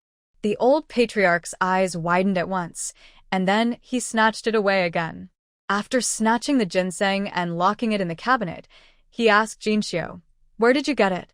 Did you find the nest of the club?" Song Jinxiu nodded. "Yes, I dug up 5, and the great-grandfather kept the one for himself. Here, please help me sell these too." As he said, he took out another one and handed it over. The old patriarch didn't know what to say this time. Song Jinxiu said again, "I will keep the 2 at home for slices. There are so many people in our village, young and old, and who knows if someone needs ginseng to save their lives. When the time comes, we don't have to ask for help. I have them here, just come and get them." The old patriarch's eyes suddenly became red. Silly girl, what a simple-minded silly girl. This child, she is remembering the help from the villagers and is repaying them. After leaving the old patriarch, she went to the village head's house. Asking the old patriarch to help sell ginseng was to find a legitimate source of money for herself. It's impossible that she would have endless money just because she got a reward from a nobleman, right? After all, she had spent almost all of the 1,000 taels on building a house and buying land. She was not someone who could endure hardship. She could farm, do business, and accumulate property bit by bit. She couldn't do it. She was not really poor. She had space. She could obviously become rich overnight. Why couldn't she live a rich life in one step? Was she afraid that people would doubt the source of the money? There were many solutions, such as selling ginseng. The old patriarch waited for Song Jinxiu to leave. Then he said to Song Qingshan, who was standing next to him, and was dumbfounded, "What do you think of Xiaoer?" Song Qingshan sighed. "She is lucky, generous, grateful, and clever. Grandpa, I think this girl is no worse than a boy. She is indeed lucky. Some people may not even see a ginseng hair, let alone a nest of ginseng. She is also generous. Who would not hide the ginseng treasure if they got it, for fear that others would get a whisker?" I remembered the way this child paw broke the ginseng whisker. And when she said, "I'm so lucky," the old patriarch couldn't help but laugh and shook his head. This silly child. The old patriarch looked up at the sky. It would be great if it was a boy. "Qingshan, spread the news and say that Xiao girl dug 2 ginseng treasures, one of which I helped her sell, and the other is with me. Xiao girl said that this is for the villagers to save their lives, and it's free. In the future, if anyone needs ginseng slices to save their lives, just come to me and get them. The child is grateful, and the villagers must know about it." The old patriarch is best at winning people's hearts. He thought for a while and said, "As for the fact that the girl still has a hammer in her hand, let's keep it secret for the time being. After all, some people just don't know what's good for them. Don't be jealous and do something weird when the time comes." Just like Songdashi's family, the 4 pillars lost a hand, and who knows what will happen. After leaving the old patriarch, Song Jinxiu went to find the head of the village. Song Jinxiu told the village had her purpose, and of course the village had no objection. Buying land meant buying property for Chunqing, and he was so happy. The girl still had money in her hand. Don't worry, I know that piece of land. It's all wasteland and worthless. If you need it, just expand it. It just so happens that I have to go to the county to see Siju today and get the land documents for you. Hey. He sighed. One of Siju's hands is gone. It's all necrotic. This old lady Song didn't know what she was thinking. Her son was injured like that, but she didn't go to the Lee family clinic, which was the best for bone injuries, but only found a traveling doctor to apply plasters. In the end, the whole hand was black, so she had no choice but to go to Huimin Clinic. Saw it off. Song Jinxiu knew that even if he didn't saw it off, his hand would be useless. Did he ask us to pay a lot of money? According to her understanding of the old Song family, this group of people would definitely ask for a lot of money. And the village head grandfather would not agree, so how much compensation should be paid after bargaining? I was just about to tell you about this. Their family is a bit chaotic right now, and they probably won't be able to deal with you guys for a while. Song Jinxiu was stunned. What did that mean? Did their family quarrel? The head of the village said, "It's your father. After returning from your house, he suddenly became paralyzed in bed and couldn't move." The head of the village said in a low voice, "Girl, did you fail? He didn't get well and he has sequelae? It shouldn't be. I checked him, and he's fine." Song Jinxiu was also puzzled. The scumbag father is paralyzed. Is this retribution? I was afraid that they would blame you, but this time your father is not confused, saying that it has nothing to do with you, that he was paralyzed because of the fourth brother, and that the fourth brother went to the county to be hospitalized, so he had to go to the city to see a doctor. The head of the village looked like he was sensible. Song Jinxiu also felt that the sun was rising from the west. According to her understanding, this scumbag father is a fool. He should change his name with his stepfather and call himself Song Bongchue. A fool suddenly changed his attitude, and no one knew if he had something bad in mind. However, who cares about them? They have broken off the relationship. It's good for them not to make trouble, and it's good for them to live their own lives. If there is a quarrel, there is nothing to be afraid of. Song Jinxiu thought, go buy some more people, buy a few more strong ones. When the time comes, there will be a quarrel in the Song family. So many people. Are you afraid that they can't protect the family? After returning home, Song Jinxiu discussed with her brother and asked him to find the head of the village. Brother, I just came back from my second grandfather. I bought this piece of land around our house. But I forgot to tell him about building a house. I want him to help us contact the person who built the house and find the master who built our house before. Song Chunqing asked in confusion, "Do you still want to build another house? Didn't our house just get built?" Song Jinxiu nodded at Zhang Bongchue, who is teaching Qiusheng to read. He's a good man and mother has accepted him. I thought I'd just take him as my son-in-law in the future. So I thought about building a few more rooms behind our house. These days, has the stepfather secretly talked to the mother and held her hand quietly as if she didn't see it? Others don't know, but she has only seen it twice. The two of them acted like thieves, and they coughed and pretended to be serious when they saw him. Oh. It's really embarrassing. The stepfather is really restrained when living with them. It's better to build another courtyard. Then they will have their own small courtyard. If they want to do something inappropriate for children, they don't have to be sneaky and nervous. Song Jinxiu was depressed. She felt that her daughter was like a grandmother who is eager to hold her grandson. Song Chunqing's face looked a little ugly when he heard it. Song Jinxiu understood that her brother, who was born and raised in the countryside, was a feudal boy. He still couldn't accept the fact that his mother remarried. In his mind, as a son, he could support his mother in her old age, but he didn't want his mother to marry someone else. He could also call Zhang's mother Grandma Zhang, but he always avoided Zhang Bongchue deliberately. Song Jinxiu had no choice. After all, this was ancient times, not the era of her previous life, when divorce and remarriage were commonplace. Fortunately, her brother also knew that her mother's remarriage was an unchangeable fact. Although he didn't accept it in his heart, he didn't object. Song Chunqing also understood that it was impossible for his mother to live in Toad Village with Zhang Bongchue, so he could only keep them by his side. Okay, you are still thoughtful. I'll do it right away. As he said that, he walked out. Song Jinxiu hurriedly called him. Brother, Bring a jar of your brewed wine over, and let the second grandfather, Uncle Qingshan, and Uncle Qingshu taste it. And don't forget the great-grandfather. At the beginning, she talked about 2 methods of making alcohol. One is to distill the grain directly after fermentation, and the other is to distill and purify it from the wine.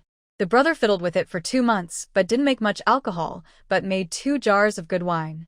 Song Jinshio tasted it, and it was mellow and fragrant, and it was pretty good. When he heard that he was giving away the wine he brewed, Song Chunsheng was excited, nervous, and embarrassed. Seeing him pack 2 small jars of wine and go out happily, Song Jinshio suddenly understood her brother's feelings. It was like a child who suddenly achieved a little success and wanted to show off in front of the elders. He didn't have the opportunity before because no one in that family valued them. Song Jinshio smiled and shook her head. They're still just children. Tian Xinghua and Zhang's mother spread 2 mats in the yard, and they lay down on them to spread cotton, preparing to make 2 new quilts. Song Jinshio walked over. Mom, Grandma Zhang, I'm going to the county in a while. Is there anything you want to buy? I'll bring it back for you. What are you going to the county for? Tian Xinghua said worriedly. Your 4th uncle is in the hospital in the county. Don't go if you don't have anything to do, so as to avoid trouble with the old Song family. Don't worry, Yiming will go with me. Tian Xinghua was relieved. Bring some needle money. There is not much thread at home. You need some of various colors and more white and black. Okay. Is there anything Grandma Zhang needs? Zhang's mother smiled and shook her head. No, I'm yours. I don't lack anything. Song Jinshio smiled and said, Okay, I'll bring you some delicious food. Zhang's mother waved her hand quickly. No. The food at home is good enough. Don't spend money indiscriminately. Song Jinshio smiled and nodded to show that she understood. Yiming is really an all-round talent. Not only is he good at martial arts, but he can also drive a car. The 2 of them arrived at the county town and went straight to the pawn shop. The pawn shop in the county was not big. When Song Jinshio went there, a group of new people just came to the pawn shop. The shopkeeper of the pawn shop was talking to a man. Seeing that there was a business coming, he hurriedly greeted her with a smile. Miss, are you looking for a house or buying someone? Song Jinshio said, buying someone. The shopkeeper asked again, Miss, how many do you want? Men and women? What are your requirements? Song Jinshio smiled and said, I want those who can work, regardless of gender. I will take a look at the people first. When the shopkeeper heard this, he hurriedly asked people to gather and stand in rows. Women in 1 row, men in another row. And behind these 2 rows, there were more people standing in groups which were obviously families. Seeing Song Jinshio looking over, the shopkeeper of the pawn shop explained, they are all families. If the girl likes, she can also sell individually. Of course, if you want all your family, you can get a discount. 100 or 200 people stood in the yard, standing when they were asked to stand, bending when they were asked to bend, and squatting when they were asked to squat. Song Jinshio looked at it and suddenly felt very uncomfortable. Once a person loses his freedom, he loses his dignity. Song Jinshio had no experience in buying people, but she had experience in interviewing and recruiting people. She said, My family is a farmer in the countryside. Those who are willing to go to the countryside with me will be in line. Then she said, Those who can drive the car stand in a row, those who can cook stand in a row, those who can wash clothes and sweep and endure hardship stand in a row, and those who can do farm work stand in a row. As she spoke, most people also understood what this girl bought people for. Girl, I can cook, my wife and daughter can cook, we can endure hardships and do any work as long as we don't separate our family. A fat white man suddenly knelt down and kowtowed to Song Jinshio, but the few people behind him were obviously not very happy, especially the little girl in her teens, who still raised her head and glared at her impatiently. Song Jinshio raised her eyebrows. She noticed this family from the beginning, not for anything else, but that the whole family was fat. Like a crane standing out among a group of skinny people, she stood out. But she didn't understand, since they were all slaves. Where did this little girl's sense of superiority come from? Song Jinshio didn't bother to pay attention, just nodded and said, If you are willing, stand over first. As long as it meets the conditions I want, I will not separate the family. When they heard that she would not separate the family, several families stood over immediately. It is better to go to the countryside to farm than to be separated from their wives and children. Song Jinxiu eliminated some ugly ones. She is not obsessed with looks, but everyone loves beauty. Although the ones she bought were servants, they could live together under the same roof in the future. They will see each other every day, and good-looking features are the most basic conditions. Finally, they had to take a look at their files. The reason why these people became slaves was that most of them suffered disasters and had nowhere to go. Only the fat man's family had a file that said they were sentenced by the government. Sentenced by the government? Are these people criminals? When the fat man saw Song Jinxiu asking for the file, he lowered his head with a wry smile on his face. He originally thought that this was a little girl, young, and perhaps she would not care about her background, so that their whole family would have a chance to be bought together. But the little girl insisted on taking it, and even looked carefully at each one. He knew that his family had no hope. There were so many people with clean backgrounds for her to choose from. How could she want a family of criminal slaves? He was right. Song Jinxiu really didn't choose them. The government sentenced them to slavery, which meant that this family had committed a crime, and she was stupid to bring a family of criminals to her home. Song Jinxiu picked 2 families, a couple with their mother, and a couple with 3 children. She also picked 5 men, 5 women, and 5 little girls. After paying the silver, she rented a carriage from the pawnbroker and prepared to take the people away. Suddenly, an old woman's curse came from behind. "It's all your fault, you evildoer. You have ruined our family, and now even the farmer doesn't want us. God, why don't you let this evildoer die?" "Paw, paw, paw," the woman slapped her face. The fat man knelt on the ground, hugged his mother, and begged, "Mom, it's all my fault, please hit me." Song Jinxiu was speechless. "What do you mean that no farmer wants you? What's wrong with farmers? You have lost your freedom and still despise me, a farmer?" Song Jinxiu couldn't help but look back. The fat man and his mother hugged their heads and cried bitterly. The arrogant girl beside them looked at the scolded woman with disgust. The other 2 teenagers punched and kicked the woman. The woman who was scolded as evildoer and kept her head down and didn't speak. Suddenly, she stood up. Song Jinxiu thought to herself that it was not good. She hurriedly said, "She wants to commit suicide. Yiming, stop her." She ordered Yiming and rushed over. At the moment when she hit the stone head-on, she and Yiming grabbed her with 1 arm each. The woman raised her head, and there was a hideous scar on her face. "Let me die, kind-hearted person. Why save me?" She was hoarse, her eyes full of despair. Seeing this face, especially with this scar, Song Jinxiu's heart was in turmoil. This woman was very beautiful, and this scar was new at first glance, and the scab had not completely fallen off. What surprised her was that this face seemed familiar. I remember when she was a child, her family had a neighbor, a sister, who was very beautiful and a flight attendant. Every time she saw her at home, she would give her candy. Several times she saw her sister's face covered with blood. She told her mother that there were bad guys on her elder sister's plane who chopped with plastic knives and injured several people. Her elder sister's face was also covered with blood. Her mother thought she was hysterical and was so upset by her that she went to see a doctor. Because her mother suspected that she had dreaming disorder caused by anemia. Because the elder sister, who she said had a bloody face, was fine. Not long after, the elder sister's plane did have an accident, exactly as she saw.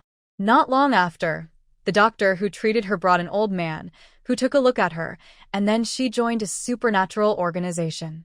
Looking at this woman again, she really looks like the neighbor's elder sister, and the scar on her face is exactly the same. She couldn't help but blurt out, Man, sister? Do you still remember Xia Yuha by Daming Lake? Girl, do you recognize me? My name is Xia He. Song Jinxiu. Should I call you Xia He or Dong He? I just want to know if you are my neighbor when I was a child. The king of the sky covers the tiger of the earth. Xia, he looked innocent. The sound of wind and rain at night. Xia, he looked confused. Song Jinxiu was unwilling to accept it, and said, Yangtze River, I am the Yellow River. Xia, he was still half dead. Song Jinxio's heart was cold. It was not that elder sister. Maybe it was because people were similar, or maybe she was always looking forward to meeting old friends in a foreign land. Song Jinxio suddenly felt depressed. At this time, the fat man came over and said impatiently, "Sister-in-law, our family is in such a state. Can you please stop making trouble?" Song Jinxio didn't want to meddle in other people's business. Saving people is her instinct. Now that the people have been saved, she has nothing to do. But seeing that the woman named Xia, he looks like the big sister next door, she couldn't help asking the shopkeeper, "How much does this family cost?" She thought, "Isn't it just a matter of money? Just buy it." If she really doesn't like it, letting Xia he free can also comfort her lonely heart. The shopkeeper hurriedly said, "This family is sentenced by the government. They can't redeem themselves. Just give 50 taels. 50 taels is not expensive, but what does it mean that they can't redeem themselves?" Song Jinxio didn't understand the laws here, so she asked Yiming in a low voice. Yiming said, "Miss, the official sentence of slavery is divided into years according to the severity of the crime. Some are 10 years, some are 50 years, and there are also lifelong slaves, and they can't redeem themselves even if they have money." TSK. Country bumpkin, aren't you good at talking? It turns out that you don't know anything. At this time, a voice like a yellow warbler interrupted Yiming's explanation. Song Jinxio looked at the girl who came in with jewels and gems. She thought she didn't know this person. Why did she look at her with contempt? Liwan recognized Song Jinxio at first sight. Wasn't she the arrogant country girl at the gate of the academy? She had been waiting in the carriage for a long time. When the owner of the pawnshop saw that there was another customer, and such a noble girl, he hurriedly stepped forward with a smile to greet her. "Miss, are you looking at a house or buying someone?" Liwan glanced at him and said nothing. She was a rich girl. What could she say to such a pawnbroker? The little maid beside her said, "Boss, our young lady wants to sell a few maids and laundry women. She wants to pick the best ones." "Hey, wait a moment, young lady. I'll let them all stand in place." It happened that the people who had been selected by Song Jinxio had not left yet, so the owner of the pawnshop hurriedly asked the women to stay and stand in 2 rows for people to choose. Liwan took a look and saw that these were the ones left by Song Jinxio. She fanned herself impatiently with her handkerchief and said arrogantly, "Change me a new batch. I don't want the ones left over by a country bumpkin." Hey, Is this woman sick? She keeps saying that she is a country bumpkin? Is she looking for trouble? Do you think I am afraid of you? Song Jinxio stood up straight, raised her eyebrows, and asked, "Who is the country bumpkin talking about?" "The country bumpkin is talking about you." "Hey, you little, how dare you scold me?" The girl in luxurious clothes reacted quickly, and she immediately frowned and looked at her coldly. Song Jinxio slumped her shoulders, rolled her eyes at her, and sneered, "TSK. Who are you talking about, you little?" "The little is talking about you." Liwan was fooled again, and couldn't help but get angry. No wonder even the students of the academy are at a disadvantage, and the teachers of the academy have fled. He is indeed shameless and sharp-tongued. Liwan felt that this small county town was full of bad luck. On the first day she arrived, she was blocked at the entrance of the academy. At that time, she had to hold her, so she hated Song Jinxio, who was making trouble. When she arrived at the Lee family clinic, her cousin refused to take her to see Su Shitsi for various reasons. He said that he had no friendship with that person and they had no relationship at all, so how could she see him? But she clearly heard that Su Shitsi met her cousin alone that year and even invited her cousin to dinner. Humph. The cousin must be dissatisfied with their family, dissatisfied that they ignored their contribution to the development of Ma Fei-san. They didn't think about it. They were born out of wedlock. Could it be that they wanted to climb over their legitimate family? It was good enough that they promised to return to Beijing at the end of the year. What else did they want? Their grandfather was the director of the Imperial Hospital. Didn't their branch have to curry favor with him? But this cousin is a stubborn person. He won't buy it anyway. She had a quarrel with her cousin this morning, and her cousin actually asked her to go back to Beijing, saying that it was not right for a girl to chase after a man and that their family was not up to the task. Why was he out of his league? She didn't dream of being the main wife. Could it be that she couldn't be a concubine? Humph. In order to be able to enter the prince's mansion as a concubine, Zhang Jingyao went to Fulua Temple last month to eat vegetarian food and chant Buddhist scriptures to pray for the prince.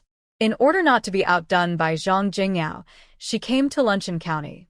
First, there's a clinic here. Second, her cousin knows Prince Su. And third, it is only 2 days' drive from Prince Su's military camp. Besides, she made a bet with someone that she would not go back to Beijing unless she saw Prince Su. But in Beijing, the most precious young lady has more than a dozen maids and servants to serve her. In order not to be outdone by Zhang Jingyao, she followed her example and only brought 1 maid with her. But when she got here, she saw that there were only 2 cooks, 3 coachmen, and an old man who was a doorman. How could she bear this treatment? Didn't she see that the personal maids were so tired that they could fall asleep while standing these days? Sometimes she couldn't even wake them up by drinking water. So, Miss Li decided to go out to buy someone. Unexpectedly, when she arrived at the dental shop, she saw the girl who almost made her pants was also here. If she didn't make sarcastic remarks, she wouldn't be Li Wan. Song Jinxiu heard it and said, "Oh, it turned out to be the one who watched the fun that day. No wonder she said she was sharp-tongued." It's nothing to say that she was sharp-tongued. She just took it as a compliment.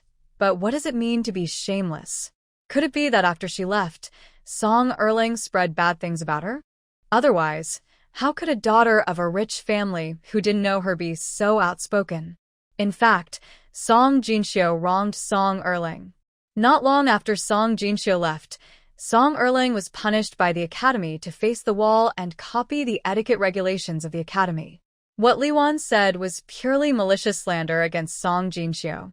But Song Jinxiu didn't know. She thought the woman just misunderstood her. Forget it.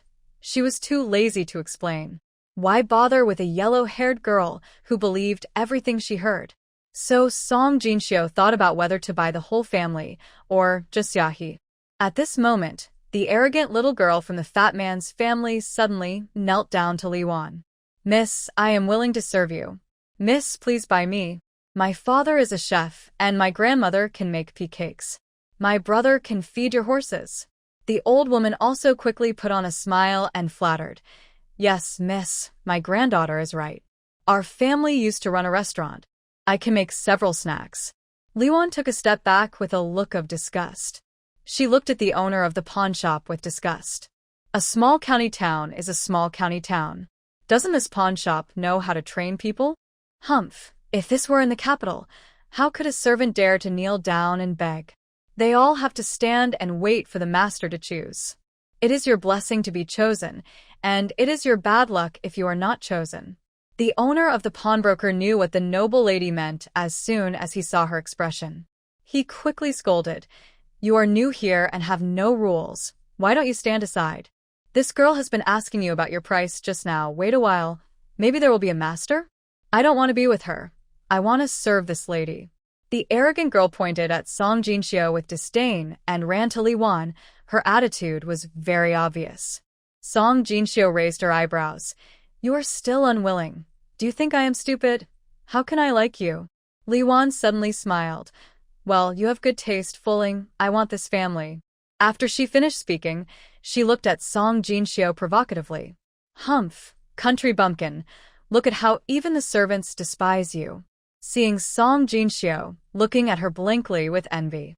Suddenly, her mentality was much more balanced, and she immediately twisted her neck, straightened her appearance, and let the country bumpkin envy her. "Song Jinxiu, I am just curious, okay?" "Yes, Mississippi." Her maid Fuling hurriedly negotiated with the shopkeeper. When she saw the scar on Xiaohe's face, she screamed in fear, and the arrogant girl hurriedly said, "She is not from our family." The old woman also hurriedly said, "Yes, she is not from our family. We have divorced her." It was not easy to meet a good master, and this second daughter-in-law is a rag, so don't take her with you. Seeing Li Wan picked a few more people, Fuling negotiated with a shopkeeper, paid the money, and left with the people. This time, from beginning to end, Li Wan never looked at Song Jinxiu. Instead, Song Jinxiu watched her buy someone, and then walked away gracefully. Yiming comforted her. "Miss, don't envy her. She is just a little girl who doesn't know how high the sky is and how deep the earth is. Miss, you are much more noble than her. Song Jinxio laughed. I'm not envious. I just think that this young lady from a rich family lives too hard. You see, she has been holding her shoulders high from the moment she arrives to the moment she leaves. TSK, I can't do that. Yiming laughed. She is pretending to be dignified, but her appearance is noble. Unlike young ladies, although they do whatever they want, their spirit is noble. Song Jinxio smiled immediately. Oh, I didn't expect you to be so sweet. But I think she is not as dignified and generous as you. Yiming straightened his back. That's right. This girl worships me as her teacher, and I don't even like her. Finally, Song Jinxio spent another 5 taels of silver to buy Xiaohe. After thinking about it, she picked 2 more half-grown boys. Thinking of giving it to the old patriarch and the head of the village, the father and son really treated the 4 brothers and sisters well. In the future, they will call servants at home. They can't let the 2 elders have no errands to serve them, right? At the same time, they also learned about Xiaohe's life experience. They are from Jingbian County.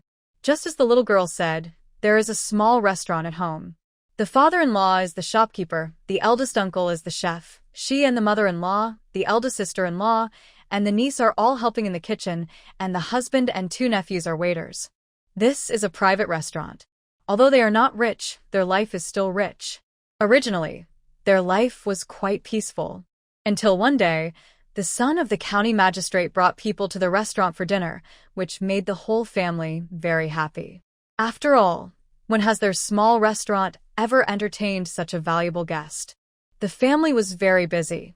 After finishing the kitchen, she was busy serving dishes. It was just that she delivered the dishes and was favored by the son of the county magistrate. After 3 rounds of drinking, the 3 young men in the room clamored for her to pour wine. The father-in-law didn't dare to offend anyone, and the whole family persuaded him to go. Even her husband said, "It's okay, I'll go with you." However, when she and her husband entered the private room, the door was closed, and the 3 beasts insulted her in front of her husband. Her husband was so scared that he dared not, and even handed them handkerchiefs with a smug face. From then on, the 3 beasts became regular customers of the restaurant. Occasionally, one of them would bring others, and she had to accompany them every time. For this reason, she resisted and even hanged herself, but her so-called family members kept asking her to tolerate it and kept watching her all the time, fearing that she would commit suicide. This was their cash cow because every time they had a meal, they would leave a lot of tips. Since it was her face that caused the trouble, she was cruel and scratched her face with a broken plate. This action angered the son of the county magistrate. In order to calm the anger of the son of the county magistrate, the family pushed out her granddaughter, the arrogant girl who was only 10 years old. However, the son of the county magistrate liked married women and was not interested in little girls. So they pushed the eldest daughter-in-law into the house. As a result, they disliked the eldest daughter-in-law for being ugly. Later, the eldest daughter-in-law cursed something, which caused a fight among the people in the house. Later, the eldest daughter-in-law was beaten to death. It was said that her husband and father-in-law beat her to death. So her husband and father-in-law were executed in autumn, and her family was sentenced to official slavery. At that time, she was sent to the clinic because of the wound on her face. What happened in the family was also heard from the mouths of the grandparents and grandchildren later. Song Jinxio was silent. What kind of world is this, so there will be such a bloody plot? What kind of people are these? Worse than animals. Just now, she wanted to buy this family of rascals, and now she feels disgusted when she thinks about it. Alas, it is true that you can never know a person's heart by his appearance. Who would have known that the fat man's family, who were clean and tidy, would be such a person? Xiaohe looked at Song Jinxio's face and suddenly smiled bitterly. "Miss, I am so dirty. I don't want to pollute your eyes, otherwise, you can sell me." Song Jinxio knew that she had misunderstood, and sighed. "Your name is Xiaohe. Do you know that lotus flowers grow out of mud without being stained, and wash in the clear water without being evil? As long as your heart is clean, You are not dirty." Her words not only made Xiaohe burst into tears and swear to be loyal to the lady until death, but also moved Yiming. As expected of the former master's attention, this mentality and character are extraordinary. Jinxiu found the nest of the club and got 3 ginseng treasures at once. Jinxiu was grateful for the help of the villagers and took out a ginseng for the village. As soon as the news spread in the morning, it exploded. How can Jinxiu be so lucky? She encountered all good things.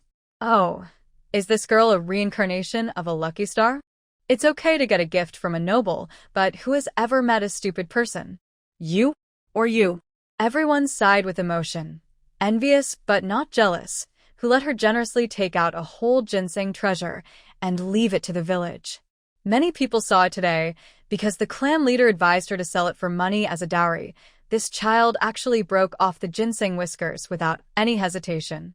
What a tiger girl, but this tiger is so cute that it makes people feel distressed. Several old men and women were moved to tears, and several pregnant mothers also had red eyes. You know, who needs ginseng slices the most?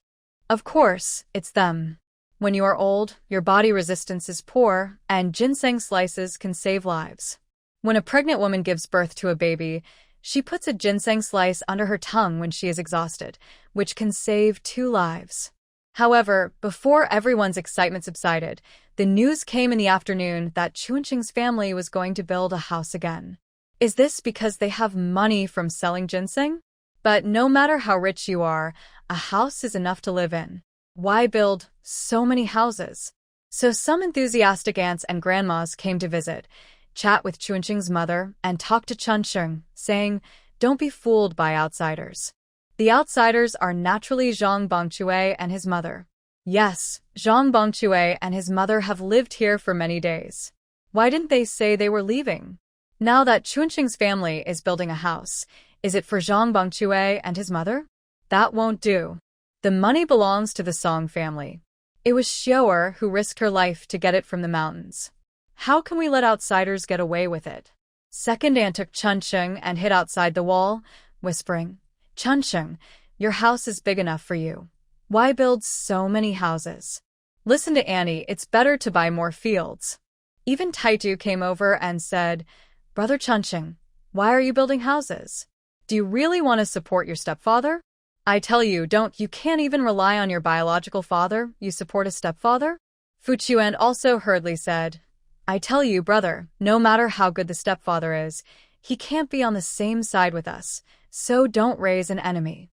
Second and also hurriedly said, "Look, these 2 kids know that a little bit of kindness is resentful. Their family is poor, you can help them, but don't let them live in your own house."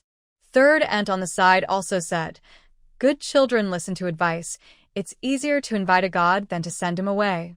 Aunt Suihua took Tian Xinghua, "I tell you, don't be confused. No matter where you go, the eldest son is the closest." Tian Xinghua nodded and said, "I know, they are all close to each other." Old fifth aunt said angrily, "How can I not be close to my own children? I'm just afraid that you will be partial to the next one." Tian Xinghua blushed. "And Wu, I won't have any more children." Old fifth aunt glared at her. "What nonsense are you talking about? He is the only son, and he married a wife but didn't have children. Do you want him to be extinct?" Tian Xinghua was stunned and didn't know how to answer. Aunt Suihua received old fifth aunt's eyes and quickly took over the conversation and said, "Although I called you third sister-in-law before, I actually know that you are not as old as me. So now I call you sister. Let me tell you from the bottom of my heart, Chunsheng and the others have a hard time, and as a mother, we are all for the good of the children." Tian Xinghua nodded. Of course, she would do it for the good of the children. As long as the children are good, she would be willing to die. Aunt Suihua continued, "Chunsheng wants to build a house, probably for you to live in. Sister, it's okay for us to live here, but you have to be aware that this house belongs to Chunsheng and his family and has nothing to do with your future children." Tian Xinghua wanted to cry, but had no tears. These enthusiastic aunts and sisters-in-law, the house hasn't even been built yet, but they are already guarding against her encroaching on their children's property. Is this the kind of person she is in their hearts? Taitu Nyang and Aunt Huzi took Zhang's mother to chat about family matters. Aunt Zhang, you're feeling better now, right? Yes, much better. I think you're feeling better too. Look, you have some flesh on your face. Mother Zhang touched her face and smiled. Well, I have gained some weight because I have eaten well these days. That's right. The children in our family are all good people. We always treat guests with the best things. When you return to Toad Village, you must tell us more about our Chunqing. This child is old enough to get married, and it will be good for him to have a good reputation.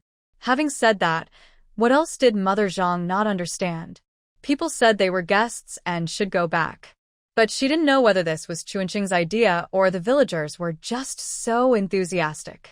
But no matter whose idea it was, they had to go back to their own home. No matter how good this place was, it was not their home. But if they left, what would happen to their daughter-in-law? Yes. Zhang's mother smiled knowingly and said quickly, I said I would go back in the next 2 days. When I get home, I have to have a good talk with the children. Song Jinxiu and her group marched into the village in a mighty manner, which immediately caused another commotion. This is incredible. This girl Xiu's family actually bought a servant. Servants, you let them do the work while you sit and watch the servants. Oh my god, what does Jinxiu want to do? Does she really think of herself as a rich lady? It's not good for a girl to be in charge. You have money, but you don't buy fields to grow food, but buy people to eat the food. Is this acting? Or is it acting in a fancy way? No, I have to talk to Chunqing. As the eldest brother, you let your sister spend money recklessly without any supervision. I'll go too. I'll ask Jinxiu where she found her ginseng. Everyone, you are not a kind boy. Not to mention that Chunqing had to face another round of well-intentioned preaching from everyone. Let's just say that Song Jinxiu returned home. There were many people, so she told everyone to build a fire in the yard to cook. Then she arranged for men and women to sleep on the floor separately. Nothing happened that night, and the next day, Song Jinxiu was busy looking for the head of the village to discuss building a house with him. She took the 2 boys she bought and went to the yard of the old patriarch first. She left the silly-looking Taidan to the patriarch and went out with the old patriarch scolding her for being a tiger again and spending money recklessly.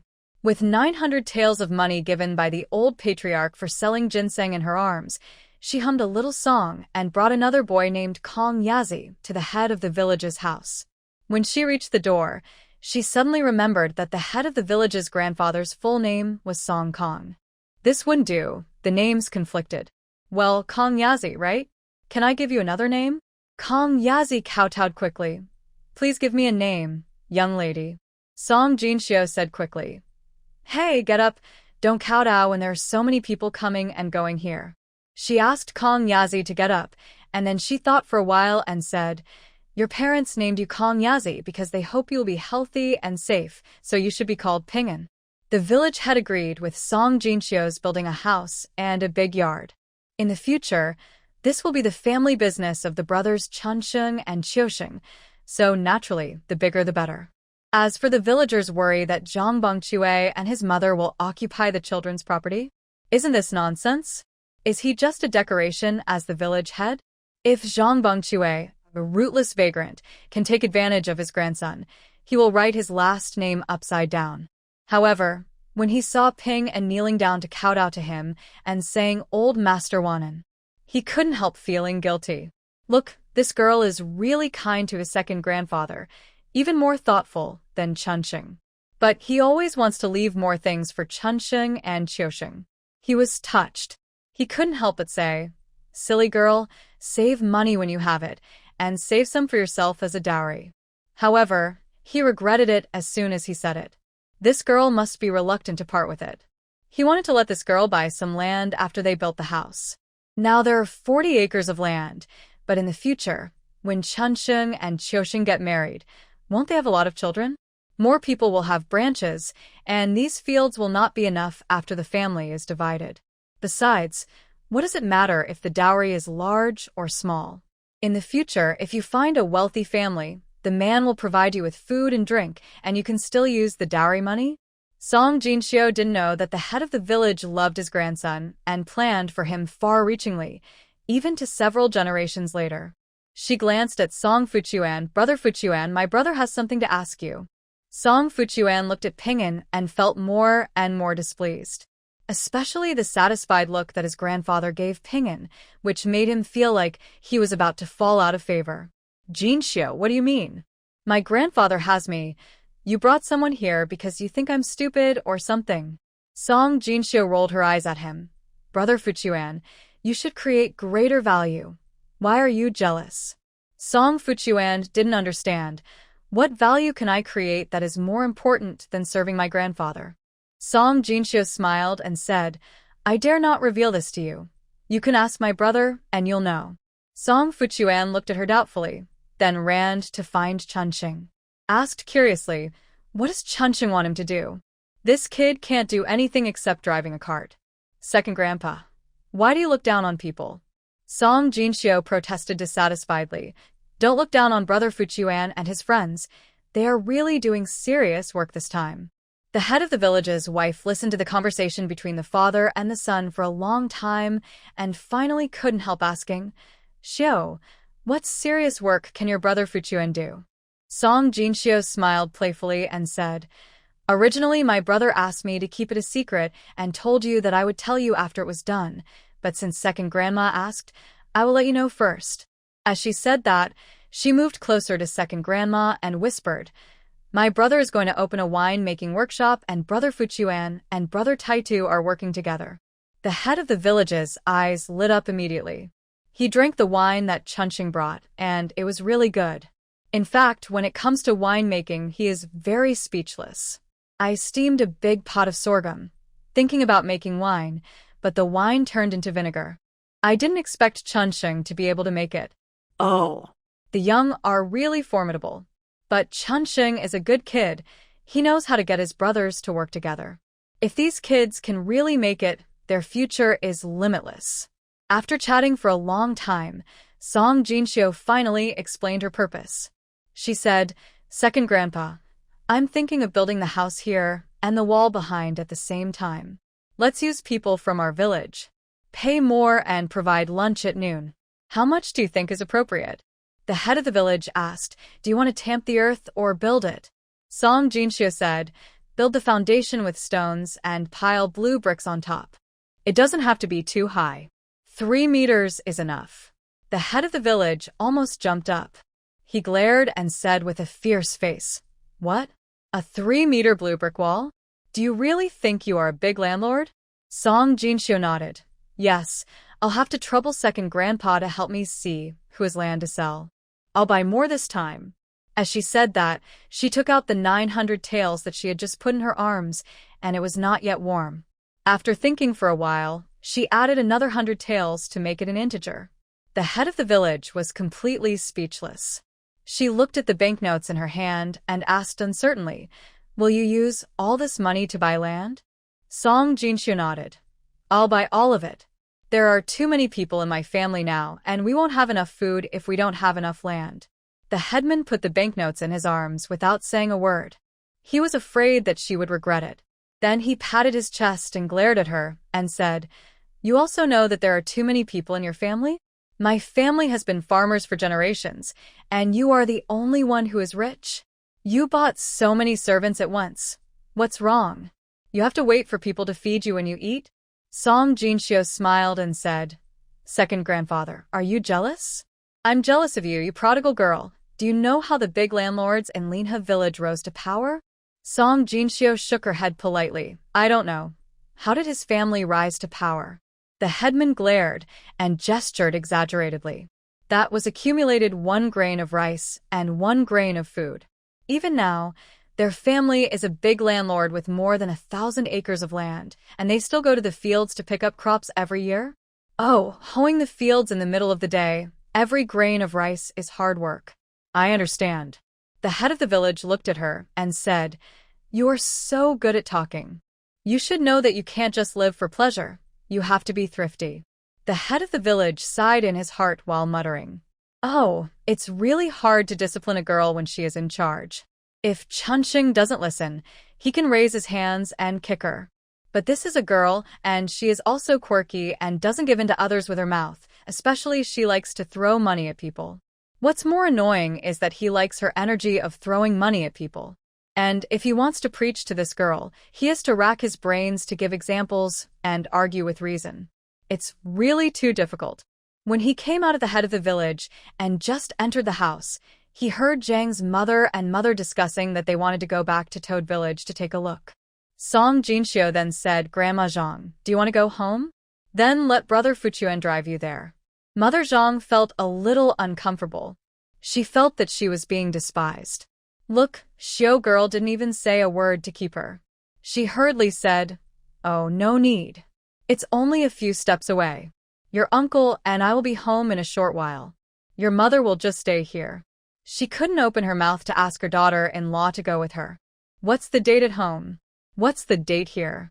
If she asked her daughter-in-law to go with her. Oh. Song Jinxiu finally felt something was wrong, so she came over and asked why. Uncle wants to go back too? But what happened at home? Mother Zhang hurriedly smiled and said, "Nothing. There are too many people at home, and there is no room for them.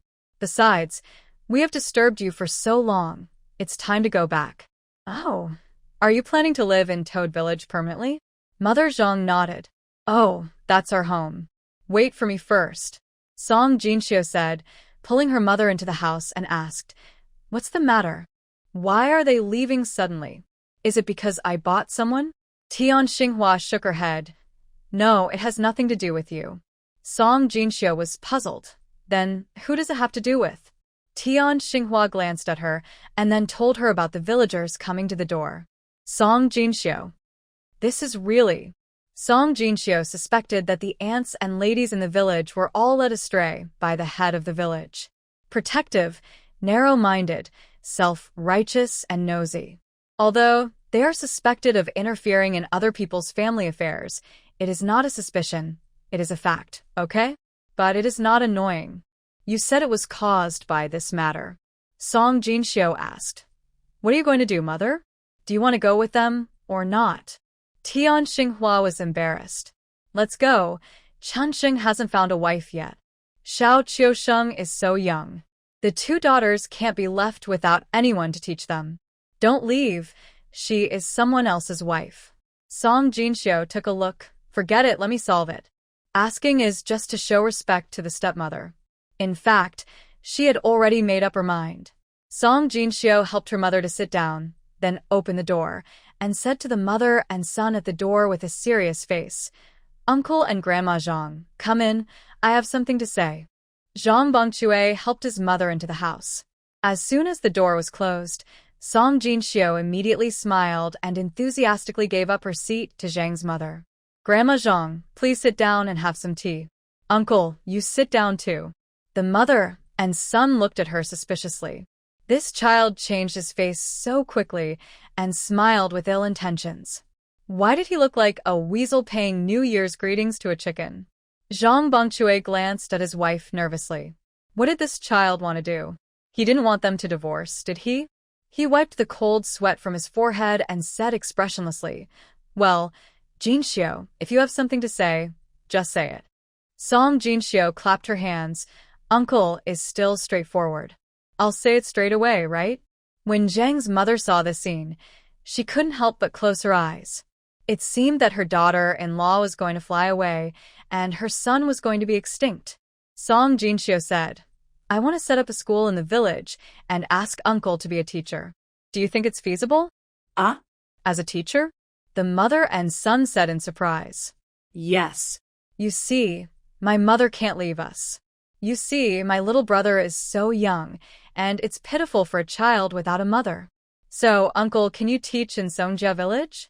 "Don't worry, Uncle. Other people hire teachers, 10 taels of silver a year plus 4 seasons of clothes, and our family will not be short of money," Song Jinxiu said, and muttered. "Of course, there is another way. You can marry into the family." She said half of what she said in her mouth and half of her stomach, which was not clear. Zhang's mother did not hear it clearly, but Zhang Bongchue understood it, and with her little expression of looking around, Zhang Bongchue suddenly couldn't help laughing softly and slowly. He laughed out loud. The laughter was hearty. At first, Song Jinxio thought that she had not expressed herself well and hurt the man's self-esteem. But after hearing his hearty laughter, Song Jinxio was a little uncertain. What did Zhang Bongchui mean? But then she thought again, this scholar is aloof. Maybe he feels that he is not worthy of his cheap mother, so he writes a letter of divorce? What's the matter with this smile, with a sense of clarity?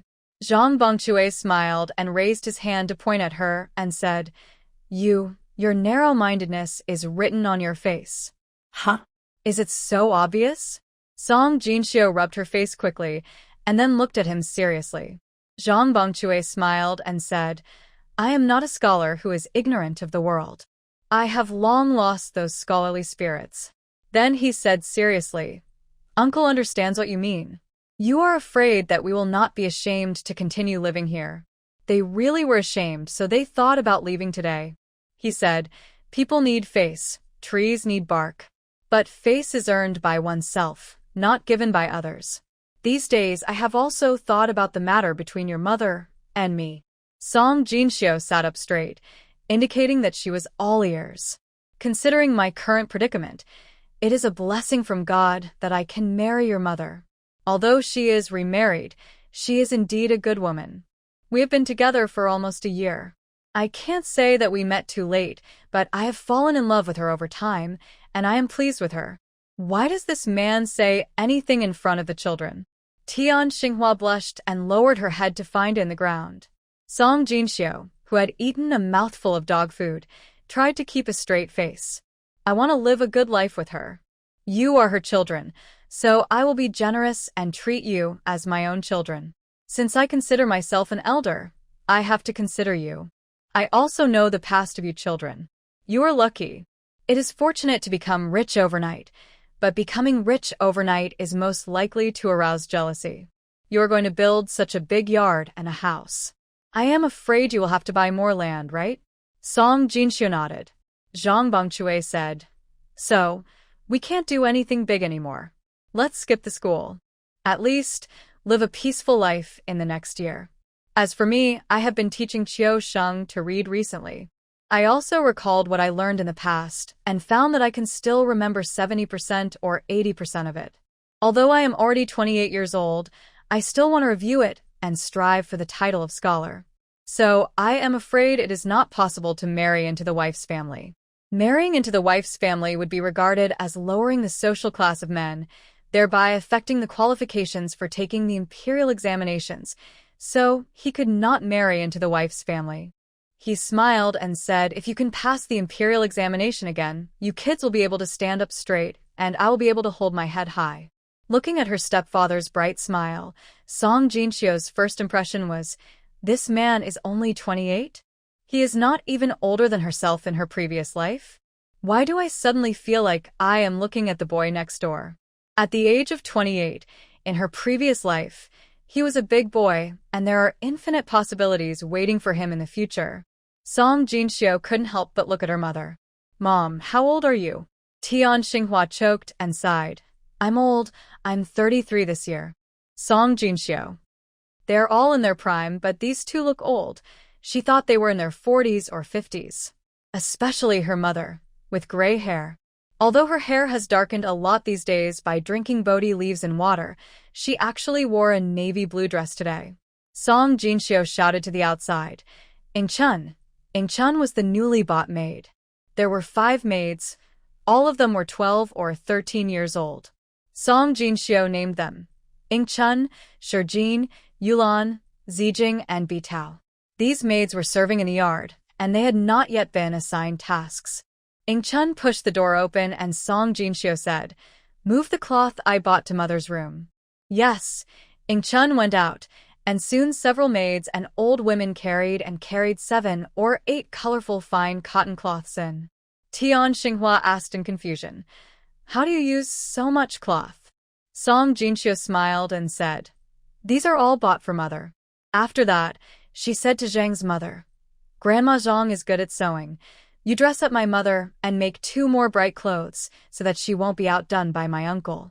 Zhang's mother smiled and said, Okay, I will dress her up like a young daughter-in-law. Being squeezed by her mother-in-law and daughter, Tian Xinghua blushed. Zhang Bongchui looked at her and smiled foolishly. Song Jinxiu couldn't bear to watch, and hurriedly urged, Okay, let's look at it later. Let's get down to business first. Zhang Bongchui touched his nose and followed her out of the house. Seeing her ordering people to harness the cart, he asked, What are you going to harness the cart for? Song Jinxiu glanced at the boy next door. Of course I'm going to the county town to buy you books and materials. Go now? The family is so busy. There are so many people, they are busy. I hired them to work for us. Besides, you can't afford to waste this time. You have to study and review as early as possible. Every minute counts. Zhang Bongchui, this girl speaks eloquently, and she is even preaching. Why did he suddenly feel like his father took him to the bookstore when he was young? He is a stepfather. Are the generations wrong? On the ox cart, Zhang Bongchui sat upright, pretending to be an elder with a serious face. But the ox cart was shaking, and he soon fell drowsy. I didn't sleep all night last night, just thinking about when and what excuse I would find to date my wife again after leaving Songjia village. I went to the largest bookstore in the county. Zhang Bongchui was choosing books, and Song Jinxiu also picked a few books for herself. In fact, there is a world's largest library in her space computer. This is free download for everyone in their organization. Although she downloaded it, it was a pity that she didn't read it much. Because it was selected by the organization, most of them were academic books. In order to understand this world, Song Jinxiu picked a few travel notes. She found that most of them were enlightenment and scientific research books, and there were almost no popular science books like agriculture, medicine, etc. There were quite a few travel notes, and there were also some romantic novels, but not many. I picked the best pens, ink, paper, and inkstone and bought a lot. The shopkeeper saw that a big customer had come and hurried over to greet him in person. Song Jinxiu first calculated the bill and asked him to move the pens, ink, paper, and inkstone onto the car first. Seeing that Zhang Bongchui was still carefully selecting books, he said to Yiming, You stay here, I'll go out for a walk. Yiming was worried. Miss, I'd better follow you. Song Jinxiu nodded in the direction of Zhang Bongchui. If we both leave, it will be embarrassing when he finishes buying books but has no money to pay the bill. Yiming couldn't help laughing and had a nod. Then you take this, when there is danger, and I will rush over immediately when I hear it. Yiming handed her a bamboo whistle. Song Jinxiu took it, waved at her, and left the bookstore. When she saw the paper just now, she thought about stocking up some straw paper and rice paper. Because the toilet paper made from straw paper is relatively brittle, it would be much better if some rice paper was mixed in.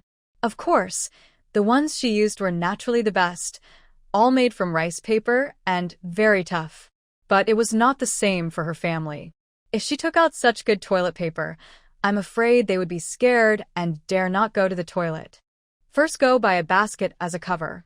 I went to several bookstores in the county and put the rice paper and straw paper I bought in a basket and then secretly moved it into the space. I went to the grain store and bought a cart of rice and flour. I left my address and asked them to deliver it directly to my home. In fact, there is no shortage of rice and flour at home, but no matter what my cheap mother and Jinfeng cook, they have to mix sorghum and beans. Song Jinxiu really can't get used to it. She said it many times, but the two of them just listened to it. Mother still said, You can't be poor if you can't eat and wear, and you can't plan to be poor for a lifetime. Little Jinfeng finally straightened herself out, but now, influenced by her mother's thoughts, she has become stingy. Song Jinxiu wanted to buy more rice and flour to pile up in their house. She couldn't let it get moldy and then be reluctant to eat it, right? She went to buy sesame oil and tung oil. It's strange, isn't it? The vegetable oil here is not for eating, but for making lamp oil for lighting. Children's song in the previous life. Little Mouse climbed up the lampstand, stole oil to eat, couldn't get down. Meow, meow, meow. The cat came and rolled down with a squeak.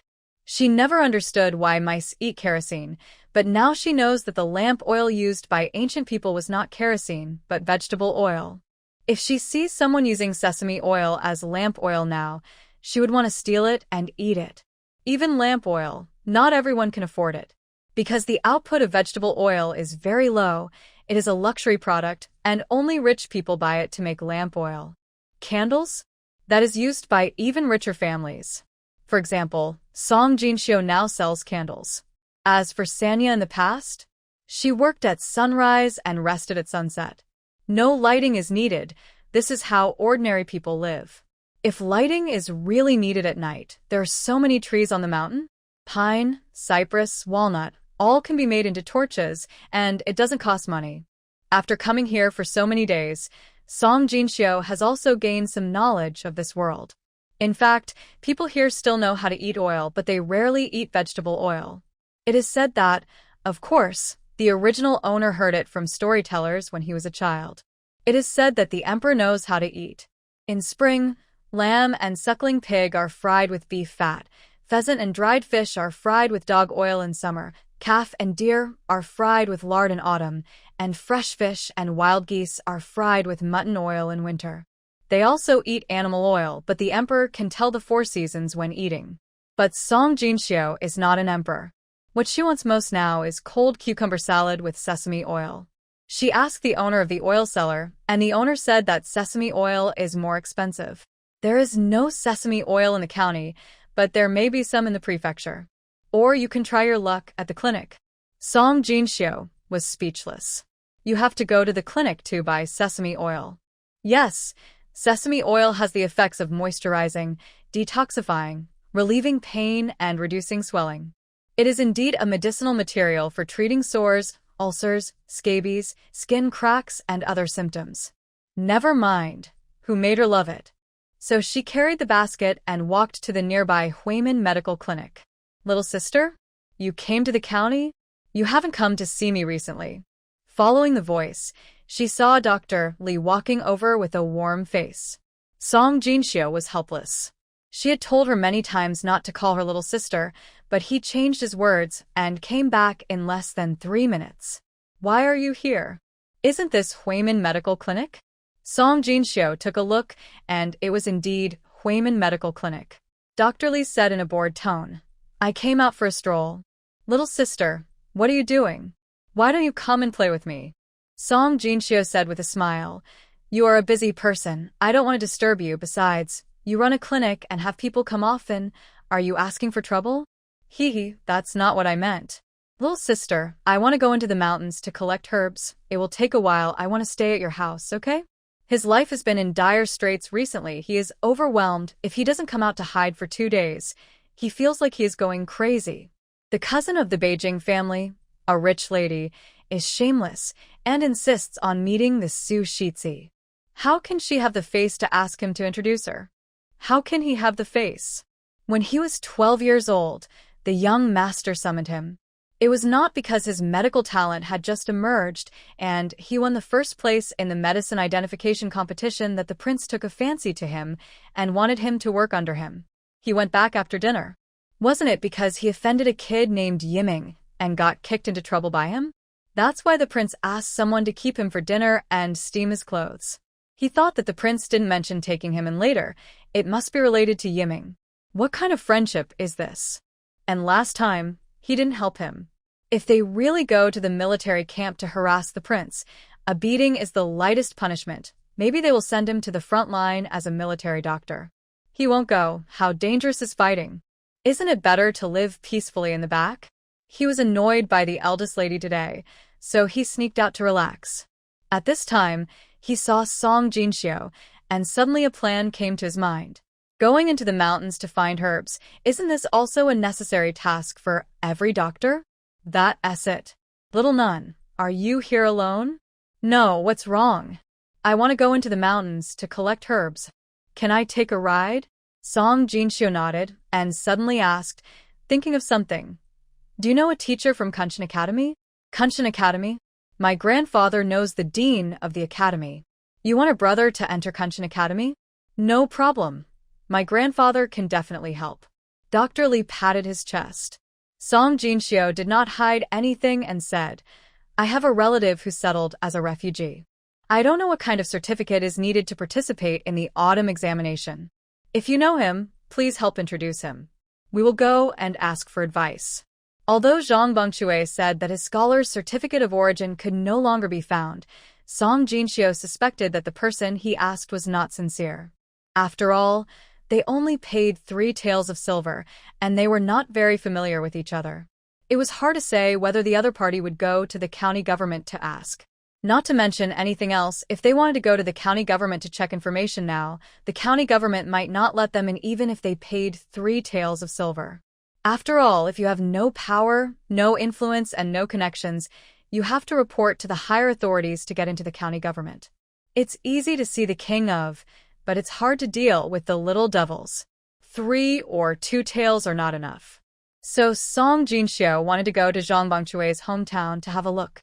If she could get a certificate, her stepfather could directly take the autumn examination. If she was not blindly confident, she would be a top student at the age of 16. Aren't there enough things that top students destroy people's worldview? Maybe he will pass the exam?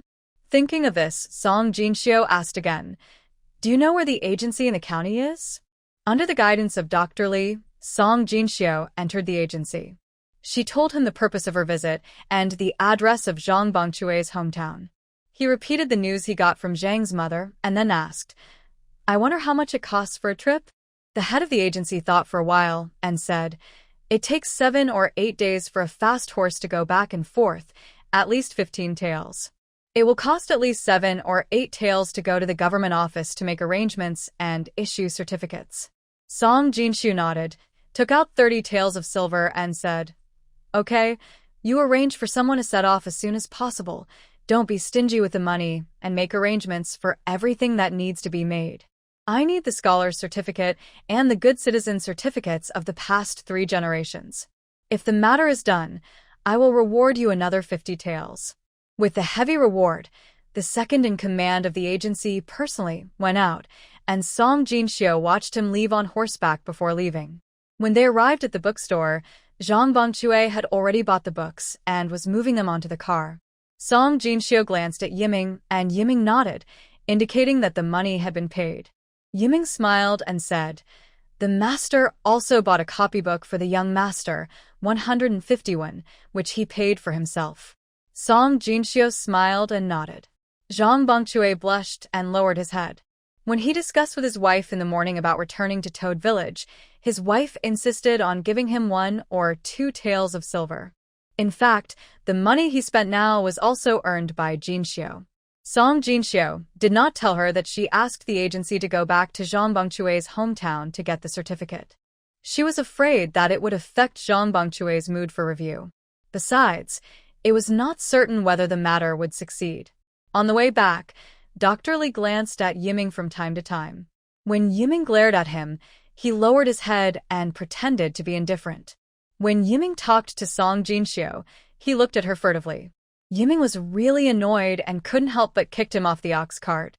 The ox cart was slow to begin with, and he sat on the front shaft with his legs drooping.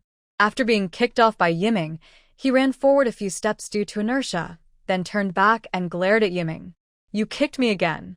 After saying that, he shut up first. What again is he talking about? This Yiming is not the same Yiming. Is he traumatized by the kick from that kid and can't tell the difference between male and female? Yiming sneered, "Look at me again. I'll dig out your eyes."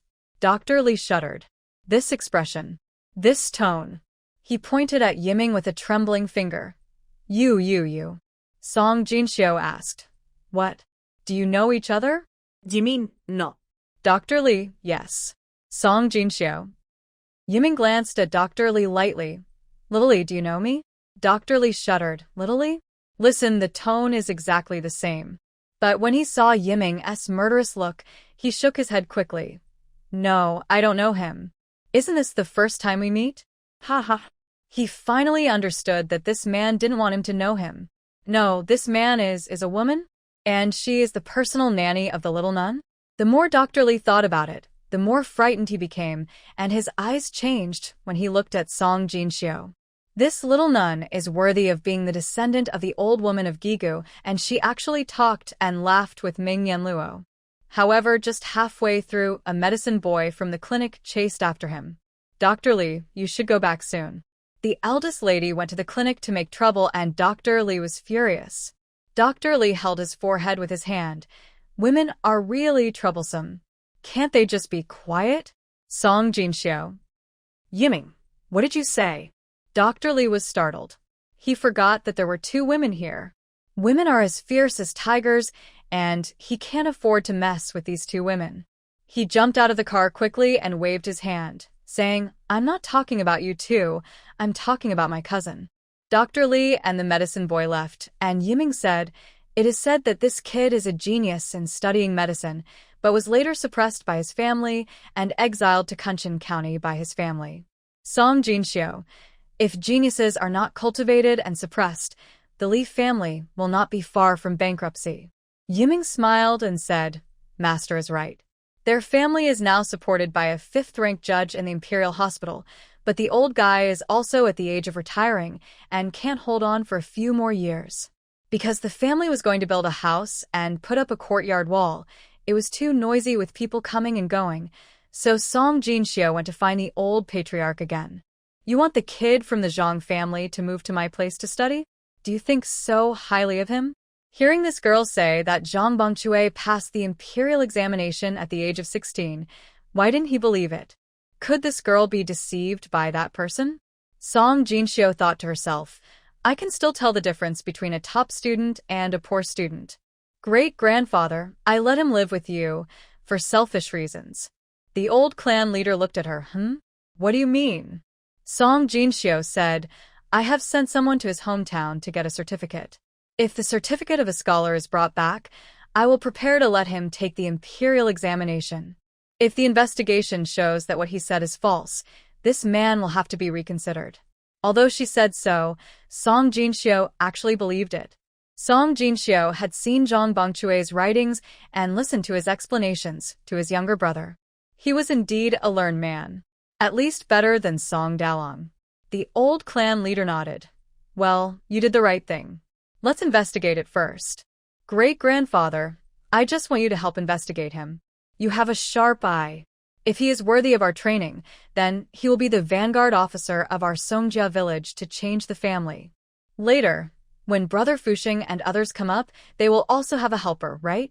The old clan leader's eyes changed when he looked at Song Jinxiu. This girl is really bold. You still want to change your family? Could it be that our Song family can produce an official? Song Jinxiu smiled and said, "Isn't the biggest wish of studying for the imperial examination to become an official? A scholar who doesn't want to be an official is not a good scholar." The old patriarch nodded her head and said with a sense of inferiority, "I think it would be good if I could produce a scholar." Song Jinxiu said, "You can think further.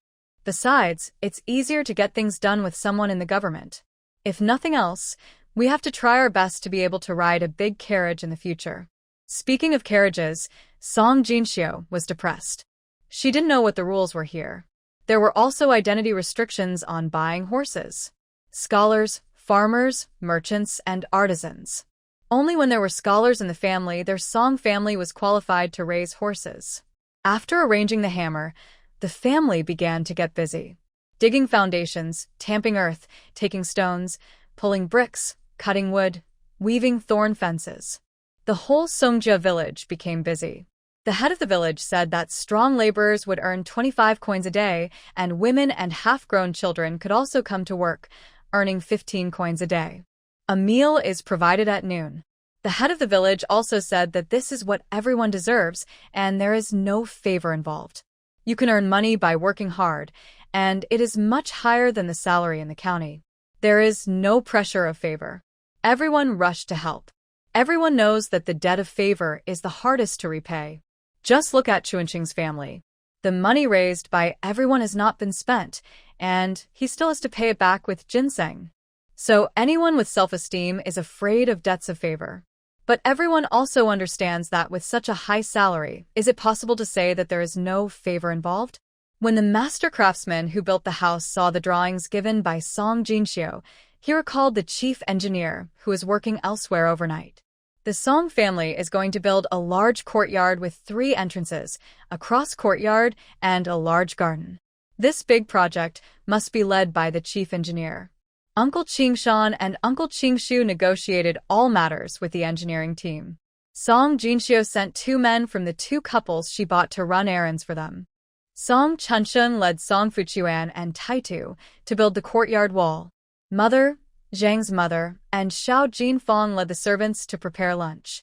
Song Jinxiu saw that there was nothing for her to do, so she took Yiming to the county town again.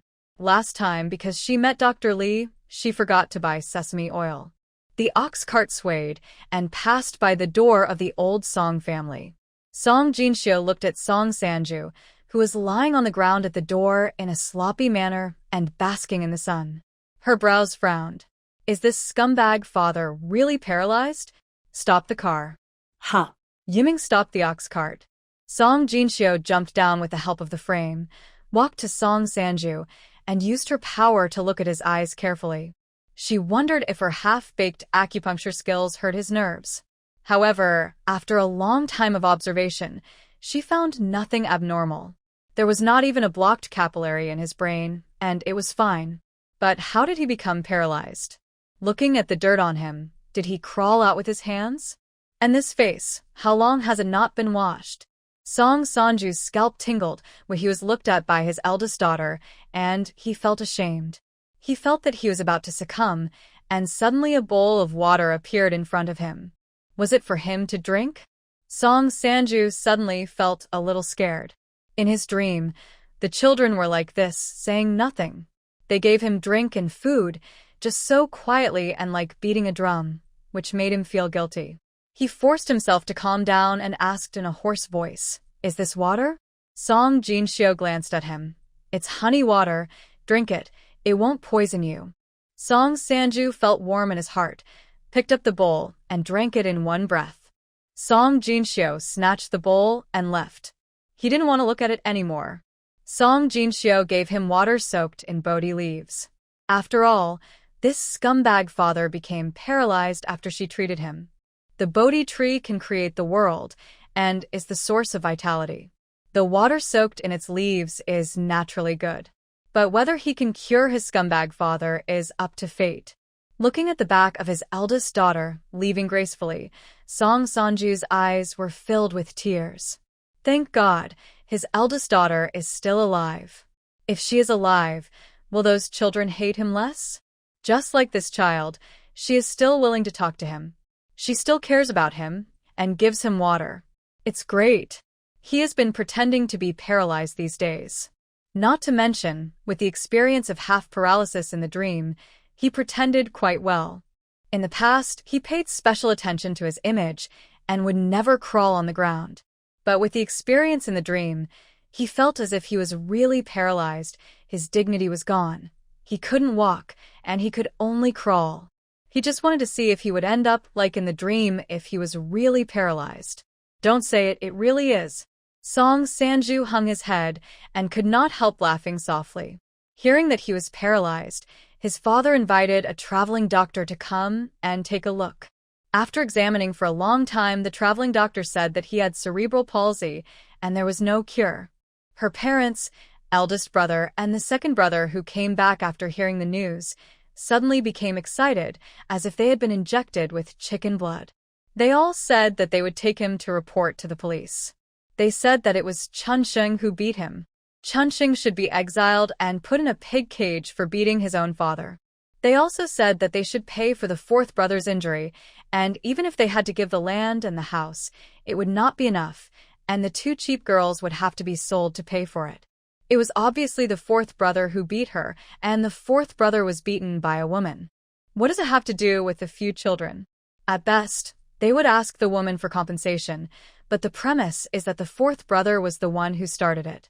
But her dear family lied calmly, and everyone swore and was angry. He thought it was ridiculous. Why didn't he think his parents and brothers were so hypocritical before?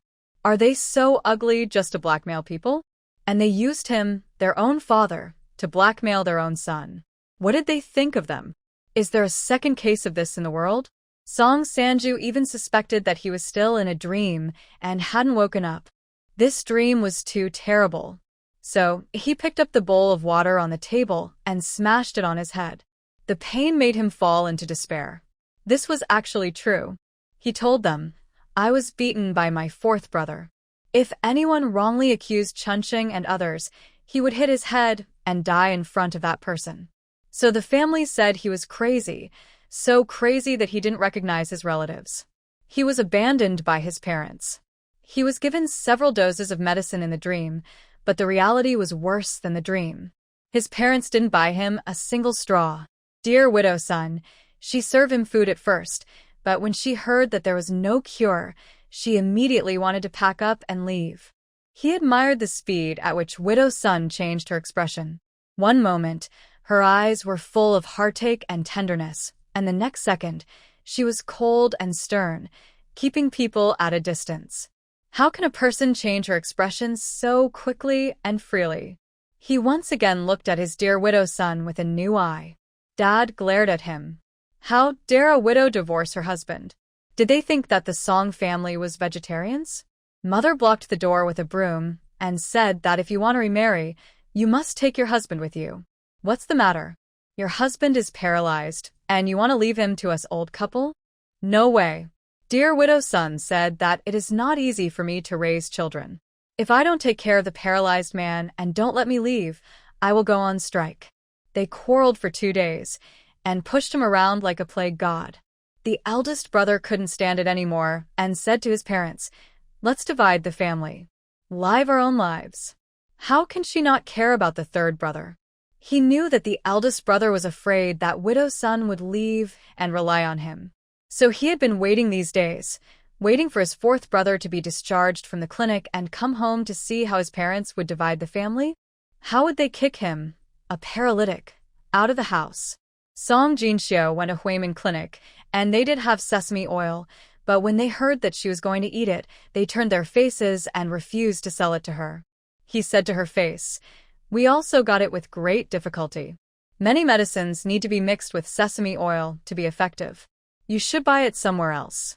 She just turned around and took 2 steps, and a voice came from behind. Where did this prodigal son come from? Eating sesame oil? Not afraid of diarrhea. I dare not sell it to her. If she really dies, I will have to take responsibility. Song Jinxiu looked up at the sky speechlessly. Eating a few drops of sesame oil can cause diarrhea? This is Huimin Clinic?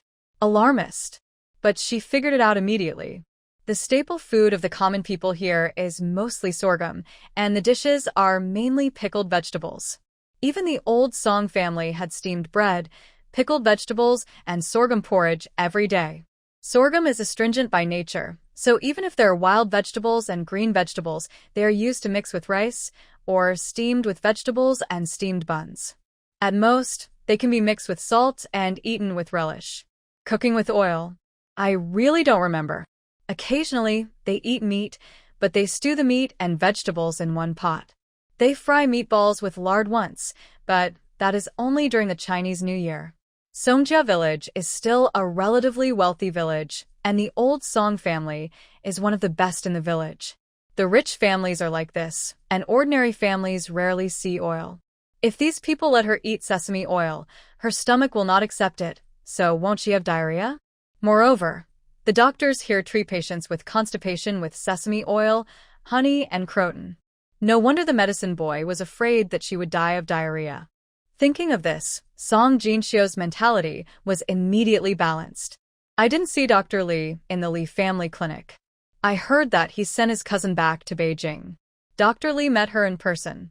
Song Jinxiu first asked Dr. Li to help contact the president of Kunshan Academy, and then she mentioned the matter of sesame oil. Dr. Li generously gave her half a small jar. But the jar was very small. Song Jinxiu estimated that half a small jar was at most 3 taels. She exchanged this for the alcohol extracted by her brother. After leaving the Li family clinic, Song Jinxiu was thinking, this sesame oil is so rare. Is it because there are not enough sesame seeds grown here? Or is the oil refining technology too backward? She walked down a street and asked people from different industries and finally came to the conclusion. Both are true. Oh my god, do we have to be self-sufficient in oil in the future? Song Jinxiu suddenly had the idea of pressing oil by herself. She went to buy some sesame seeds first, but couldn't find them. There was no such thing in the grain shop. The owner of the grain shop said, "The sesame harvest is too small, no one grows it, and we don't buy it. Why don't you ask the clinic, they may have it." Song Jinxiu was speechless. Finally, she swept a handful of raw sesame seeds that could germinate from the floor of someone's warehouse in the pastry shop. Because the pastry shop used roasted sesame seeds, the raw sesame seeds that could be scattered on the floor were scattered by the rats that bit the sacks. When she got home, she locked herself in the room. After entering the space, she first found a place to sow the sesame seeds, and then used the several times production speed in the space to beat some seeds, and then planted them in the fields outside. After planting the sesame seeds, she entered the small building in the space, turned on the computer, and looked up the ancient method of refining oil. There are many ways to refine oil, but the procedures are basically the same. Frying, stone grinding, steaming, wrapping cakes, squeezing, hammering. This is a wooden press for oil extraction. Just looking at the instructions, you can see that the sweat you shed is more than the oil you produce. But there is no way around it. There is no mechanization, so you can only use manpower instead. Fortunately, she has a foundation in mechanical engineering and improved the tools for oil extraction. This way of working can be considered to be twice the result with half the effort. Junjun, the treasure-hunting mouse, had gone to the mountains these 2 days and was exhausted. He lay on the Bodhi tree and chatted with her. Song Jinxiu was too busy to take care of it, so she turned on another computer and played cartoons for it. The little guy was very picky. When he watched Baldy Chong, he said it was an eyesore. When he watched Tom and Jerry, he called people stupid. Finally, he chose Shook and Beta and watched it with relish. So in the space, one person and one mouse were busy with their own things. Song Jinxiu buried her head in writing and drawing, while Junjun, the treasure-hunting mouse, jumped up and down to learn how to fly a plane and a tank. 3 days later, Song Jinxiu took the improved drawings and began to prepare things. Chunqing's family was in full swing, and everyone was working hard. Because the busy farming season will begin in a month or so, the house must be completed before the busy farming season. However, in this busy life, there was a leisurely figure sitting in a bullock cart every day. That was Song Jinxiu. She did nothing else except teaching her younger siblings to count every night. Look, Song Jinxiu, with 2 pigtails as standard, wearing a fine cotton shirt with floral patterns, with her legs hanging outside the carriage, leisurely went to the county town to buy tools for oil pressing. Her leisure and comfort made several young girls who were sweating to work to earn money very jealous. Sanya is changed into a new dress again. It's so beautiful. Don't call me Sanya. I'm Jinxiu now. Sister Sanya, it's Sister Jinxiu. Your skin is so white, just like a lady from the county town, and she's getting more and more beautiful. I'm so envious. Can being white be eaten? For us farmers, it's good to have strength.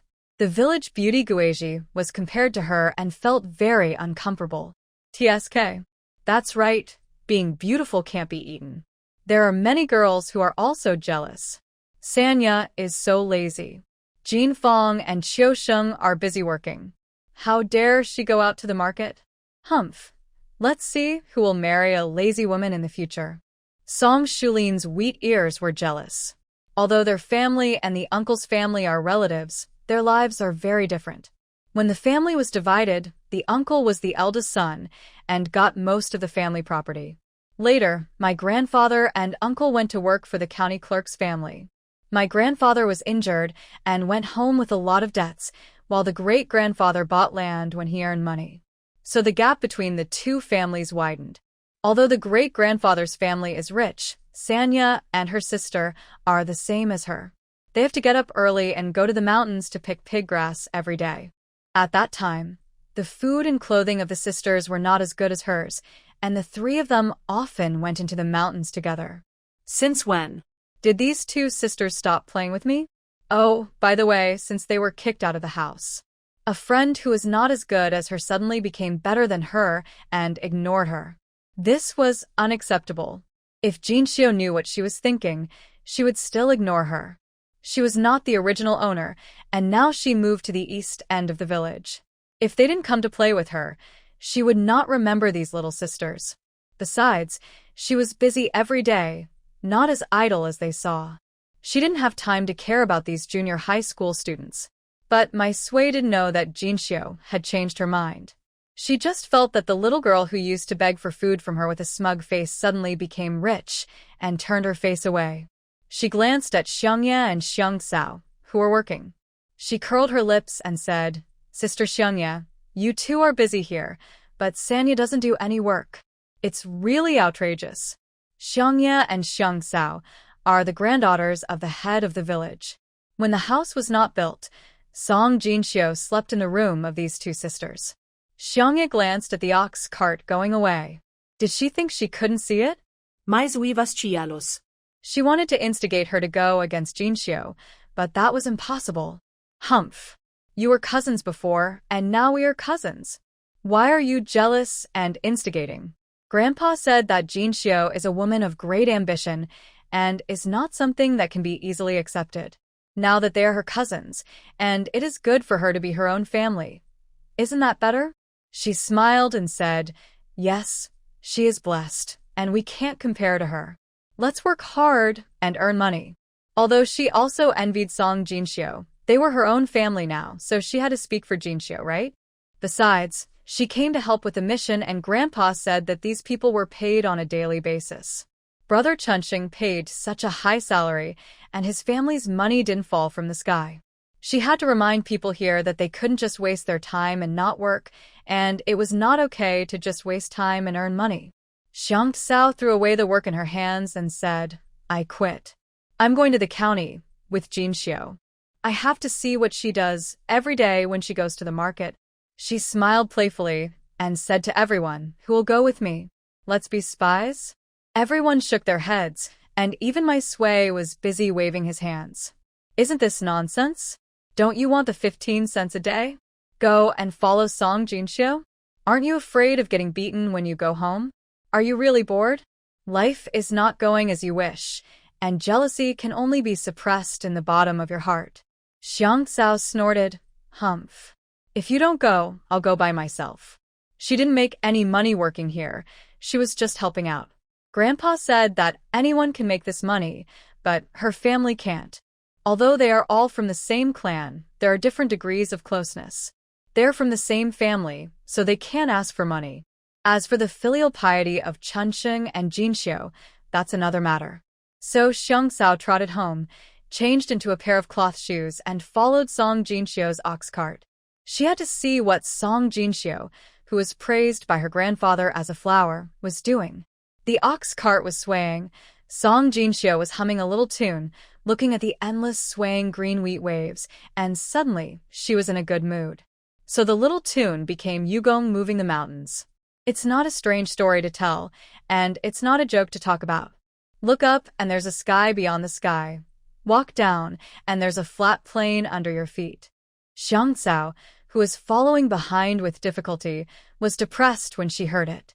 Her legs were weak from walking and she was sweating profusely, but she was still singing. "No, I want to take the car too," so I followed openly. She didn't believe that she could drive her back after walking all this way. "Sister Jinxiu, wait for me." Song Jinxiu looked at the breathless person and asked in confusion, "What are you doing?" Xiang Sao said, "I'm going to the county to play with you." Song Jinxiu was even more puzzled. "Then why don't you come to take the bus? Are you following so far behind to exercise your leg strength?" Xiang Sao. Did you see me? Yiming laughed and said, "Miss Xiang Sao, we knew as soon as you left the village. At first we thought you wanted to take a bus, and we were waiting for you on the side of the road. Later we found you standing there motionless, so we hurried on our way again." Song Jinxiu also said, "There are not many people on this road. How could I not see you wandering behind?" Song Jinxiu pulled her onto the ox cart, took out a handkerchief to wipe her sweat, and blamed her. "I didn't dare to walk fast because you followed me all the way. Although the wheat fields on this road are not high, it is still possible to hide a person. What if you, a little girl, wander around on the road and meet a bad guy?" Xiang Sao was even more depressed. She ran carefully behind them, out of breath, and covered her face with her hands in fear of being recognized. Was she pretending to be lonely? Xiang Sao pouted and said, I'm not afraid that you won't take me with you. My grandfather said that you are busy with work and won't let me go to play with you. In fact, his grandfather said this. Look at you. You only know how to play. Look at Showgirl, who is 1 year older than you. Look at what she is busy with. Why don't you get out and go play with your sister Jinxio? If you can learn a little from her, our family will be very lucky. But she refused to go. She just looked down on Sanya. In the past, because of her stuttering, she had to flatter everyone she met. What's wrong? Just because she got the reward from the nobleman and dug 2 sedge plants, she can be superior to others? Humph. She will go to the mountains a few more times in the future. Maybe she can pick up treasures. The ox cart swayed, and Song Jinxiu chatted with the two of them, and soon entered the county town. Looking at Xiang Xiao's clothes, the girl was wearing a coarse cloth shirt for work, which was dyed by the farmer himself in an earthy gray color. But the child sweats a lot, and her clothes are soaked with sweat and then dried, leaving white sweat stains on them. So she took her to the cloth shop, originally wanting to borrow a place for her to change into her own clothes, but she found that the cloth shop actually sold ready-made clothes. When the proprietress saw that the big money sponsor had come, she came over to greet her enthusiastically. Miss Jinxiu, are you busy in the county again? Today we have new Kai Luo and Minyanga cloth, which are very cool to wear in summer. Would you like to take some back? Song Jinxiu smiled and said, Okay, but my family is very busy now. I see that you have ready-made clothes here. Why don't you make them all for me? Oh, isn't this what you suggested last time? I was thinking about it too. It would be troublesome if someone is like you and wants to buy ready-made clothes but can't find them. So I put a few ready-made clothes on sale to try. Unexpectedly, there were really people who wanted them. Even though I asked for a more expensive price, they didn't bargain. Ha ha ha, I make the money from buying 2 pieces when I buy 1. Miss Jinxiu, I am doing this thanks to you. Don't worry, I won't make money from the clothes you want this time. I will just add a labor fee. The proprietress made money and chattered happily. Thank you, boss lady. This is my sister. Do you have any ready-made clothes for her? Give me 2 sets. Oh, yes. I just made a few good ones. They are colorful silk. Do you think they are okay? She said this while turning her back so that Xiang Xiao wouldn't hear. She touched Song Jinxiu with her hand and mouthed that the fabric was colorful silk. The so-called colorful silk is a kind of silk. It is indeed a good material, and good materials are expensive. That's why she said it quietly, just in case this generous sponsor thinks it is too expensive, so she will introduce other ones. After all, the coarse cloth shirt worn by this sister does not look like Miss Jinxiu, so she is probably not her biological sister. Song Jinxiu smiled and said, Okay, let my sister try it on first to see if it fits her. The boss lady heard it and said, Okay. Miss, please sit down first. She asked the waitress to serve tea, and then she personally asked Xiang Xiao to change her clothes. Xiang Xiao didn't expect Jinxiu to buy clothes for her. Following the proprietress, she changed into 2 sets of clothes in a daze. Song Jinxiu thought they were good. It must be said that clothes make the man. When Xiang Xiao put on the colorful silk skirt, she became much more playful and cute. Touching the clothes on her body, Xiang Xiao asked doubtfully, Are you really buying them for me? Song Jinxiu smiled and said, Nonsense. I have given the money. 2 sets, do you like them? The material of the colorful silk is light, soft and breathable, beautiful and fairy-like. Who can not like it? Xiang Xiao touched it lovingly and said, If you really want to buy it for me, just buy a set of fine cotton cloth, the same as what you are wearing. There is only 1 piece of colorful silk in the eldest sister's dowry. Who can wear such good material as a country girl? Then she said, Even if you buy clothes for me, don't expect me to curry favor with you. Because if I have money, I can also buy it for you. We are cousins. Oh, this is still a proud little girl. Song Jinxiu smiled and said, Yes, cousin, I know that if you have money, you will definitely treat me well. Humph. I'm glad to know.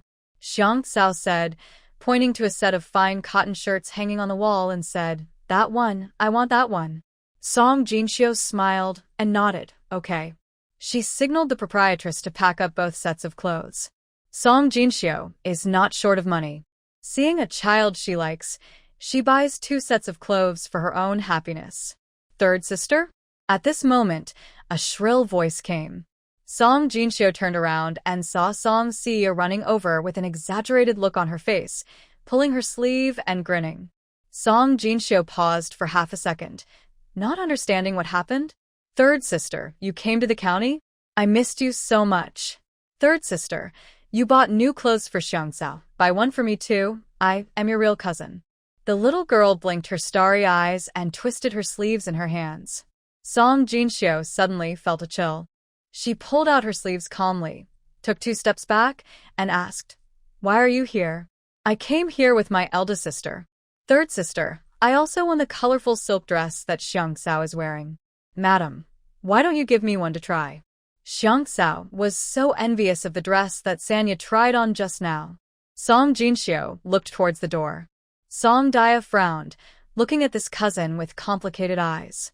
In her impression, this sister has always been taciturn and unsociable. It has only been half a year since she last saw her, and she seems to have changed into a different person, with sparse eyebrows and a sweet smile. If Sia hadn't said that this was Sanya, she really wouldn't have recognized her. Song Jinshyo was also looking at this eldest cousin, who was wearing a fine cotton shirt and skirt with a floral pattern on a blue background. She was dressed like a woman, with a silver hairpin in her hair.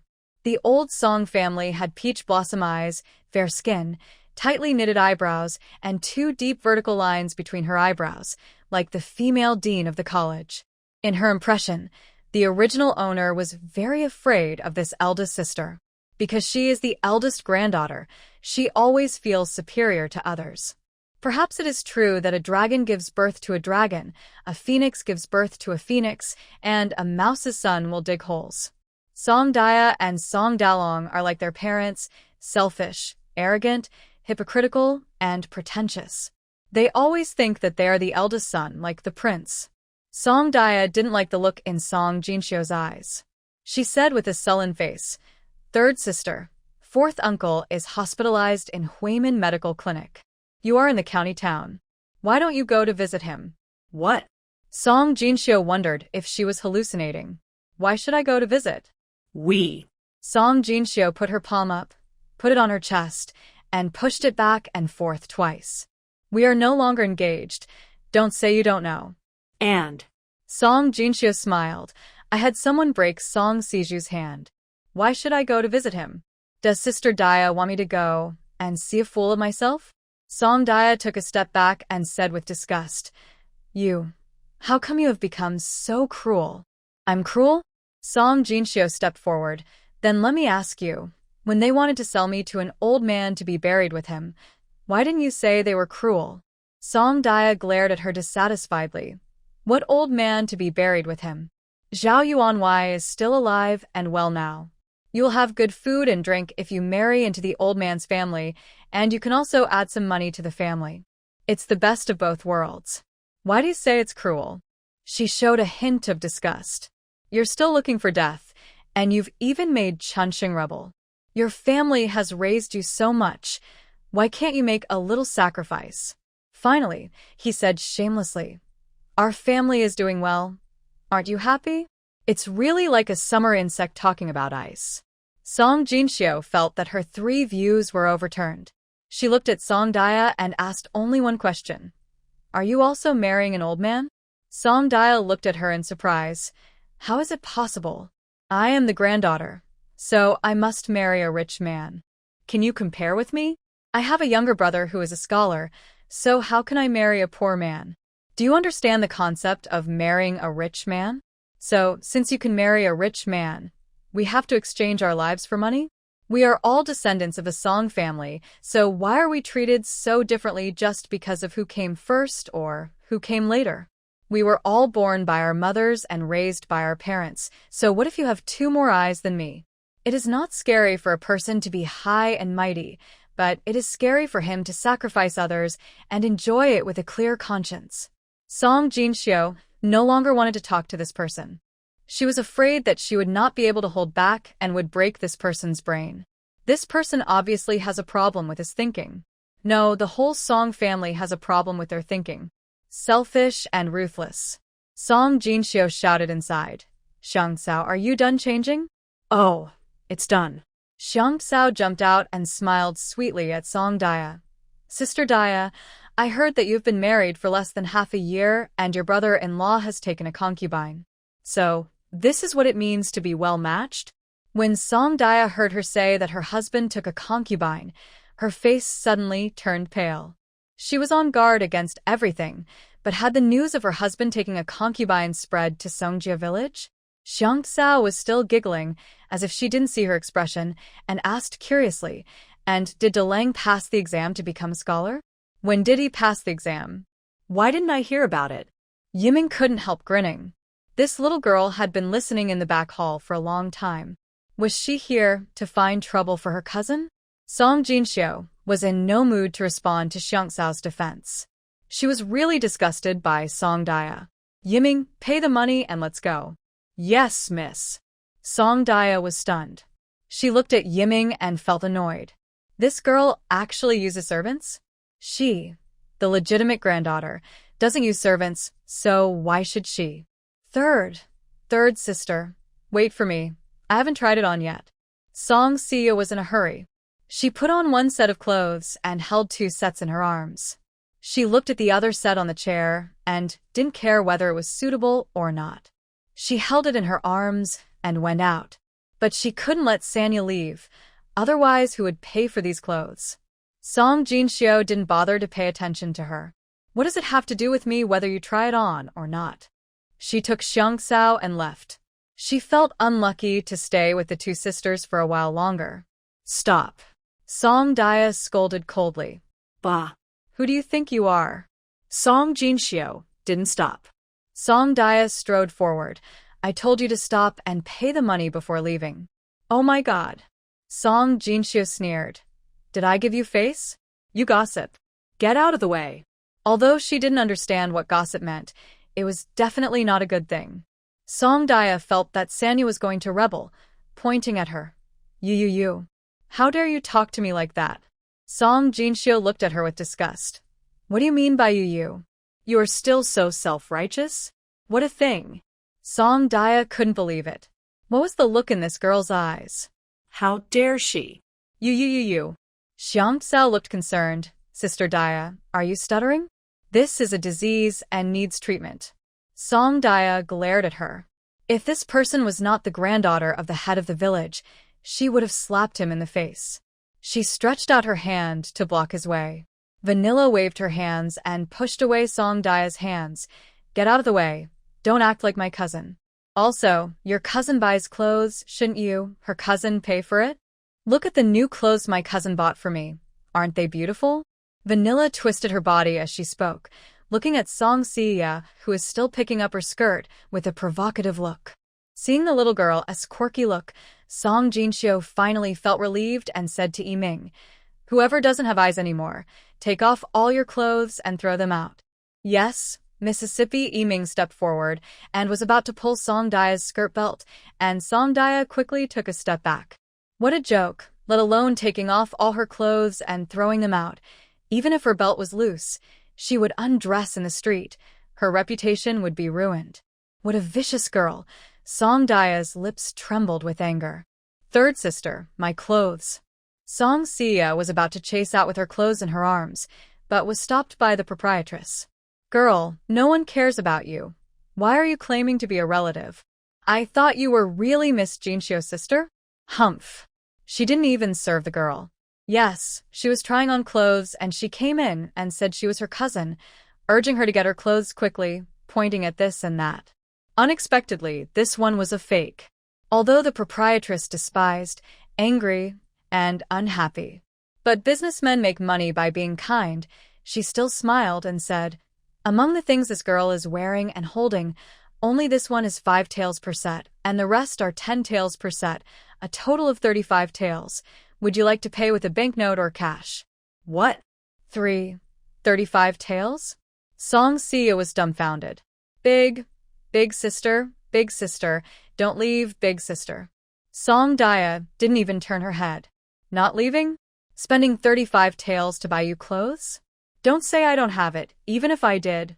Can it be cheap for you? Song Jinxiu didn't care about what happened behind her. She made up her mind that from now on everyone in the Song family would be blocked and blocked. If anyone who was not worthy of respect showed up, she would beat them one by one pair at a time. She would beat them until they dared not show up. Even Xiao Qiusheng and Jin Fong had to be kept away from the Song family so as not to be polluted. Xiang Xiao looked at Song Jinxiu's face and comforted her. Don't be sad. My grandfather said that your family is different from other families. Your family pays special attention to the order of seniority. Song Jinxiu glanced at her. Was the little girl comforting her? She sighed and said, They only know the order of seniority, but they don't know how to be friendly with their brothers and respectful with their younger brothers. They only know how to enjoy the filial piety of their children and grandchildren, but they don't know how to give their parents love. In addition, they not only have problems with their thoughts, but also have bad hearts. You should stay away from them in the future. Well, don't worry, I won't play with Sia. The three of them talked and entered the blacksmith shop. Song Jinxiu handed over the drawings of the things to be made. After paying the deposit, they went to the carpenter's shop again. Xiang Xiao tilted her head and watched curiously. Song Jinxiu took the drawings and explained to the master, and sometimes she picked up the brush to write something. She was stunned. What was this drawing? She couldn't understand it. And she couldn't understand what she said. What kind of mortise and tenon structure, what kind of lever principle is used, and where is the focus of gravity? Seeing the master asking questions with a serious face, Xiang Xiao was silent. No wonder Grandpa said that Sister Jinxiu is not an ordinary person. This is really not something she can compare to. What is she talking about? Why does she seem to be listening to a book of heaven? But it's nothing great. If I have a master to teach me, I can also write and draw. I also know what a lever is and what gravity is. Although she said so, she was actually impressed in her heart. I don't know if it was the credit of a few pieces of clothing, or Xiang Xiao felt pity and felt that Song Jinxiu was indeed pitiful when she was in the old Song family. Should she be nicer to her now? Or maybe she really accepted Song Jinxiu. Anyway, after returning, Xiang Xiao especially protected her and would follow her around whenever she had time. When some girls said something bad about her, she was the first to speak out against it. Even when the head of the village complained about Jinxiu's extravagance, she would argue for her. Calculating the time, the person sent by the agency to Zhang Bangchue's hometown to get the certificate should be back. Song Jinxiu went to the county again. Sure enough, the second in command of the agency came out to greet her as soon as he saw her. He said straight to the point, Miss, things are a little unsatisfactory. Why? Is there no file for this person? The county government office there was once smashed by refugees, and the archives room was burned down. The certificate cannot be issued. The second in command used money and met the local county magistrate in person. When it came to Zhang Zihan, the county magistrate knew about it, but he was unwilling to issue a certificate, saying what if someone impersonated him? Song Jinxiu asked, Then what if I go back to issue a certificate? The second in command smiled bitterly. I asked that too, but the county magistrate still shook his head. He said he was willing to issue a guarantee certificate for Zhang Zihan, proving that his family had been good citizens for 3 generations and that he had passed the Tongxing exam with the first grade. At this point, the second in command paused and glanced at Song Jinxiu. From the tone of the county magistrate, your relative named Zhang Zihan is very educated.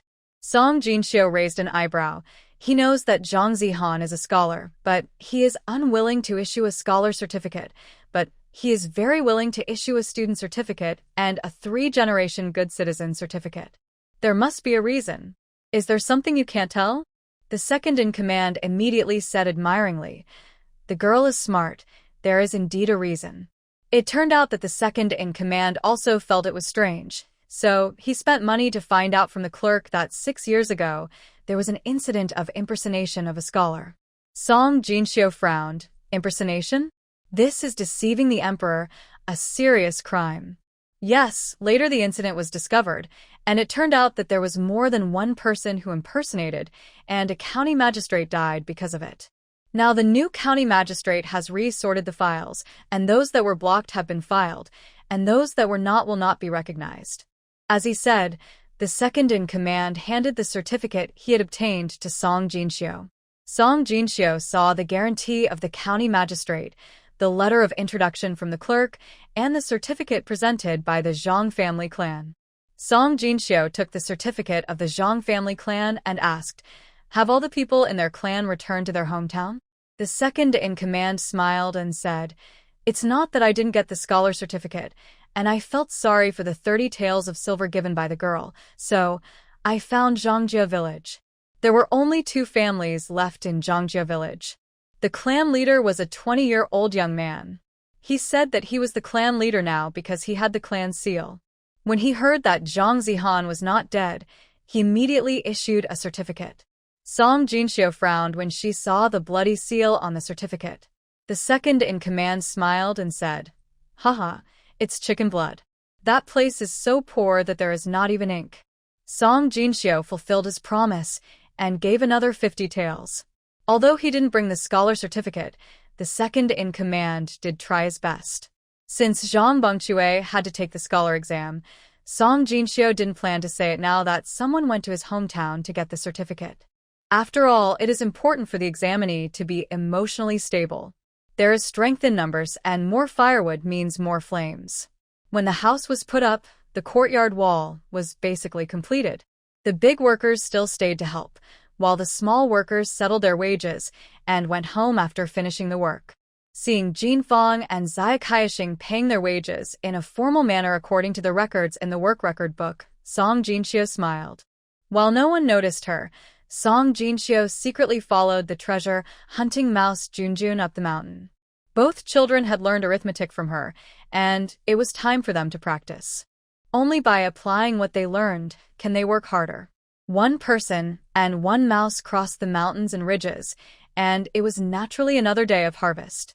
There were finally beautiful flowers in the space, a patch of red camellia and violet gentian with purple air, adding a touch of beautiful color to the green space. And they also found a 1,000-year-old ginkgo tree. When the ginkgo tree was implanted in the space, the Bodhi tree danced without wind, and it was obvious that the Bodhi tree was happy. "Baoya, that's great." The treasure-hunting mouse Junjun happily hugged the Bodhi tree and cried and laughed. Song Jinxiu couldn't help but sigh with emotion. "Junjun, Bodhi tree, is Baoya conscious now? Can she understand what we are saying?" "Master, Baoya is conscious all the time. She is just asleep." "Oh, when will she wake up?" Junjun, the treasure-hunting mouse, was lying on a hammock made of Bodhi leaves, holding his cheek and thinking for a while, and said, "Soon, she should wake up within 10,000 years. Song Jinxiu. In 10,000 years, she would have turned into a handful of dust. No, I have to leave something for Baoya to prove that I have been here." I went into the small building in the space and took out a camera so the man and the mouse began to pose in the space again. It was not until the sun set that Song Jinxiu went down the mountain and went home happily, humming a song in the afterglow of the sun. From a distance, she saw a lot of noise at the door of her house and could even hear crying faintly. Song Jinxiu frowned, walked over quickly, pushed through the crowd, looked at her sobbing mother, and asked, "What happened?" As soon as Song Jinfang saw Song Jinxiu, she rushed over. "Sister, my little brother is missing." "What does missing mean?" "Don't worry, just talk slowly." Song Jinfang cried and said, "Today we both got our wages and my younger brother said he wanted to go to the bathroom, so I let him go. But I didn't see him after I paid him." At this time, the fat guy from the neighbor's house said, "Sister Jinfang asked me to go to the toilet to look for him, but there was no one in the toilet. I even looked in the pit behind the toilet, but he really wasn't there." Xiang Sao also said anxiously, "My throat is hoarse from shouting. Where did this dead boy go?" Xiang Ye frowned and comforted her. "Aunt, don't cry first. My grandfather, my father, and the uncles and aunts in the village are all looking for him. Maybe Qiu Sheng fell asleep in that corner." Song Jinxiu said in a deep voice, "Did the old Song family look for him?" Xiang Ye whispered, "Yes. When my grandfather heard that Qiu Sheng was missing, he went to their house first." My grandfather went there in person, but he wasn't there. Song Jinxiu asked again. Where's my brother? Xiang Cao said quickly. Brother Chunsheng and my brother have gone to look for him. It turned out that when the village head heard that little Qiu Sheng was missing, he took it seriously. He first searched the village, and then asked people to look for him in the nearby ditches, bushes, and cliffs. He must have thought of something bad. Song Jinxiu also had a bad feeling. She looked at the darkening sky and said to Fatty's father, Uncle, get me some torches. Okay. Song Jinxiu asked everyone again. Everyone think about when Qiu Sheng was last seen. If you provide useful clues, our family will give you 10 taels of silver. What's the point of talking about money? We are all family. Jinxiu is generous. We all know it. Everyone think carefully. Who has seen Qiu Sheng? Everyone whispered to each other. They saw that they had all seen him. They came to collect money, and Qiu Sheng was distributing money. But it was also today when they collected money, and everyone's attention was on the money. No one noticed when Qiu Sheng disappeared. At this time, Fatty's father brought a dozen torches and illuminated the area at the gate of the courtyard. Song Jinxiu looked at everyone one by one, hoping to hear useful information from them. Suddenly, she saw a figure hidden in the shadows behind a tree on the street. Song Jinxiu walked over with a torch. The dark figure ran away immediately. Song Jinxiu called out, Yiming. Yiming caught up with her in 2 or 3 steps without saying anything. What are you doing? Let me go, you can't catch me, I didn't do anything. Yiming grabbed the man's collar and pulled him over. Song Jinxiu stared at this face. Song Maisui? This is the granddaughter of the original owner's second grandfather. She is 15 years old this year and likes to be lazy and play tricks. When she was picking grass for pigs, she always used half a sorghum cake to let the original owner do the work for her. Song Jinxiu asked sternly, You didn't do anything, so someone did it? Tell me, who is this person? How should I know? I went home after I got my wages. Why are you so mean to me? At first, because she felt guilty, she was intimidated by Song Jinxiu's momentum. But then she thought, Sanya is her follower, and half a sorghum cake can make her obedient, so why should she be afraid of her? Song Maisui straightened up immediately, glaring and shouting, Why are you so mean to me? Who do you think you are? You think you're rich? This is on the street, not your home. I want to come and take a walk. What's your business? Song Jinxiu didn't have time to waste words with her, squinted her eyes, and used her qi. Everything was blurry, and she didn't see the figure of her younger brother. But there was a familiar face. Song Erlang.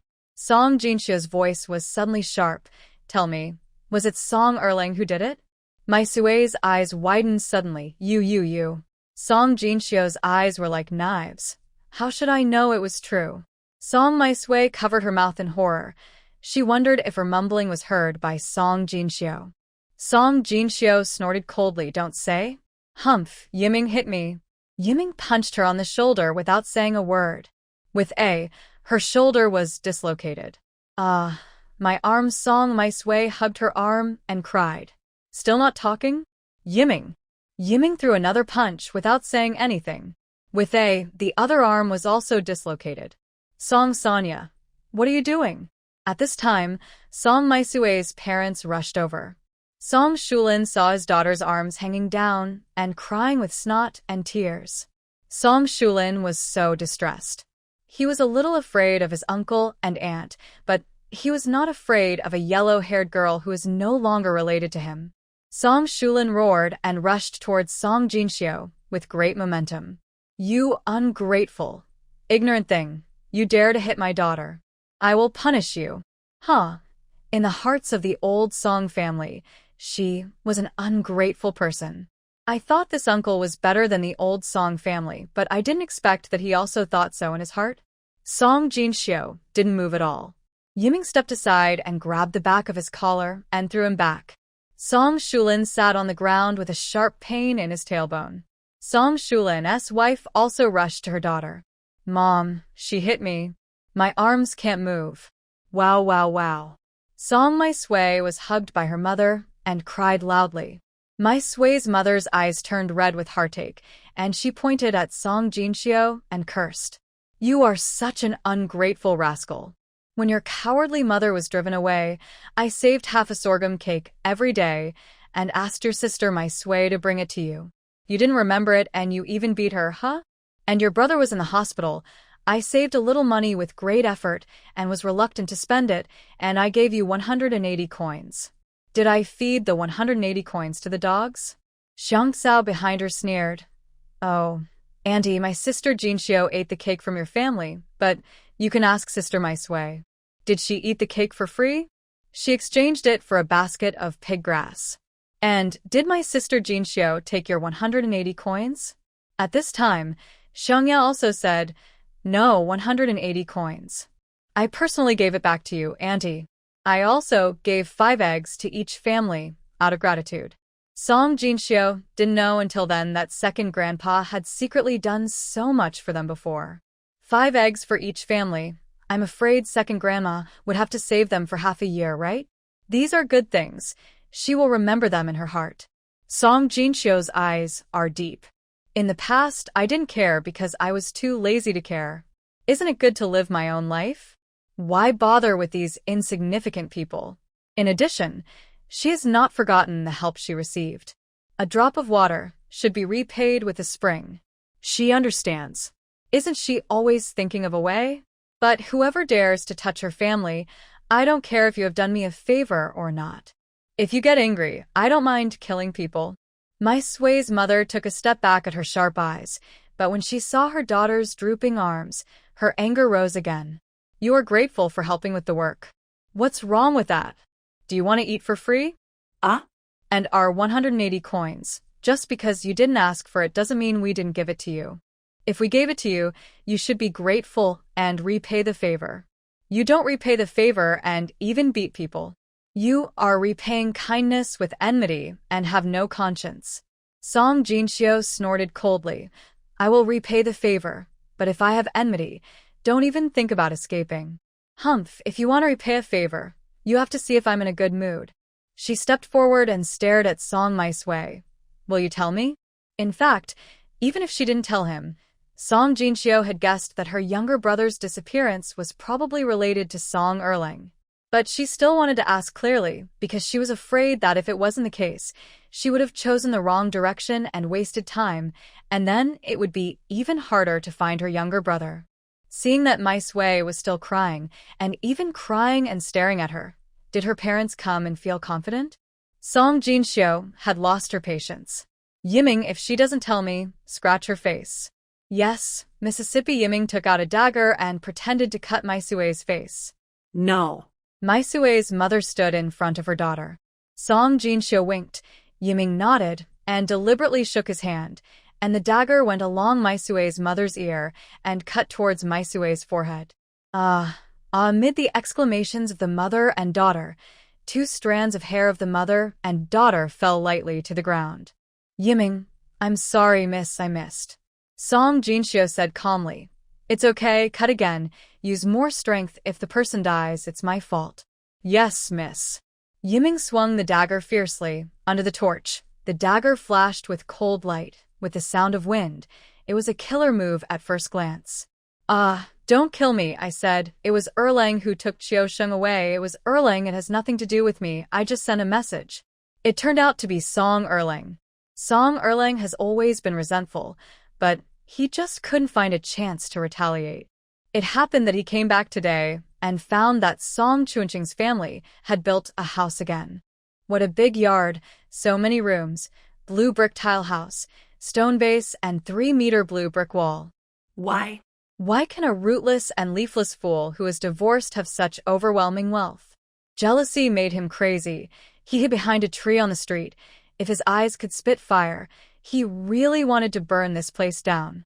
At this moment, he saw Jinfeng and Qiusheng moving a table, and there were 2 men beside them carrying a basket of copper coins. It turned out that the little carrot head was paying the workers. Little carrot head? TSK, a mute, like a monkey, actually wore silk clothes, ordered the servants, and paid the wages of 5 or 6 people. It was really ironic.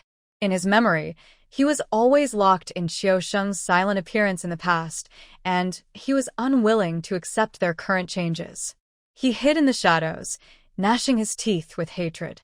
Just then, my Sui passed by after receiving his wages and was grabbed by him. The two hid in the alley. Song Erling said to her, "You find a way to lure Qiusheng here." My Sui asked him angrily. "He doesn't recognize any relatives now. He is very arrogant. Why did Erling brother look for him?" Song Erling asked. "Why? Did he make you angry?" My Sui said angrily. It's just that I took a day off, but he deducted a day's wages from me. They are so rich, but they are still so stingy. I'm still his cousin. He doesn't recognize any relatives." Song Erling nodded. He is an ungrateful person. Seeing her like this, Song Erling came up with a plan and said, "I just can't stand him. Find some time to lure him here. Don't let anyone see. I'll put a sack on him and beat him up to make you feel better."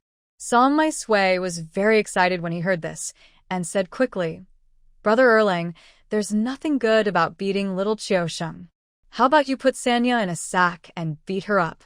That would make you feel better." Song Erling wanted to do it. He even dreamed about it. But there was always a woman following this girl, who was said to be very skilled. He glanced at My Sui. "Can you get that girl out alone?" My Sui shook her head, indicating that she couldn't. Not to mention making an appointment. She didn't even have the chance to say a few words to that. The family was so busy, and the girl did nothing. She even saw her hiding in the room drinking tea. Lazy. Song Erling rolled his eyes at her, then beat the little one first, and find a chance to get the big one later.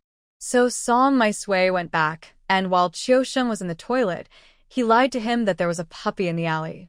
Qiusheng had wanted to have a puppy for a long time, so he was naturally tempted when he heard it. Qiusheng originally said that he would go back to say hello to Jinfeng, but she said that she was afraid that the puppy would run away, so she went quietly. What if others found out and snatched it from him? But when Qiusheng ran into the alley, what was waiting for him was a long gown with a hood over his head, and then Song Erling hugged him and ran away. I saw Brother Erling covering his mouth and running away with him, and then I went home. Woo, woo, woo, I don't know where they went. Even if you ask me, I don't know. Woo, woo, woo. Song Jinxiu kicked open the door of the old Song family's house. Who? The startled Song family members came out of the house one after another. Song Jinxiu nodded to Yiming, "Search. Anything that can hide people, no matter if it's a box or a cabinet, pry it open." Since the head of the village came to see and didn't find anything, it is possible that they were hidden. "Yes, miss." Yiming waved her hand, and 7 or 8 servants in the family rushed in with torches and searched like bandits. Because the eldest lady said that there would be a reward for rescuing the young master, and there would be a reward for catching Song Erling. They had just arrived at the new master's house, and they were in urgent need of making achievements to earn face, so they naturally worked extra hard. "You dead girl, what do you want to do? Search the house?" Song Dashi knocked the ground with his cane, making a dong-dong sound. Song Jinxiu had a cold face and didn't care that he used the cane. In fact, Song Dashi was using the cane for show. He felt embarrassed for the last time he made a scene at Qiusheng's doorstep, but he had lost his life. What could he do? So he leaned on the cane, looking old and frail, indicating that he was hit, sad and disappointed. What he meant was, "I'm like this, I'm old. What can you do to me?" This is a typical case of a tough guy who takes advantage of his age. "What's wrong? What's the matter, huh? Why are you rummaging through my things? You black-hearted and rotten-hearted. Are you so bold? Do you want to force your own grandparents to death?" Old Mrs. Song was cursing in the house while protecting her box. Song Jinxiu was standing in the yard. The torch flickered, and the expression on her face could not be seen clearly. But she could see everything around her clearly. No one knew how good her eyesight was. Not to mention being able to see at night as long as there was a little light, she could see clearly. The old couple Song Dashi cried out to the sky, but their eyes were wandering. Song Daju and his wife looked innocent, like victims, angry and aggrieved at the intruder. Qian Dia lay on the bed holding her small box and dared not move. Song Siju, who had lost one hand, stood in the shadow of the door, like a dormant poisonous scorpion. The look in his eyes looked at himself, as if ready to attack at any time. Song Jinxiu had no time to pay attention to him, let alone fear of him. He asked Song Dashi coldly, "Where is Song Erlang? Where did he go? Where can he go? Isn't Erlang in the academy? Why are you looking for him when he hasn't even gone home?" Old Mrs. Song stuffed the bundle she was holding into her arms. She pointed at Song Jinxiu and yelled. Song Dashi also said coldly, "De Lang and Erlang are both in the academy preparing for the exam. They don't have time to go home. Widow's son and your father have separated and live in the West Wing next door. If you want to find them, go next door." Song Erlang didn't come back? Song Jinxiu stared at him. There must be something fishy going on with these two people. If they were not guilty, why did they lie? And she barged in like this, but these two people didn't make a fuss? He explained that Erlang didn't come back, and explained that Widow's son's scumbag father had divided the family property and wanted to send her away. The family was in such a mess, but no one was held accountable. Are they so easy to talk to? He is trying to cover up the truth. Song Jinxiu moved her energy to her eyes, but she felt her eyebrows twitching, her eyes stinging, and she couldn't see clearly.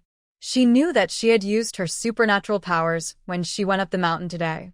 She used them again when she came back. This was caused by excessive use of her spiritual sense. The supernatural powers could not be used for the time being, and after a while of searching, she found nothing. Song Jinxiu became more and more anxious. There was no one at home, and Song Erlang was not there either. Where would he take his younger brother? The sky was getting darker, and Song Jinxiu became more and more uneasy. Song Jinxiu rubbed her eyebrows, yimming, "Interrogate these two old guys." "Dead girl, Yuit, who old guy are you talking about? You dare to touch your own grandparents. Aren't you afraid of being struck by lightning?" Song Jinxiu snorted coldly. "Really? If I can't touch you, then I can touch him, right?" Song Jinxiu said, grabbing Song Wulong and handing him to Yiming. "Tell me, where did Erlang take my brother? I'll count to 3, and if you don't tell me, I'll chop off one of his fingers." 1. The old lady Song's face twisted for a moment, and then she pretended to be calm. Song Dashi asked in surprise, "What? Qiu Sheng is missing? Oh, why didn't you tell me earlier? The child is missing. Why don't you go find him quickly? What's wrong? Do you suspect that I hit him? It's nonsense and a waste of time. I'm his real grandfather. Why would I hide him? The commotion in the village about looking for someone is so big. You said you didn't know?" Song Jinxiu really admired the acting skills of this real grandfather. The exaggerated expression and the artificial demeanor made her want to. Song Jinxiu was really in no mood to play a play with this group of people. The upper beam is not straight and the lower beam is crooked. The whole old Song family was corrupted by these two people. These two people are the bad roots on the tree. She said coldly. "Second, third girl, Grandpa really doesn't know. Even if you cut off his head, what can Grandpa say if he doesn't know?" Looking at the expressions of the old couple Song Dashi, they were not nervous at all. Are they fearless and think that she will not be cruel? Or do they not care about Wu Lang and want to give up Wu Lang? Yes. In their hearts, there is only the eldest grandson. Is it because they will separate the family for retirement in the future that they live with the eldest wife? Course, because Song Erju made a lot of money as an accountant. Their darlings can also be counted as Song Erju's eldest son Song Erlang. After all, Song Erlang also has the hope of passing the imperial examination. Then Song Wulong, the second son of the second wife, is not that important? Song Wulong was captured and struggled to run, but Yiming's men exerted force and pushed him to his knees with a thump. "Wow, wow, wow. Grandma, Grandpa, save me, mother, save me." Song Wulong was so scared that he cried loudly. Song Jinxiu did not hesitate. 3. Yiming pretended to raise a dagger. Song Jinxiu stared at the old couple Song Dashi, but they actually closed their eyes. Even a tiger will not eat its own cubs, so isn't Song Wulong your grandson? How cold-blooded must one be to be so indifferent? It was really sad to meet such an elder. She was now very grateful that she had escaped from this group of and very grateful that her brothers and sisters had not learned the selfish and indifferent character of the old Song family. "No," I said, "don't cut off my son's hand." Qian Dia stumbled out of the house and stood in front of her son. Seeing Qian Dia's actions, Song Jinxiu finally felt less disgusted. No matter what this person's character was, at least she did what a mother should do, and she still had some humanity. Qian Dia protected her youngest son. I said, "Erling carried Xiao Sheng to the county town. You guys are still in time to chase him now. You dead woman, when will Erling come back? You even want to harm your own son?" Song Dashi raised his crutches and hit him. "Dad, I can't watch Wulong lose his hand." Song Siju just gave this woman a light push, and his hand was gone. This woman was really ruthless, and she was not joking. "What are you afraid of? Losing a hand is just right, and we will make them pay for Siju's loss until they are bankrupt." Old Lady Song also beat Qian Dia. This woman was really stupid. She ruined such a good opportunity. "Don't hit my mother," Song Wulong cried in Qian Dia's arms.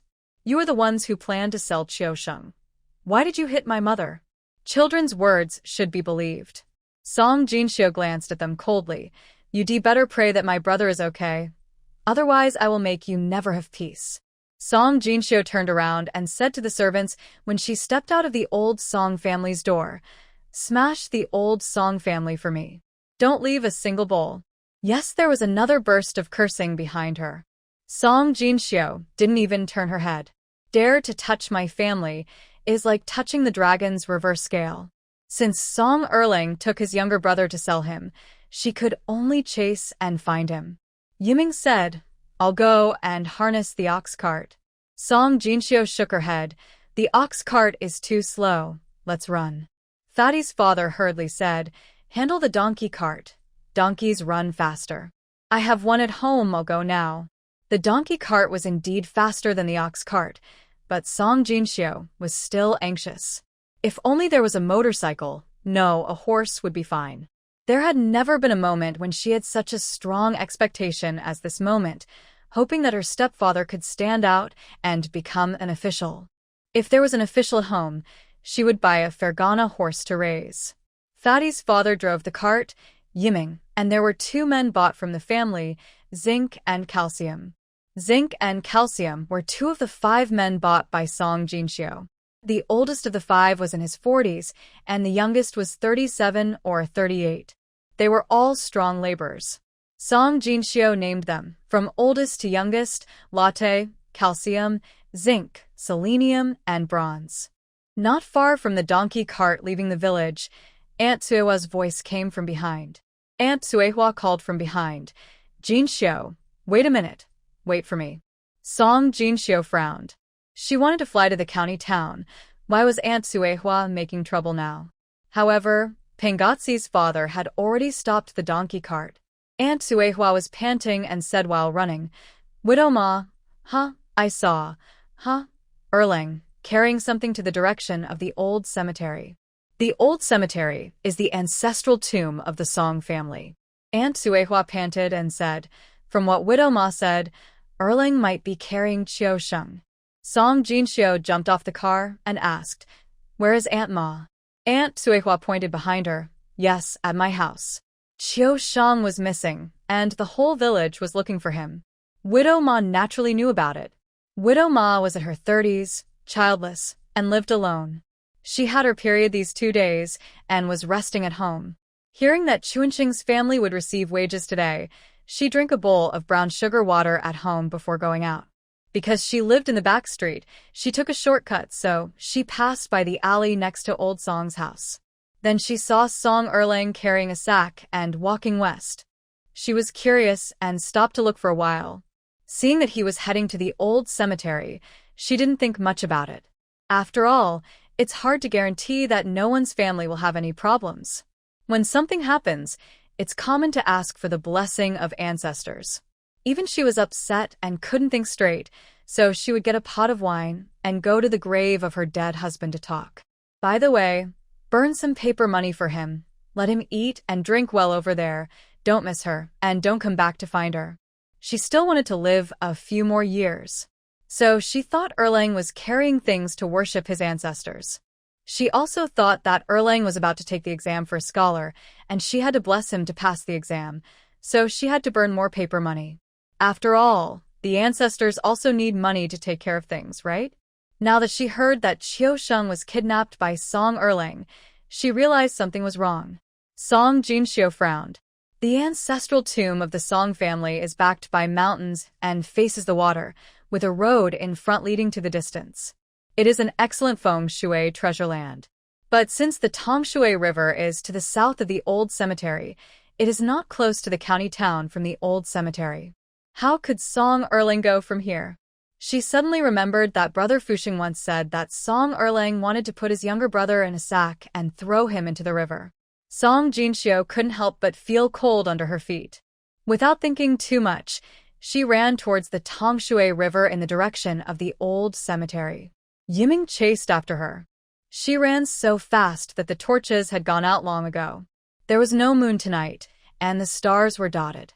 With the faint light of the stars, Song Jinxiu was anxious and walked briskly. Soon she left several people behind. Yiming followed closely behind, and Song Jinxiu's speed shocked Yiming. He had practiced hard for 20 years, but he only won slightly. He didn't expect that this young master was so good. Moreover, they took the small path. As they were not familiar with the road and it was night, she almost got scratched by the brambles on the roadside several times. But the young master seemed to be able to see at night, as if walking on flat ground. It was really impressive. The small path led to the old cemetery. After passing through the old cemetery, it was the Tongshui River.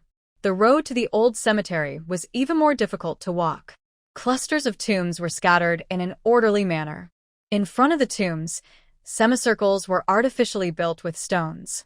The circle was used for burning paper and offering sacrifices. This place was really remote. Usually no one was seen. At night, there was only the sound of insects. Miss, there is someone in front. Sure enough, Song Jinxiu also heard a low cry. It's my little brother. Song Jinxiu hurriedly followed the sound. Perhaps the crying stopped because of the footsteps. Song Jinxiu shouted, Qiu Sheng, it's me. Where are you? Sister. A black shadow ran out from behind a tomb and hugged her. Woo woo woo, sis, come and check on uncle, is he going to die? Uncle? Song Jinxiu asked in confusion. She only had Qiu Sheng in her eyes. Yiming quickly lit the torch. Song Jinxiu didn't have time to think about it. She looked at Qiu Sheng first. The child had a slight scratch on his face, but he looked fine. She was relieved. As long as he was fine, it would be fine. Song Jinxiu breathed a sigh of relief, and was then pulled by him to the back of the grave. There was a person lying on the grave. It turned out to be Zhang Bongchui. Zhang Bongchui was covered in wounds, blood on his head, his feet were crooked, and he was drowsy. Because he was worried about Qiu Sheng, he had been holding on. When he saw Jinxiu, his head tilted and he fainted. Woo-woo, Uncle Bongchui, don't die, woo-woo. Little Qiu Sheng threw himself on Zhang Bongchui and cried very sadly, as if his real father had died. He's not dead. Yiming approached with a torch. Song Jinxiu first checked the wound on Zhang Bongchui's head. It looked like he was hit by a stone, and the blood had coagulated. Seeing him unconscious, Song Jinxiu was a little nervous. The father was injured in the head, and she was still paralyzed after treatment. Don't let this stepfather get into trouble again. For the happiness of his stepmother in the rest of her life, Song Jinxiu gave him diluted spiritual due to drink. Save his life first, and ask a professional doctor to see the injury. Sister, uncle won't die, right? Qiu Sheng grabbed Jinxiu's sleeve. He was very scared. His uncle was injured to save him. No, don't be afraid. It's okay. Song Jinxiu comforted Zhang Bongchui while straightening his foot. His ankle was sprained and swollen badly. He couldn't walk even after the bone was straightened, not to mention that he was still unconscious. Yiming looked around and didn't see Song Erlang, so he asked, Young master, you are here. Where is Song Erlang? Ah. Sister, what about her father? When Qiu Sheng heard about Song Erlang, he thought of something and grabbed Jinxiu's hand anxiously. Oh, You're calling me dad now? Don't worry, uncle won't die. Are you accepting uncle as your stepfather? In order to ease the atmosphere and reduce the psychological damage to Chiu Sheng, Song Jinxiu deliberately teased him lightly. Little Chiu Sheng said anxiously, "It's our dad. He and Erlang had a fight. Our dad, not uncle." Song Jinxiu heard something wrong and asked quickly, "Are you talking about Song Sanju? There is also a scumbag dad here?" Yeah, little Chiu Sheng nodded repeatedly. Song Jinxiu frowned. Wasn't the scumbag dad paralyzed? Where is he? Song Chiu Sheng pointed to the southwest. By the river, sister. Our dad won't be beaten to death by Erlang, right? Song Jinxiu was more and more puzzled. Seeing Chiu Sheng's anxious look, he didn't seem to be lying. There was no need for this child to lie. But how could it be possible? A paralytic, he crawled here? Or was it because he drank water soaked in Bodhi leaves last time, and it worked immediately, right away? Water soaked with Bodhi leaves can't be so magical, right? Song Jinxiu looked around. This is a cemetery. Could it be that the child was scared? When a child is scared, the first thing he thinks of is his tall and burly father, right? Unfortunately, his father is a scumbag. This child is talking nonsense. Alas, poor kid. Seeing that his elder sister looked around but was indifferent, Xiao Qiusheng became more anxious and said, "In order to save me, our father fought with Erlang and asked uncle to take me away first. Sister, I'm afraid." Song Jinxiu finally took it seriously. "Are you saying that Song Sanju is by the river now?" "Yes, sister. Let Su Mama save dad." In Xiao Qiusheng's eyes, Su Mama is the most powerful person in the family. Yiming asked, "Miss, shall I go and have a look?" "No, you stay and watch them, I'll go." Yiming was worried. Song Jinxiu said, "We don't know what the situation is yet. I'm afraid Song Erlang will come back. I'll rest assured if you wait here. Besides, Uncle Zinc and Uncle Calcium will bring people to chase us soon. When they come, you can rush to find me immediately." Yiming said helplessly, "Miss, I'll give you the torch." "No, it's safer not to take it." Yiming nodded. It was indeed safer, and the lady's eyesight was also very good. She advised, "You be careful. The whistle if there is danger." Song Jinxiu said she understood, patted Xiao Qiusheng's head, turned around and merged into the darkness. By the Tongshui River, Song Sanju and Song Erlang were both bruised and swollen. At first, Song Erlang was caught off guard and beaten by Song Sanju. Later, Song Sanju slowly lost the upper hand. From a distance, Song Jinxiu saw two figures wrestling together by the Tongshui River. Song Sanju lay on Song Erlang's legs, holding him and digging and pinching him randomly. Song Erlang's legs were held, and he sat on the ground. His fists were weak, but he hit Song Sanju all over his body and head. Song Jinxiu approached quietly. She hid in the shadows and heard the two people panting. Song Sanju was exhausted, but he held Song Erlang tightly. He used force on his hands and hummed. Song Jinxiu listened for a while before she could hear clearly what he was humming. "I asked you to harm my son. I asked you to harm my son." Song Jinxiu raised an eyebrow. Is Song Sanju really doing this for Qiusheng? It's really strange. While beating Song Erlang, he kept saying, "Your son." Haha, I'm laughing to death. Third uncle. Ask them if they recognize you as their father? Song Sanju paused. Song Erlang continued to mock. "You paralytic. You are as cowardly as your son. Your own son can even break off the engagement. How dare you live?" Song Sanju groaned. "I am cowardly, but my son is. My son dares to break off the engagement. Do you dare?" This time Song Erlang was silent. Song Jinxiu was even more speechless. She looked up at the starry sky. She really didn't understand. Could breaking off the engagement make her scumbag father so proud? Song Erlang threw another punch. "You are cowardly, what the?" To tell you the truth, the big scar on Chuanqing's face was scratched by me with a tree branch. He didn't even dare to. Song Sanju. He let it go, why not? "I know it's you, a rascal, who has bad intentions. You are jealous of my son's good looks. You are jealous of my son, so I blackmailed your father for 10 taels of silver." Song Jinxio wanted to go up to help, but after hearing this, she really didn't want to go forward. A scumbag father is still a scumbag father. He didn't support his son, beat up Song Erlang, and extorted 10 taels of silver and told about it. Does he think this is also glorious? Song Jinxio decided to wait and see what happens. I don't know what stimulated the scumbag father recently. He was out of character and knew to speak for the brothers and sisters. And this time, he even fought for Qiusheng. But thinking about the scumbag father's face in the past, Song Jinxio suspected that this was another trick played by the old Song family. Is this because they are rich, and the scumbag father is using the self-torture strategy? Thinking of this, Song Jinxio simply hid in the shadows to watch the fun and see what explosive news these two people can reveal. Uncle San, you are so shameless. You extorted 10 taels from my father, and then went to hook up with Widow Sunday. You feel so happy, right? But do you know how many times Widow Sun has cheated on you? You are talking nonsense. At least she has never cheated on you since she followed me. Bah, you are flattering yourself? I'm afraid you don't even know that the baby in her belly is not yours, right? You don't talk nonsense. I'm not talking nonsense. Yesterday, I heard Widow Sun say that the child might be the peddler Lee's. The more Song Jinxio listened, the more she felt that her scumbag father was cheating. Song Sanju was so angry that he was like a Buddha ascending to heaven and 2 Buddhas leaving his body. How many fathers did this dear widow's son find for her son? Song Erlang continued to stimulate him. You only have 2 sons, Chunsheng and Qiusheng, but it's a pity that they don't recognize you. Ha ha ha, and the reputation of third aunt as a jinx was also spread by Widow Sunday.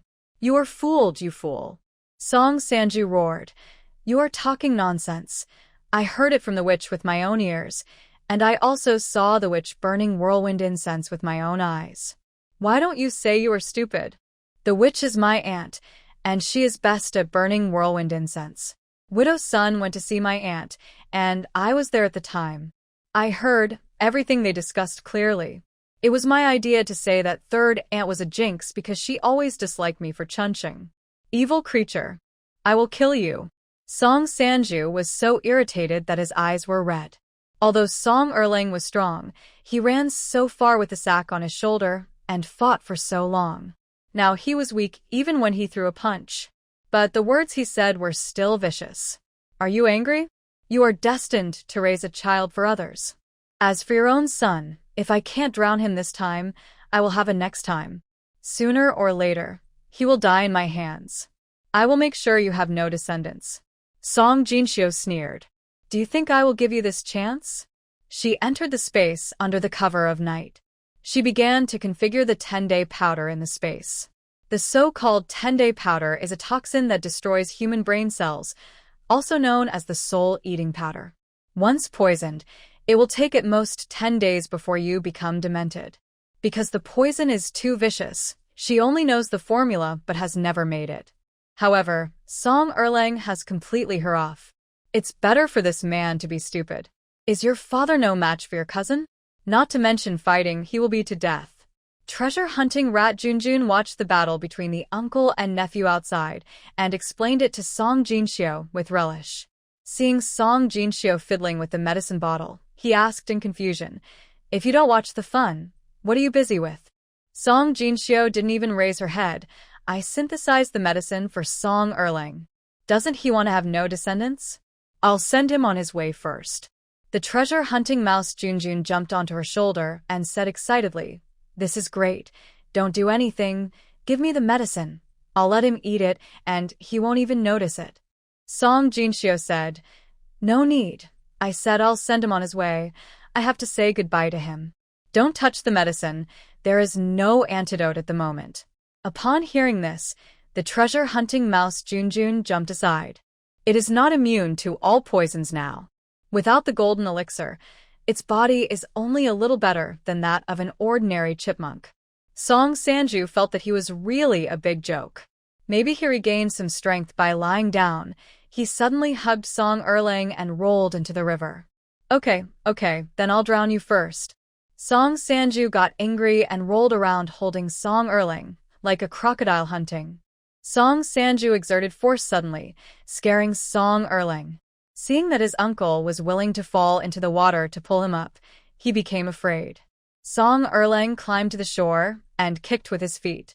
He wanted to kick Song Sanju's hand away.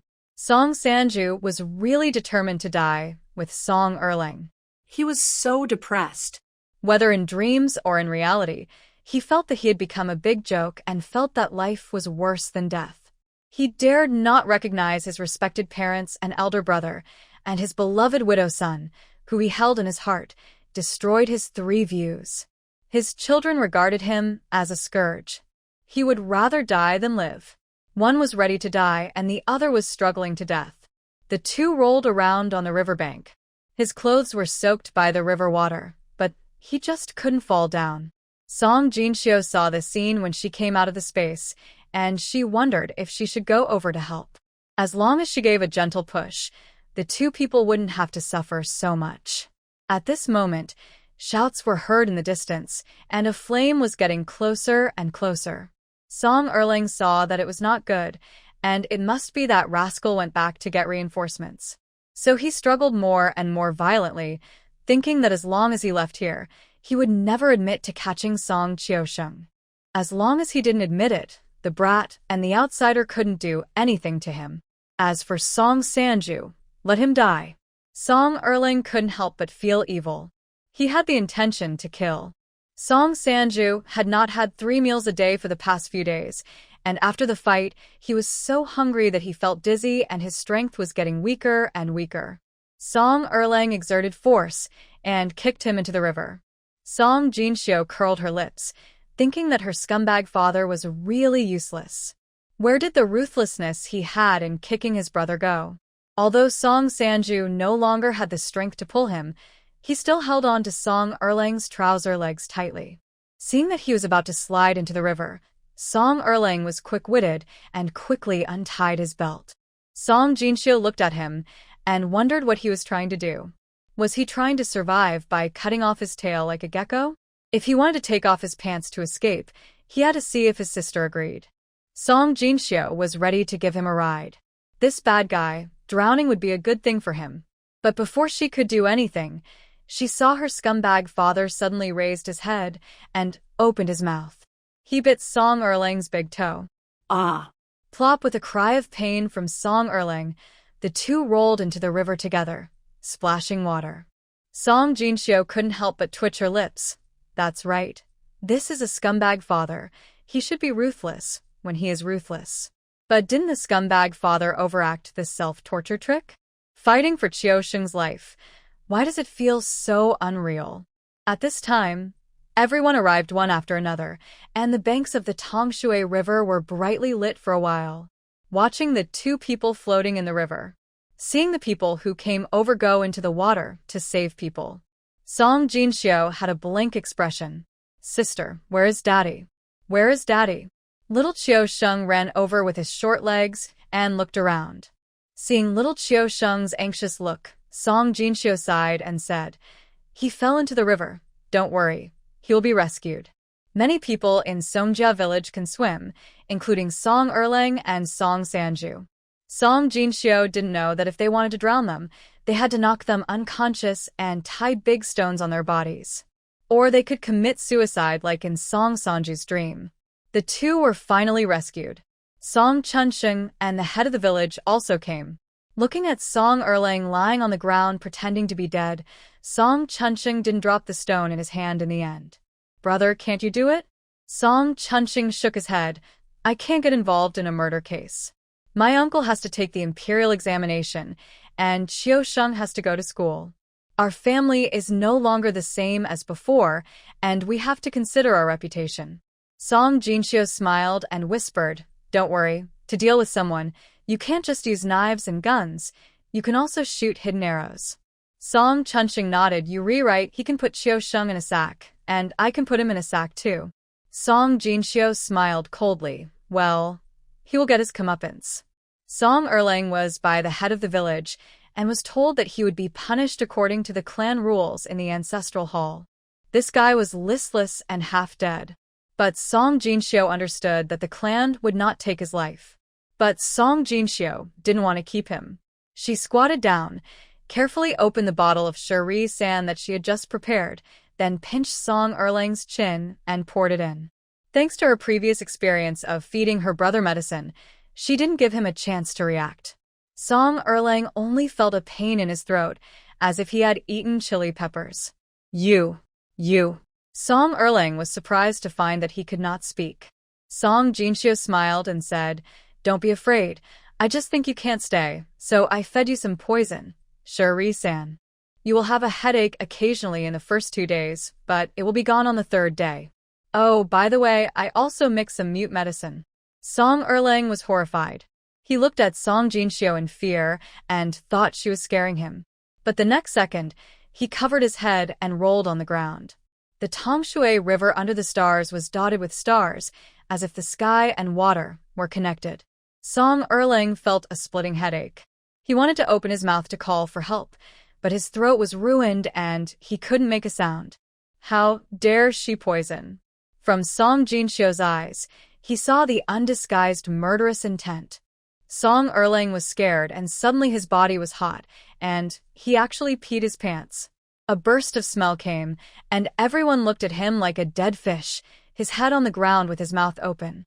Someone asked him, "What are you doing? Even if you break your head today, you have to accept the punishment." Someone else found something wrong.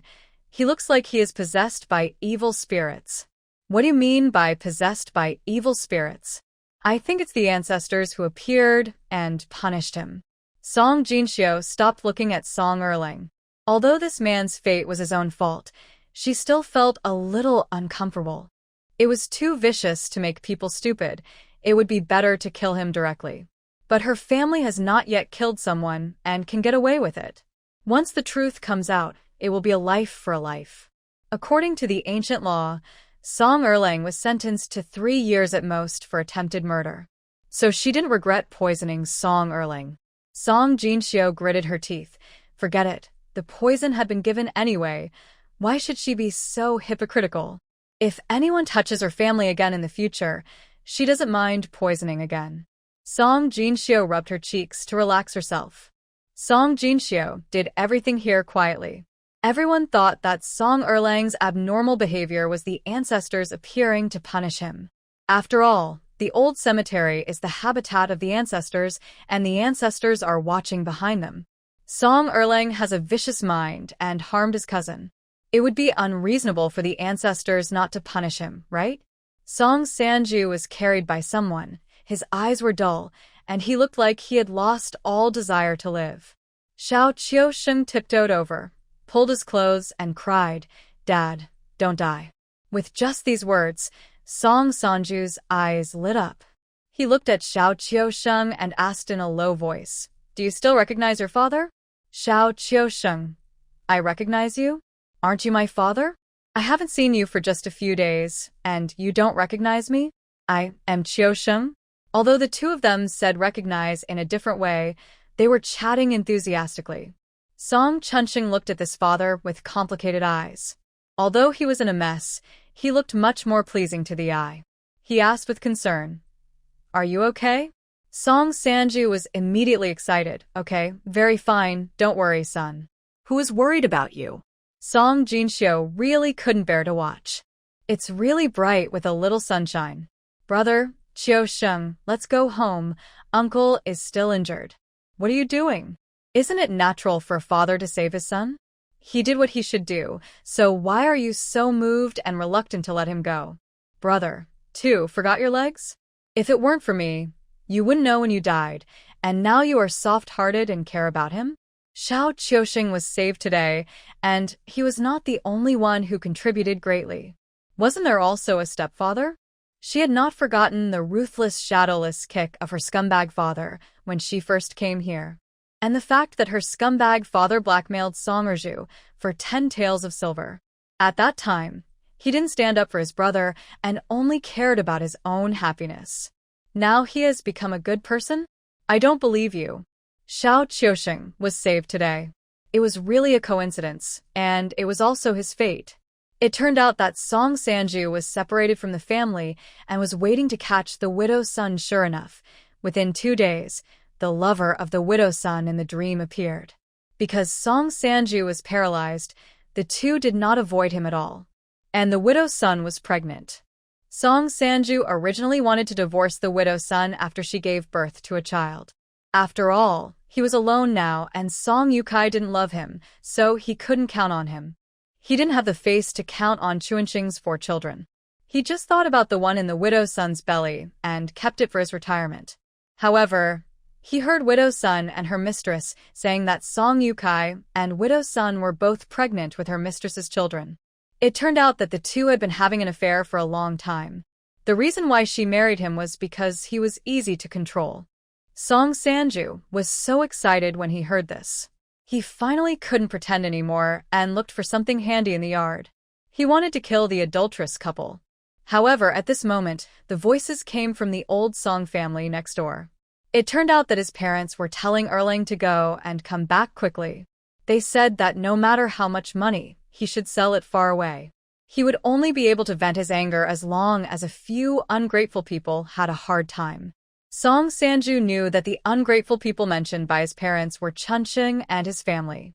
What did his parents ask Erling to sell far away? Could it be the cow that Chuanqing's family had just bought? Song Sanju hurried out of the house, only to see Erling turning a corner with a sack on his back and disappearing. It's not a cow, so what did he steal from Chuanqing's house? No, I have to go and see. Song Erlang was carrying a sack in front of him and walking briskly, choosing to walk on the small path.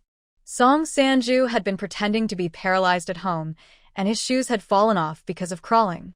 So when he put on his shoes and chased after him, he could no longer see Song Erlang's back. But he knew where this road led to. Because of this road, he had once walked on it in his dream, dragging one leg towards the cold Tongshui River. Zhang Bongchui, who lived in the courtyard of the old patriarch to study, had not been home for a few days, and his clothes had a sour smell.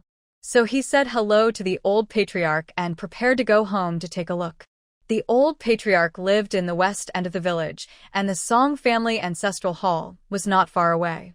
To the west of the Song family ancestral hall was the clan field. Standing at the door of the old patriarch's house, you can see the green wheat waves under the sunset. Zhang Bongchui suddenly became interested, and instead of going home, he strolled along the wheat field. It was at this time that he seemed to hear Xiao Qiusheng's intermittent cursing. And there was also the sound of someone walking in the direction of the small path on the right. Zhang Bongchui thought that Qiusheng had gone here for fun and had an argument with someone and thought to himself, this kid, he can't change his bad habit of swearing. He called Qiusheng, but no one responded. When he went to look for him, he only found one of Qiusheng's shoes. His intuition told him that something was wrong, but he was worried about Qiusheng's safety if he went back to call for help. He gritted his teeth and chased after him along the trail. Although Song Erlang was carrying a person, Zhang Bongchui was a weak scholar. The two of them were one in front and one behind, and they almost caught up with him when they reached the river. Song Erlang had already spotted Zhang Bongchui, and seeing that he was alone, he didn't take the weak man seriously at all. Song Erlang originally planned to sell Song Qiusheng, but the boy resisted so strongly that he got angry. So he ran along the trail to the Tongshui River, ready to drown him. At the critical moment, Zhang Bongchui came to grab the sack to save people, but was pushed down by Song Erlang. The weak scholar was defeated in just one round, and his head hit a rock by the river, bleeding. He knew he was no match for Song Erlang, so he didn't stand up, but hugged his legs and shouted to Song Qiusheng, "Run." Little Qiusheng climbed out of the sack and ran, but was caught by Song Erlang. A weak and small man, how could they be a match for the tall and strong Song Erlang? Song Erlang kicked Zhang Bongchui away, grabbed little Qiusheng and threw him into the river. He was a ruthless person, and thought that since he was discovered, he would kill him to silence him. Anyway, there was no difference between drowning one and drowning two. At this time, Song Sanju arrived. When Song Sanju saw that Erlang wanted to harm his son, what could he do? Song Sanju was not Zhang Bongchui, he was also a 7-foot-tall man, tall and strong. He immediately wrestled with Song Erlang. However, as soon as he started, Song Sanju knew that he was no match for this nephew. Since he had his beloved widowed grandson, he had been partying almost every night, and his body had long been hollowed out. Later, he pretended to be paralyzed and had no food to eat. Naturally, his body was not as strong as the vigorous Song Erlang. Zhang Bongchue and his son wanted to come to help, but he was scolded by him. Get out. This is our family affair. I'm cleaning up the mess. No one is allowed to interfere. Get out of here. Zhang Bongchue also knew that he could not help in this way, and it was dangerous for Xiao Qiuxing to stay here, so he left a sentence. Be careful. He pulled Xiao Qiuxing back. At this time, the sun was setting in the west, and the road was no longer visible. The two were not familiar with the place, so they could only run back along the original path by instinct. But the old graveyard was full of stones.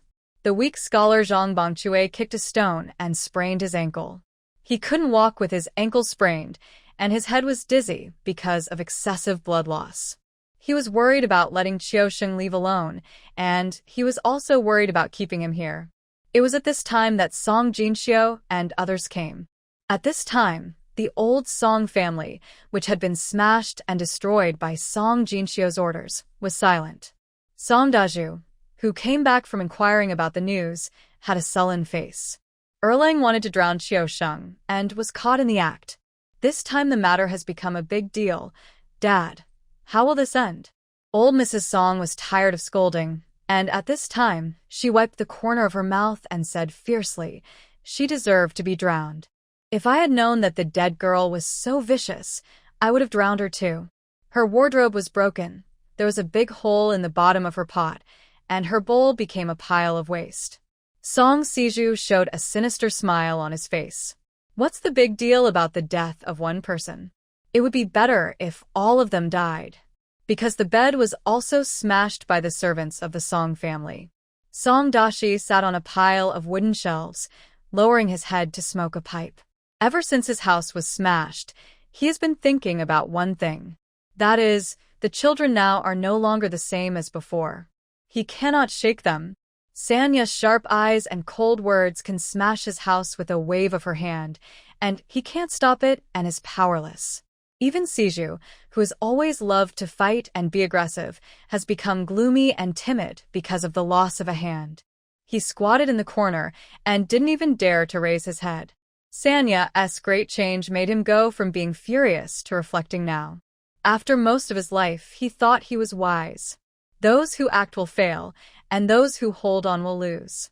When dealing with powerful hegemons, one should avoid their sharp edges and keep a distance from them. Although he was not well educated and did not know many words, he always remembered the words his father taught him when he was a child. So, he could earn money safely by working in the county. He was able to buy 50 acres of land by himself, which could support Dalong and Erlang to study in the academy. If Dalong could become an official, then their old Song family would have changed their status and would be the first in Songjia village. The head of the village and the old patriarch had to stand aside. And the second brother also went to the county to work, but ended up with a disabled body. What kind of life is the family living now? So, he also educated Dalong like this since he was a child. When did it start? All things are out of control? Yes, since Sanya hit her head. Song Dashi narrowed his eyes. Grandmother also said that the tighter you hold a handful of sand, the more it will flow away. If you turn them into a pool of mud, whether you use it to paste the stove or the Kong head, isn't it up to you? Song Dashi regretted why he let a few ungrateful people break off the relationship. After leaving home, he became a loose sand, and he couldn't control it. He knew that he couldn't confront these ungrateful people head-on anymore. Just like today, the dead girls smashed and destroyed things, but they couldn't do anything. Fight back? He looked around and found that there was no one in his family who could do that. Let her pay? Forget it. Last time, he just wanted to get some money back, but ended up paralyzed and disabled. He wanted to find someone to reason with and report to the authorities, but the clan protected them and the neighbors helped them. If he went to the authorities, they could only prove that Siju accidentally injured someone, and Siju's injury was his own fault. Alas, Sanju was useless, Siju was disabled, and Urju was slippery and couldn't be relied on. Now, except for the honest and timid eldest brother, who else could he rely on? If Song Jinshio knew about the changes in Song Dashi's heart, she would probably be surprised. This is indeed a wise old man. He can judge the situation and cut off his arm and tail at any time to survive.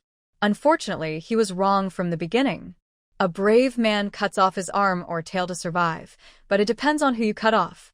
He is so indifferent to his blood relatives because he lacks something, that is love. He has no fatherly love for his children, and even less love for his descendants. He is only selfish and heartless. Even Song Dalong is just a tool for him to dominate Songjia village in the future. What's more terrible is that he wants to regard his own philosophy as a golden saying and pass it down from generation to generation. Dad, please say something. What should we do about this? Song Dashi raised his head from the smoke. Is Qiuxing dead? Song Deju shook his head. It seems that he didn't die and was rescued. Dad, it's not a small matter that he didn't die. The clan leader will open the ancestral hall and deal with it according to the clan rules. Song Dashi took a puff of cigarette and said calmly, "Write a letter to Urju. This is his son. Let him handle it. I'm old and incompetent. I will live with you in the future. Deju, Dad depends on you." Song Deju was a little confused. What's going on? This is about Erlang's matter. Even if Urju comes back, won't there be a fuss? Maybe Erlang will have to go to jail, and Dalong still has to take the imperial examination, Dad? If someone in the family goes to jail, will it affect Dalong's career? Song Daju's wife suddenly understood that her father-in-law wanted to divide the family again. If he lives with them, then the money Urju earns will have nothing to do with them, right? Now that Siju has lost one hand, he can no longer do his job. Without Siju's income and Urju's income, how will the family survive in the future? Mrs. Song is not stupid. The old man wants to divide the family to protect Dalong's career. Humph. Then I have to think carefully about how much money they should pay as filial piety every year. We can't be like the paralyzed third brother who doesn't pay a penny. The family members have their own thoughts. No one cares about Song Erlang's life or death. Song Erlang's biological mother Qian Dia was locked up in the house by the old couple's anger and had no idea what was happening outside. Because Song Erlang was stupid. Everyone said that he had offended the ancestors and was punished. So the clan didn't care about his murder of Qiusheng. So the old Song family didn't divide the family. Zhang Bongchue woke up when he got home and ran to the toilet when he woke up. After running to the toilet several times, the family was worried and wanted to ask for a doctor overnight, but he became more and more refreshed and his injuries healed a lot. The whole family thought it was magical. Because there was a precedent of Song Erlang being punished by the ancestor, the villagers said that it must be the ancestor's spirit who appeared, thanking him for saving the Song family's descendants. However, Song Jinshio knew that it might be the drop of spiritual dew diluted 500 times that worked. It's just diarrhea, so can the family also eat a drop? Song Jinshio thought that it could be mixed with water soaked in bodhi leaves so that the side effects might be smaller. She didn't let her family eat it before because she didn't dare to take risks with her family. Because Widow Ma provided useful clues, the next day, Song Jinshio personally brought gifts and 50 taels of silver to her house.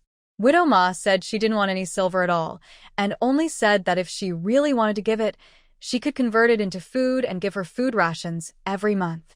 Song Jinshio immediately understood that she had given money in a big way, and as a widow, she had accepted a disaster by accepting the 50 taels. Wouldn't this attract thieves to think about it? Therefore, Song Jinshio also reflected on her decision. Now her family, like a nouveau riche, will definitely be thought about by others. And Song Erlang's cruelty also reminded her. Even in a farmer's family, in a clan, there may be danger. But she didn't regret her decision. She was not someone who could live a hard life, and it was not her style to not dare to ask for money when she had it. As for whether there will be another Song Erlang, 2 or more Song Erlang in the future, then we should increase the protection force. We can't be afraid of choking and not eating. Just at this time, Yiming received a pigeon message. Looking at Yiming kneeling in front of her, Song Jinxiu hurriedly helped her up. If you are worried, go and pack up. I'll have someone pack your luggage for you. Yiming shook his head. Thank you, master. Yiming will leave now. Looking at Yiming's back, Song Jinxiu sighed. When this person came, she knew that their farmyard could not keep her. This is a female general. How can she delay the backyard and be a bodyguard for a little peasant girl? But Suemo, the young general, is really full of disasters. Missing? Could he be trapped in the desert? Forget it, the compass is given, the telescope is also given, life and death is up to fate. Yiming left, and Song Jinxiu decided to go to the agency to hire some skilled people to be guards. The safety of the family must be put first. So the next day, Song Jinxiu took Ing Chun and rode into the city in a bullock cart. First, she went to the agency and hired 10 people. The employment period was 1 year, and each person received 5 taels of silver per month plus 4 seasons of clothing. The leader was called Scarly, who had a scar on his face, and was the best among the 10. Hiring people only solved the urgent problem. The most important thing was to train people who could be used. She envied Yiming's fearlessness of death. This was the feeling of fighting together. For her old master and the brothers who had shared their lives, she knew there was a tiger in the mountain, but she chose to go to the Tiger Mountain. So she decided to train people who really belonged to her from now on. She went to 2 more agencies and picked 16 people who looked good, 10 boys and 6 girls. The oldest was 15 years old, and the youngest was only 6 years old. She also bought a courtyard with 2 entrances and a vegetable garden in the eastern suburbs of the county. She did not take these 16 people home, but arranged for them to live in the courtyard in the eastern suburbs. The house at home has not been built yet, and these people are malnourished. Let's recuperate here for a few days first. She planned to give these people water soaked with Bodhi leaves and spiritual dew. If the side effects were not serious, her family would also arrange for them to do so. The house was finally completed. The aunts and aunties in the village were as curious as if they were visiting the Grand View Garden. Although most people participated in building the house and the wall, they were still shocked after it was finished. Chunqing, you have built the house for your great-grandson. Song Chunqing blushed and said, This front yard is where I live, this side is where Qiuxing lives, and the back is where Jinxiu and Jinfeng live. The yard where they lived before became a side yard, and after a little renovation, it was given to Tian Xinghua's family of 3. Regarding this distribution, the enthusiastic aunties and aunties did not say anything. After all, Zhang Bangchue risked his life to save Qiuxing, and this favor had to be repaid. Besides, it was still a side yard. If the mother and son of the Zhang family were not honest and put a wall in the middle to separate them, then they would be 2 families. They could not occupy Chunqing's big yard. Hey, come and see, this yard has a name. I saw it, but what's written here? Fuchuan pushed the man away. Ah, let me see, I can read, I'll read it. Chunfeng Yaju, what does it mean? Chunqing blushed and said, My uncle named it. It means it's comfortable to live in. Ever since Zhang Bangchue saved Qiuxing, Song Chunqing has accepted this stepfather. In fact, his uncle said a lot at that time with good meanings, but he was embarrassed to say it in front of the villagers as he could only read a few words, as it seemed like he was showing off. Taitu was envious. Of course it's comfortable. Look at this bright house, and there are east and west wing rooms. Chunqing, you live in such a big yard by yourself? It's too big. I'll move in and live with you at night. Okay, if you want to live here, I'll ask someone to make an extra bed. Song Chunqing agreed very readily. He used to sleep at Taida's house a lot, but now that his family has a big house, he is afraid that they will be estranged from him. What bed do you need? Just move the one from mine over here. Fuchuan said hurriedly, I'll live in the east wing. Taitu, don't fight with me. Taitu punched him. Boy, you guys are cousins, so I have to give in to you. No, I want to live in the east wing too. I heard from Jinfeng that there's a big garden behind the east wing. Chunqing, I'll come live here too. I don't want a bed. I'll just sleep on the floor. Someone else started to make a fuss. Taitu and Fuchuan were fighting with their arms around each other, but they stopped when they heard this. No, The three of us are busy with work lately. There's no room left in this yard. Go play somewhere else. Old fifth master, leaning on a cane and supported by Qingshu, also came to visit the mansion. Old fifth master looked at the wide gate, walked back and forth twice, measured the width of the gate with his footsteps, and frowned. The door is a bit too big, it won't keep money.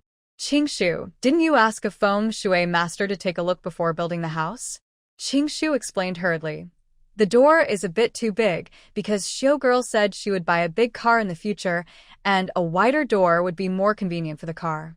My dad also asked Banxian to take a look and Banxian also said it's okay. Building a screen wall here will keep money out, so you can rest assured. Oh, this girl is the head of the family and she's extravagant. You should pay more attention to her. And the screen wall should be built quickly. Yes, it won't take 2 trucks of bricks. The bricks will arrive in the afternoon. My brother and I can finish this wall in 1 day. Old fifth master's face sank. It's just a wall. Can't those half bricks be used? I just told you to keep an eye on her. Don't let her be extravagant. Is that what you think? Song Qingshu smiled bitterly. Master Wu, Xiao said that half a brick is good for paving the road. It's crooked, and a piece of a whole brick has to be knocked off. What? She wants to pave the road with bricks? Master Wu looked at his feet. This girl is really a troublemaker. When Chunsheng and the other 2 saw Master Wu, they hurried over to say hello. Master Wu pointed at the 3 of them with his crutches and said to Qingshu, "You go, and do your own thing. The 3 boys are here. If I can't walk anymore, I will live in Chunsheng's yard." Fu Chuan hurriedly said, "Master Wu, you are too late. We 3 brothers have 1 room each. There is no room." Everyone was talking and laughing here. In Qiusheng's yard, Qiusheng was standing with his hands on his waist, saying the name of his yard in a proud manner. The little guy was depressed for 2 days because of Song Erling's kidnapping. Until his new yard was completed, he suddenly became lively again. My brother's is Chunfeng Yaju, and mine is Qiushi Liyuan. How about it? I named it myself. Song Jinxiu's yard is Jun Beiwen, which was named by Junjun, the treasure-hunting mouse. Song Jinxiu didn't care, and just let him do it. The little thing also happily built its own nest in her study. Song Jinxiu promised to make a bed and quilt for it. And Jinfeng's yard is called Fengxin Pavilion, which she also named herself.